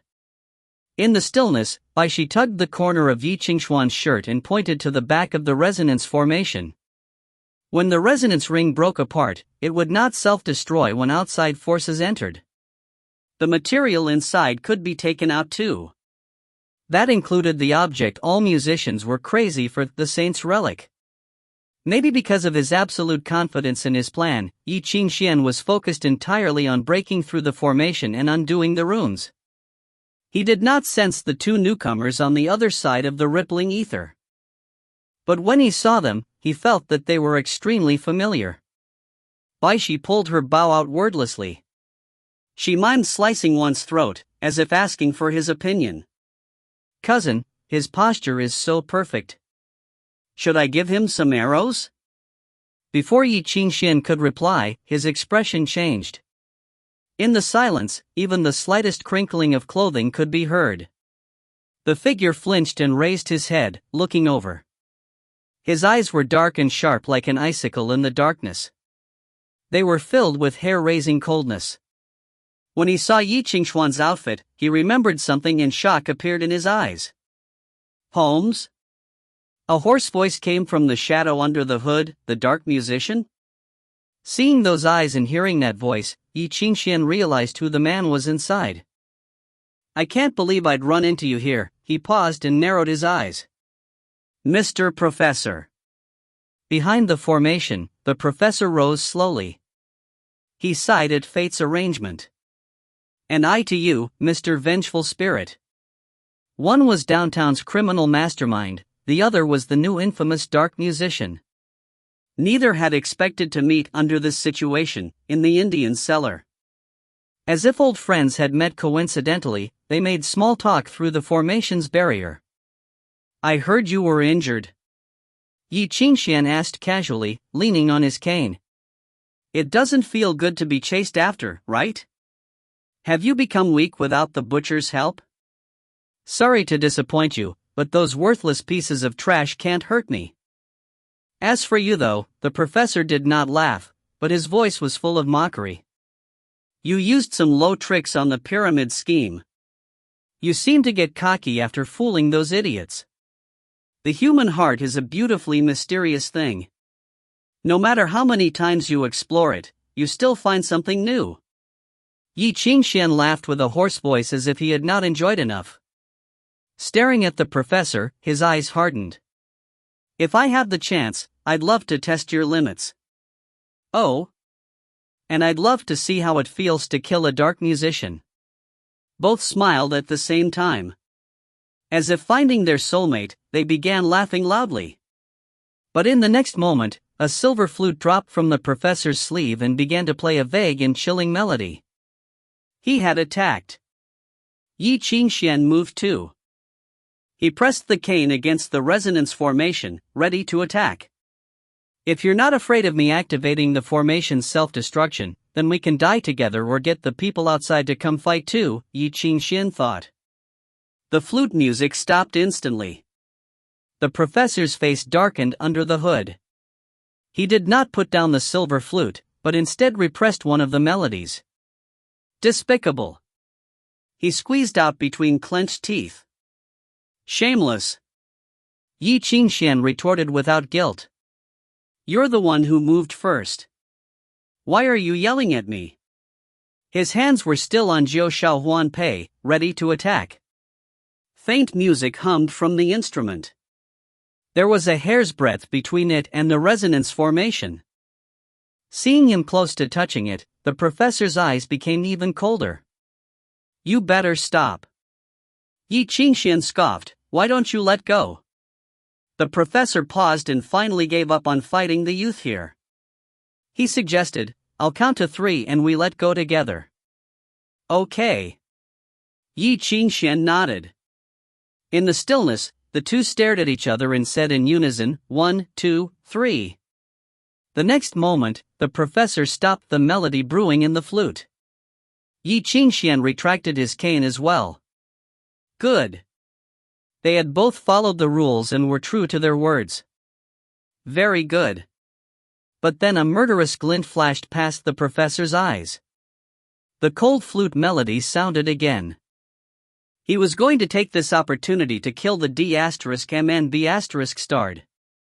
But he did not expect that after Ye Qingxuan put his cane away, that his agile partner would aim her bow at the formation. Like an experienced assassin, she pulled the bow back half an inch. In the next moment, there would either be a shattering explosion or a fight to the death, but they halted once again. The flute music dissipated and the hand on the bow relaxed slowly. The deadly silence was awkward as H*LL. Despicable. The professor cursed under his breath. Low class. Bai Xi had found the chance to cut in. If this were an insult competition, the points would be 1:2 now. Yay, we won. Ye Qingxuan and Bai Xi high-fived each other, whistling, their eyes bright with joy. For some reason, the professor suddenly felt weak. It was an insult to his intelligence to fight with these two idiots. The stalemate continued.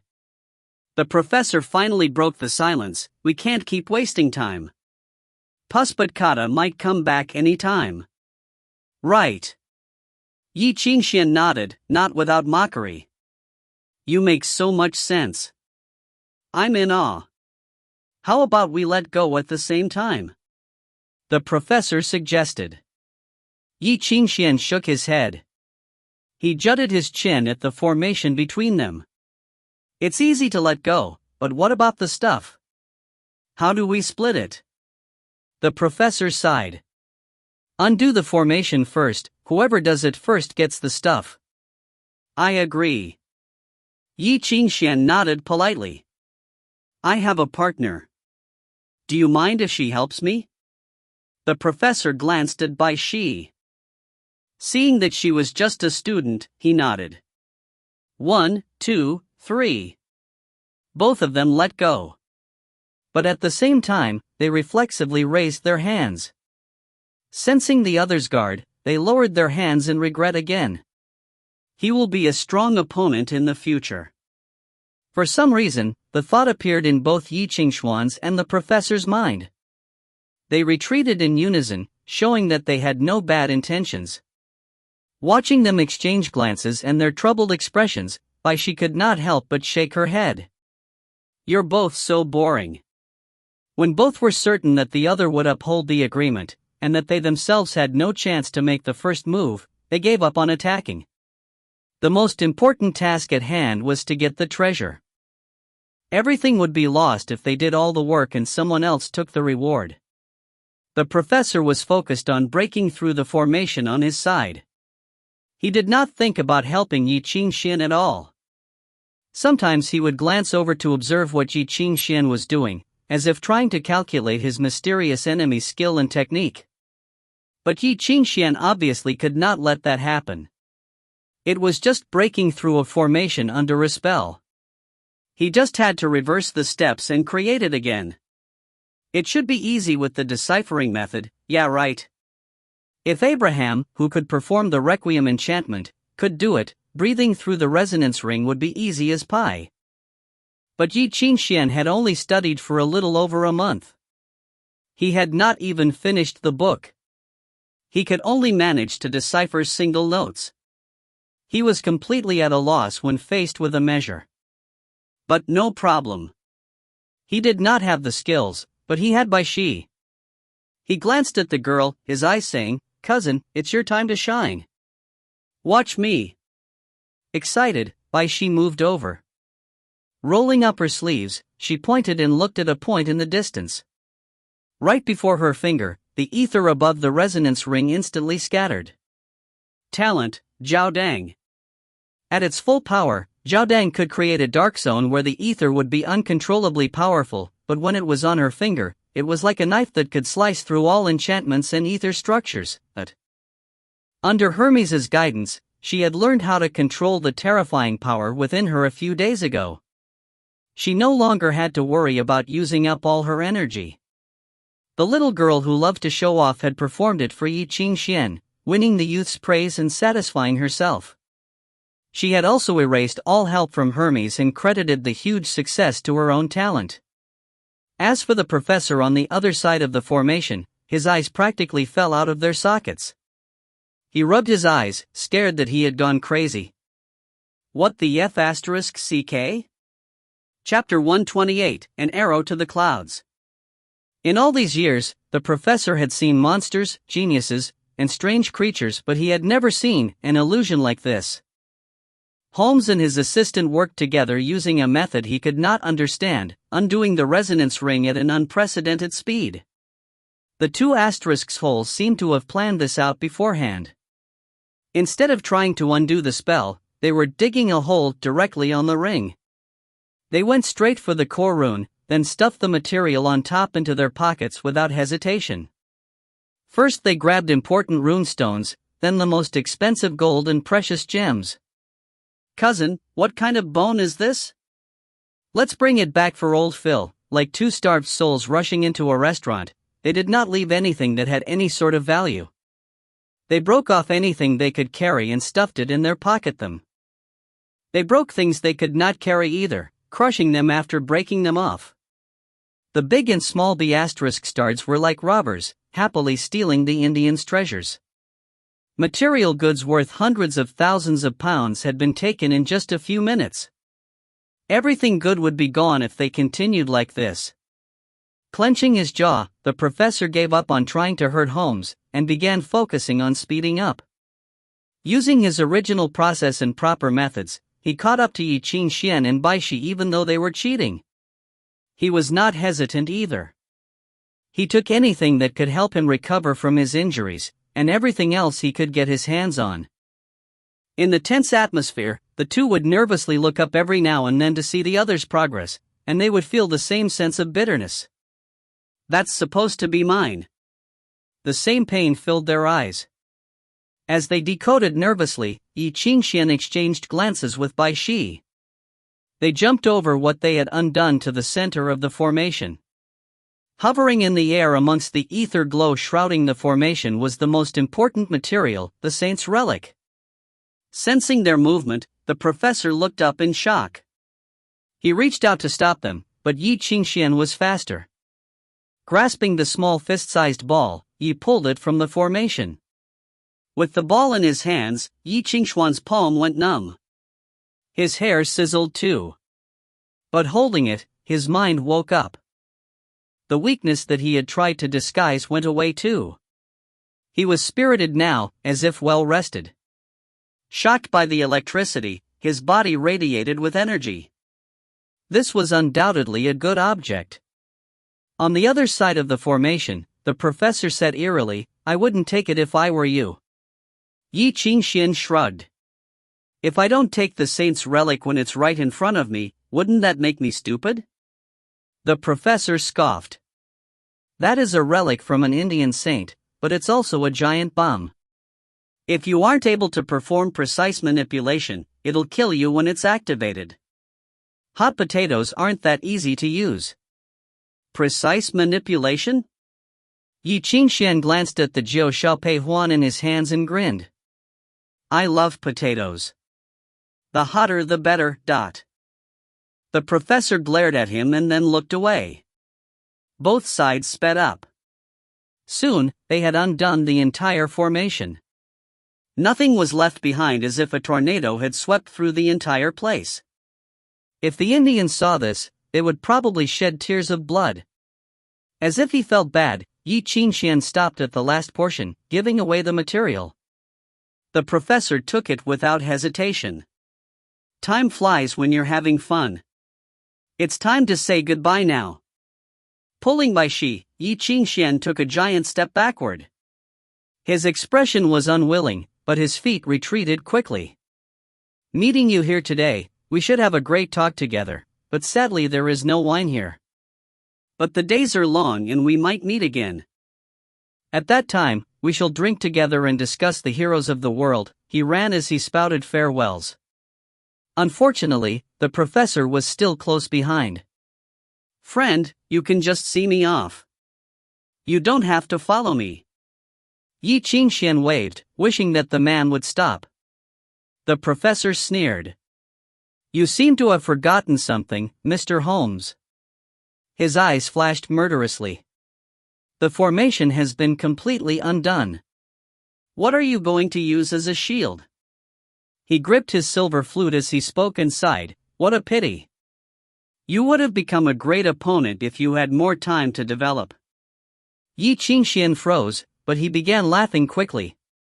Oh, Professor, but do you know something? Puffing up his chest, he stepped in front of Bai Xi. We have something you'll never be able to guess. Don't underestimate us. Oh? The professor scoffed as he closed in. Then tell me. Is it the spirit of justice? Is it hot blood? No, shaking his head, Ye Qingxuan said with a smile, it's calling for help. The professor's expression darkened immediately. Before he could move, Ye Qingxuan and Bai Xi began screaming in an Indian dialect as if someone had murdered their child. Help! The professor is here. The professor quickly began playing his flute, cutting off their screams, but the brawny guards at the entrance instantly moved in. The ascetic monk sitting on the steps suddenly opened his eyes. They were bloodshot and full of murderous intent. He sprang from the ground and rushed down, leaving behind damp footprints on the steps. If one looked closely, one would realize that the footsteps had been imprinted deeply into the stone. They were covered in pores, as if they had been pierced by millions of silver needles. Mao! The monk yelled a sacred rune that represented realization. His body transformed from a withered old man to a 3-meter-tall giant with green skin. He ran down with thunderous steps. A black river rushed out from thin air. It was not an attack nor was it defense. It was the turn of victory and escape. Goodbye to you. Ye Qingxuan thought as he waved at the figure. He saw the professor's angry face. Fury filled his eyes, as well as a flash of confusion. When Ye Qingxuan and Bai Xi brushed shoulders with the dark giant, the strong Indian men wielding swords and countless canines, they finally relaxed a little. Then, exchanging glances, they began sprinting. Running for their lives, they finally returned to their original room in the brothel before the effect of Black Friday ended.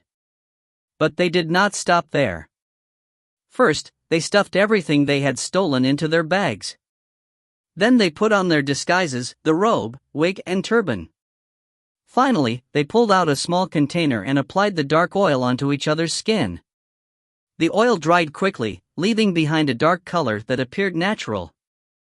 Then, they finally rolled the fat unconscious ball onto the bed, and messed up the blankets as if they had been working at it all night.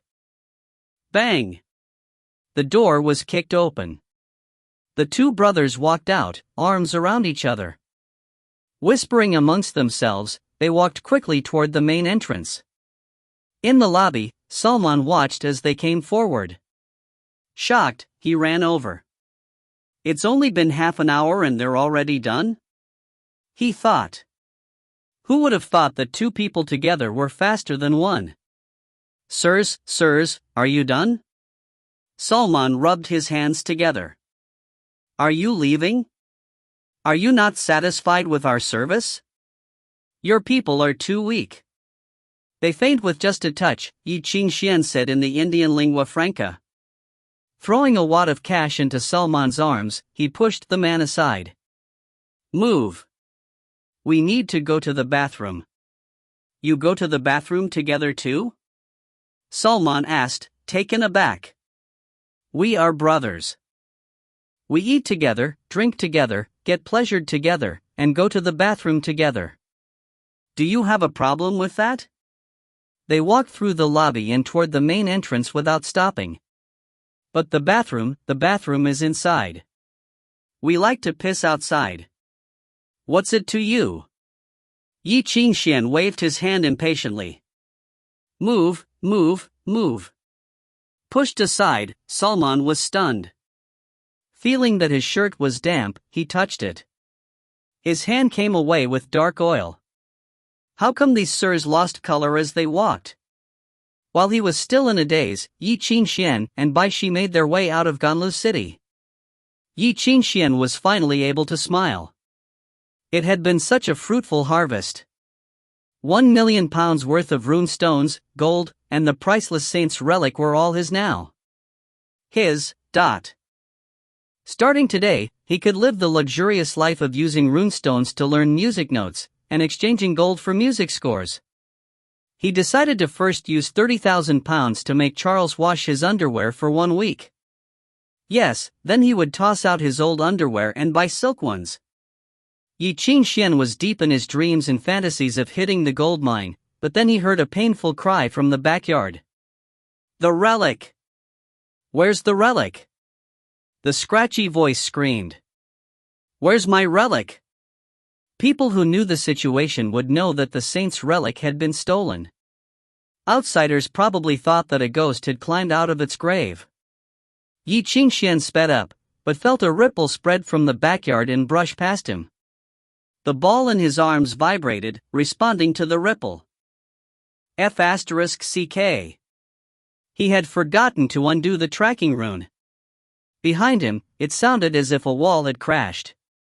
In the next moment, a holy-looking old man burst through the wall. Mighty drum beats radiated from him. It was awe-inspiring. Or would have been if he was not naked, of course.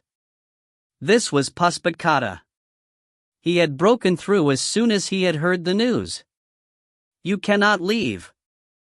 Furious, he glared at the youth at the entrance with red eyes. Give me back my relic. My relic! What other reaction could Ye Qingxuan have? There was only solution before him: run. Before anyone could react, Ye Qingxuan picked up Bai Xi and bolted. With the support of the steel structure inside the robe, he flew. A single step carried him more than 5 meters, and he quickly disappeared into the night. All that he left behind was an annoying cackle and his last words, "Catch me if you can." In the lobby, Puspakata's face turned from green to red, red to black, and finally settled on a bruised green. He had thought that the musician who had stolen his relic would say something after being discovered. He had planned on distracting the musician to awaken his drum and perform the movement of God's wrath from Mahabharata, but he never imagined that the 2B* stars would run without saying anything. When he finally processed this, he roared in anger. Without waiting for his instrument to wake, he jumped into the darkness and chased after them. Chapter 129, The Eye of Indra. In the night, 2 gangs were caught in a fierce fight on the chaotic streets in downtown. But suddenly, a giggling shadow passed through the scene like the wind, disappearing before anyone could react. Both sides paused at the same time. The 2 bosses could not help but exchange glances. Was that a hallucination? While both were still stunned. Then another shadow flashed by. This time, they were both prepared and saw it clearly. It was a naked white-bearded old man. In that short moment, one could see clearly his 2 rows of lean ribs, his naked body passing through the wind in a sultry posture, as well as that vague thing dangling between his legs. The whole picture was carved into the eyes of the 2, scarring them for life. In the bizarre silence, the 2 looked to each other. They could see grievance and disgust in each other's eyes. After a long silence, one tentatively asked, "Then, shall we continue?" F***CK. Let's just stop here. The other man threw his weapon down. He spat and covered his eyes, saying, "Today is absolutely cursed." The two gangs nodded violently, their hearts beat wildly. That night, the two sides decided to give up the fight and have a drink to calm down. They coincidentally met at the same pub. After getting drunk, the two bosses who had been fighting fiercely hours ago began talking about the naked old man. They ended up crying in fear. Finally, they felt the beauty of peace.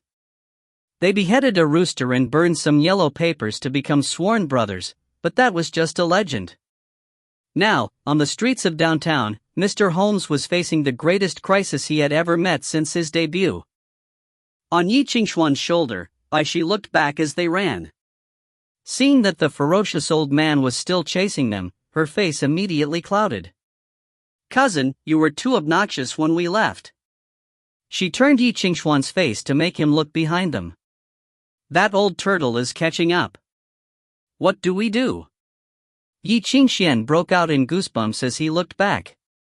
He immediately sped up and comforted Bai 11, "Don't be afraid. An old man like that can't catch up with us. After a few kilometers, he'll be exhausted to death." The boy's vicious curse turned Puspitkatta's face green. "You bastard. I won't let you slip through my fingers."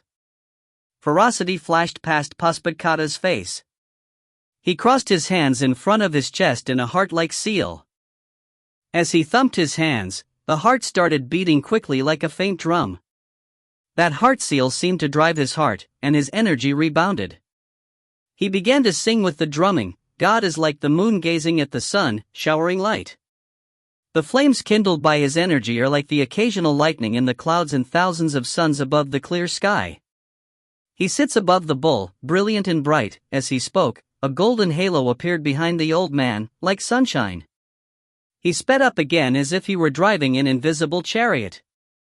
It was a hymn about Shiva's divinity extracted from the Mahabharata. Puspitkatta was reciting it quickly while rushing, but his rapid breathing did not disturb the effect. He had also sacrificed much of his remaining energy to keep up the intensity as well.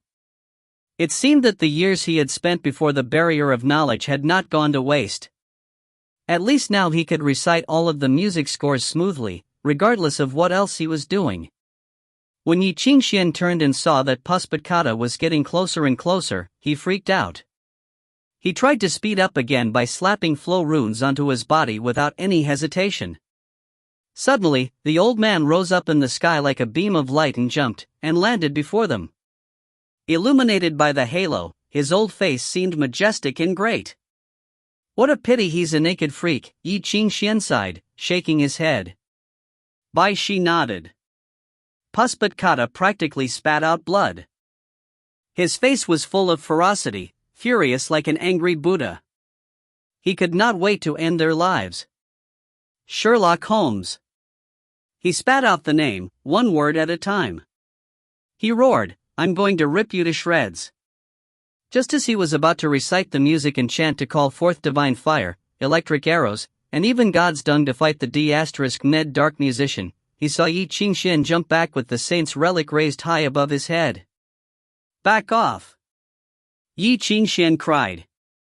He stomped with his right foot, crushing the sewer's rotten wooden lid. "Or else I'll throw your relic into the sewer." One could hear the ceaseless flow of the Thames River. Puspitkatta's expression faltered. "No!" Puspitkatta's eyes were as red as a rabbit's. The ether in his hand dispersed, and he stepped back frantically. "Calm down. If it's gone, I will kill you." He stared at the relic with worry, fearing that Ye Qingxian would actually throw his last thread of hope into the sewer. He had put in so much effort in convincing Silo to help him get this holy relic.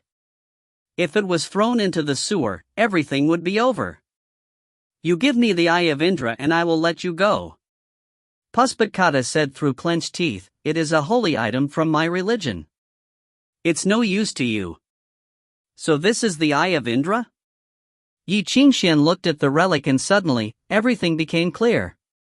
This relic belonged to Indra, an Indian saint also known as the King of Thunder.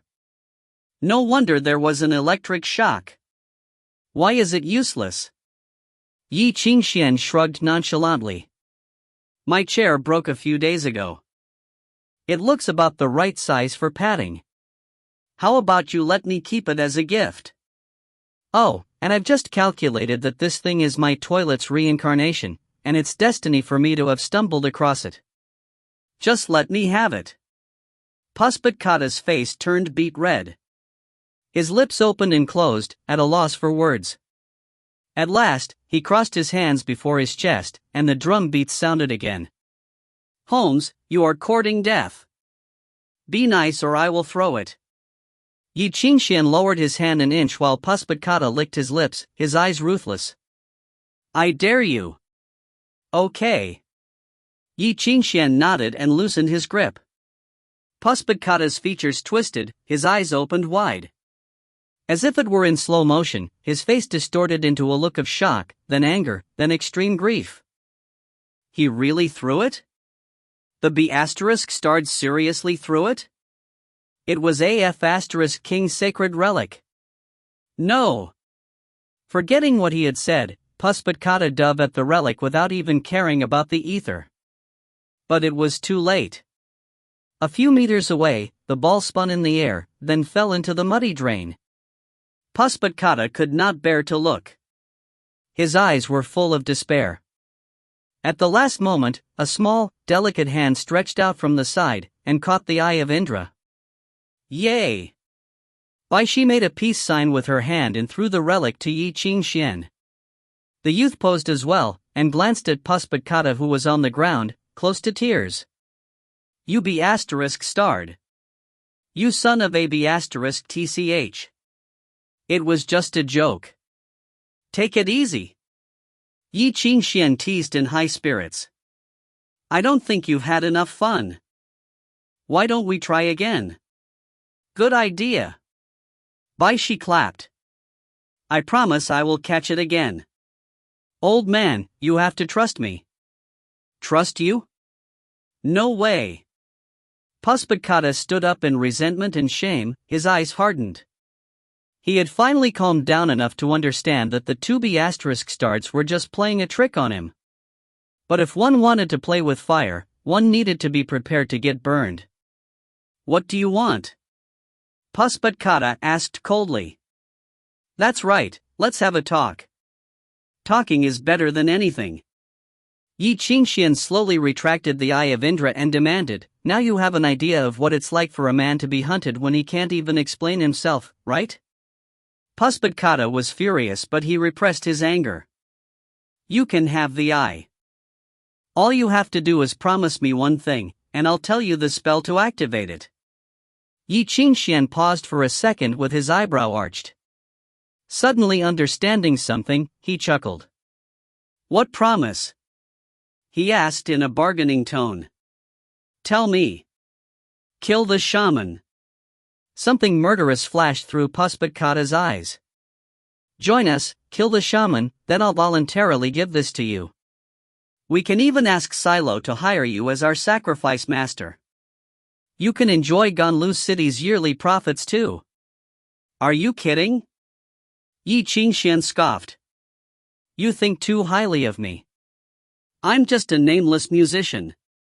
How can I kill the Dark King? I don't know about others, but it shouldn't be too hard for a dark musician who could stay under the radar for so long, Paspatkata said seriously. Mr. Holmes, I suppose that you must be here for the blood path. The shaman will not allow you to find it. When he was here 9 years ago, all those who dared to look for it were killed. Now that the shaman had made a comeback, he'll go after you first. If you join us, it's a win-win situation. Besides, don't dark musicians always pursue power? Well, that makes sense. Ye Qingxuan frowned slightly. However, you're really not too sincere if you're just using something ornamental to lure me in. Paspatkata kept silence for a moment before setting down his determination.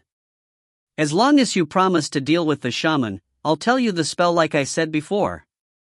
Ye Qingxuan smiled as if he had expected it. since you're so sincere, it's a deal. Beside him, Bai Xi tugged at his sleeve, warning him that this old man was not reliable. The youth waved, telling her to be patient. He gazed at the Eye of Indra happily. What's the spell? Puspadkata's face twisted again. After hesitating, he recited a paragraph in an Indian dialect. Ye Qingxuan was surprised, but he immediately processed it after repeating it mentally. Do not turn 3 realms into ashes? Puspadkata was shocked, his eyes showed a hint of fear. Who would have guessed that this guy could understand Indian dialects as well? Chapter 130, Who is the most hateful? In Indian legends, the demons created 3 metallic cities: gold, silver, and iron. Melded together, they created immense strength and an indescribable image. The gods were furious at this, and shot 3 arrows at the cities. Where the arrows fell, gold rusted, silver crumbled, and iron melted. The destructive fire killed all demons. Coldly watching as the earth burned to ash, the gods finally extinguished their destructive fire. The phrase had been left behind by the god of destruction. Using this to awaken the Eye of Indra proved it to be an important treasure of the school of modifications. With this thought in mind, Ye Qingxuan tightened his hold on the orb. He was oblivious to Puspadkata's faint sneer.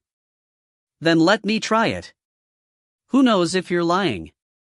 As Puspadkata had expected, Ye Qingxuan grasped the Eye of Indra and chanted, Do not turn the 3 realms into ashes. The moment the words left Ye Qingxuan's mouth, his palm went numb, and the eye crackled with a bolt of lightning. As if a layer of dust had been wiped off, a crack appeared in the carved orb, revealing angry light. It shed layers of rock until it looked like a gemstone. Within it, eternal lightning flashed. Faint rumbling of thunder came from the rock. Ye Qingxuan's vision spun as a tidal wave of ether rushed from all direction into his control. Then, sapping Ye Qingxuan's energy, it began to move on its own accord like a group of horses out of control. Countless silver light spots appeared around the youth. For a moment, all color disappeared from Ye Qingxuan's world. All that remained was the black and white of ether. As if it was the end of the world, the clean air above the crack fell and putrid gas from hell rose. 2 types of ineffable power existed in one spot. They rubbed and crashed against each other, sparking destructive light. It's moving on its own. Under the light, Ye Qingxuan began to panic. He frantically tried to control the music score that was way beyond his abilities. The Eye of Indra suddenly shook and blood seeped into the gem. Ye Qingxuan's panic intensified. Help! It's taking my blood, the power, I'm gonna... Stunned, Bai Xi tried to take the D*med thing from Ye Qingxuan, forgetting that the electricity would burn her to ashes. Puspadkata cackled. Go die, Holmes. The drum beats sounded once again. Manipulating the ether, he created the shadow of Vidyaraja, the god of light. The god opened his eyes, furious. Puspadkata had set everything before to trick Holmes into reciting the spell. There was nothing wrong with the spell, but not everyone could use the power of the eye. It was a destructive item that called forth the power of the Indra, the god of thunder. Otherwise, he would not use this relic as the medium to call forth the Holy Spirit.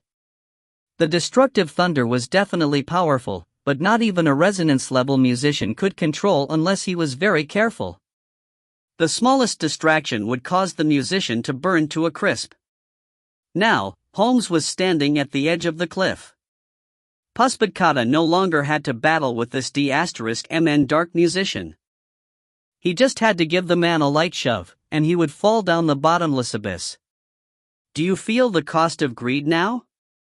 Puspadkata cackled, focusing the god of light's image at Ye Qingxuan. Die from Indra's uncontrollable greed.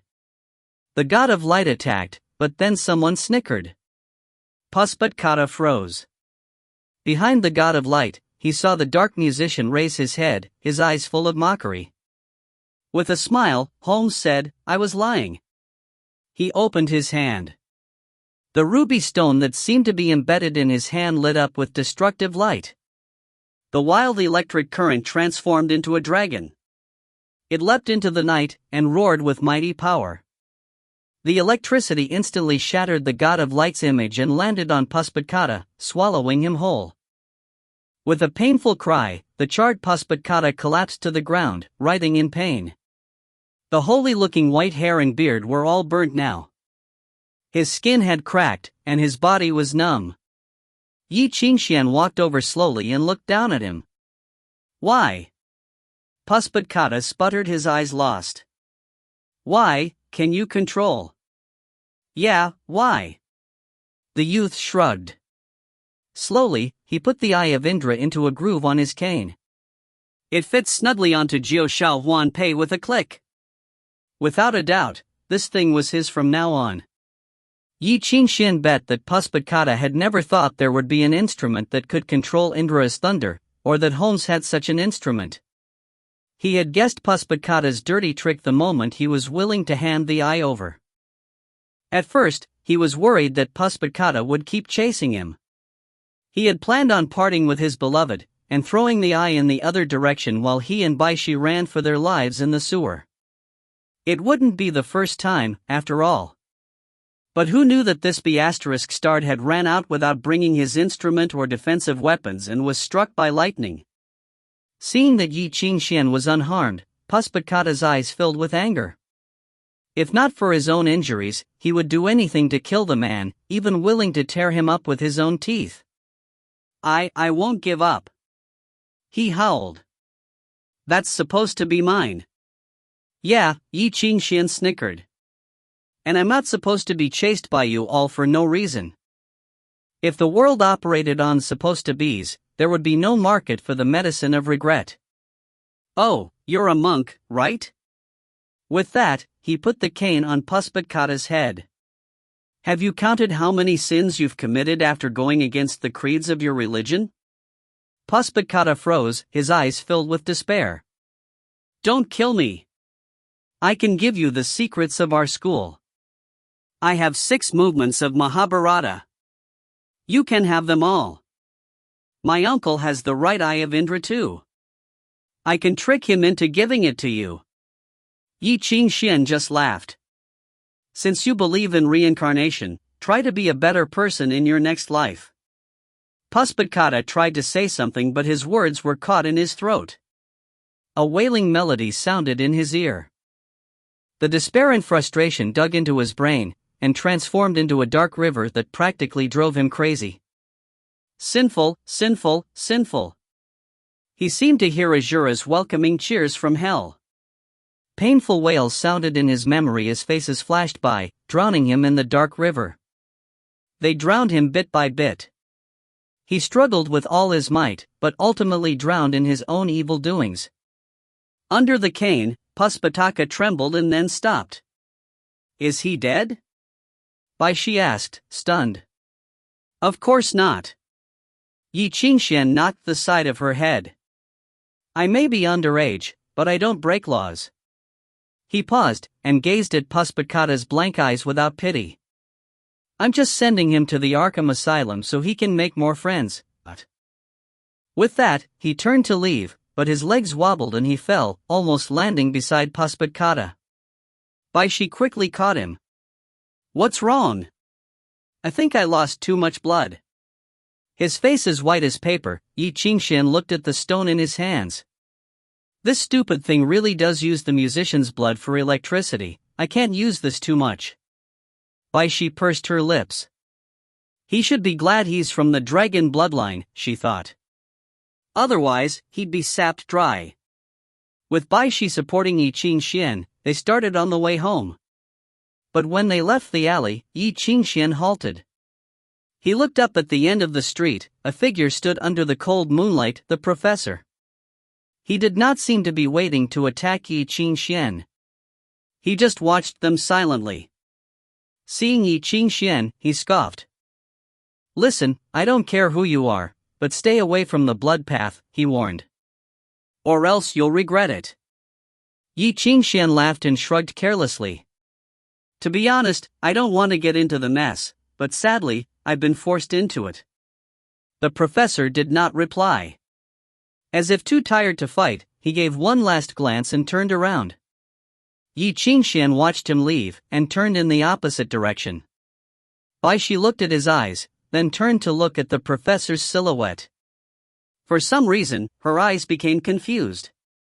"Hey, cousin, you two are really similar." "Really?" Ye Qingxuan was taken aback. "Yeah." The girl nodded, her expression troubled.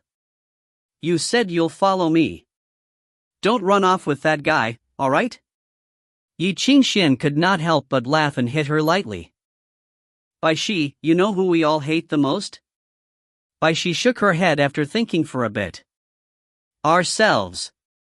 Ye Qingxuan looked back in the darkness. "The more similar they are to ourselves, the more we hate them." In the backyard of Ganlu City, Silo looked at the charred old man on the rack, his eyes cold. The servants and slaves knelt on the ground, too scared to even breathe. "He's a retard now." The choir musician checked Puspakata's vitals and shook his head. "His physical injuries aren't too bad. They can heal with treatment, but his brain is unfortunately gone. Even if he wakes, he'll be a lunatic." "Is there still hope?" The musician shrugged. "It's harder than creating a new body. You can't afford it." Silo fell silent. After a long time, he waved. A servant cautiously pulled out 3 bars of gold for the musician and let him out. Pasinai stumbled from the basement, face pale. He shook his head at Silo. "They're all dead." "How did they die?" Hesitating, Pasinai replied quietly, "They've all turned into shriveled-up corpses, as if mummified by wind. The martial monks that Puspakata had invited from India died too. All that remains is bones." "Isn't the professor also injured?" Silo asked coldly.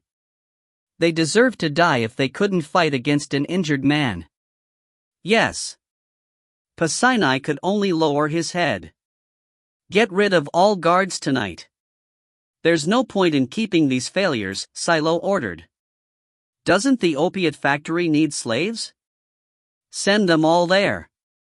The dead ones can be used as fertilizer." Pasinai lowered his head, sweat rolling down. "Yes." "Contact the Robin," Silo said as he turned. "Tell him about the professor and the vengeful spirit. Tell him that if he wants us to work for him, to bring us Moriarty and Holmes' heads. If you find any errors, ads pop up, ads redirect, broken links, non-standard content, etc., please let us know. Report chapter so we can fix it as soon as possible." Chapter 131 to 140. Chapter 131, Runestone Meditation. Late at night, a lamp lit up in Bai Xi's room. After washing off the stinky oil and stains, the refreshed girl changed into her pajamas. Her long white hair fell down to her shoulders, like silver reflecting light. She sat cross-legged on the bed holding a bunch of stuff. Her eyes seemed to sparkle under the light. 30,000, 20,000, 60,000, 100 and 10,000. This one's cheaper, only 12,000, but better than nothing. Wow, this is good, the purity of the gem is really high. I'll price it at 200,000. She smiled with satisfaction, and counted her war trophies over and over. She was so happy that she could melt into fluff. The most exciting thing after committing a robbery was sharing the booty. Just counting everything was enough to make her want to scream in excitement. Bai Xi rolled on the bed with a pillow in her arms. "Oh my God! So much money! I feel like dying. How can I calm down, cousin?" "Die after we split everything." Ye Qingxuan reached over to knock her back to reality. "We agreed that you can take half of everything. Have you decided what to take? This is yours, this is mine, yours, mine, yours, mine." In the shadow of the lamp, Bai Xi quickly divided the stuff into 2 parts, then pulled the bigger pile into her arms. "The gold, silver, and gems belong to me. Everything valuable is mine. You take those useless rune stones. Ye Qingxuan was speechless. This girl chose money without hesitation and gave away all the invaluable rune stones. You don't want the rune stones and materials? Bai Xi glanced at him. Cousin, I'm a genius, okay? It would only take me 1 day to master all the instantaneous notes. Do you think I need those? Plus, I'm a girl. I can't be fighting all day, right? It's not easy for me to earn a lot of money, but now I'll be a rich girl and live a rich life, but... Ye Qingxuan was speechless at his lack of talent. But also, what did Bai Xi mean by girl? Since when did Bai Xi see herself as a girl? He sighed, having no say in the matter. He was about to argue, but when he looked at Bai Xi's innocent smile, he could not say anything. He ran his fingers through her hair. You're the boss. I'll take it all then. He gathered the small mountain of rune stones, and counted again. He could not believe it. In all, there were more than 200 runes. They were all the basic notes that Ye Qingxuan needed. The Indians had probably swept through all of the surrounding black markets to collect these. But soon, something occurred to him. He looked blank and amazed immediately. Bai Xi looked at him. What's the matter? The sky's falling down, ... Well, Yi looked up at her and asked quietly. Do you know how to use rune stones? As the dawn began to light up the room, the youth, with crossed hands before his chest, seemed to have fallen asleep. He sat as if he were meditating like an ascetic Indian monk. His body faced upwards, and he created a seal with his intertwined fingers. In his entwined fingers was a crystal prism. A faint note shimmered within the prism. The light from the ether tripled with his breaths, and transformed into waves. The youth chanted the syllables in a low voice again and again, resonating with the stone in his hands. In his mind, a vague note appeared, and gradually became more visible. Finally, it became solid. The note suddenly changed on its own. It transformed into a dancing flame and began to burn. The burning rune flashed, radiating with a mysterious light as if it had become a star. With the will of the youth, the meditative notes in his mind rose slowly into the illusionary sky and shone together with the stars. More than 30 stars glittered in the night sky. The notes that had turned into stars flowed like a river, some dim and some ever-changing. As the rune fire intensified, the position of the stars suddenly changed, rising gradually to leave space for the new notes. The starry sky changed slowly. The stars wandered aimlessly before finally stabilizing. There was a gravitational pull among them, formed from an uncertain force. The stars were moving under the momentum of that force. Crack! With a snap, the rune stones in Ye Qingxuan's palms shattered and turned to dust. The youth slowly opened his eyes and took a deep breath, lifting his fingertips. Flames had burned on his fingertips with just a short chant. He smiled. All 11 stones of the rune fire had been used up and internalized. He had reached the instantaneous level of yet another rune. It would be activated with just a thought. With so many rune stones, his mastery of notes as a beginner had reached the level of most third-level musicians. After all, not everyone had the opportunity to spend so much on precious runes to cultivate these notes. Bending over, he swept the ashes to one side. Beside him, the rune's ashes had formed a small hill. He had consumed 60 runes overnight. This would take most students 1 or 2 years. 17 more notes. Ye Qingxuan gazed at the stack of stones before him. After mastering the remaining 17 notes, he would have 48 in his mind. The 48 basic notes recorded in equal temperament would be fully mastered by him. At that time, the starry sky in his mind would revolve as if it were real. At that time, he would reach the rhythm level. Next was the rune extraction. He clenched a rune stone again and closed his eyes. But quickly, he was forced out of the serenity, and his vision spun. Too much for today? He rubbed his forehead and laughed bitterly. He had pushed 12 notes to the instantaneous level overnight. So many people longed to get even one runestone to resonate in the same way starving people longed for roast turkey, but he had not expected that he had eaten too much. This dizziness made him so happy that he could cry. Ye Qingxuan sighed and put away his runestones. He still had time to sleep for a few hours before his afternoon class. But when he got into bed, he could not help but think of the professor's warning before leaving, blood path. Ye Qingxuan sighed. For many years, Avalon's shadow had been home to a bizarre legend. Some said it was Arthur's kingdom on earth, some said that it was the secret home of the Maiden of the Lake, some even said that it was a storage area full of treasures and precious music sheets. The blood path was the only way to enter it. For all these years, people had been trying to find this path. How had Ye Qingxuan randomly run into the mysterious path? Truthfully, he was not even interested in the so-called Avalon's shadow. He only wanted to be a musician, to find out what happened to his father, and to get revenge for his mother so she could regain her dignity and rest in peace. He had no interest in anything else, but now it seemed that his father was somehow connected to Avalon's shadow. Every time Ye Qingxuan thought of this, he would get confused. What exactly did his father do to make everyone hate him so much that he had to run for his life? Until now, the only things he knew about his father were from his own childhood memories and Wolf Flute's notebook. Ye Qingxuan's eyes suddenly opened. The notebook. There might be something on it that he had not noticed before. What else did his father keep in the seal? He jumped out of bed and began to rummage through his things. The notebook. Where could it be? It was not on the table, not in the cupboard, not under the bed. He searched the whole room but could not find it.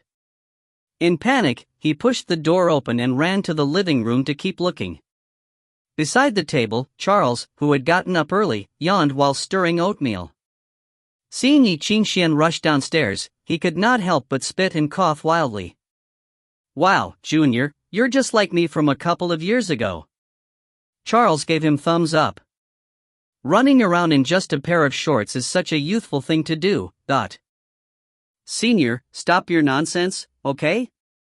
Ye began frantically rummaging through the living room. Still, he found nothing. "What are you looking for?" Charles came over with a cup of milk to watch. "Senior, have you seen my notebook?" Ye Qingxuan asked. "That one you stole the first time we met, but then you returned it to me." "I remember putting it on the table, but now I can't find it." "Oh, that one." Charles thought for a moment, as if he knew something, and nodded. "Yes, I saw it." Ye Qingxuan was overjoyed. "Where is it?" "Isn't that it?" Charles pointed to the corner of the living room. The youth suddenly froze. That direction, for some reason, he suddenly had a bad feeling. In downtown at dawn, the noisy market had begun to sell vegetables. Women with baskets, butchers with lamb legs in their hands, and beggars all gathered amidst the hawking. The day had begun with the rising sun. The recent fighting and bloodshed every night was like another world. In fact, gangs existed in another world for most people, and did not feel real. Only when they opened the door in the morning to find blood in the alley would they understand what had happened the night before. Then they would wash the stains away with a bucket of water, and go on with their day. Beside the market, in the midst of all the bustling, the tavern was supposed to be closed during the daytime, but now its windows were open, allowing the morning light to enter into the dim room. All was silent in the room. The bustling outside was muffled. In the quiet tavern, the bartender behind the counter had already been driven out of the house. He obediently squatted on the steps to smoke, and smiled awkwardly at the burly guards. People sat around the only round table in the dim room. After downtown's infamous vengeful spirit and the professor worked together, causing chaos that night, Silo was present as well. Silo sat in the chair, slowly smoking his hookah. Seeing his bloodshot eyes and knowing what had happened to him last night, the others laughed secretly at his misery. To his left was the Sicilian leader, the head of the Lucca family, Alberto. He was known as the grandfather amongst the Sicilians. Lorenzo was his son. The man on his right was a short man with a scruffy beard. He was the leader of the Asgardians, the Basset, Werner. The three most powerful leaders of downtown were gathered together. The professor should have taken a seat as well, but he most likely would not come. So now, there was only one person left. Chapter 132, Declare War? Where's the shaman? Werner slammed his fist on the table, frustrated with the endless waiting. He said he wants to talk, but he's not here. What's he doing? Toying with us? Behind the round table was an empty chair. Behind the empty chair was an older man. Hearing Werner's voice, the man known as Ghost Hand just glanced at him, uncaring.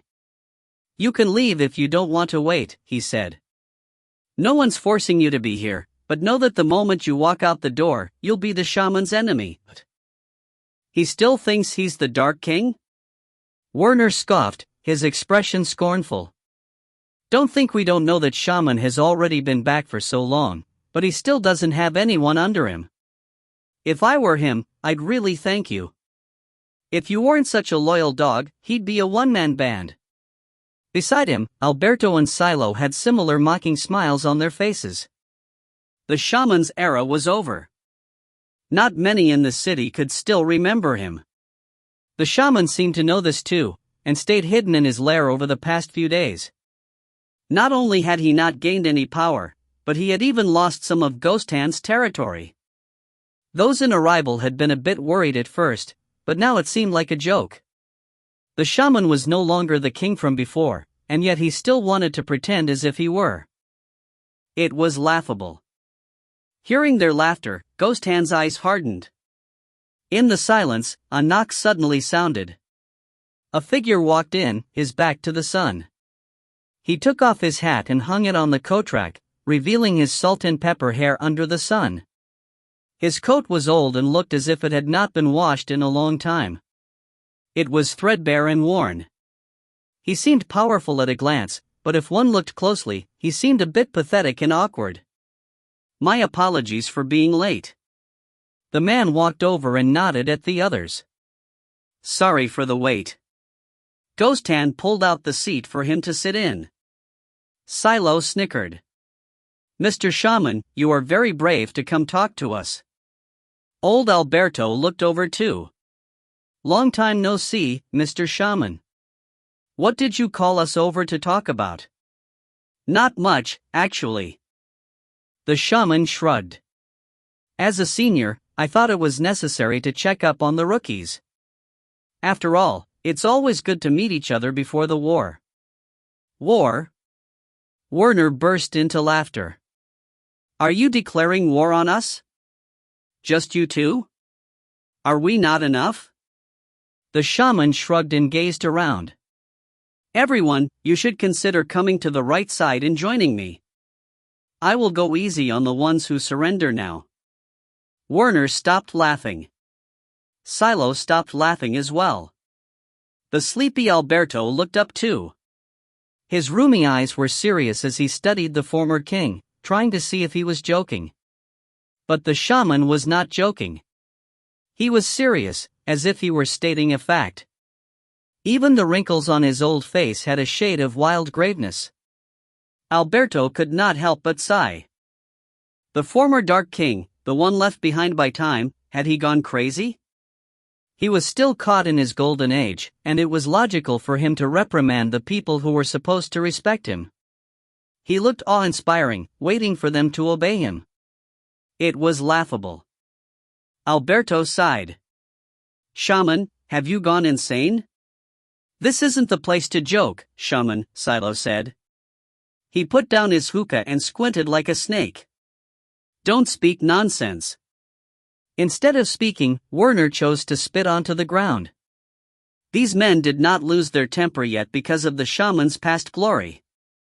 They were willing to be patient and see what the crazy old man was planning. There was vague pity in their eyes.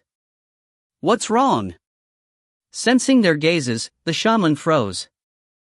Have you not come up with a decision yet? treasure this opportunity. Snick! A dagger sank into the table. It was Werner's dagger. That's my reply, Werner said coldly. Alberto shook his head slowly.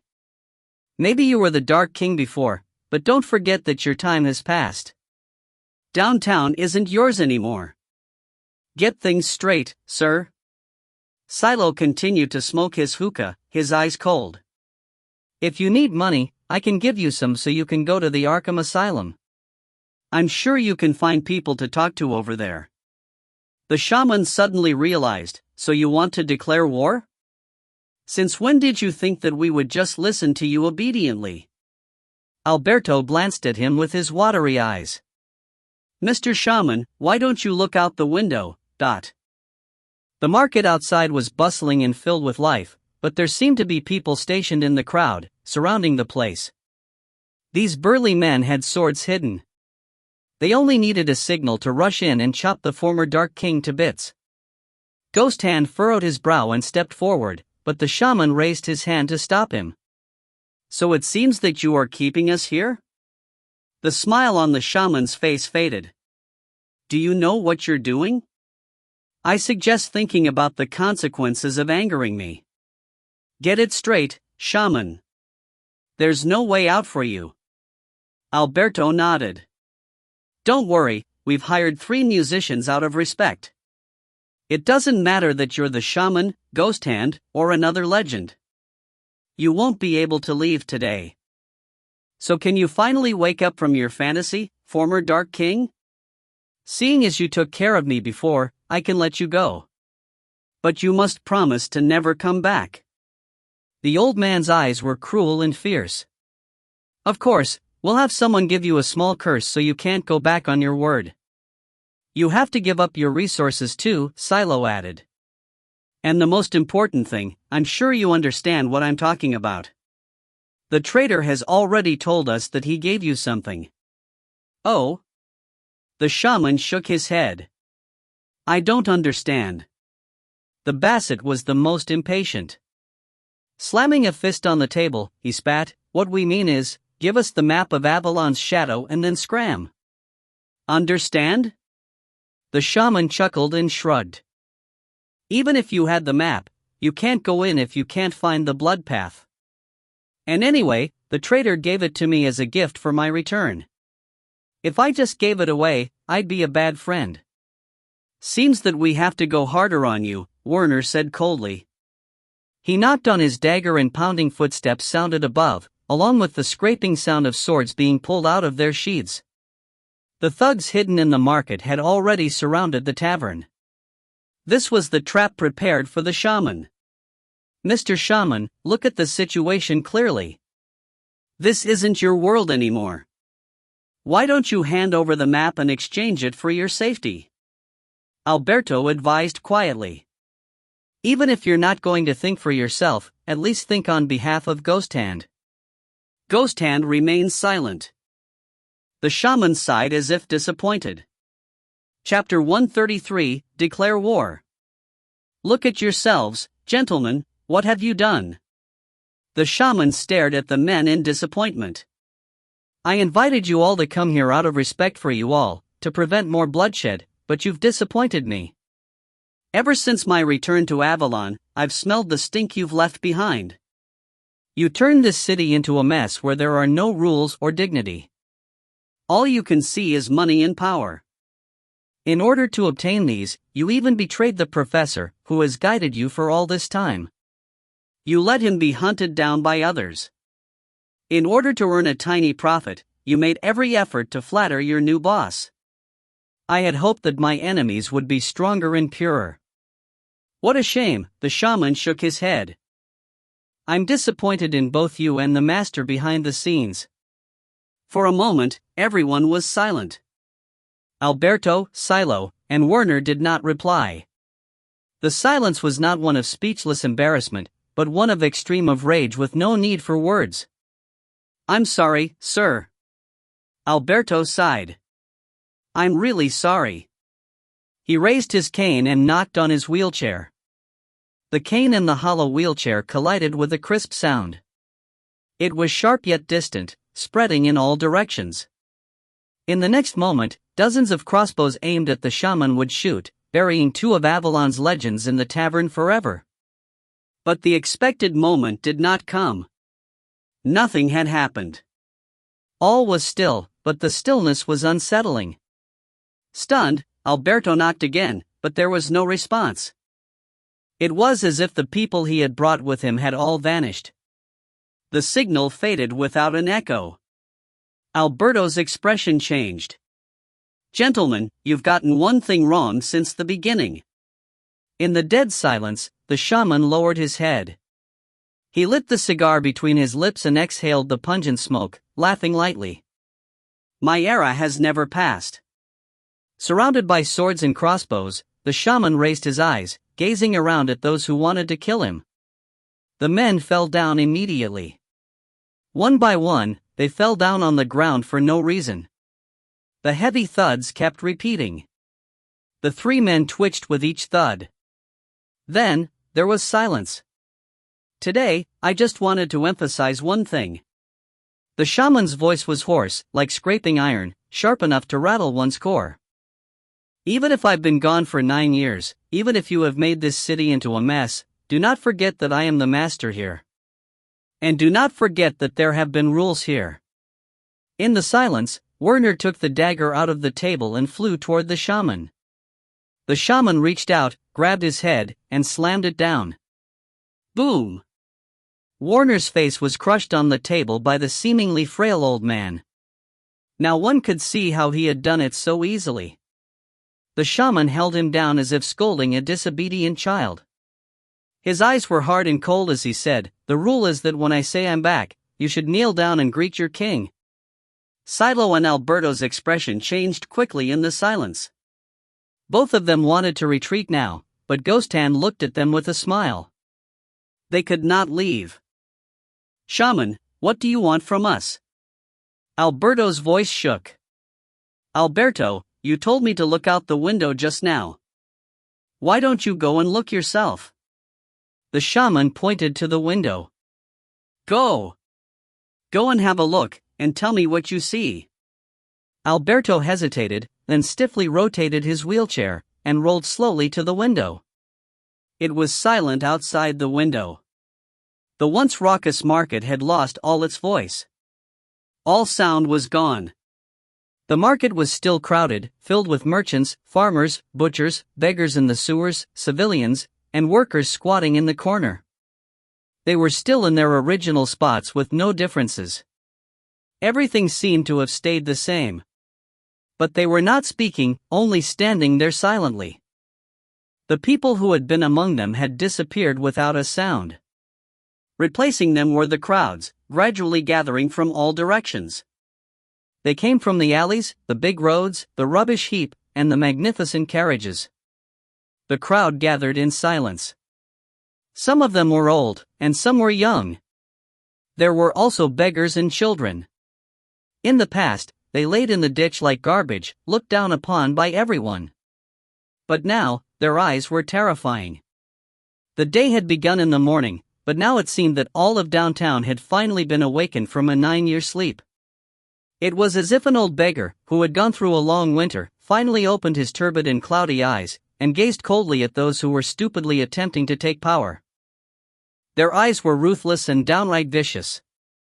Everyone that had gathered seemed to be waiting feverishly, staring in the direction of the tavern.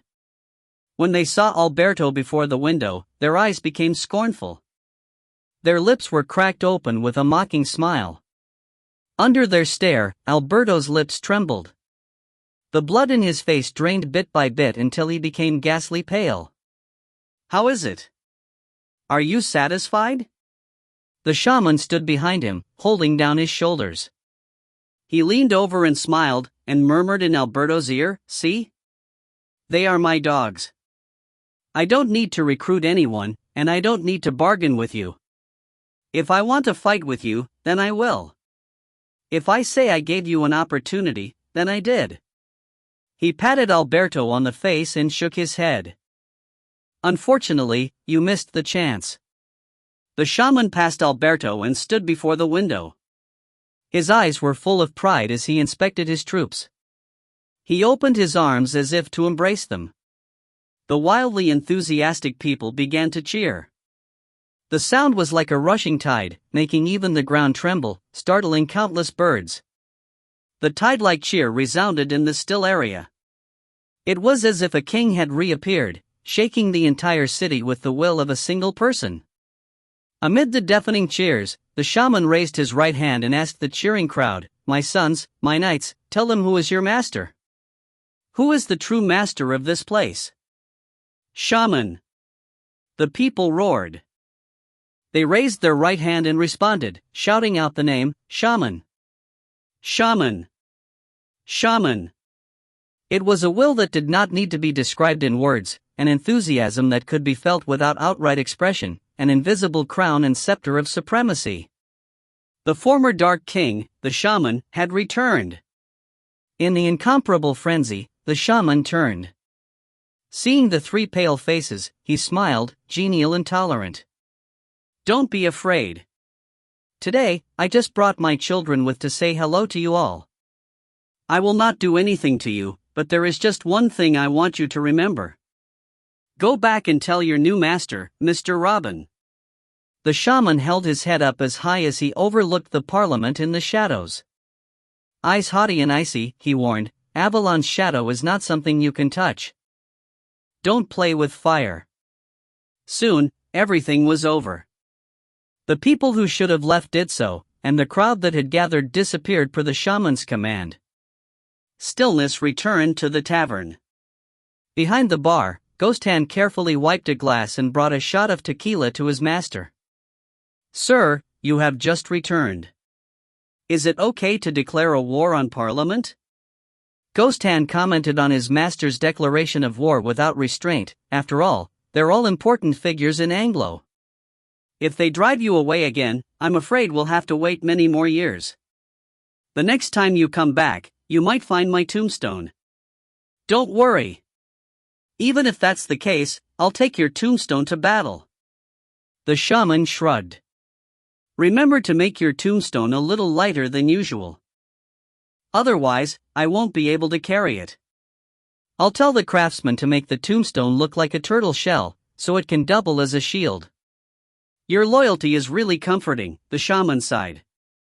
"I can't wait to carry your turtle shell to battle." Ghost Hand downed his glass.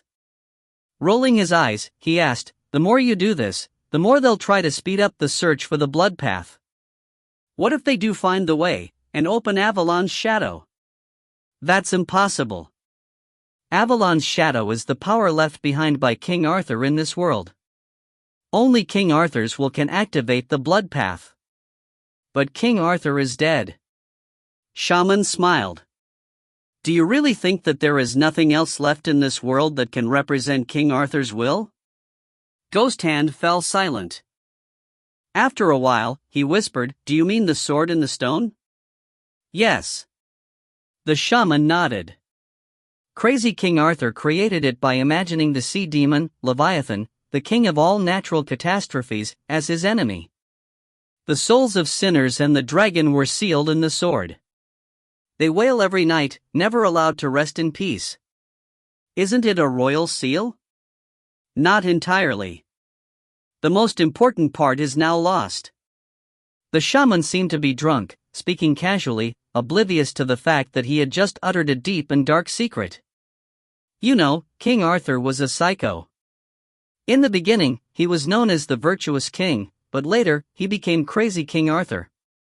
At that time, his head begun to crumble, and he was unable to harness his immense power. The sword in the stone went out of control. The power that could fight off natural catastrophes went crazy.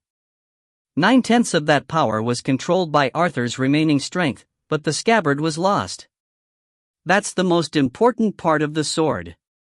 It's not the most powerful, but it represents the scepter and will of King Arthur. Since then, the royal family lost the key to the blood path and could no longer inherit the holy name of Arthur." Shaman downed a cup full of liquor and burped heartily. Over the years, the royal family has been entrusting the church to secretly search for it. They finally found it somewhere, secretly took it back to the human world, and sealed it. But because of the advent of Avalon's shadow, the scabbard was secretly sent out of Avalon again. Unfortunately, there was an accident on the road, and the scabbard disappeared. Ghost Hand stared at Shaman, completely unable to digest the complex information from the past. Seeing his confusion, the shaman laughed joyfully. It's a really sad story, isn't it? He poured himself a cup and drank it in one shot. He murmured in regret, "What a pity. Even if an ordinary person gets it, he can instantly inherit the name of Arthur and the power of the sword in the stone. It won't be impossible to become the king of Anglo in one day, right?" Chapter 134, Bolero. When Charles said, "Isn't the notebook there?" a bad feeling arose in Ye Qingxuan instinctively. When he looked in that direction, his heart sank and he fell into silence. Charles had pointed to the corner of the living room. There was a painting on the wall, a cupboard, 2 chairs, and a finely decorated, well-made, high-grade, amazingly warm and comfortable, dog bed. The long-missed old Phil was sprawled out on its bed, side-eyeing its first and third servants. Its eyes were arrogant as if he were the emperor in his palace. As it enjoyed the stupidity of mankind, it chewed on its breakfast a leather-bound, beautifully made, and familiar notebook. "Senior, am I seeing things?" Ye Qingxuan asked after a long time. "Why am I seeing old Phil eating my notebook?" "Ah, that's right." Seeing that Ye Qingxuan was close to breaking down, Charles decided to give him a push. "He's been eating it for half a month. He doesn't even eat dog food these days. He just eats 2 pages per day. He's finally finishing it today. Old Phil loves studying. Junior, you can't lose to him. I feel like I've lost at the starting point." Speechless, Ye Qingxuan bent down to pick up the shreds with shaking hands. In the end, fate's cruel arrangement pushed him to his limit. "Old Phil." Putting the dog in a chokehold, he shook it violently. "How can you just eat it? This is a relic that my dad left behind for me." "A relic? A relic? How can you just eat it? At least tell me. Do you know how hard life is for me? Why you, spit it out." His features twisted as he tried to open old Phil's mouth and save the last shred of paper. Old Phil's mouth opened and then closed. He closed his mouth tightly around Ye Qingxuan's leg, causing him to fall down with a strangled cry. Old Phil was old Phil after all. He never displayed any mercy when he was biting. His mouth could definitely go down in history. It had never failed, from biting the crown prince to its servant. And this B** had chose the meatiest parts to bite, ensuring that 1 bite was enough for a scarred mind, and 2 bites were enough for mental trauma. No one could hide from it. With that fatal bite, Ye Qingxuan practically passed out, and just rolled to the other side of the living room.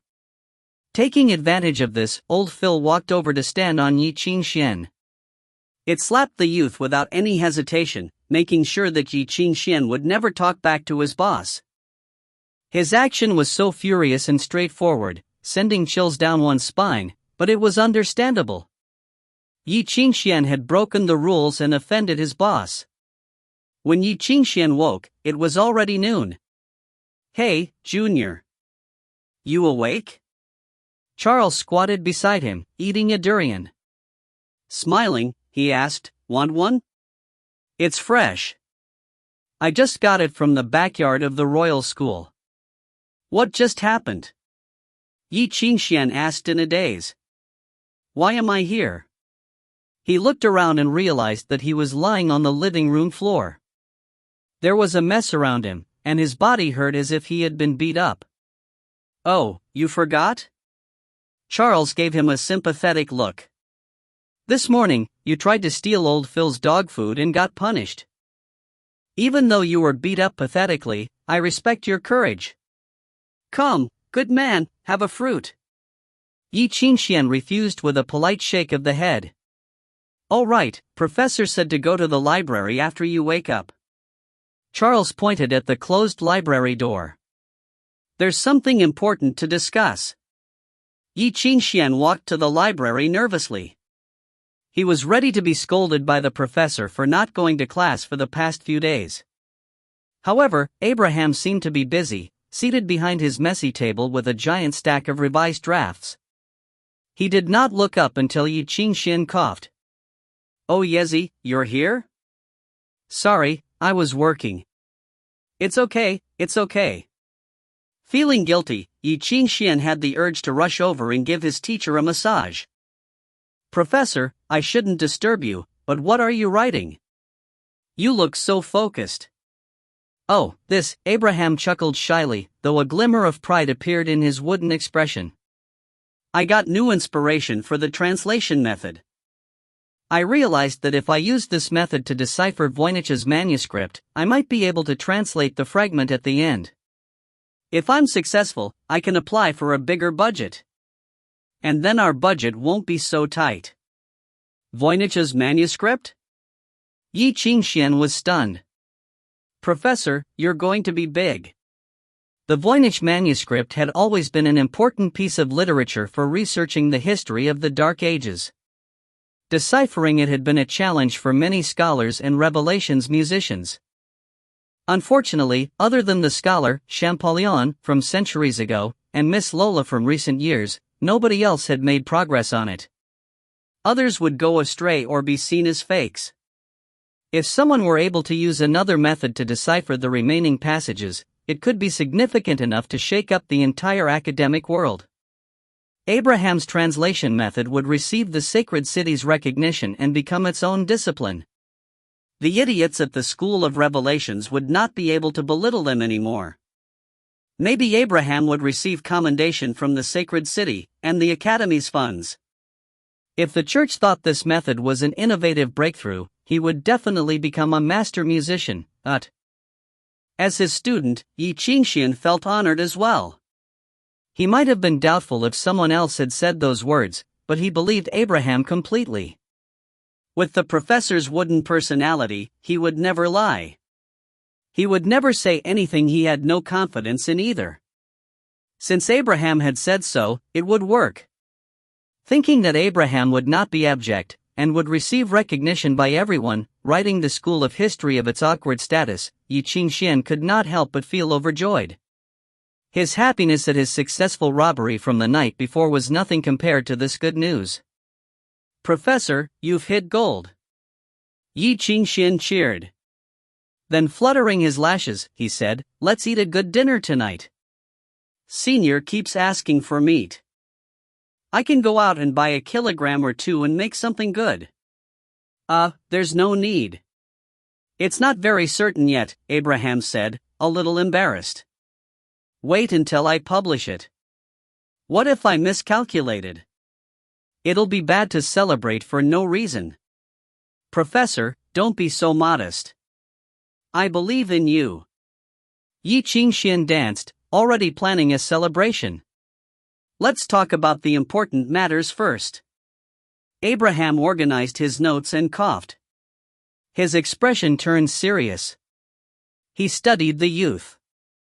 After a long silence, he finally said, "Yezi, Charles said that you've already grasped the performance of complex notes.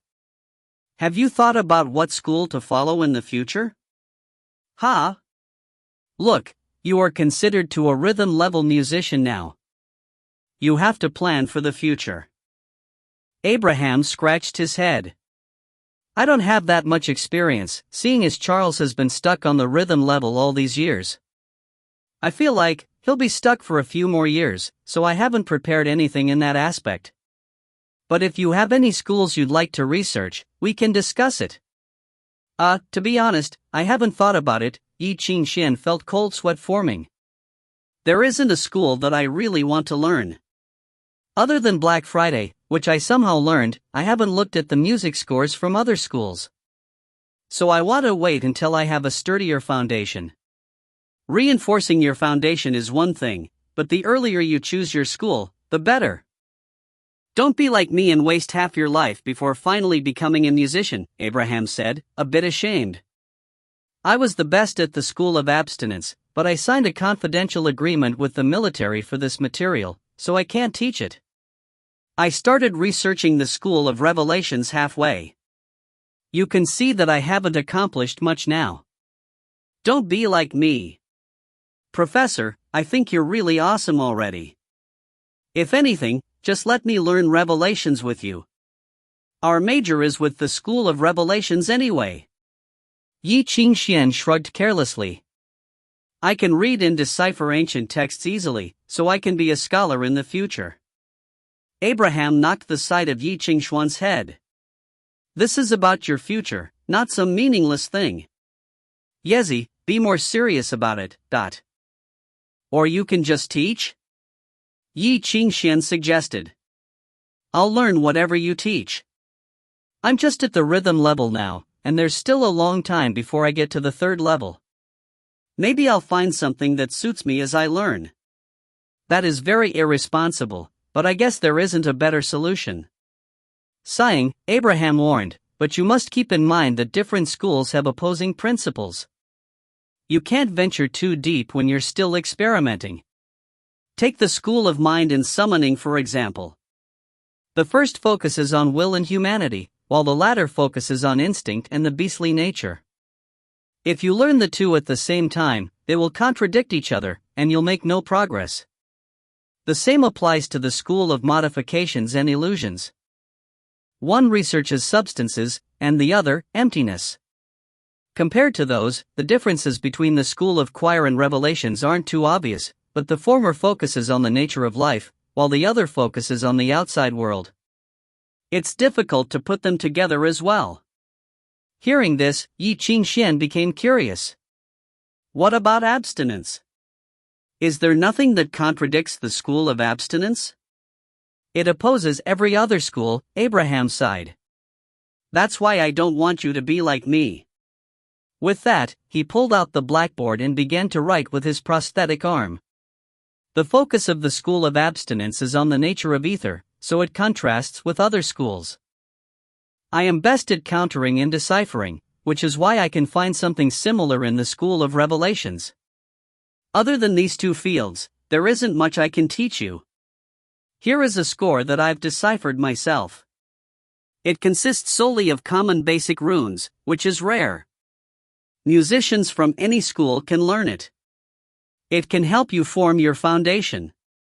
As he spoke, he wrote the name of the score on the blackboard, Bolero. Chapter 135, Interpretation Method.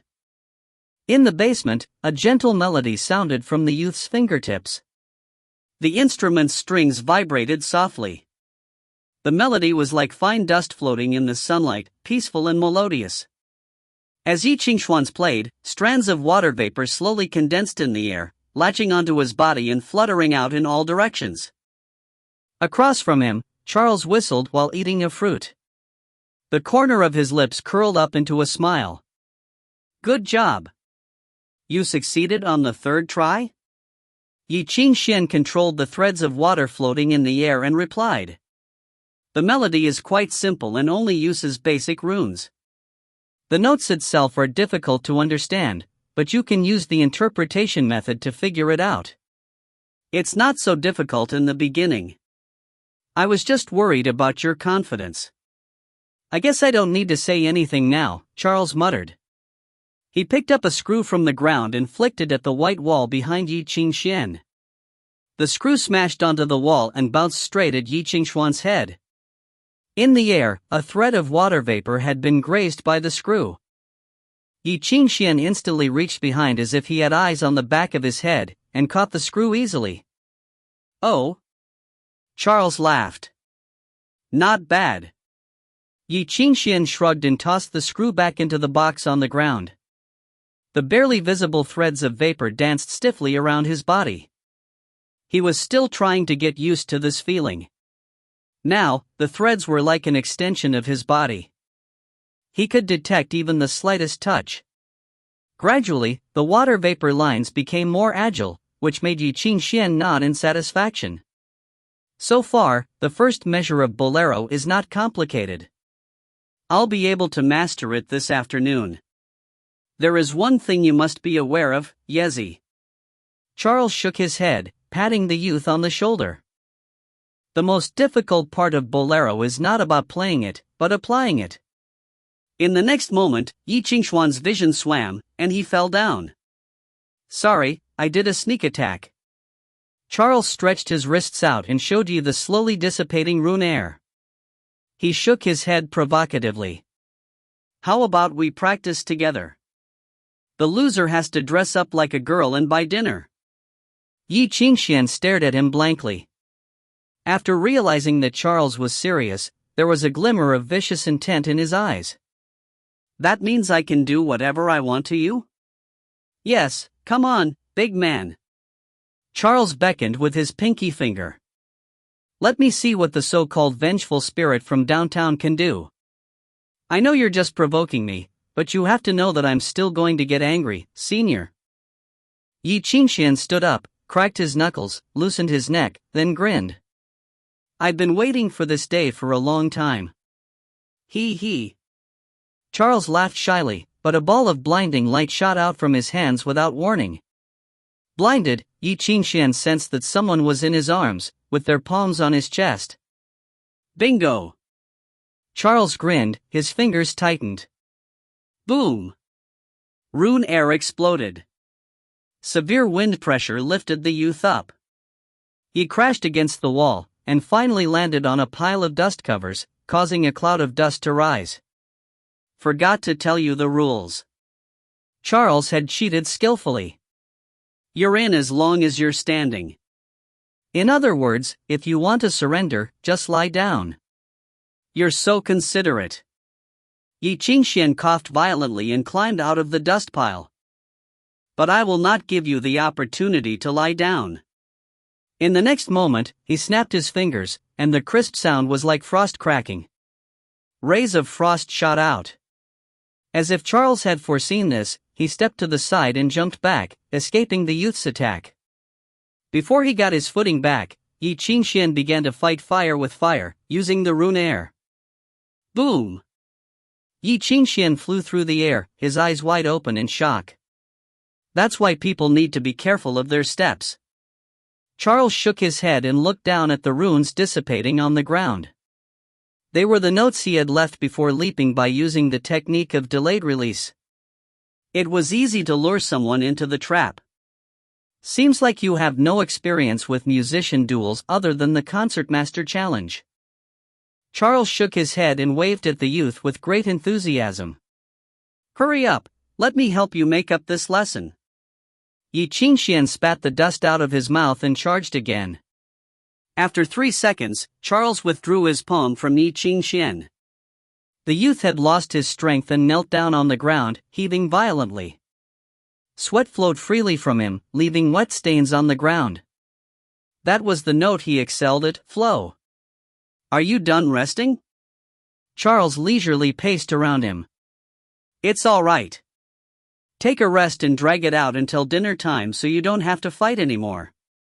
Ye Qingxuan knew clearly that this B** was still provoking him. He simply sat on the ground, refusing to get up. His frustrated eyes gradually calmed. No, there was something wrong. He was getting completely crushed. It was like challenging a formless monster. Every defeat was weird and mysterious. It was not about how excellent the other side's strategy was, nor how powerful the enemy was. It was not because of his own weakness either. What was wrong? This guy acted as if he could predict his next step. Predict? Ye Qingxuan's eyes flashed. He raised his head, eyes narrowing. Under the faint light, the dust disrupted by the two men scattered under the light. But when the youth looked closely, he realized that there was something different about Charles's surroundings. Around him were dozens of slender and hidden threads of water vapor. They floated from his body, stretched through the air, and finally. Ye Qingxuan looked along the thin lines, and it finally dawned on him. The threads were wrapped around his own body.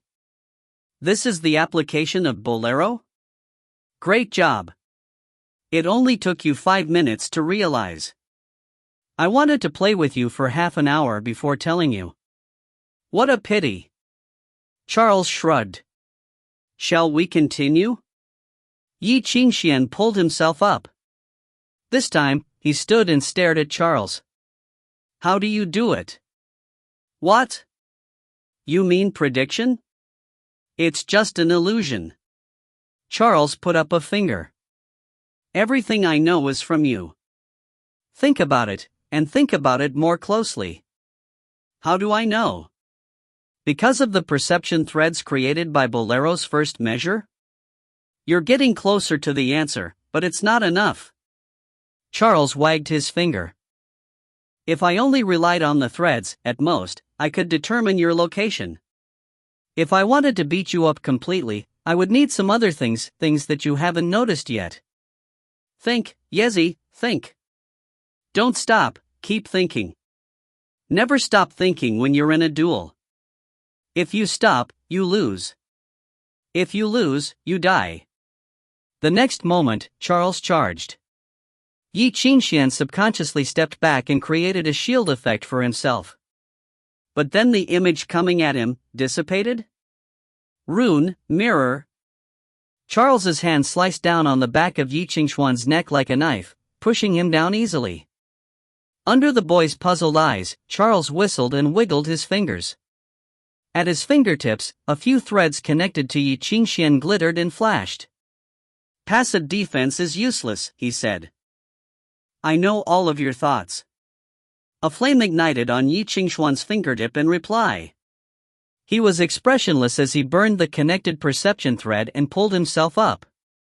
Again. All right. The next moment, the two pressed on their own instrument in unison, the same melody sounded at the same time. It was the first measure of Bolero. In that gentle and quiet melody, a number of perception threads rose out of Ye Qingxuan's body and wrapped around Charles. Perception threads came from Charles's hands as well. The threads ran into each other, becoming a tangled mess. The moment the perception threads wrapped around Charles, Ye Qingxuan's expression became shocked and surprised. He could sense the ether controlled by Charles. What's the matter? Is it really that surprising to be able to sense someone else's ether? Charles did not care that Ye Qingxuan could perceive the changes in his ether and said lightly, Now can you understand? The threads aren't a replacement of touch. They're the extension of perception. That's what they do. They're a musician's eyes. A pair of eyes that knows the enemy's every intention, every movement, and fluctuations of each note. Nothing can hide from these eyes. Then he said, Congratulations, you are finally getting started. There was a crisp snap. Charles raised his hand and released a frost ray without warning. It was loved by students for being easy to cast and requiring low exertion. Ye Qingxuan could not process it in time. He could clearly feel the changes in the other's ether, but in the midst of everything, Ye Qingxuan did not realize that he was playing a note. His face was covered by weak and white frost. He could not even breathe. What's wrong? I've put everything out in the open for you. Charles cocked his head. You couldn't even tell that I was going to cast a rune? Instantaneous notes are so fast. You have to at least give me time to react. Ye Qingxuan reached out and wiped the white frost off his face. The changes are so confusing that I can't find the patterns. Come on, use your brain. Charles sighed. Translation and interpretation method. What have you been learning? Interpretation? Ye Qingxuan froze, as if he had suddenly found clue. He involuntarily followed Charles's guide and continued thinking. Interpretation method. Chapter 136, Duel. That's right. This is the interpretation method, Charles whistled. Did you really think that the things Professor taught can only be used to explain music scores in ancient languages? It's teaching you how to read. If it can help you interpret music scores and runes, why can't it explain the changes of ether? Ye Qingxuan did not reply. His expressions changed as he pondered, but his brows quickly furrowed again. Senior, cast a note for me. Charles obeyed. Once again, Ye Qingxuan was hit in the face with frost, but this time he did not move at all. As if fossilized, he let the rays of frost hit him with immense pain. "I think I feel something," Ye Qingxuan murmured, looking up. "Again. Okay. Frost again." Whack! This time, Ye Qingxuan finally moved, but he was too late. He had just started to raise his hand when the frost covered his face. It burned, but he started laughing. It was as if he had been running in the dark and found an open door. The sunlight that fell on his face was weak, but the world was completely different now. He finally understood why the translation method skipped many steps in order to quickly achieve an unclear rune instead of a developed one. It was to reduce his time of interpreting to its limit. He must ignore practically 90% of all information to be 1/10 of a second faster. Again. Okay. As Charles raised his hand, Ye Qingxuan's expression changed. He begged, "Don't do it to my face. It hurts." Too late. Charles continued raising his hand, planning on covering his face with frost. Shocked, Ye Qingxuan gave up on begging for mercy, and quickly began chanting. He subconsciously gathered ether before him like a shield. The surface was smooth and sturdy. Rune, mirror. Whack! The cool blue rays landed on the mirror, refracted, and disappeared along with the mirror. Coldness spread, and the flying dust turned to ice particles and fell on the ground. Ye Qingxuan froze while Charles's smile stiffened. "Didn't you say you were going for my face?" Ye Qingxuan asked faintly. "Why did you aim for my chest? That wasn't what we agreed on." "Ah, I pitted you and changed to somewhere meteor," Charles chuckled dryly. "Can't believe you improved so quickly that you could even tell where I was aiming." The corners of Ye Qingxuan's lips twitched. "If I didn't interpret it, I'd have to get hit by your frost for no reason again, right?" "What do you mean, no reason? What doesn't kill you makes you stronger." Charles praised himself shamelessly. "I'm doing this for your own good." Ye Qingxuan was secretly amazed at his reaction in that second. He could not believe how fast his reaction speed became in a time of crisis. When he had subconsciously sensed the rippling ether from Charles, his body reacted instinctively. His brain had not even processed the information when he went into defense mode. "Junior, it seems like you've been enlightened." Grinning cheekily, Charles asked, "Did you find the secret trick?" "I guess. I just have to pretend you're a music score and interpret that, right?" "Basically, but I won't be like a music score and stand here without moving." With that, Charles finished chanting. The boxes of screws around them began shaking. The ether's magnetic field pulled the screws toward Charles's hand. They spun at his fingertips, whistling and rumbling, ready to attack. For the first time, Ye Qingxuan felt just how terrifying Charles's talent was. He had never seen anyone else who could control hundreds of screws with just one note. Charles had done so without any preparation. Everything had happened with a simple raise of the hand. "Since you know the method now, I don't have to go easy on you anymore," Charles's voice came from behind the layers of screws. "Next, I'll be entering destruction mode. Watch out." "Wait, I'm not ready yet." Seeing the dense wall of bullets, the hair on Ye Qingxuan's neck rose. "Okay, I'll wait." Ye Qingxuan relaxed at those words, but then the screws whistled, shooting forward at his limbs and chest without any warning. Even though he had given up on Charles's morality, seeing him act so perversely gave Ye Qingxuan a chill. There was no more trust between people. "Do you have to do that?" Clutching his head, Ye began darting around. "I've only learned the first measure of bolero. You think the professor only taught you the first measure?" Charles was able to hold a conversation even as he shot out screws continuously. "He has taught you the entire thing. How can it be that short?" "Quite the contrary. There is no music score longer than bolero." Charles cackled. Because the rest of the melody is a repeat of the first measure. With each repeat, you have to put twice as much effort in manipulation. The number and length of strands will also multiply. So you can overlap the melody as many times as you'd like. There's no limit as long as you can control it. As Ye Qingxuan dodged painfully, he began to interpret the ether's pattern at a furious speed, predicting where the screws would land. At the same time, he subconsciously calculated how much manipulation power was needed for each repeat. Are you kidding? His eyes and mouth opened wide. With that exponential increase, the eighth measure would need 128 times the amount needed for the first measure. Only the devil can do that. Charles used one sentence to shut him up. Professor's limit is the 17th measure. He could not keep getting hit like this. Ye Qingxuan could already feel the pain of being hit all over as he dodged pathetically. Charles was analyzing him just as he was analyzing Charles. He could see Charles's every movement clearly.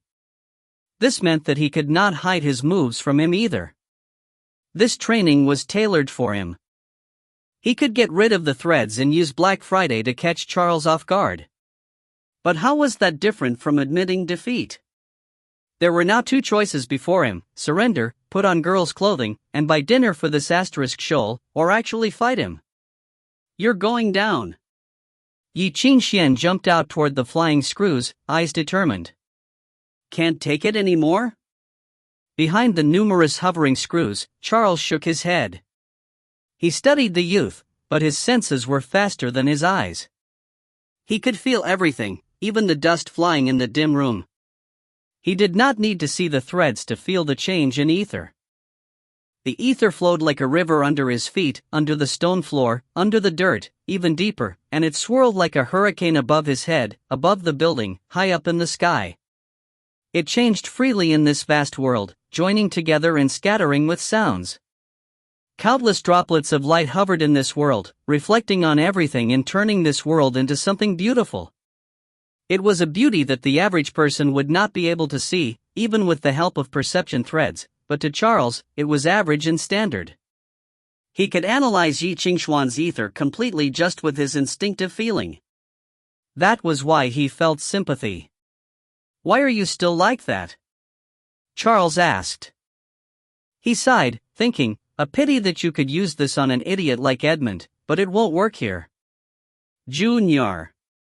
His fingers moved slightly. Pulled by the magnetic force, the screws grouped to the front like a shield.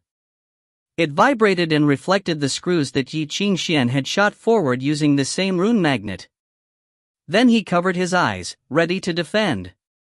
Ye Qingxuan had grasped this moment and was going to launch an attack of light, a technique that had always worked. With the sound of icicles shooting through the ground, dozens of mirrors appeared out of thin air. A burst of light exploded from the youth's hands. The blinding light swallowed Charles. Charles could feel and see the piercing light even with his eyes closed. His heart skipped a beat.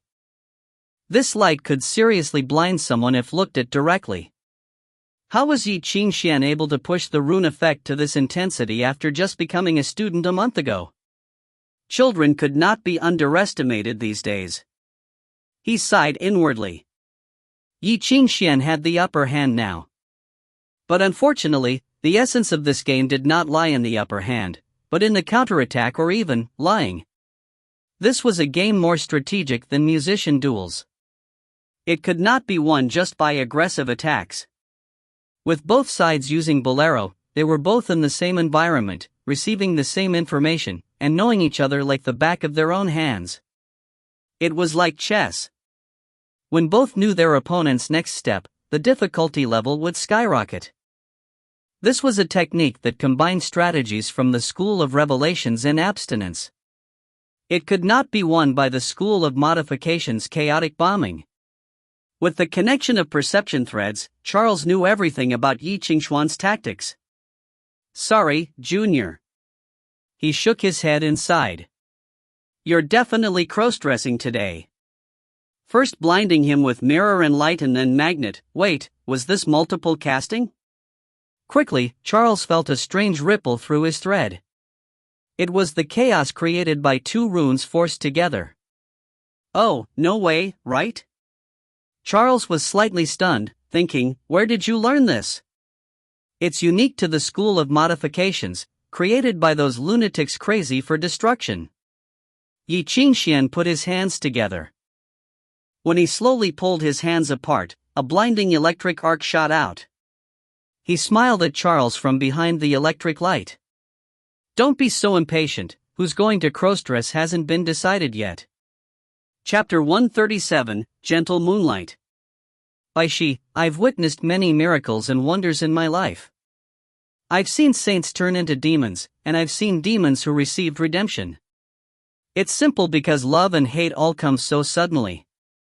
But is there anything that can stop him if neither love nor hate can change him? Is it the starry sky above him? Is it the morality in his heart? Or is it death, which no man can escape? I've only met one creature like this, and it was enough to me feel that all my efforts were in vain. He was the second person that made me doubt myself. Thankfully, I had prepared myself when I learned who he was. Hermes glanced at Bai Xi and sighed. Haven't you noticed his queerness? When he was being hunted by the entire city, his lenience was mocked, and his kindness trampled, but he still didn't change his ideas or give up on his beliefs. Even when those pieces of trash wanted revenge, he stayed true to the standards in his heart. He only did to them what they did to him, and nothing more. He never even thought about a much simpler solution, killing them all. That just means he's a good person, Bai Xi retorted. Bai Xi's response stunned Hermes into silence. He burst into laughter as if he had heard the joke of the century. A good person? Don't joke, Bai Xi. He was practically born to be a dark musician. If he's a good person, why would he learn something like Black Friday? Its intensity is prominent in dark music scores. Music scores have souls, Bai Xi.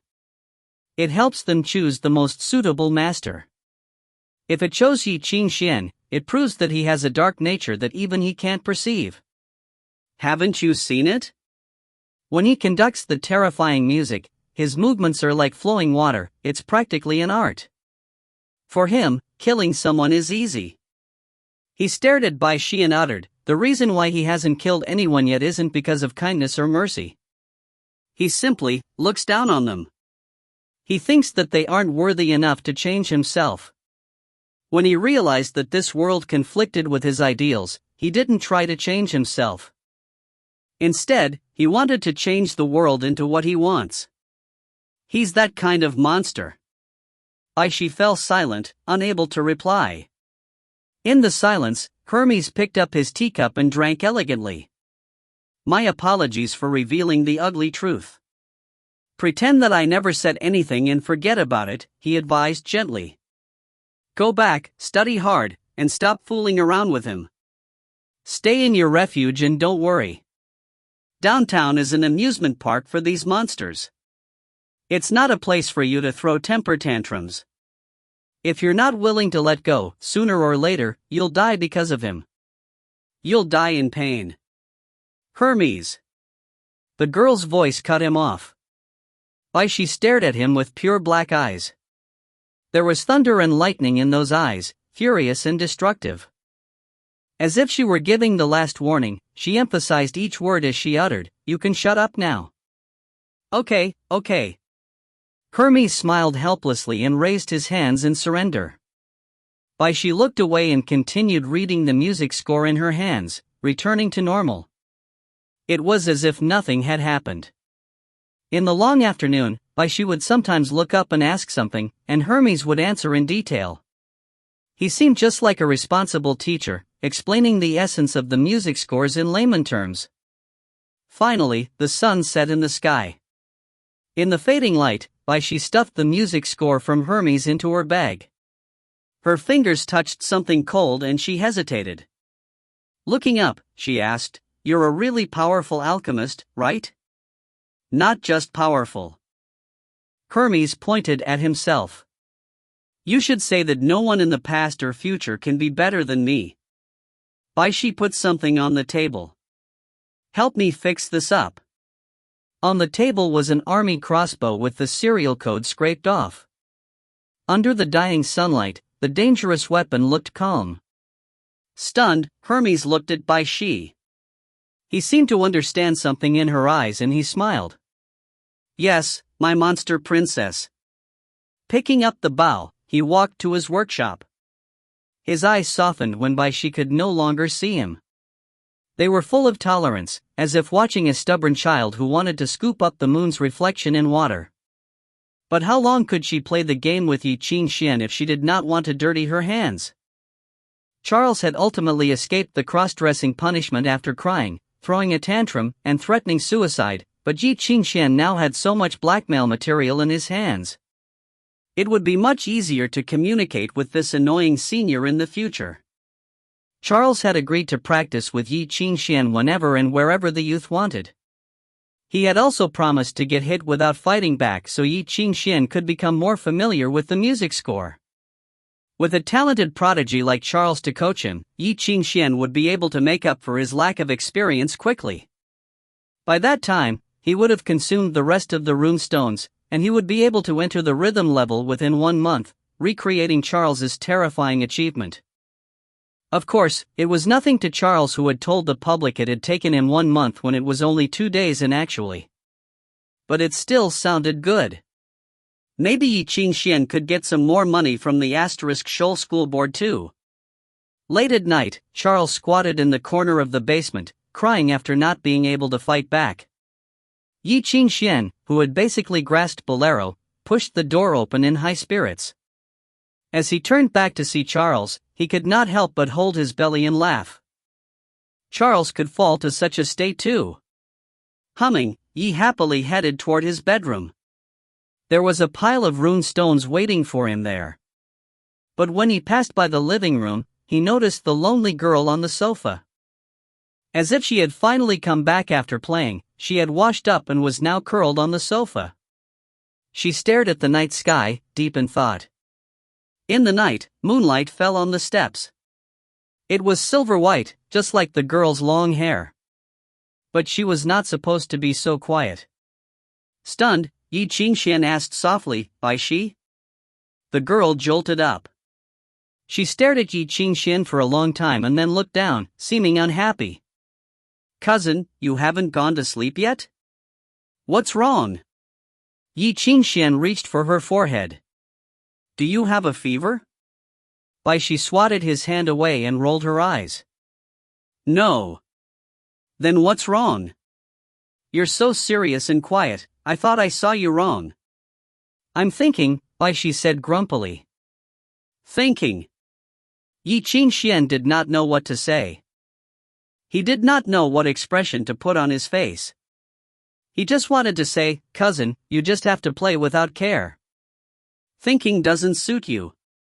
But he would probably get beaten up if he said that, so he decided against it. "Ha, what are you thinking about?" Ye Qingxuan tried really hard to act like a good older brother and forced a smile onto his face. "You can tell me and I'll help you out." "Cousin, your smile is disgusting." Bai Xi moved back in disgust. The corners of Ye Qingxuan's lips quivered. He really did not know what to say. Bai Xi sat beside him and went blank again, holding her chin silently. All that could be heard in the stillness were the chirping of insects. The moon shone through the window, landing on the girl's hair. One could not tell what was moonlight and what was her hair. Ye Qingxuan gazed at her in silence for a long time before finally looking away. "Cousin," Bai Xi suddenly spoke up. "Yeah? Being hunted is something that you should get angry at, right?" "Yeah." "So are you angry?" Ye Qingxuan nodded. "Yes, very angry." "But," hesitant, Bai Xi murmured, "why didn't you kill those people at the cemetery and in Ganlu City?" Ye Qingxuan was taken aback, confused. "You're still caught up on that?" "Yeah, am I not allowed to be?" Bai Xi's eyes flashed. Yes, of course you can." Ye Qingxuan put his hands together, begging for mercy. "I can't control what you think about that.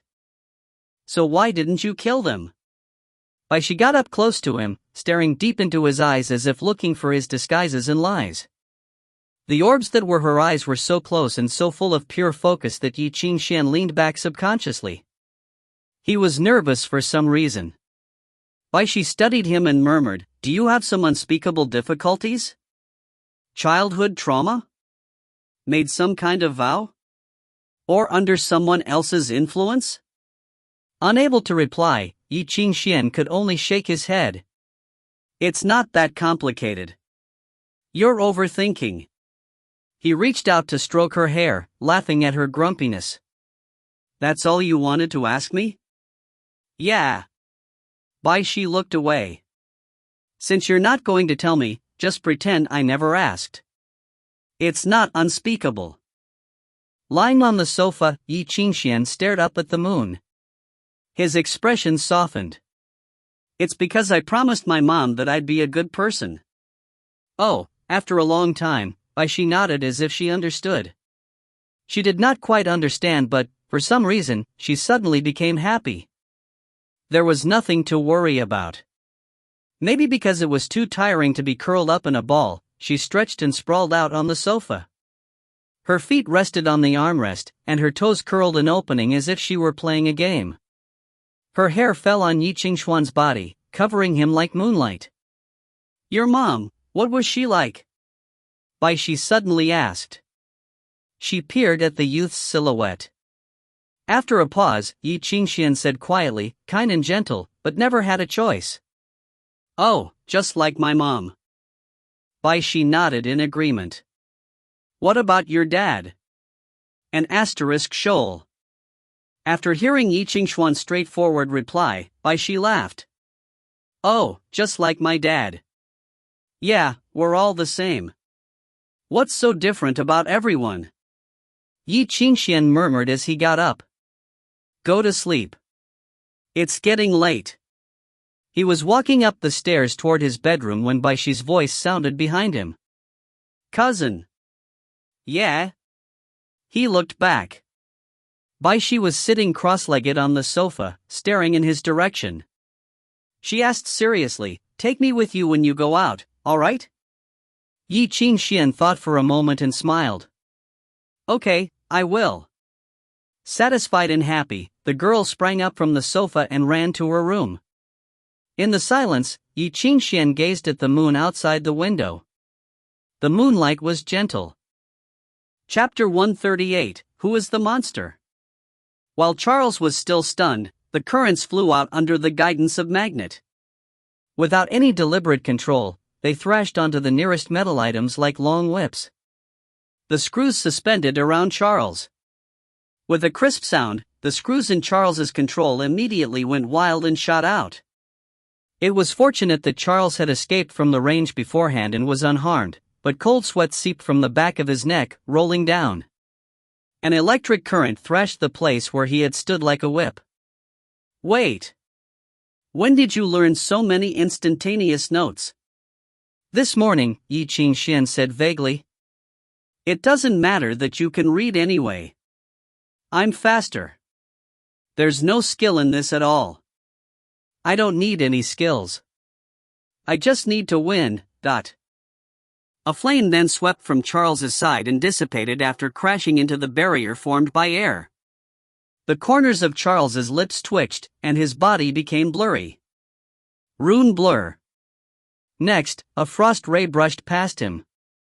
As he stumbled back, Ye Qingxuan approached step by step.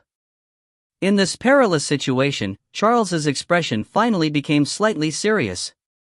Even if he had expected this, Charles still could not help but get cold sweat. Facing such an endless fighting style, he could give Ye Qingxuan the chance to turn the tide if he remained on the defense. Charles deciphered the youth's attack and dodged back. He left a string of shackle runes at his feet to create a trap. Ye Qingxuan stopped on the edge of the trap. Charles smacked his lips. Fighting with such a fast learner was really annoying, but he could still win with his years of experience. But the next second, his expression changed. The same thing again? It works! Behind the trap, the youth threw a ball of light. The mirror matrix followed and expanded, and a sharp light flashed, blinding Charles. He subconsciously closed his eyes. Focused entirely on reading Ye Qingxuan's ether, he grinned. Sure enough, he thought. You can't keep it up. You're still just a rookie. Amid the fighting, Ye Qingxuan's movement slowed for an instant, and his ether began to dissipate. Taking advantage of this, Charles charged rather than retreating. He could not see, but he pressed a note directly onto the youth's chest.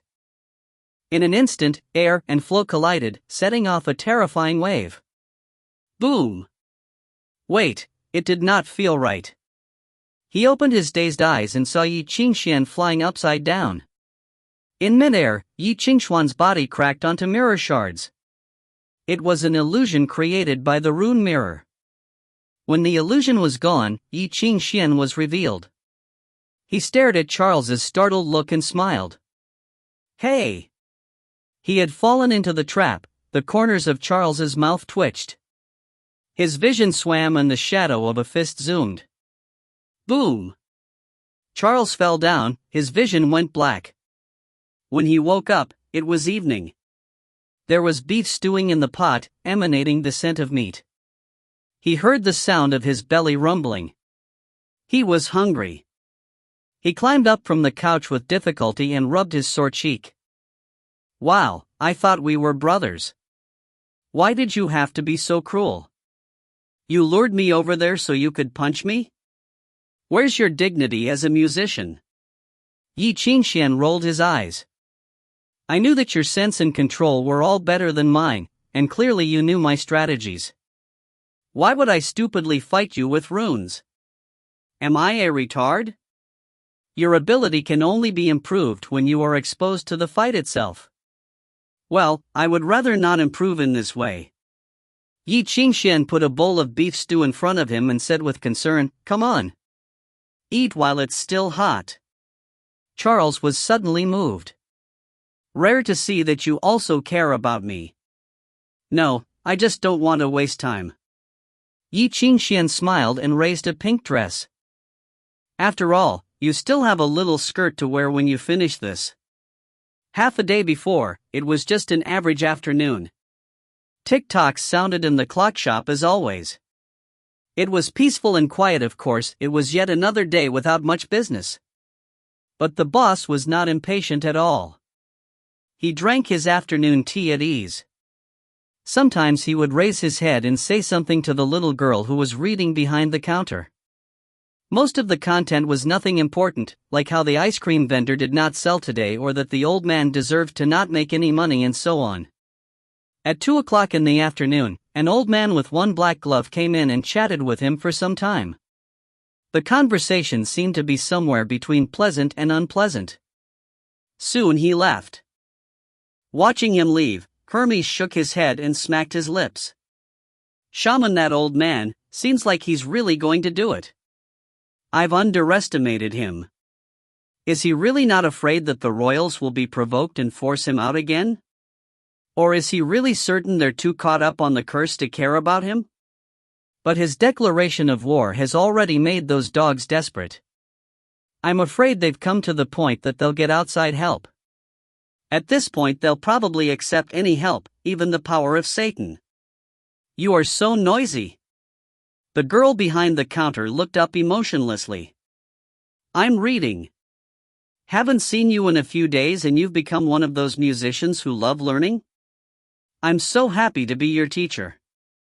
Hermes pretended to be moved, and waved his hand. You must cherish life, study hard. Don't be like your monster cousin. What? Ha, just a slip of the tongue. Don't mind me, Hermes shrugged. Either finish your words, Bai Xi frowned, or just don't say anything at all. Hermes sighed and raised his hand in defeat. Bai Xi, have you ever thought that you don't truly understand your cousin? What do you mean? I mean what I said. Hermes shrugged. You have the same white hair, the same age, the same language, and even the same smile, but have you ever felt in any moment that you don't actually know him? No. No, as in you don't feel that way, didn't realize it, or have never thought about it? Hermes raised his eyebrows. You should know better than anyone else that this guy isn't normal. Bai Xi was silent. The clock shop resumed its stillness. In the faint tick-tocks, Hermes gazed down at the cup in his hand. In the afternoon sun, dark red tea rippled in the exquisite porcelain teacup, shining like blood. It was supposed to be such a delicate and beautiful afternoon tea, but it somehow made one think of gloomy things. Perhaps the gloominess came from its owner, the seemingly smiling youth. The sunshine outside the window fell on his long hair, making it look like golden silk. It was indescribably beautiful. But his eyes were dark, as if the clouds of hell lingered in those emerald orbs. He asked, Bai Xi, is there a moment where you thought you really understood death? What do you mean, ? If you have to describe it, it's probably an immersive experience. It's like you know what fire is, what iron is, and there'll be a moment where you finally know what death means in the end. This experience may come from a funeral, a corpse, a sad story, or the passing of a loved one, or from your own personal experience. Answer me, have you ever felt this way before? Bai Xi nodded in silence. Hermes smiled. Then you know how fragile humans are. He looked out of the window at the pedestrians. Looking at all the faces, he laughed with a hint of mockery. Regardless of whether you're good or bad, when one truly comprehends what death is, there'll be a moment of enlightenment. You will see your own fears and insignificance, your loneliness and powerlessness, and you will see who you truly are. Like a beast gazing at his reflection in the water. Only through a realistic experience will you realize that the ideals, standards, and bottom lines you believe in are nothing but dust compared to it. There is no better teacher than death. It is greater than all the stars and morals combined, more indispensable than food and love, more inescapable than fate and hatred. If there really is an eternal truth in this world for mankind, then I believe it must be death. That is why the three kings wrote it into the oath. You must have seen it already. Everything goes from life to death, only the originator is eternal, Bai Xi muttered. That's right. Nothing can escape from death. This is the destiny of mankind. Hermes snapped his fingers with appreciation. In order to avoid its arrival, mankind is willing to do anything, no matter how cruel. Since the beginning of time, the vast majority of crimes committed by mankind are due to this. For some people, committing sins is okay in order to survive. It is understandable to make a mistake in order to protect your life, even if the mistake is intolerable to the whole world, right? Bai Xi did not reply, but Hermes read the answer in her eyes. He whispered, that is the scariest thing about Ye Qingxuan. Bai Xi was stunned. What the H*LL are you talking about? Do you not understand, or do you just not want to understand? Hermes snickered. Have you witnessed it? Your cousin has had countless encounters with death. He hasn't been lacking in life or death situations even after coming to Avalon. It can even be said that he spends his life flirting with death. He is closer to death than anyone else and has been more deeply exposed to the nature of death. But what's frightening is that he's blind to those things. If he became a homicidal maniac or a cold-blooded butcher, it would make sense, but fear and death haven't changed him at all. Even if countless people threaten his life with a blade, or he's chased by monsters, or steps into hell after running into the blood path, he still doesn't change. None of the pain changed him, none of the happiness changed him. He did not rise, nor did he fall. What is he thinking? Hermes's eyes were black, as if they were an abyss. Chapter 139, A Study of Blood Words, I. Early morning in downtown, dawn had not yet come and everything was still in darkness. Last night, the police office received a message. Lestrade stood at the crossroad and said to the man beside him. The man who betrayed the professor was found. He contacted us on his own prerogative. After betraying the professor, he should have left Avalon secretly by boat last night. Unfortunately, the professor somehow suddenly controlled all the smuggling routes. The guy was cautious and sent a man to take his place first. When the guy didn't come back after 5 minutes, he ran. His buyer behind the scene had abandoned him, and he had no choice but to turn to the police for help. The guy said in the message that he knew a big secret about the professor, an absolutely unbelievable secret. If we want to know the secret, we need to save him immediately. When we received the message, we quickly organized a brigade of police to help him. The director personally applied for the silent authority, which is used to deal with musicians. Unfortunately, it was too late. Lestrade sighed. When the police arrived, all they found was a body. The upper part of the body was burned to ashes, as if it had been thrown into an incinerator, but the lower part was intact. According to the coroner's report, he was still alive when his body was lit. He burned to death. Even most of his blood had been vaporized. He died in the flames of hell. The only clue was a line of words that the man had written in blood before he died. Where are the words? The man known as Holmes asked from the shadows. Lestrade pointed back at the house. Almost half of it was charred. It's inside. The crime scene is well protected. I know you are concerned about the professor, so I took it from the inspection. Wait here. Holmes interrupted him without emotion. Lestrade's smile stiffened. He stood at the crossroad awkwardly, and waited obediently. When they brushed shoulders, a small bag was thrown into his arms. A hoarse voice sounded by his ear. You did a good job. This is your reward, Ott. Stunned, Lestrade opened the packet to see dense handwriting written on a stack of papers. He immediately became ecstatic and no longer dared to complain. What did you give to him? Bai Xi whispered after he entered the room. Another part of the Pyramid King scheme. It includes some of his trade channels. Ye Qingxuan shrugged. Anyway, we still have enough for at least 10 more times. This guy is kind of interesting. Let's just have some fun with him. Bai Xi pursed her lip, not knowing what to say. She looked around at the messy and cramped room and all the chart things. What are we doing here? To find a big secret. The professor's big secret. Ye Qingxuan looked around, searching carefully. Why don't you just fight him, Dot?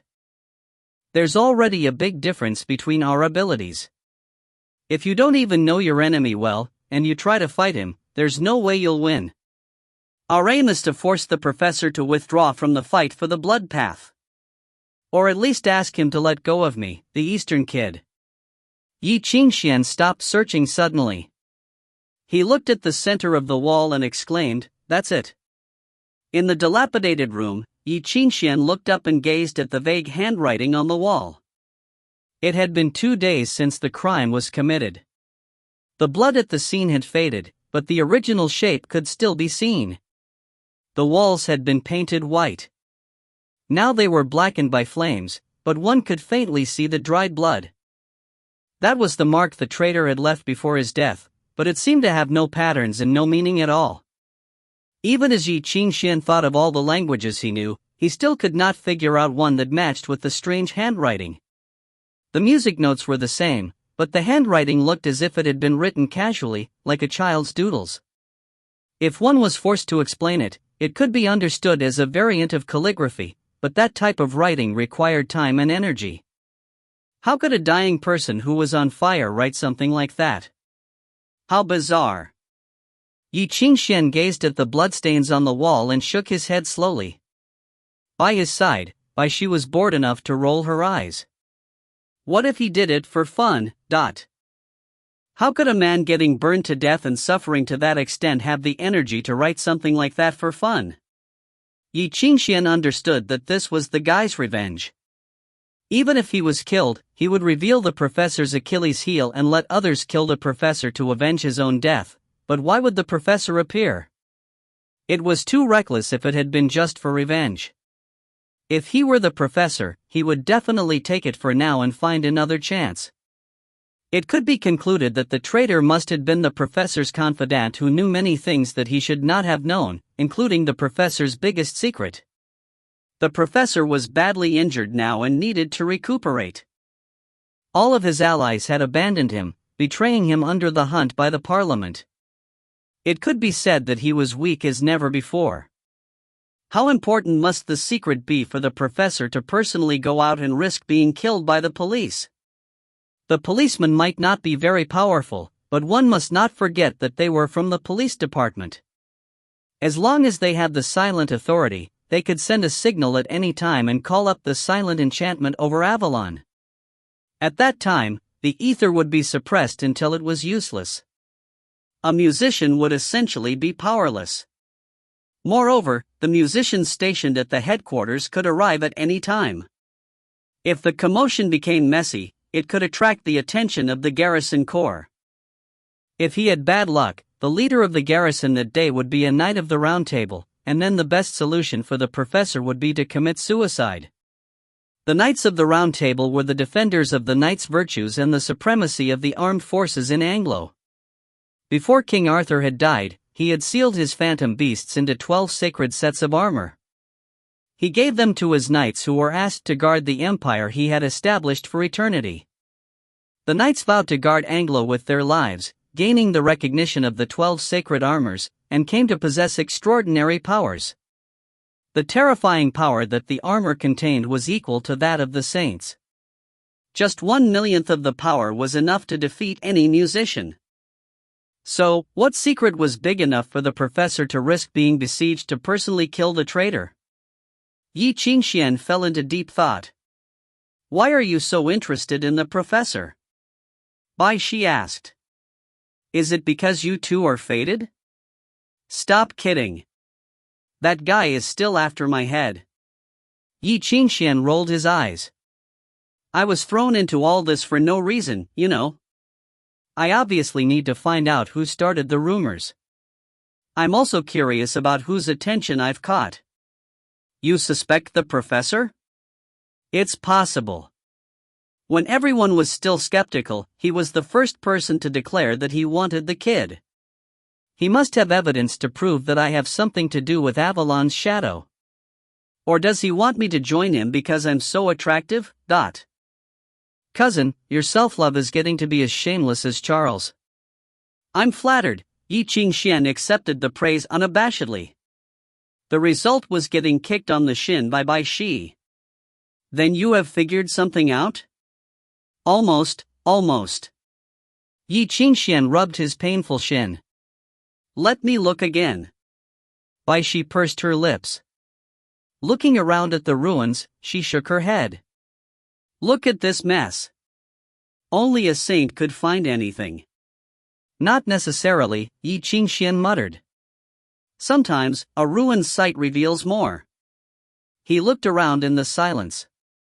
Suddenly a glimmer of enlightenment flashed through his eyes. It's a murder. And then he was kicked by Bai Xi. No sh*t. Everyone can tell it's a murder.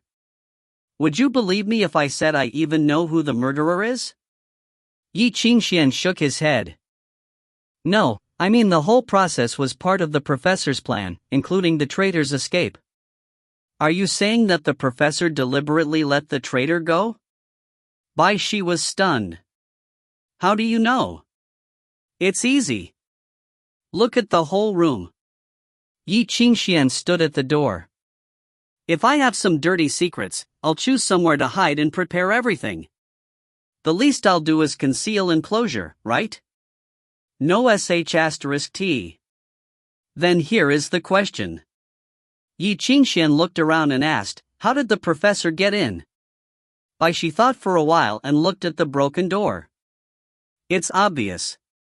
The door was smashed in. Didn't he enter through the main entrance? The youth shook his head. Kicking the door in is the most barbaric way. Our lovely professor likes using his brain. How could he kick the door in? Then how did the door break? It's simple. Ye Qingxuan fiddled with the fragments of the door on the floor and put them together. Looking at the cracks, he laughed. As I assumed, the door was smashed in by a hammer. The police equipment, they probably saw the strange state and just rushed in, he said. This kind of handheld hammer is made by machine springs and power. Even an iron gate can be smashed instantly. How do you know it's a hammer? The girl rolled her eyes. You haven't seen it before. I have, Ye Qingxuan replied lightly. I don't think you'd ever forget it if your door was smashed in by a hammer once. Taken aback, Bai Xi did not question further and changed the topic. Why not from the window, then? The window is broken too. That's even easier to understand. If the window had been smashed from the outside, the glass shards should have fallen inside. But now the shards are all outside with scorch marks. That's because when the professor used a music score to ignite the man, the flames expanded, and then everything exploded. So it's not the window or door and there is no other entrance. There's not even a skylight. So how the H*LL did the professor get in here? Well, there are two possibilities. Chapter 140, A Study of Blood Words, 2. Well, there are two possibilities. Ye Qingxuan held up two fingers. The first is that the professor followed the traitor like a ghost. The traitor didn't notice him at all and revealed all his minions and channels while escaping, providing clues for the professor. In the end, the professor followed the traitor into this safe house and killed him. Then what's the second one? The second one is scarier. The professor knew early on that the traitor would hide here. Ye Qingxuan sighed. Maybe the guy begged for help at the police station, ran all the way back here to hide, and then he turned around and realized that the professor had been waiting here all this time. So which one is it? I don't know. Ye Qingxuan shrugged. I'm not a bug living on the professor. How would I know? But either one is scary enough. Bai Xi's expression fell. So you discovered all that, but it's useless, so what's the point? No evidence is useless. Squatting in the center of the room, Ye Qingxuan gazed around. It'll be easier to deduce once we know the preconditions. We know that, no matter how the professor entered, the traitor was terrified. What would the professor do to someone that betrayed and almost killed him? Cut him to pieces? No, that was too bloody and not the professor's style. Threaten him? No, that was too simple. The horror of being threatened was nothing compared to physical pain. Threaten his family? But someone as lowly as the traitor was most likely a poor bachelor with no family. Even if he had family, the professor would probably bring them here and make him watch his family die before his eyes. Then what did the professor do in those short minutes that suited his viper-like personality? Did he simply just burn the man? But that was not aesthetic. The man was still on fire when the police had arrived. It seemed more likely that the professor had killed the traitor to shut him up. So here was the question, they had only been alone for a few short minutes. What could the professor have done to take revenge for the betrayal? Ye Qingxuan began to ponder. Quickly, he bent down and began searching through the ruins. Unfortunately, the site had already been searched through and not much was left behind. However, there were many small traces. In the end, he managed to recreate the crime scene, even though it still looked like a mess.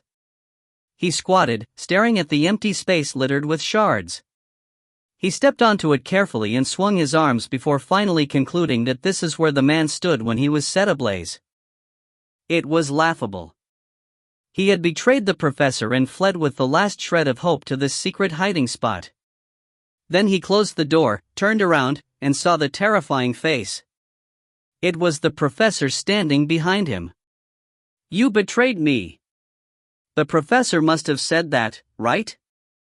Ye Qingxuan closed his eyes, entirely immersed in his imagination as he thought over and over. The man stood there and saw the professor. Maybe he panicked and knelt down, begging for mercy, but it had been too late, so he fell into despair. In his last moments, he denounced this criminal who had hands dyed red with blood. Or perhaps he said something even uglier? Did the professor become angry?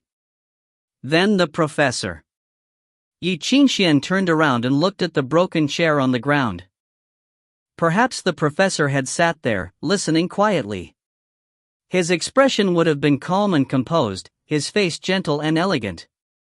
He would not have even moved his eyebrow because he had been angered long ago. Not begging nor furious insults could change his decision to punish the man. Then the punishment came. What could it have been? Ye Qingxuan shut his eyes, focusing on his thoughts. In the darkness, he seemed to have become the hopeless criminal, waiting to be slaughtered by the professor. The figure walked toward him step by step and what did he do? Following it was endless pain. But the pain stopped suddenly. Something had surprised the professor. Yes, it was the sound of the police. The professor's only mistake was that he had miscalculated how long it would take for the police to arrive. He decided to end the torture and quickly kill the traitor. But would it not have been better to use a sword? It would not have left any traces of ether. Why fire? Why did he burn the traitor to crisp, and why did the man leave behind those bloody words before he had died? What did the words mean? The blood words, blood words. Sweat beaded on Ye Qingxuan's forehead. He racked his mind, flipping through the records in his brain, but he could not find anything related to those symbols. No matter if one looked at its structure or logic, this writing system did not exist. But then why would the traitor leave it behind? Blood words, Ye Qingxuan murmured to himself. It doesn't make any sense. Of course it doesn't make any sense. Bai Xi glared at him. I told you the guy just randomly drew it. Randomly? Ye Qingxuan froze. And light flashed in his mind. It was like lightning at night, appearing and vanishing within a second, but revealing a hidden shape. Ye Qingxuan quickly came up with a ridiculous theory. The possibility of it made him want to laugh, but there was no better explanation. He opened his eyes slowly. I think I got it. Bai Xi, who had been playing with marbles in a corner, looked up. What did you get? The so-called big secret in what the professor did to the traitor. Ye Qingxuan scooped up some ashes. He smiled as he studied it. It's just a guess, but the professor is seriously out of the ordinary. He rose and patted the dust from his shoulders. Okay, let's go. You're being mysterious again. Bai Xi pouted. So what do we do next? Ye Qingxuan cocked his head at Lestrade standing at the intersection and chuckled. Next, we need our inspector friend to help take us somewhere. Where? The headquarters of the Avalon Police Department. At noon, dark and gloomy clouds covered the sky. Rain drizzled onto the streets. Lestrade stood before the entrance of the Avalon Police Department in a raincoat. His expression was dark as he glanced around every now and then. As people passed by, uniformed policemen would sometimes greet this man who was rising through the ranks. Lestrade would force a smile onto his face and reply to each of them. Finally, the anxious waiting came to an end. A black carriage stopped before him. The door opened slowly. The youth inside the carriage had his feet up and sat comfortably in the soft chair. He was not wearing the strange robe, but a new set of clothing. He seemed polite and endearing. Noticing Lestrade waiting for him, he looked down. Studying Lestrade, he smiled. Seems like you've been doing well these days. Thanks to you. Lestrade forced out a smile. I've arranged everything. Please come with me. He turned to lead the way, but his expression quickly darkened. Had he gone crazy? This was definitely not normal. He was a policeman with a bright future. Why was he bringing a mysterious dark musician into the Avalon Police Department? If someone found out, he would be dead. He shivered subconsciously, regretting the decision, but he had no choice and no means to protest. He had given all that up the moment he exchanged with this demon. Stop standing there and hurry up. The voice in his ear was full of awe. This place is usually so heavily guarded. You can't get in without someone leading you. Do you have a cafeteria here? How's the food? Would you mind if I got a free meal? As Holmes spoke, he looked around with friendly and harmless smile on his face. He waved at the passing policeman like a tourist. The guard wanted to stop him. Lestrade quickly threw his hand over his shoulder in a friendly manner. The guard hesitated and decided to turn a blind eye. Just like that, they had passed through the various checkpoints and entered the heart of the place with the most justice in Avalon. In the square behind many doors, Ye Qingxuan looked up at the towering gray-white building and emblem. A squad of policemen who had just finished assembling left for their mission with their weapons. When they brushed shoulders, Holmes raised his hand and waved at them. Are you crazy? Lestrade looked down, his features twisting. If anyone here finds out who you are, you're dead. Holmes laughed. Don't be nervous. I trust you. He patted Lestrade's shoulder. You won't let that happen, right? Lestrade's shoulder trembled and he did not reply. A voice sounded from afar. Oh, is it Lestrade? A man with an umbrella saw them and walked over. Lestrade froze. Ye Qingxuan could feel the panic radiating from him. The man neared. He was clad in a vintage musician robe and looked like a priest. The red dragon emblem of the royal musicians was on his chest. He looked as if he was around 30 years old, but his hair had already started graying. His most striking feature was his eyes. Those blue orbs were as deep as the starry sky. One felt naked when under the stare of those eyes. They were the starry eyes, a superpower bestowed by the originator after a musician from the School of Revelations broke through the barrier of knowledge and resonated with the world. All truth was revealed under those eyes. No one knew why a royal musician was here today. Nobody else would have cared, but Lestrade was terrified by Claude's eyes. Revelations musicians were experts at recognizing one's aura. The dark musician would not be able to escape. Me, Mr. Claude, long time no see.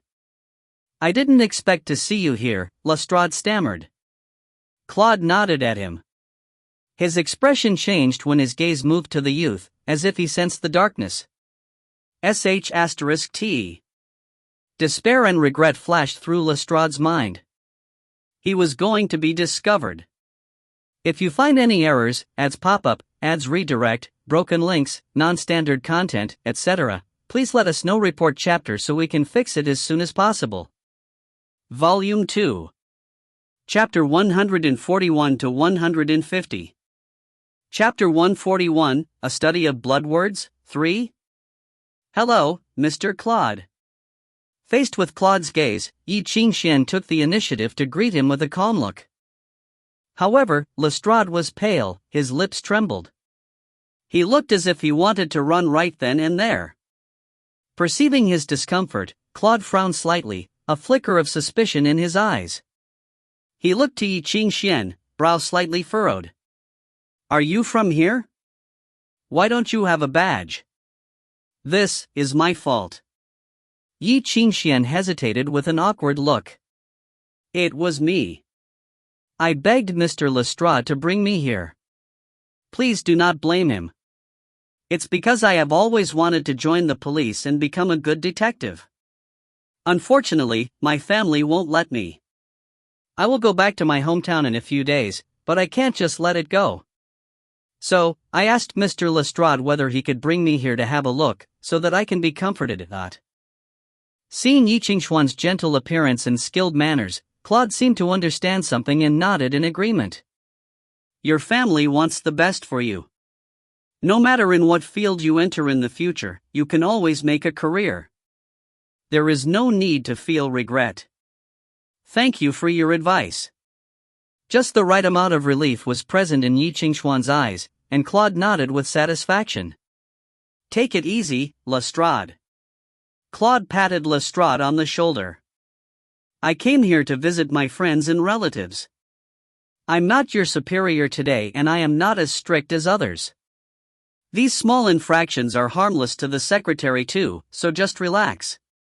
Why yes sir. Lestrade lifted his head in disbelief, looked at the smiling Ye Qingxuan, and looked at Claude in wonder. He could not believe it. Had he really not been discovered?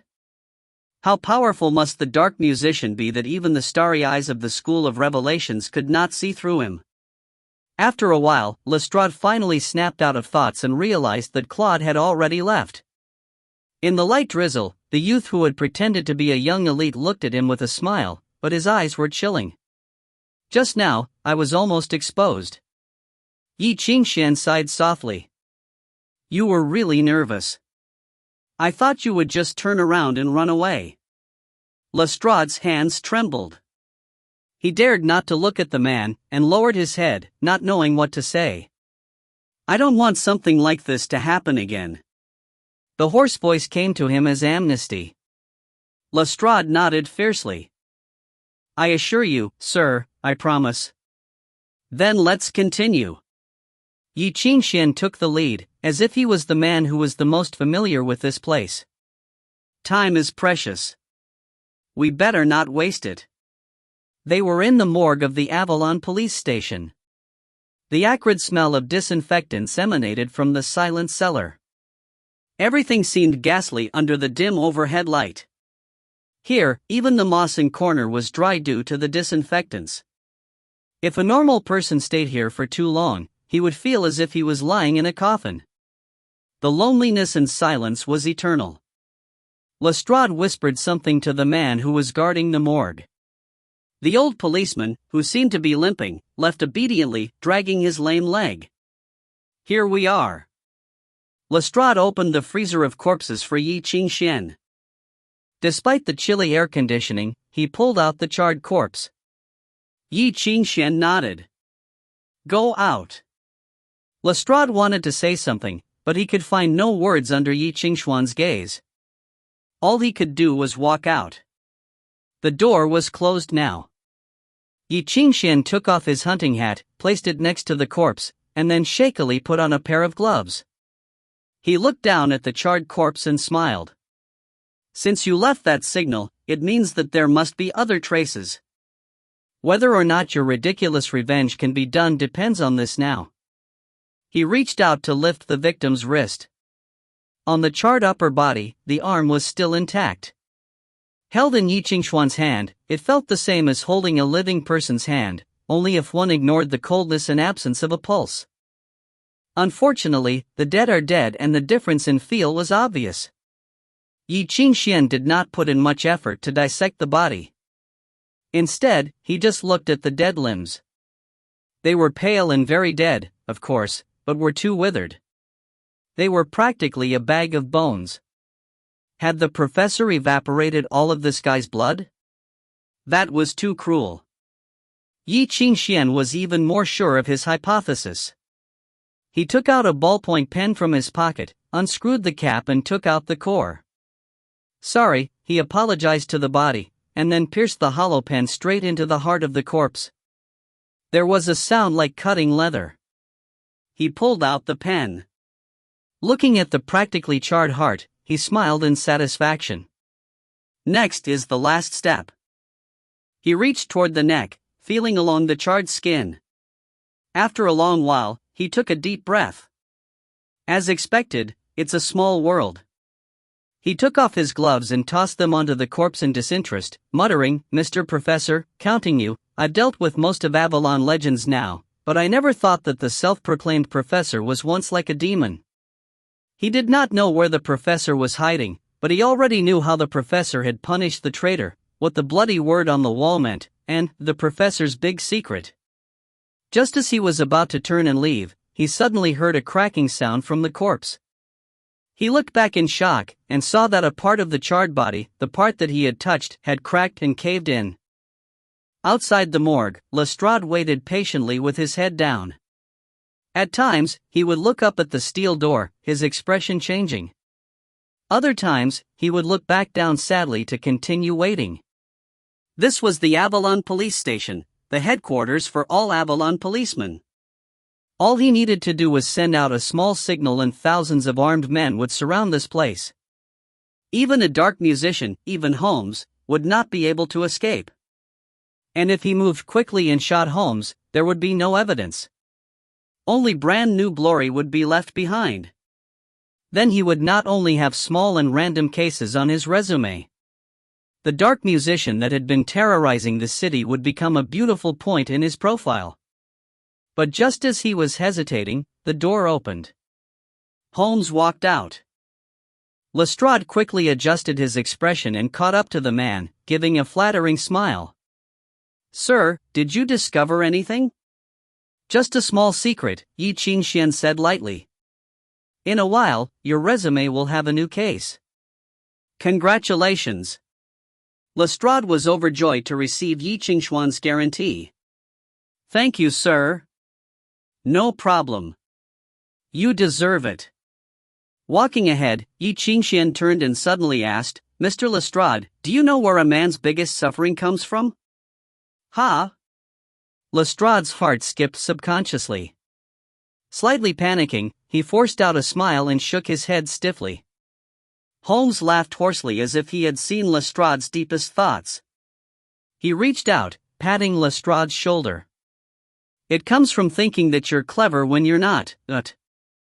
In an instant, it felt as if Lestrade had fallen into icy water. He trembled but could not speak.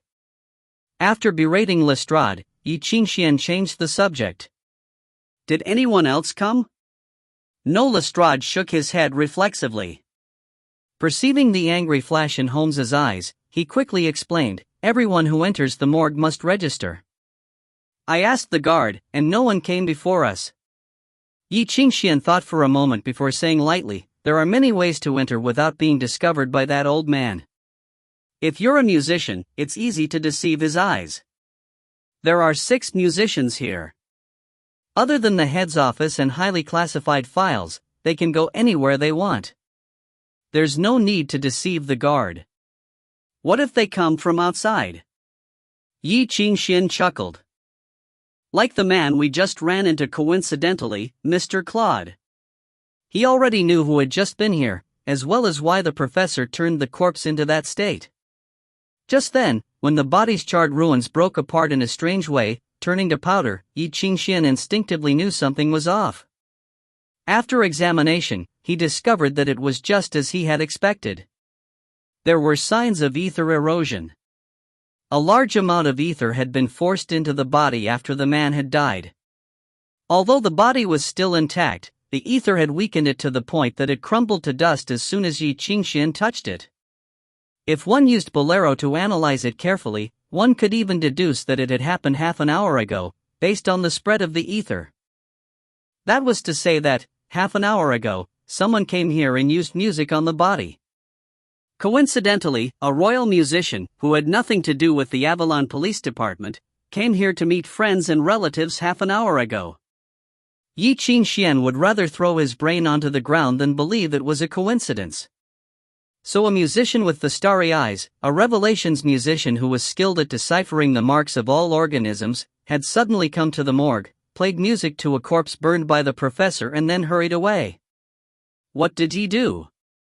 He had evidently extracted the professor's breath from the corpse to track the professor. But was that so? The corners of Ye Qingxuan's lips curled into a mocking smile. The professor had completely toyed with the traitor. Would he really deliberately leave traces so that others could find him? Other than the apparent reason for burning the man, another reason was probably to leave a clue, right?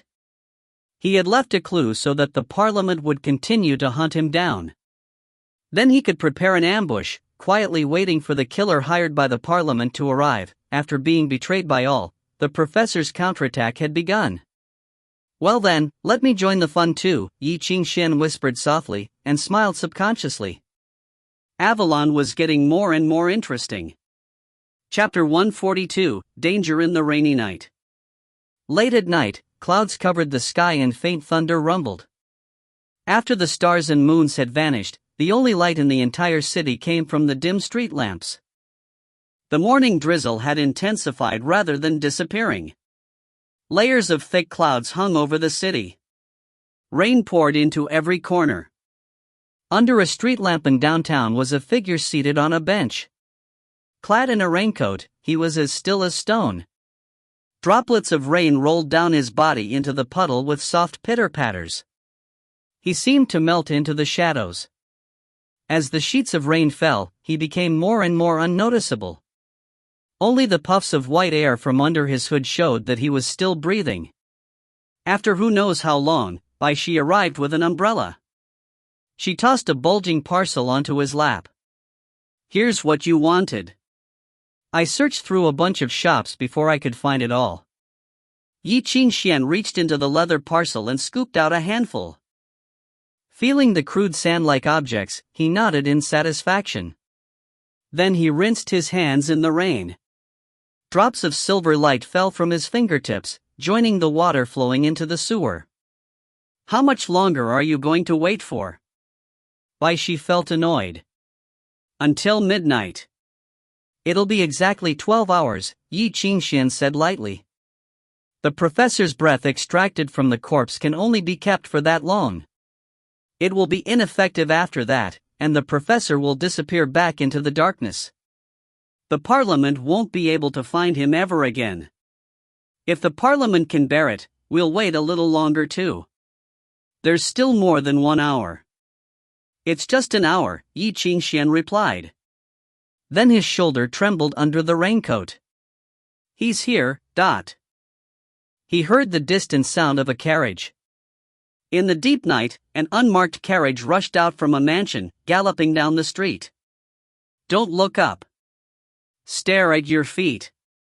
Revelation's musicians are really sensitive.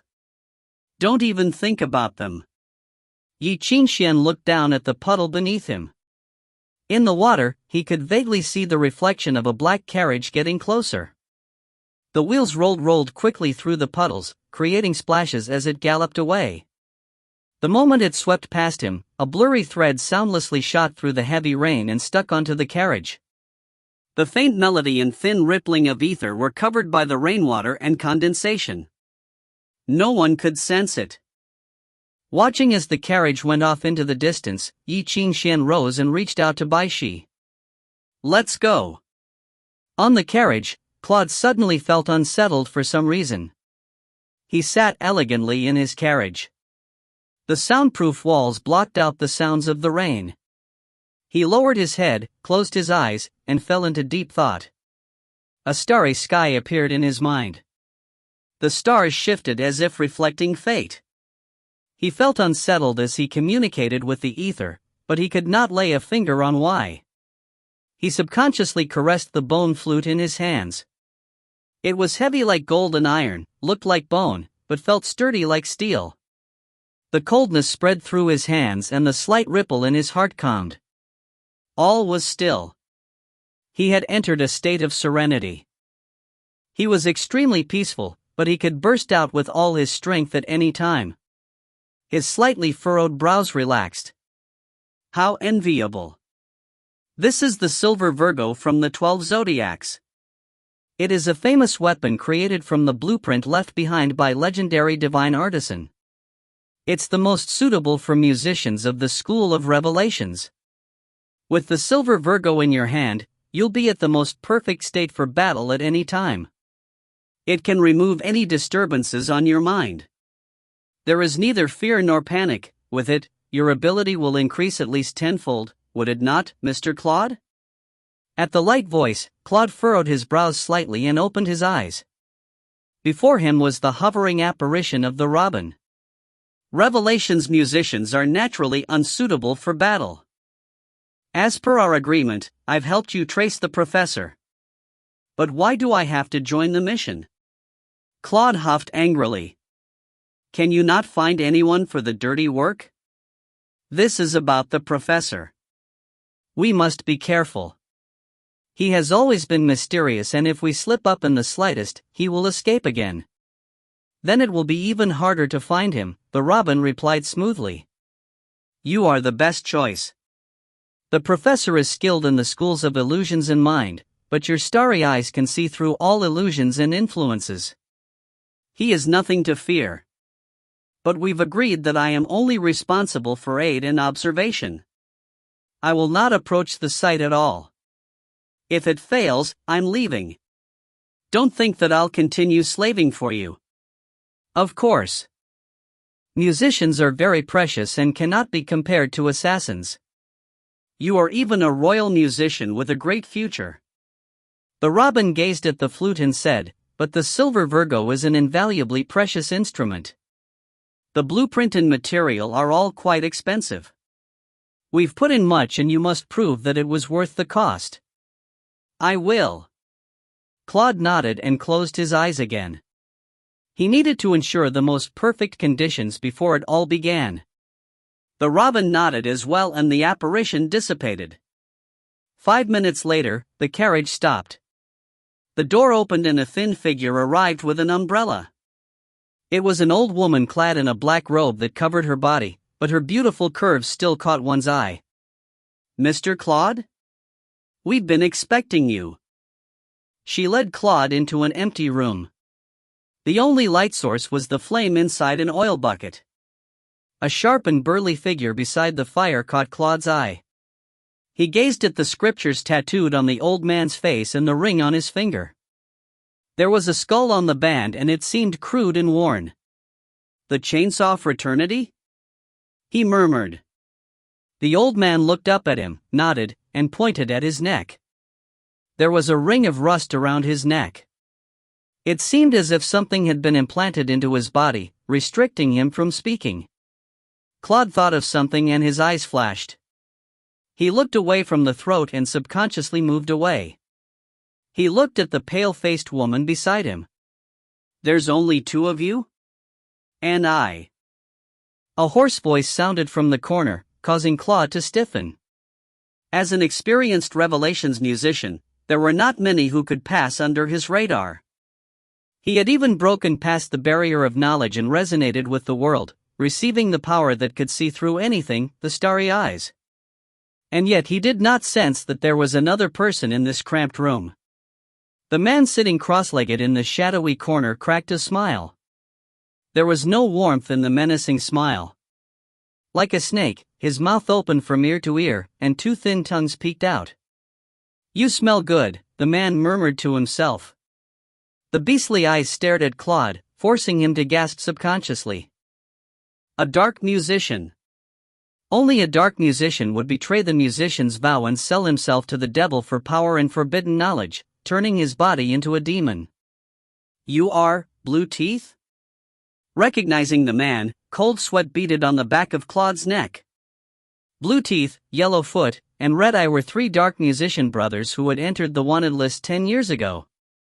They were known for the missing persons case of Da City. Half a year after they left the city, the tax official found countless bones in the basement. Apparently, forensics was able to put together more than 70 skeletons, but the amount of people that had gone missing was many times that number. The three brothers had used civilians for their mutation experiments. After finishing the last one, they were accepted by Satan. Claude had never expected Blue Teeth to have the guts to enter Avalon. He sucked in a cold breath.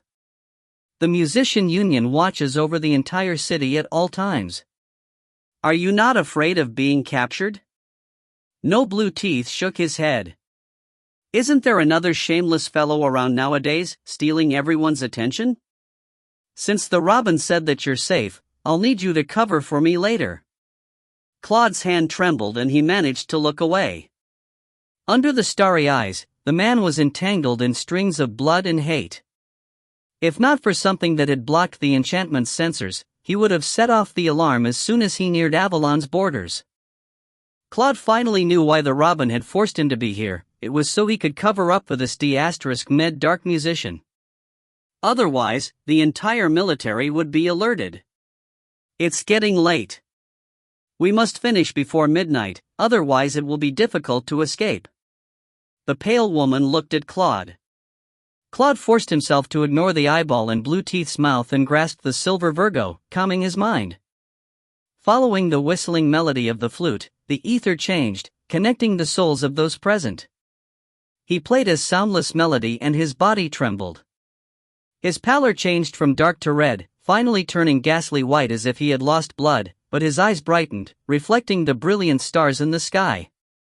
Instantaneous casting of his sound of heart. His sound of heart, starry eyes, had been awoken. Physical boundaries were nothing but thin paper before those eyes. Only walls could blur his vision. All color disappeared, casting him into a world of black and white. What replaced the color was the radiance of the ether. Using the connections between their souls, he shared this strange vision with the other three. Blue Teeth whistled, yearning flashing through his eyes. The eyes of ether of the School of Revelations was so convenient. Would it still work if he took those eyes? The professor is hiding in the Rodrigo church in this area. Claude waved his hands and the ether formed a reflection of the streets. The image zoomed in, focusing on the church. As the silver light changed, one could faintly see the layers of enchantment alarms. Even if he was in his hiding place, the professor still did not let down his guard. I can help you block out Avalon's enchantment, but there is only half an hour. At midnight, the enchantment will begin scanning the streets again. If you are caught at that time, I will not be able to help. Claude stated. With the help of the eyes of ether, most alarms won't be of any threat, he said to Blue Teeth. You can enter easily. I can decipher the professor's illusions and mind tricks too. You just have to do the physical work. The pale woman nodded and walked into the rain with the old man, disappearing into the darkness. Blue Teeth's figure writhed and disappeared in a gust of vile wind.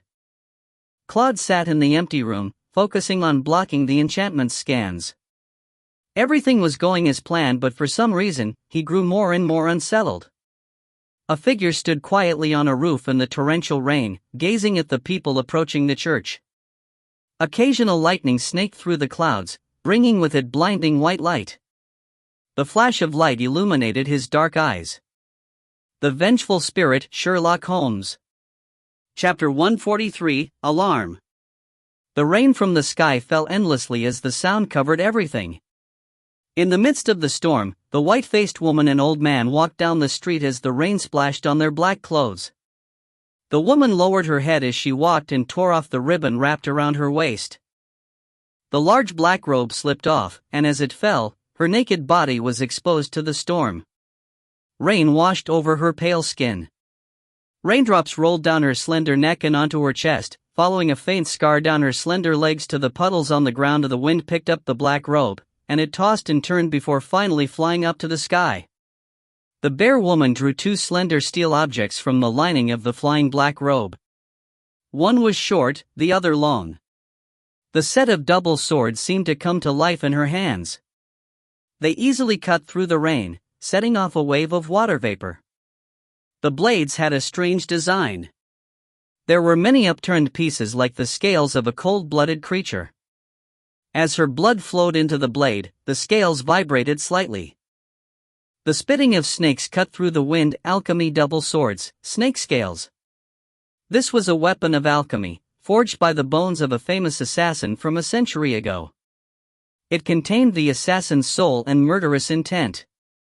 The ashes of the deceased gave life to the blades, making them extremely sharp and the possessor of incredible power. In the pouring rain, the white-faced woman's figure suddenly dimmed and disappeared. At first, one could still see a faint outline, but as the two swords danced, even the vague shadow disappeared. Then there was no trace of the white-faced woman in the heavy rain anymore. Pay attention to the eyes of ether searching, be careful when decoding the alarms, and do not disturb the professor, Claude warned through the soul line. In the storm, the old man halted. A bolt of lightning flashed across the sky and illuminated the building before him. Like the entire street, the church in the Rodrigo district was dark. All was asleep. The white-faced woman walked quietly and flipped over the fence without disturbing the alarm above. The old man stopped in front of the door. Under the eyes of ether, the lock on the door was wrapped in a complicated seal. Both using a key and opening it regularly would raise the alarm. The two began to act after exchanging a few sentences telepathically. Soon, the heavy door trembled and fell forward entirely. The sword snake scales had cut the door off its hinges and separated it from the building. The old man walked forward and grasped the heavy door. A strange power was brewing in his burly body. Then he gently and slowly pulled the whole door out as if it was light as straw and tossed it onto the grass. The two entered. Behind the door, the night watchman was shocked when he saw the door collapse without a sound. Eyes widening, he opened his mouth to shout something, only to be met with a sharp blade slitting his throat, blood spewing out. The blood gathered in the rain and seeped into the grass. The man crossed over the body and walked straight towards the church behind the courtyard. Along the way, the hidden woman unlocked the alarms and traps one by one under Claude's guidance. Sometimes, the grass flipped over after some small crackles. Other times, the stone beast on the wall split into two. D*Mit. What school does the professor even belong to? Even Claude, a Revelations musician who was an expert at insight, was forced to put his all into dealing with the professor's traps. This interlocking trap needed a long time to figure out, even for him. Without extreme caution, they would be caught easily. Fortunately, the white-faced woman's snake scales double swords were the best dismantling tool. These two alchemy weapons were designed to decode and kill. In silence, the two quietly approached the door, their sounds covered by the rain. With the eyes of aether, they were able to see dozens of figures inside the church's hall, guarding it from all directions. Gathering in the church at this time and guarding all entrances, they obviously were not religious believers who came to pray before bed. They are all professor's men. Be careful of them, Claude said. He paused and instantly became shocked. Wait, don't do it yet.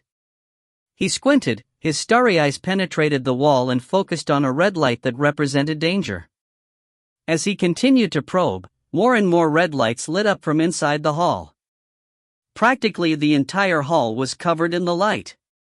Be careful, there's a trap. Claude swallowed heavily. Cold sweat seeped out from his forehead. This hall is full of traps, and the professor used his men as bait. There are no musicians, but there are two pieces of alchemy equipment. Wait for me to cast the silent enchantment and then, Why so complicated? Blue Teeth muttered impatiently. The dark musician walked out of the shadows and pressed his hands onto the heavy gates of the church hall. Two tongues poked out from his mouth and he began singing a very different melody. The hoarse tune loomed in the rain, calling up a puff of gray air. The puff spread from his hands and fell upon the heavy iron gates. The intricate patterns, the iron-cast Virgin Mary and the golden grains on the gates blurred. As if a millennium of weather had occurred in one moment, the iron gates crumbled to dust and were blown into the hall by the humid wind. Blue Teeth strode into the hall and looked around at the stunned thugs. His mouth cracked open and the melody changed. Suddenly, black smoke spewed out. The black smoke quickly spread as soon as it had left his mouth, engulfing the hall in a flash. Wherever the black smoke passed, everything was cast into absolute darkness. Even the sound of the alarm had disappeared. The hall was completely isolated from the outside world. Claude's expression changed, fear in his eyes. This was the nightmare fog that dark musicians commonly used. Using Satan's power to transform the ether, it could devour all light and sound to suppress the enemy's actions. The white-faced woman and old man stepped into the fog. The black smoke rolled turbulently without stop, but there was no sound. Everything inside was unclear.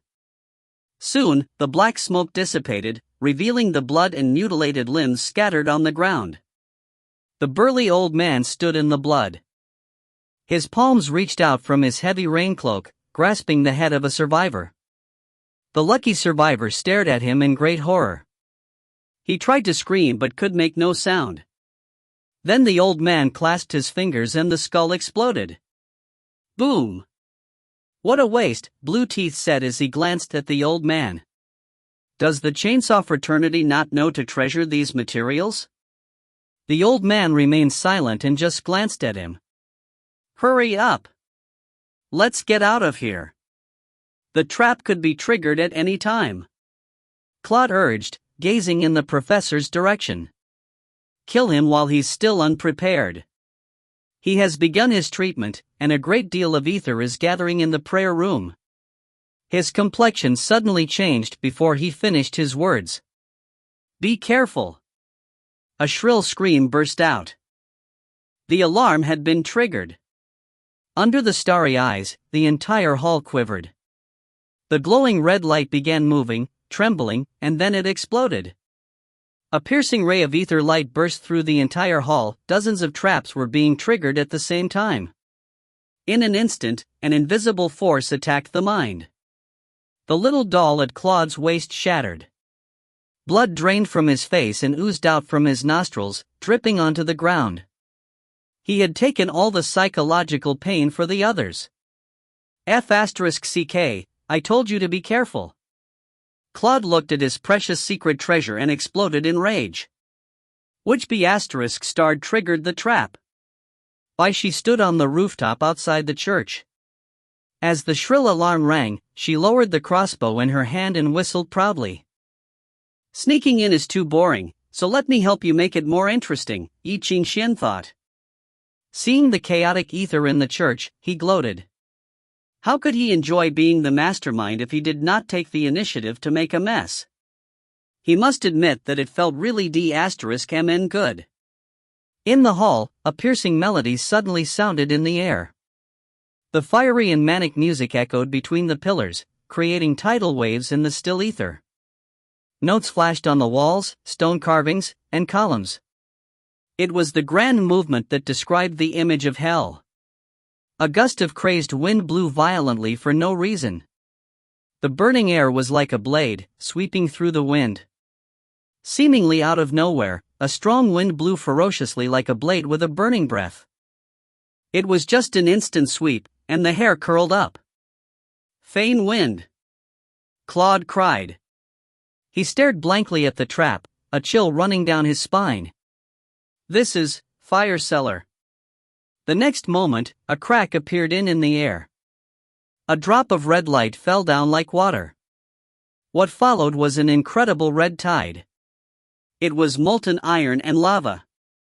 The red tide swept through like a tsunami, easily turning all ornaments in the hall to ash.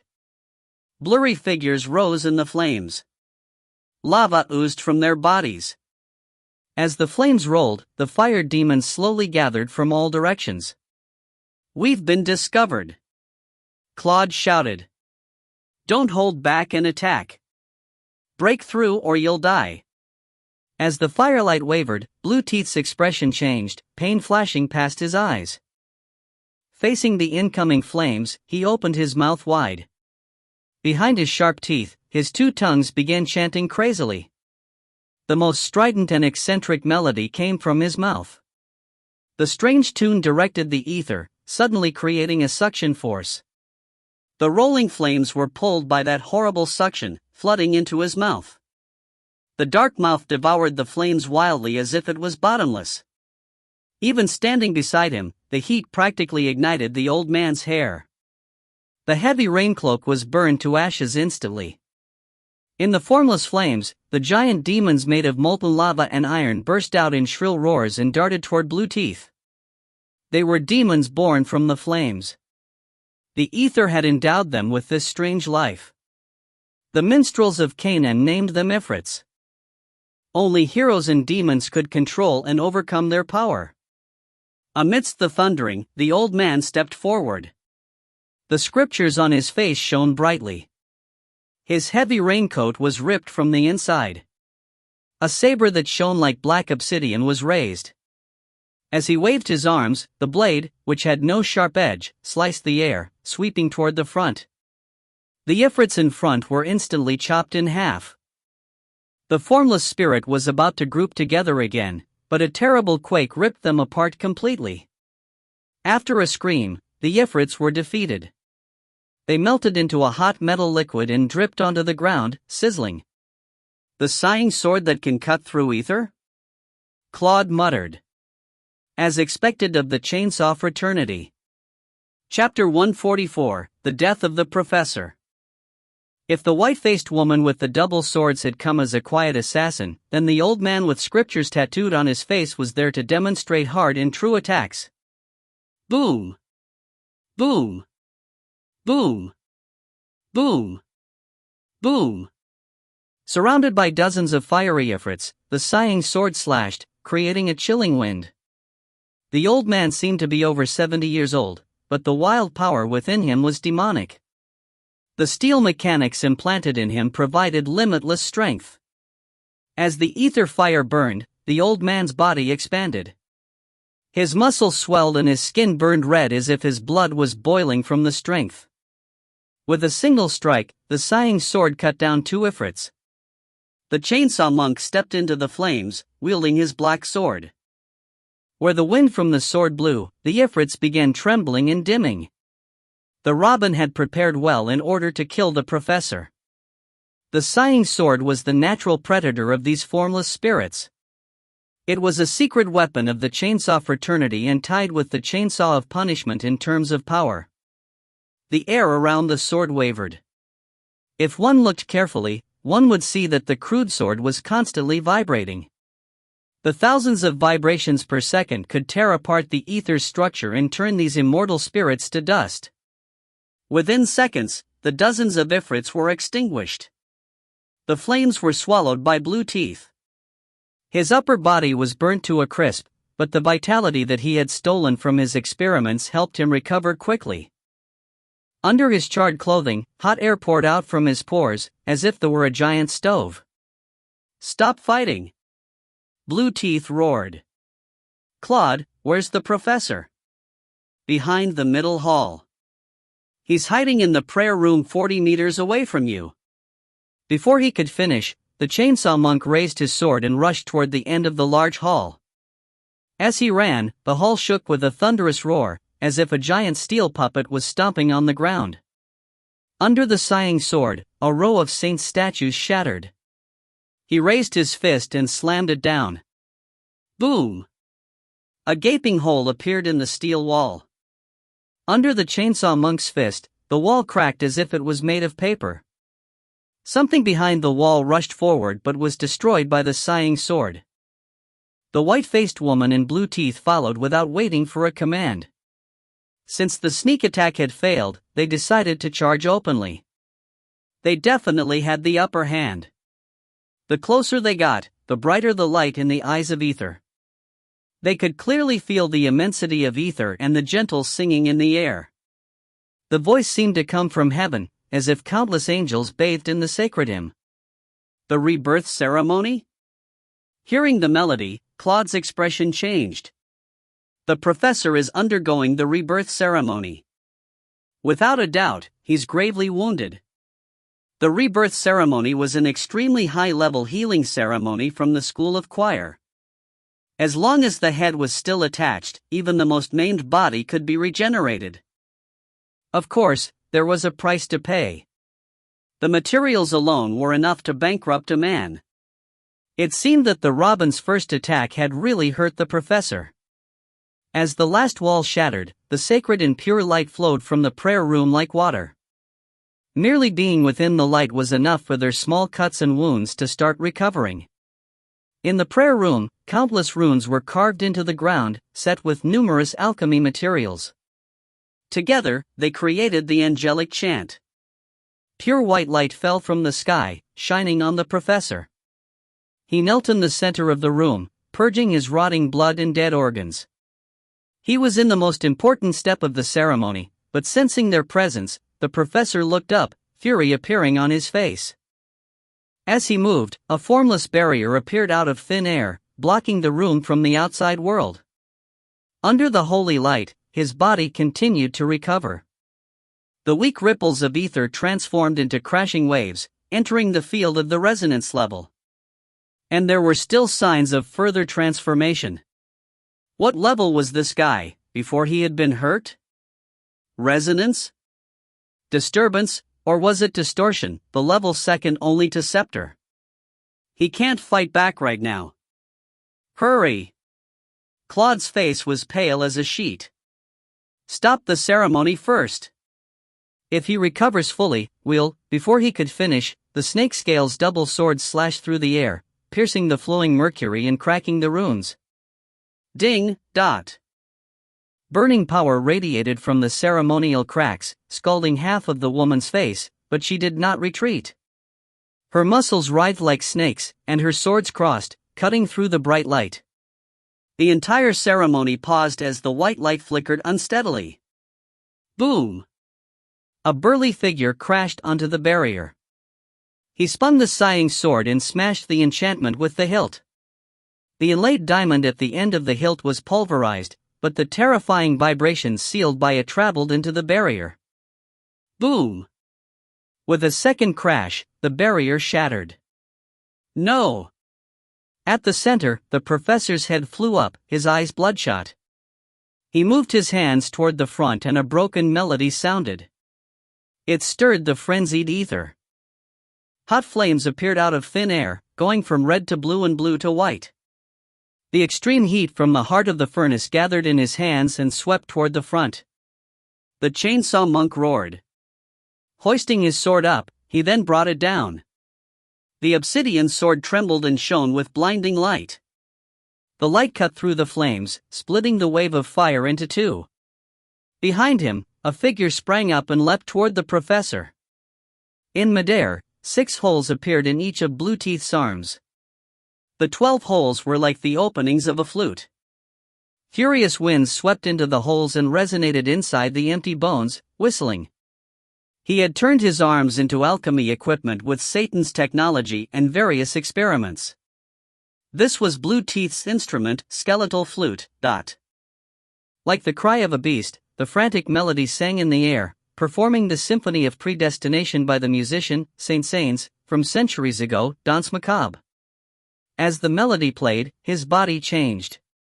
Sharp bones protruded from his spine and scales replaced his skin. His features twisted as his entire body deformed. As if a young dragon had been forced inside his body, he cracked open from the expanding power. This was the fallen chant polluted by Satan, Dragonbone. As he landed, the bones of his fingers expanded, and sharp blades pierced through his skin. The professor stumbled back, but the white-faced woman suddenly appeared behind him. She was still naked and as ugly as an evil spirit, but her swords pierced through the professor's shield, blocking his escape.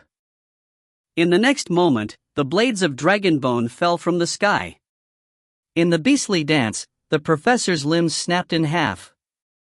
Wounds crisscrossed down his chest, and his organs were completely cut open. Fresh blood spurted on Blue Teeth's face, intoxicating him with the metallic scent. The burnt chainsaw monk strode forward and slashed down with his sighing sword. The blade split the professor cleanly in half from his head down. Blood flew everywhere. The professor's death seemed especially wretched under the moon.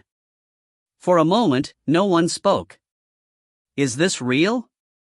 Blue Teeth asked quietly. Yes.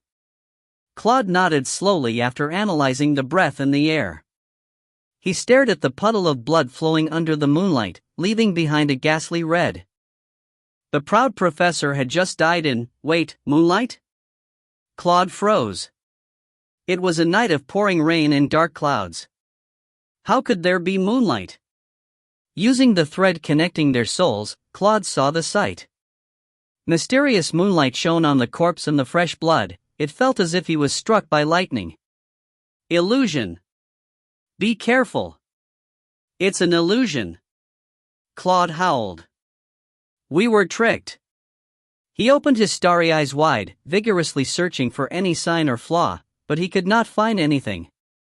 They had fallen into the illusion long ago. He quickly looked at the broken resonance ring on the ground and his vision blurred. The markings of the rebirth ceremony changed suddenly. The ground, walls, and ceiling of the prayer room were covered in music scores, and had turned the entire place into a hallucination. When they had been attracted by the rebirth ceremony, no one suspected what the sacred white light represented. It was not the healing light at all, but the medium to lull them into the illusion. Boom! His vision went black as the starry sky suddenly cracked apart. Claude's face turned ghastly pale and blood seeped from his nose and mouth. His organs spasmed in immense pain as if he had experienced horrific trauma. His starry eyes shattered. Chapter 145, Hidden Arrow. My starry eyes.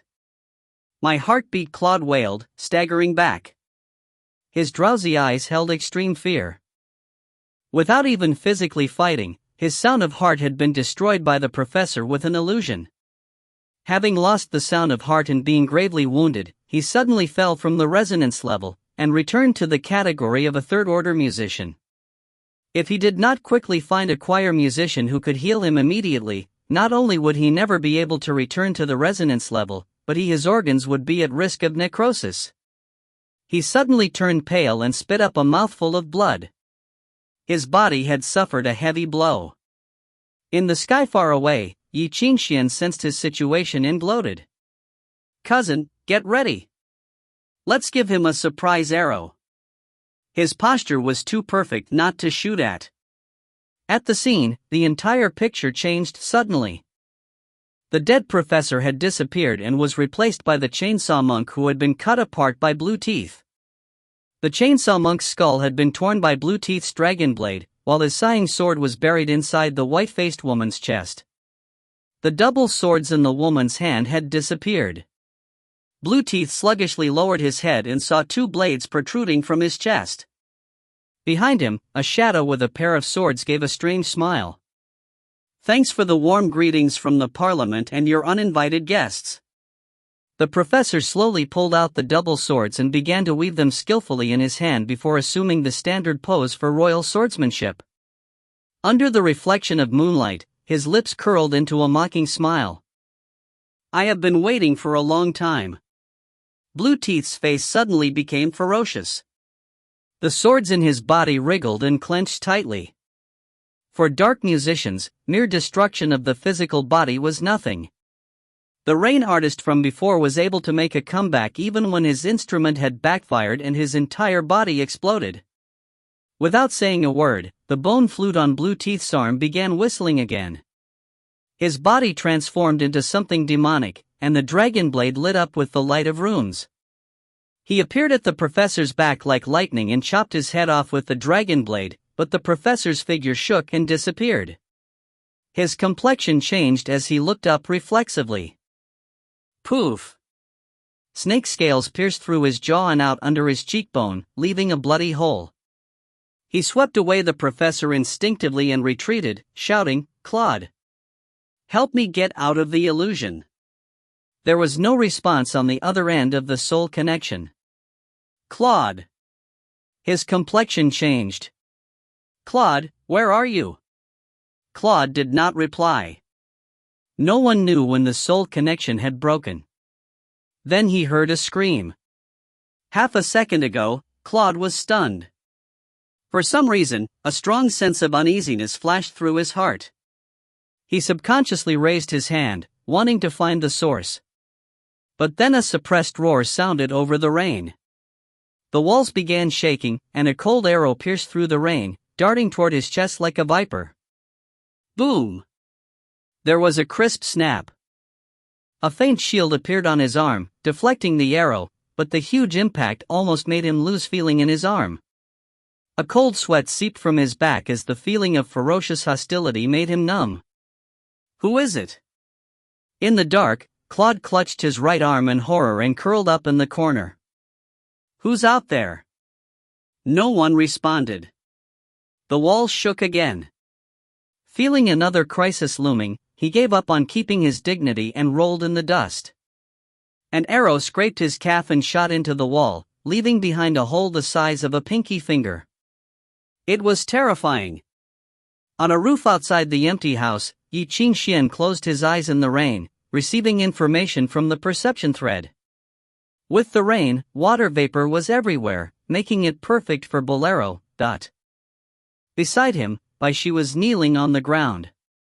The heavy crossbow on her shoulder, which had been modified greatly, was aimed at the empty house. Rain fell on it. The splashes were chilling. A bit to the left, Slightly lower, Ye Qingxuan ordered, and shoot. Bai Xi's body shook, rain flying off.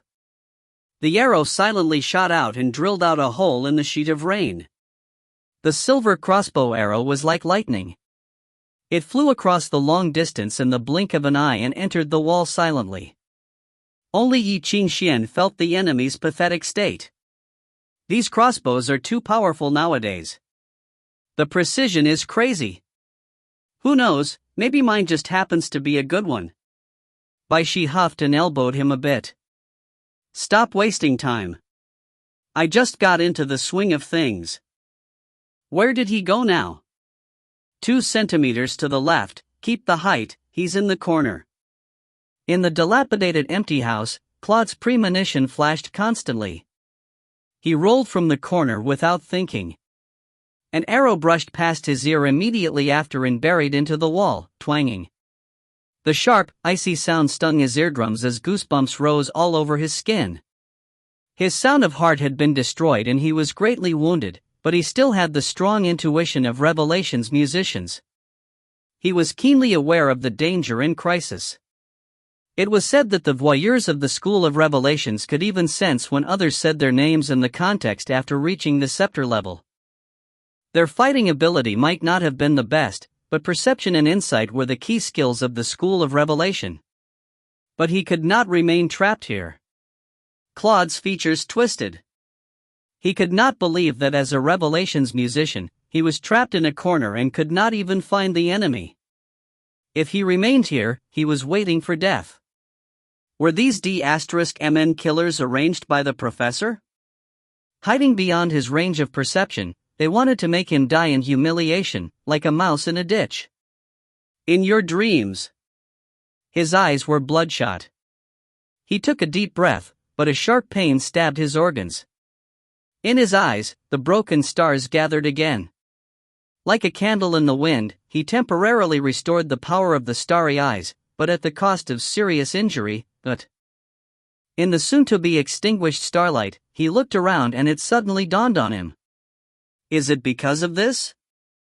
A dim thread of water vapor was illuminated by the starlight. It crisscrossed in the empty house, forming a dense network. He was caught in this spider web like an insect, unable to escape. His pupil followed the thread out. His eyes penetrated the wall, looked past the rain, and focused on 2 figures. After seeing the etheric fluctuations in them, his terrified eyes settled into disdain. I may be injured, but you think 2 rhythm musicians can kill me? Professor, you are dreaming. His face overcast, he grasped the silver Virgo. Even if he was injured, he could still manipulate the ether, but this was the real difference between musicians of the musician and rhythm level. As long as there was a good instrument at hand, there was a concrete gap in their combat effectiveness. At the musician level, it was unnecessary to prepare or even perform live before using a music score. All they needed to do was seal the entire score inside the instrument beforehand and it could be called upon at any time. With the snap of a finger, a torrent could be triggered. If I had the brocade of heaven, he chanted the spell and the silver Virgo wailed. The sealed movement was awakened. Wind whistled through the flute, bringing a distant and cold sound. The sound gradually grew, like wind howling in the winter. Silently, the water vapor perception threads froze and snapped. In an instant, Ye Qingxuan had lost his perception. In the empty house, white frost spread from Claude's feet, instantly blanketing the ground in white. As if a wind tunnel had been opened, sharp winds blew in palm-sized snowflakes. They whistled around his body, emitting a cold chill. The sharp snowflakes cut through the walls easily and crushed another incoming arrow. This was not pure energy change released by the School of Modifications, this was the blizzard sweep from the School of Revelations. It had been created by a genius who simulated the heavens rather than hell. He put celestial phenomena into his mind, empowered them with the ether, and created something comparable to natural catastrophes. Though he was destroyed by his own wild fantasies in his final attempt, he had started a new path in the School of Revelations. With the additions of others, it became a new school. They were Revelations musicians, but most would also use music scores from other schools in case of emergency. This was the precious movement that Claude had earned from the royal family after entering the resonance level. With this melody, the ether would form a blizzard zone like a giant shield. In this zone, external energy attacks would be diluted and frozen by the layers of blizzards. Enemies approaching brashly would become a pile of crushed ice. And its greatest power was flight. Boom! The roof of the empty house was suddenly lifted up by a huge force. His body rose and he flew up into the sky. The wind and snow rolled in reverse, emanating with icy coldness.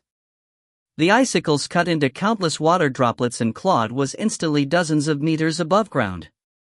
If he was still at the resonance level, he could have affected the weather of the entire street.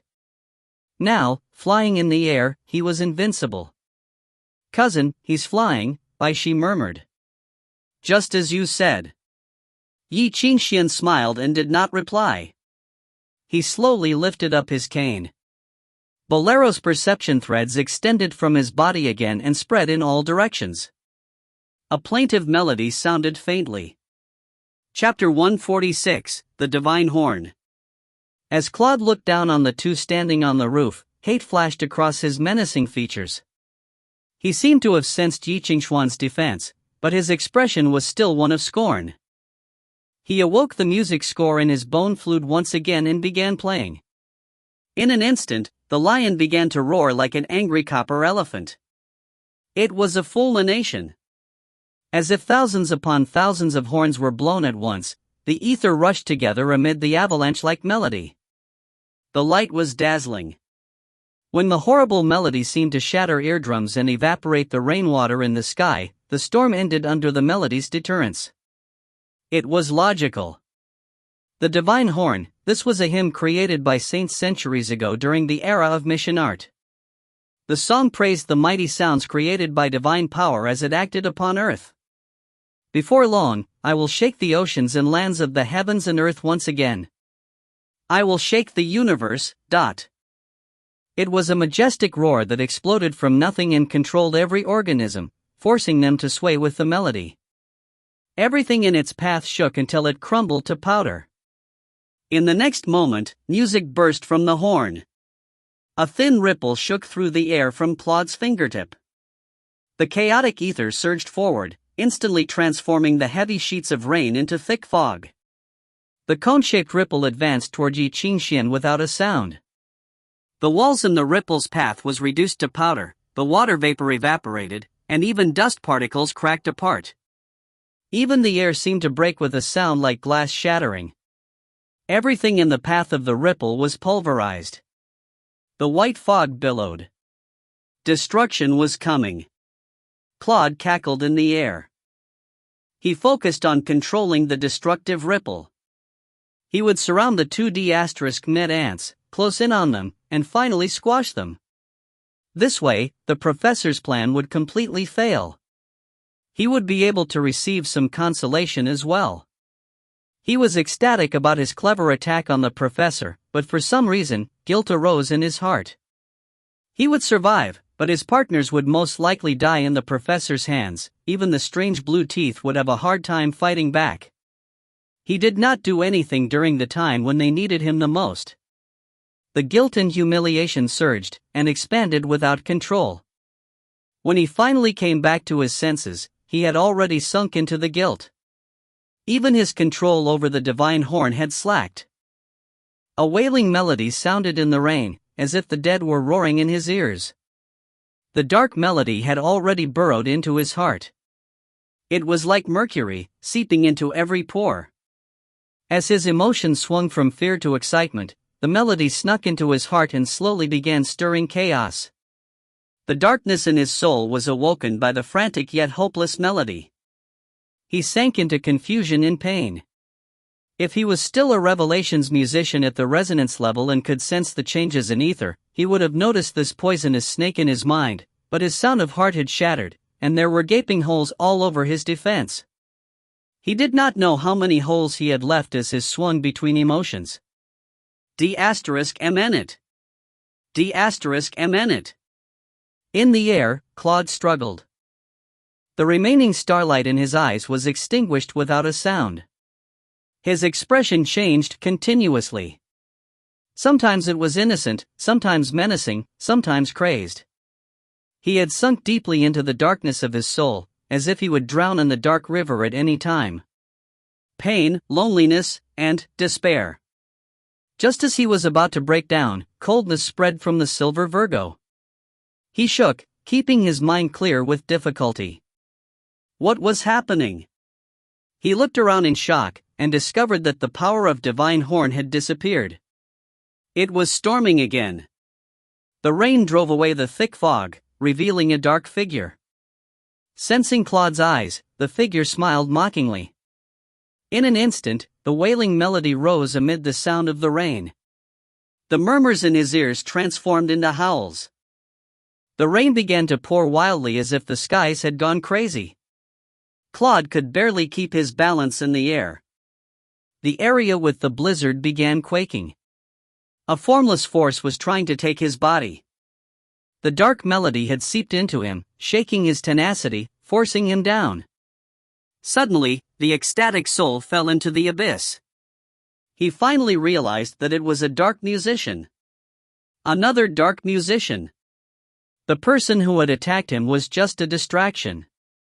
There was a dark musician hidden between two rhythm musicians, a dark musician who acted without care for Avalon's enchantment. But how? How could the enchantment not react to this wild melody? What had this guy received from Satan that hid him from the enchantment? His eyes were frantic and hopeless. He could not figure it out at all. But he could not waste more time. He must leave now. Without thinking, he began riding the blizzard to escape from this med place, but he was Avalon. If he ran, the dark musician would definitely chase after him. No dark musician dared to fly in the air of the capital. No matter how the dark musician blocked the enchantment, if he rose up in the air, he would set off the highest class of alarms, then the Round Table Knights would arrive and destroy him. Yes, that was the only way. Claude sped up, his body flying with the wild wind. He did not see that the cold figure shook and almost collapsed behind him. Under the pouring rain, the exhausted youth watched as Claude faded into the distance. He shook his head. How can I let you go after putting in so much effort? He thought. The weather is good today. Smiling, Ye Qingxuan raised his staff. Indra's eye reflected the lightning in the sky. Do not turn the three realms into ashes. As if he had pressed a fatal button, the clouds began to tremble and blinding light appeared. It was as if an angry fire was burning behind black paper. For a moment, the black clouds glowed from the hot lightning, and the world was blindingly white. As if the gods above the clouds were angry, the world shook with the destructive sounds of beating drums. Amid the thunderous roars, a bolt of lightning tore through the clouds, striking the earth. Even if one shielded their eyes, the burning light was still painful. The anger of Indra, the god of thunder, was like a sledgehammer, completely ripping apart the blizzard. It obliterated the shields and defensive alchemy equipment as well, and surged into Claude's body. Electrocuted, Claude let out a painful cry. He fell to the ground, his body burnt to crisp. Thud! He landed in the mud. On the rooftop, Ye Qingxuan was once again dizzy from the blood loss and almost fell down headfirst. Thankfully, Bai Xi caught him and poured medicine down his throat. Hurry, there's still a bigger fish to catch. This guy is just a small shrimp. Soon, Ye Qingxuan was energized again. He looked down at the dim Indra's eye and sighed.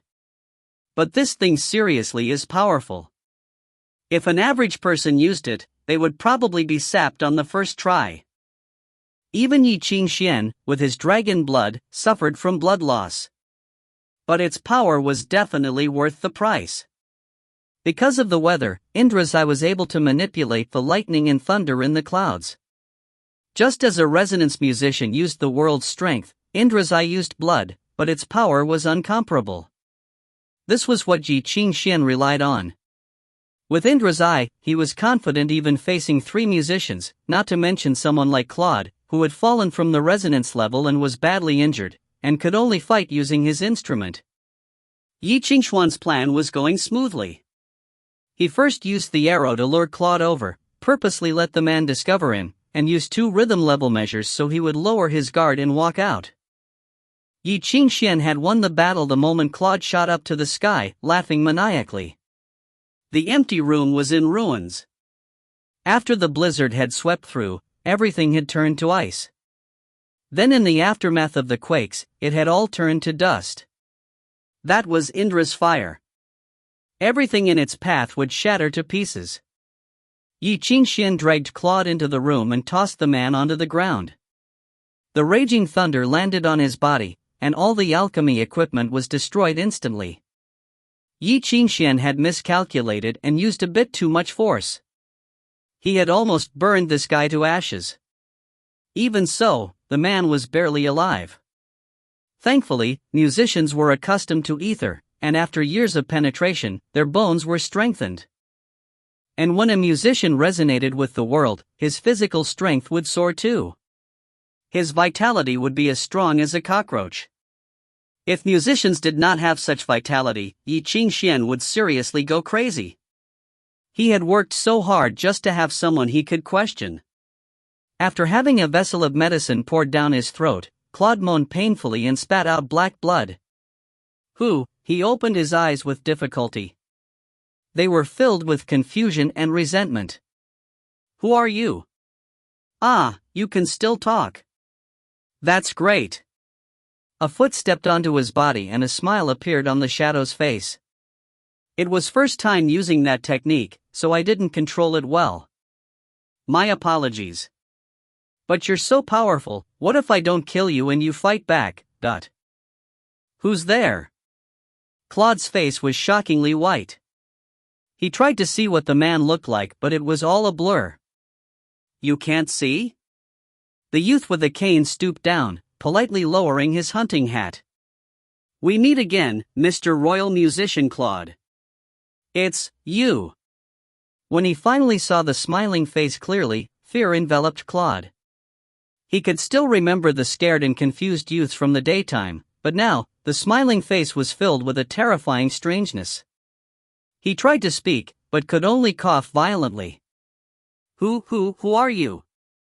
I almost forgot to introduce myself. You can call me Holmes. The vengeful spirit, Sherlock Holmes. The youth grinned. That's right. I'm the dark musician who's been making headlines recently.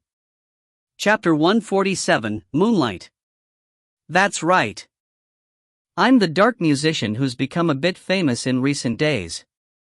Claude's vision went black. As if he had fallen into icy waters, he almost passed out from the shock. The only thing more terrifying than death was wishing one was dead. Most of those who fell into the hands of dark musicians would alternate between these two experiences. The torture of being alive, but worse than death, was the despair of wishing to be dead but unable to die. You and the professor weren't actually fighting. Claude muttered in despair, finally seeing the light. You're working together. Don't make wild guesses if you're not smart enough. I just passed by and pushed you further into the ditch. Ye Qingxuan shrugged. I mean, you all want to jump in and can't be stopped. I can't let the professor get all the good stuff, right? I strongly suggest you don't act brazenly, the youth stared into his eyes and reminded him. Or else we're done talking, understand? Claude froze, panic flashing past his eyes. If you can't satisfy me, I can promise that whether you die or live, the entire world will know tomorrow that you've betrayed the royal musicians to work for the parliament. You don't want to become a traitor after you die, right? Claude froze and hacked up a mouthful of black blood. He roared hoarsely, despicable. If you're scared of people finding your weak points, then you shouldn't have done it in the first place. Ye Qingxuan scoffed. But it doesn't feel good to be a slave to others when you have such a bright future, right? What do you know? Claude forced out in resentment. Do you know how much I've put in to climb to this position as a commoner? If not for the parliament, I wouldn't even be part of the royal musicians. That is not an excuse, Ye Qingxuan interrupted coldly. I'm not here to listen to how hard your life is. If you don't want to be forced out of the royal musicians, you're going to have to talk nicely with me. What do you want to know? Who is the robin? Ye Qingxuan asked. I don't know.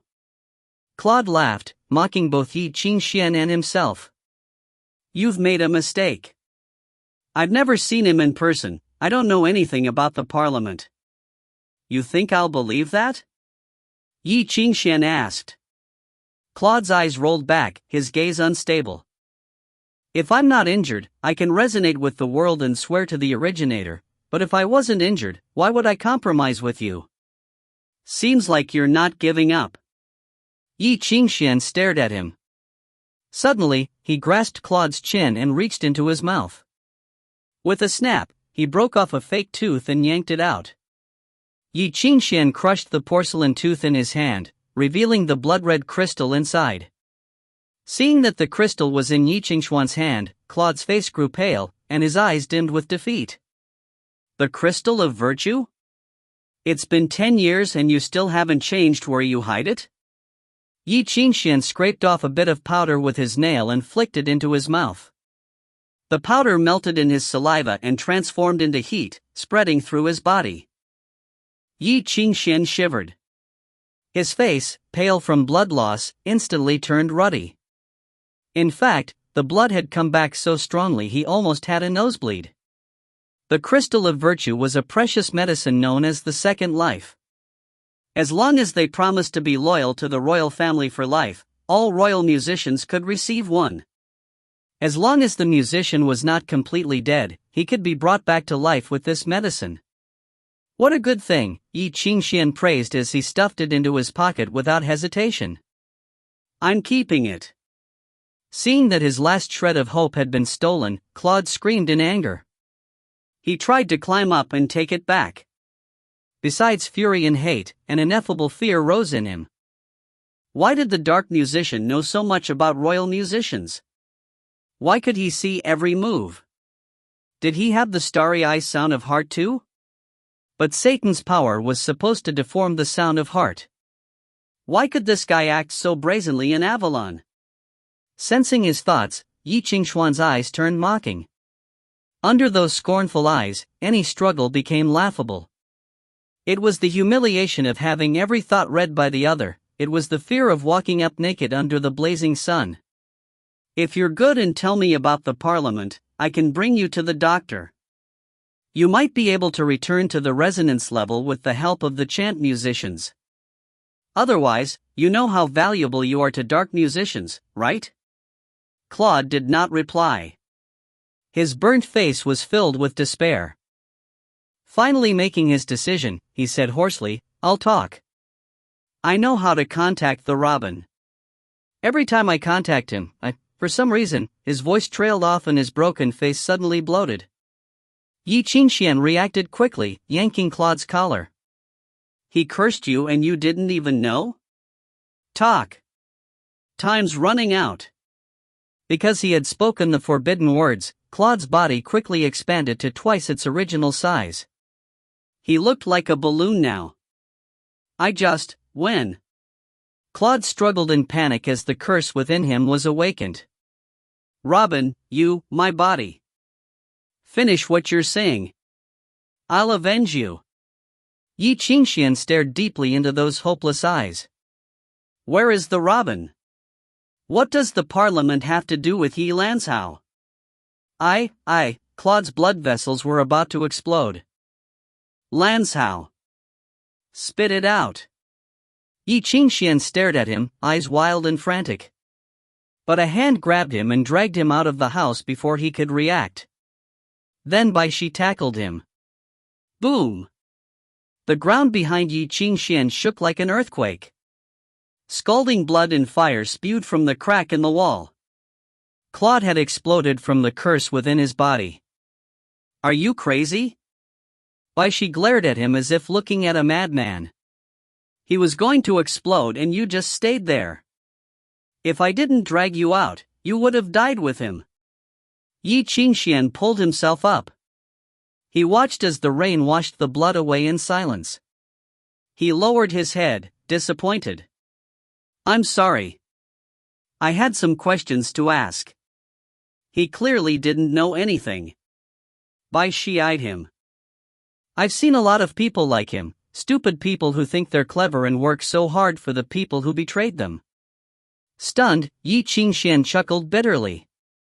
Cousin, why do I think that you're using him to scold me? Ha! Bai Xi knocked the back of his head. What are you still waiting for? There might be some stuff left over. Shaking his head helplessly, Ye Qingxuan walked into the room and scavenged through the ruins. All he could find were some common performance material. The alchemy material had either shattered or broke. There were no other clues. On the other hand, Bai Xi cheered. She had found a high-grade ether ball and stuffed it into her bag without hesitation. It was an extremely precise ether ball unique to the School of Revelations. They had to be custom-made by special alchemists and were extremely expensive. It would be a waste to throw away. She could take it back and reuse it. Ah, what a pity. When Bai Xi finished searching, she still felt that it was a pity. Why couldn't this guy be more like the Indians and be loaded with treasure? Just as she was moping, she kicked something and a white bone flute rolled out from the dust. Her eyes brightened and she picked it up. After washing off the blood in the rain, she studied it and her face brightened with surprise.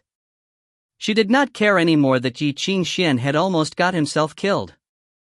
Cousin, look at this. She called, showing her discovery. It's an ecliptic instrument. And it's a high-grade replica. He probably put all his life savings into this thing. In the black market, it's worth more than 100 times its weight in green gold. You know what this is? Ye Qingxuan took it in confusion and studied it. Of course. Bai Xi wagged her finger. See, this is made of bone, but it's an ecliptical instrument, so it must be precious material taken from the corpse of a natural catastrophe. The effect is actually better than metal. And I don't know what powers the alchemist had put on it, but if it enters the market, all the resonance musicians will kill each other for this. It's that powerful? Of course. Just as Bai Xi began calculating the value in her mind, continuous pops came from Ye Qingxuan's hands. She turned in shock to see an equally dazed Ye Qingxuan. A crack had appeared in the bone flute. Wait! A crack?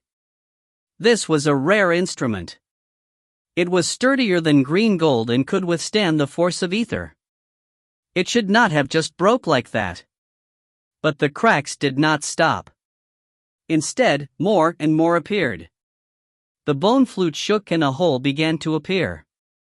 The bits of bone that fell turned into powder and landed in the puddles. Through the hole, one could see the complex runes carved inside. One would need a magnifying glass to see the markings clearly, but now, all the runes and music scores were disappearing, like faded ink, vanishing without a trace. Crack! Crack! Crack! The silver Virgo shook continuously as if it was dying and could not defend itself. In the end, it cracked in half. As if an urn had broke, starry light floated from the crack and floated into the air like dust before surging into the offender. What's going on? Bai Xi asked, her eyes wide. To be honest, I'm not really sure. Ye Qingxuan was a bit dizzy too. I never knew that it had this function. At his fingertip, Jiao Shaohuan Pei glowed dimly. It sucked the silver Virgo's essence without stop, like a greedy and starving beast. As it hummed lightly, it delicately and familiarly broke the silver Virgo apart, bit by bit. Jiao Shaohuan Pei did not return to its original shape until the silver Virgo was turned to dust. Ye Qingxuan flipped it around, still not sure what had just happened. Bai Xi moved over too. After studying it for a long time, she looked up. Do you think it broke? What if it broke? No way. Ye Qingxuan gasped. According to his father, Jiu Shaohuan Pei had been passed down from his great-great-grandfather. If he broke it, he would be ashamed to his ancestors. He quickly expanded Jiu Shaohuan Pei. After trying to play some measures, his expression changed. He trailed off.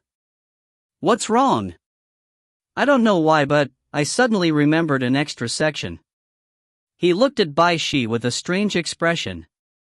Black Friday should only have 5 parts, but now there's suddenly an extra part and it's totally different. An extra one? Yeah. Ye Qingxuan nodded. I think even the name has changed. What did it change into? Bai Xi had not processed it yet. Moonlight, Ye Qingxuan murmured. Its name is Moonlight. Cousin. Yeah. Your dad really knows how to be dramatic. Chapter 148, Revenge Musician. The prayer room was covered in blood. Blue Teeth was covered in wounds, but compared to his injuries, his appearance was more terrifying. He had completely turned into a monster. The mutated skeletal system had burst through his skin. The sharp protruding bones were like blades. His body was covered in bloody scales. The blue teeth that poked out from behind his regular teeth looked as if they were made of steel. He seemed to be a baby dragon that had been dragged out of the egg before it could finish growing. He was ugly, menacing, and terrifying. The double-sword snake scales shattered as he chewed them, falling to the ground in metal pulp. Across from him, the professor gazed at his mutated body coldly, and shook his head. So the natural catastrophe you signed the pact with was the Dark Mother? Blue Teeth roared and his 2 tongues began chanting. A dangerous light flashed in his vertical pupils. Everything he looked at began growing wildly, maturing, withering, then finally turning to dust. It was the withering eye. Even the professor weakened under this gaze.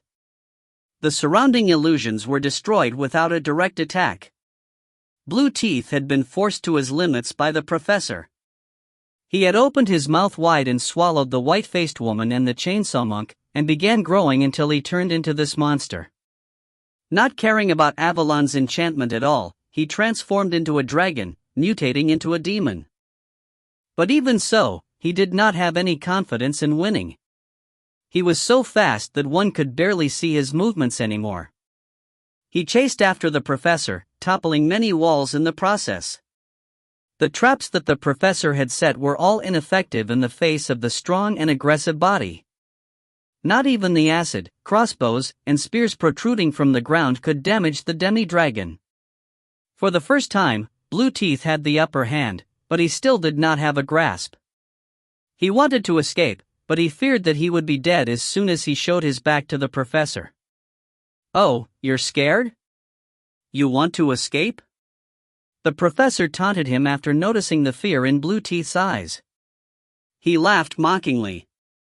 Don't be afraid. I'll try not to destroy your body completely. After all, a dark musician changed by the Dark Mother is very valuable to research. In your dreams. Blue Teeth roared. His bony tail suddenly shot forward and ripped the professor's robe in half like a crossbow. And so the injured body was revealed. In contrast to the awesome contours of the outer robe, the professor's shoulders and arms were thin and delicate. They were the pale white of sickness, and had faint blue-green veins under the skin. Across his shoulder blades was a wound deep enough that one could see the bone underneath.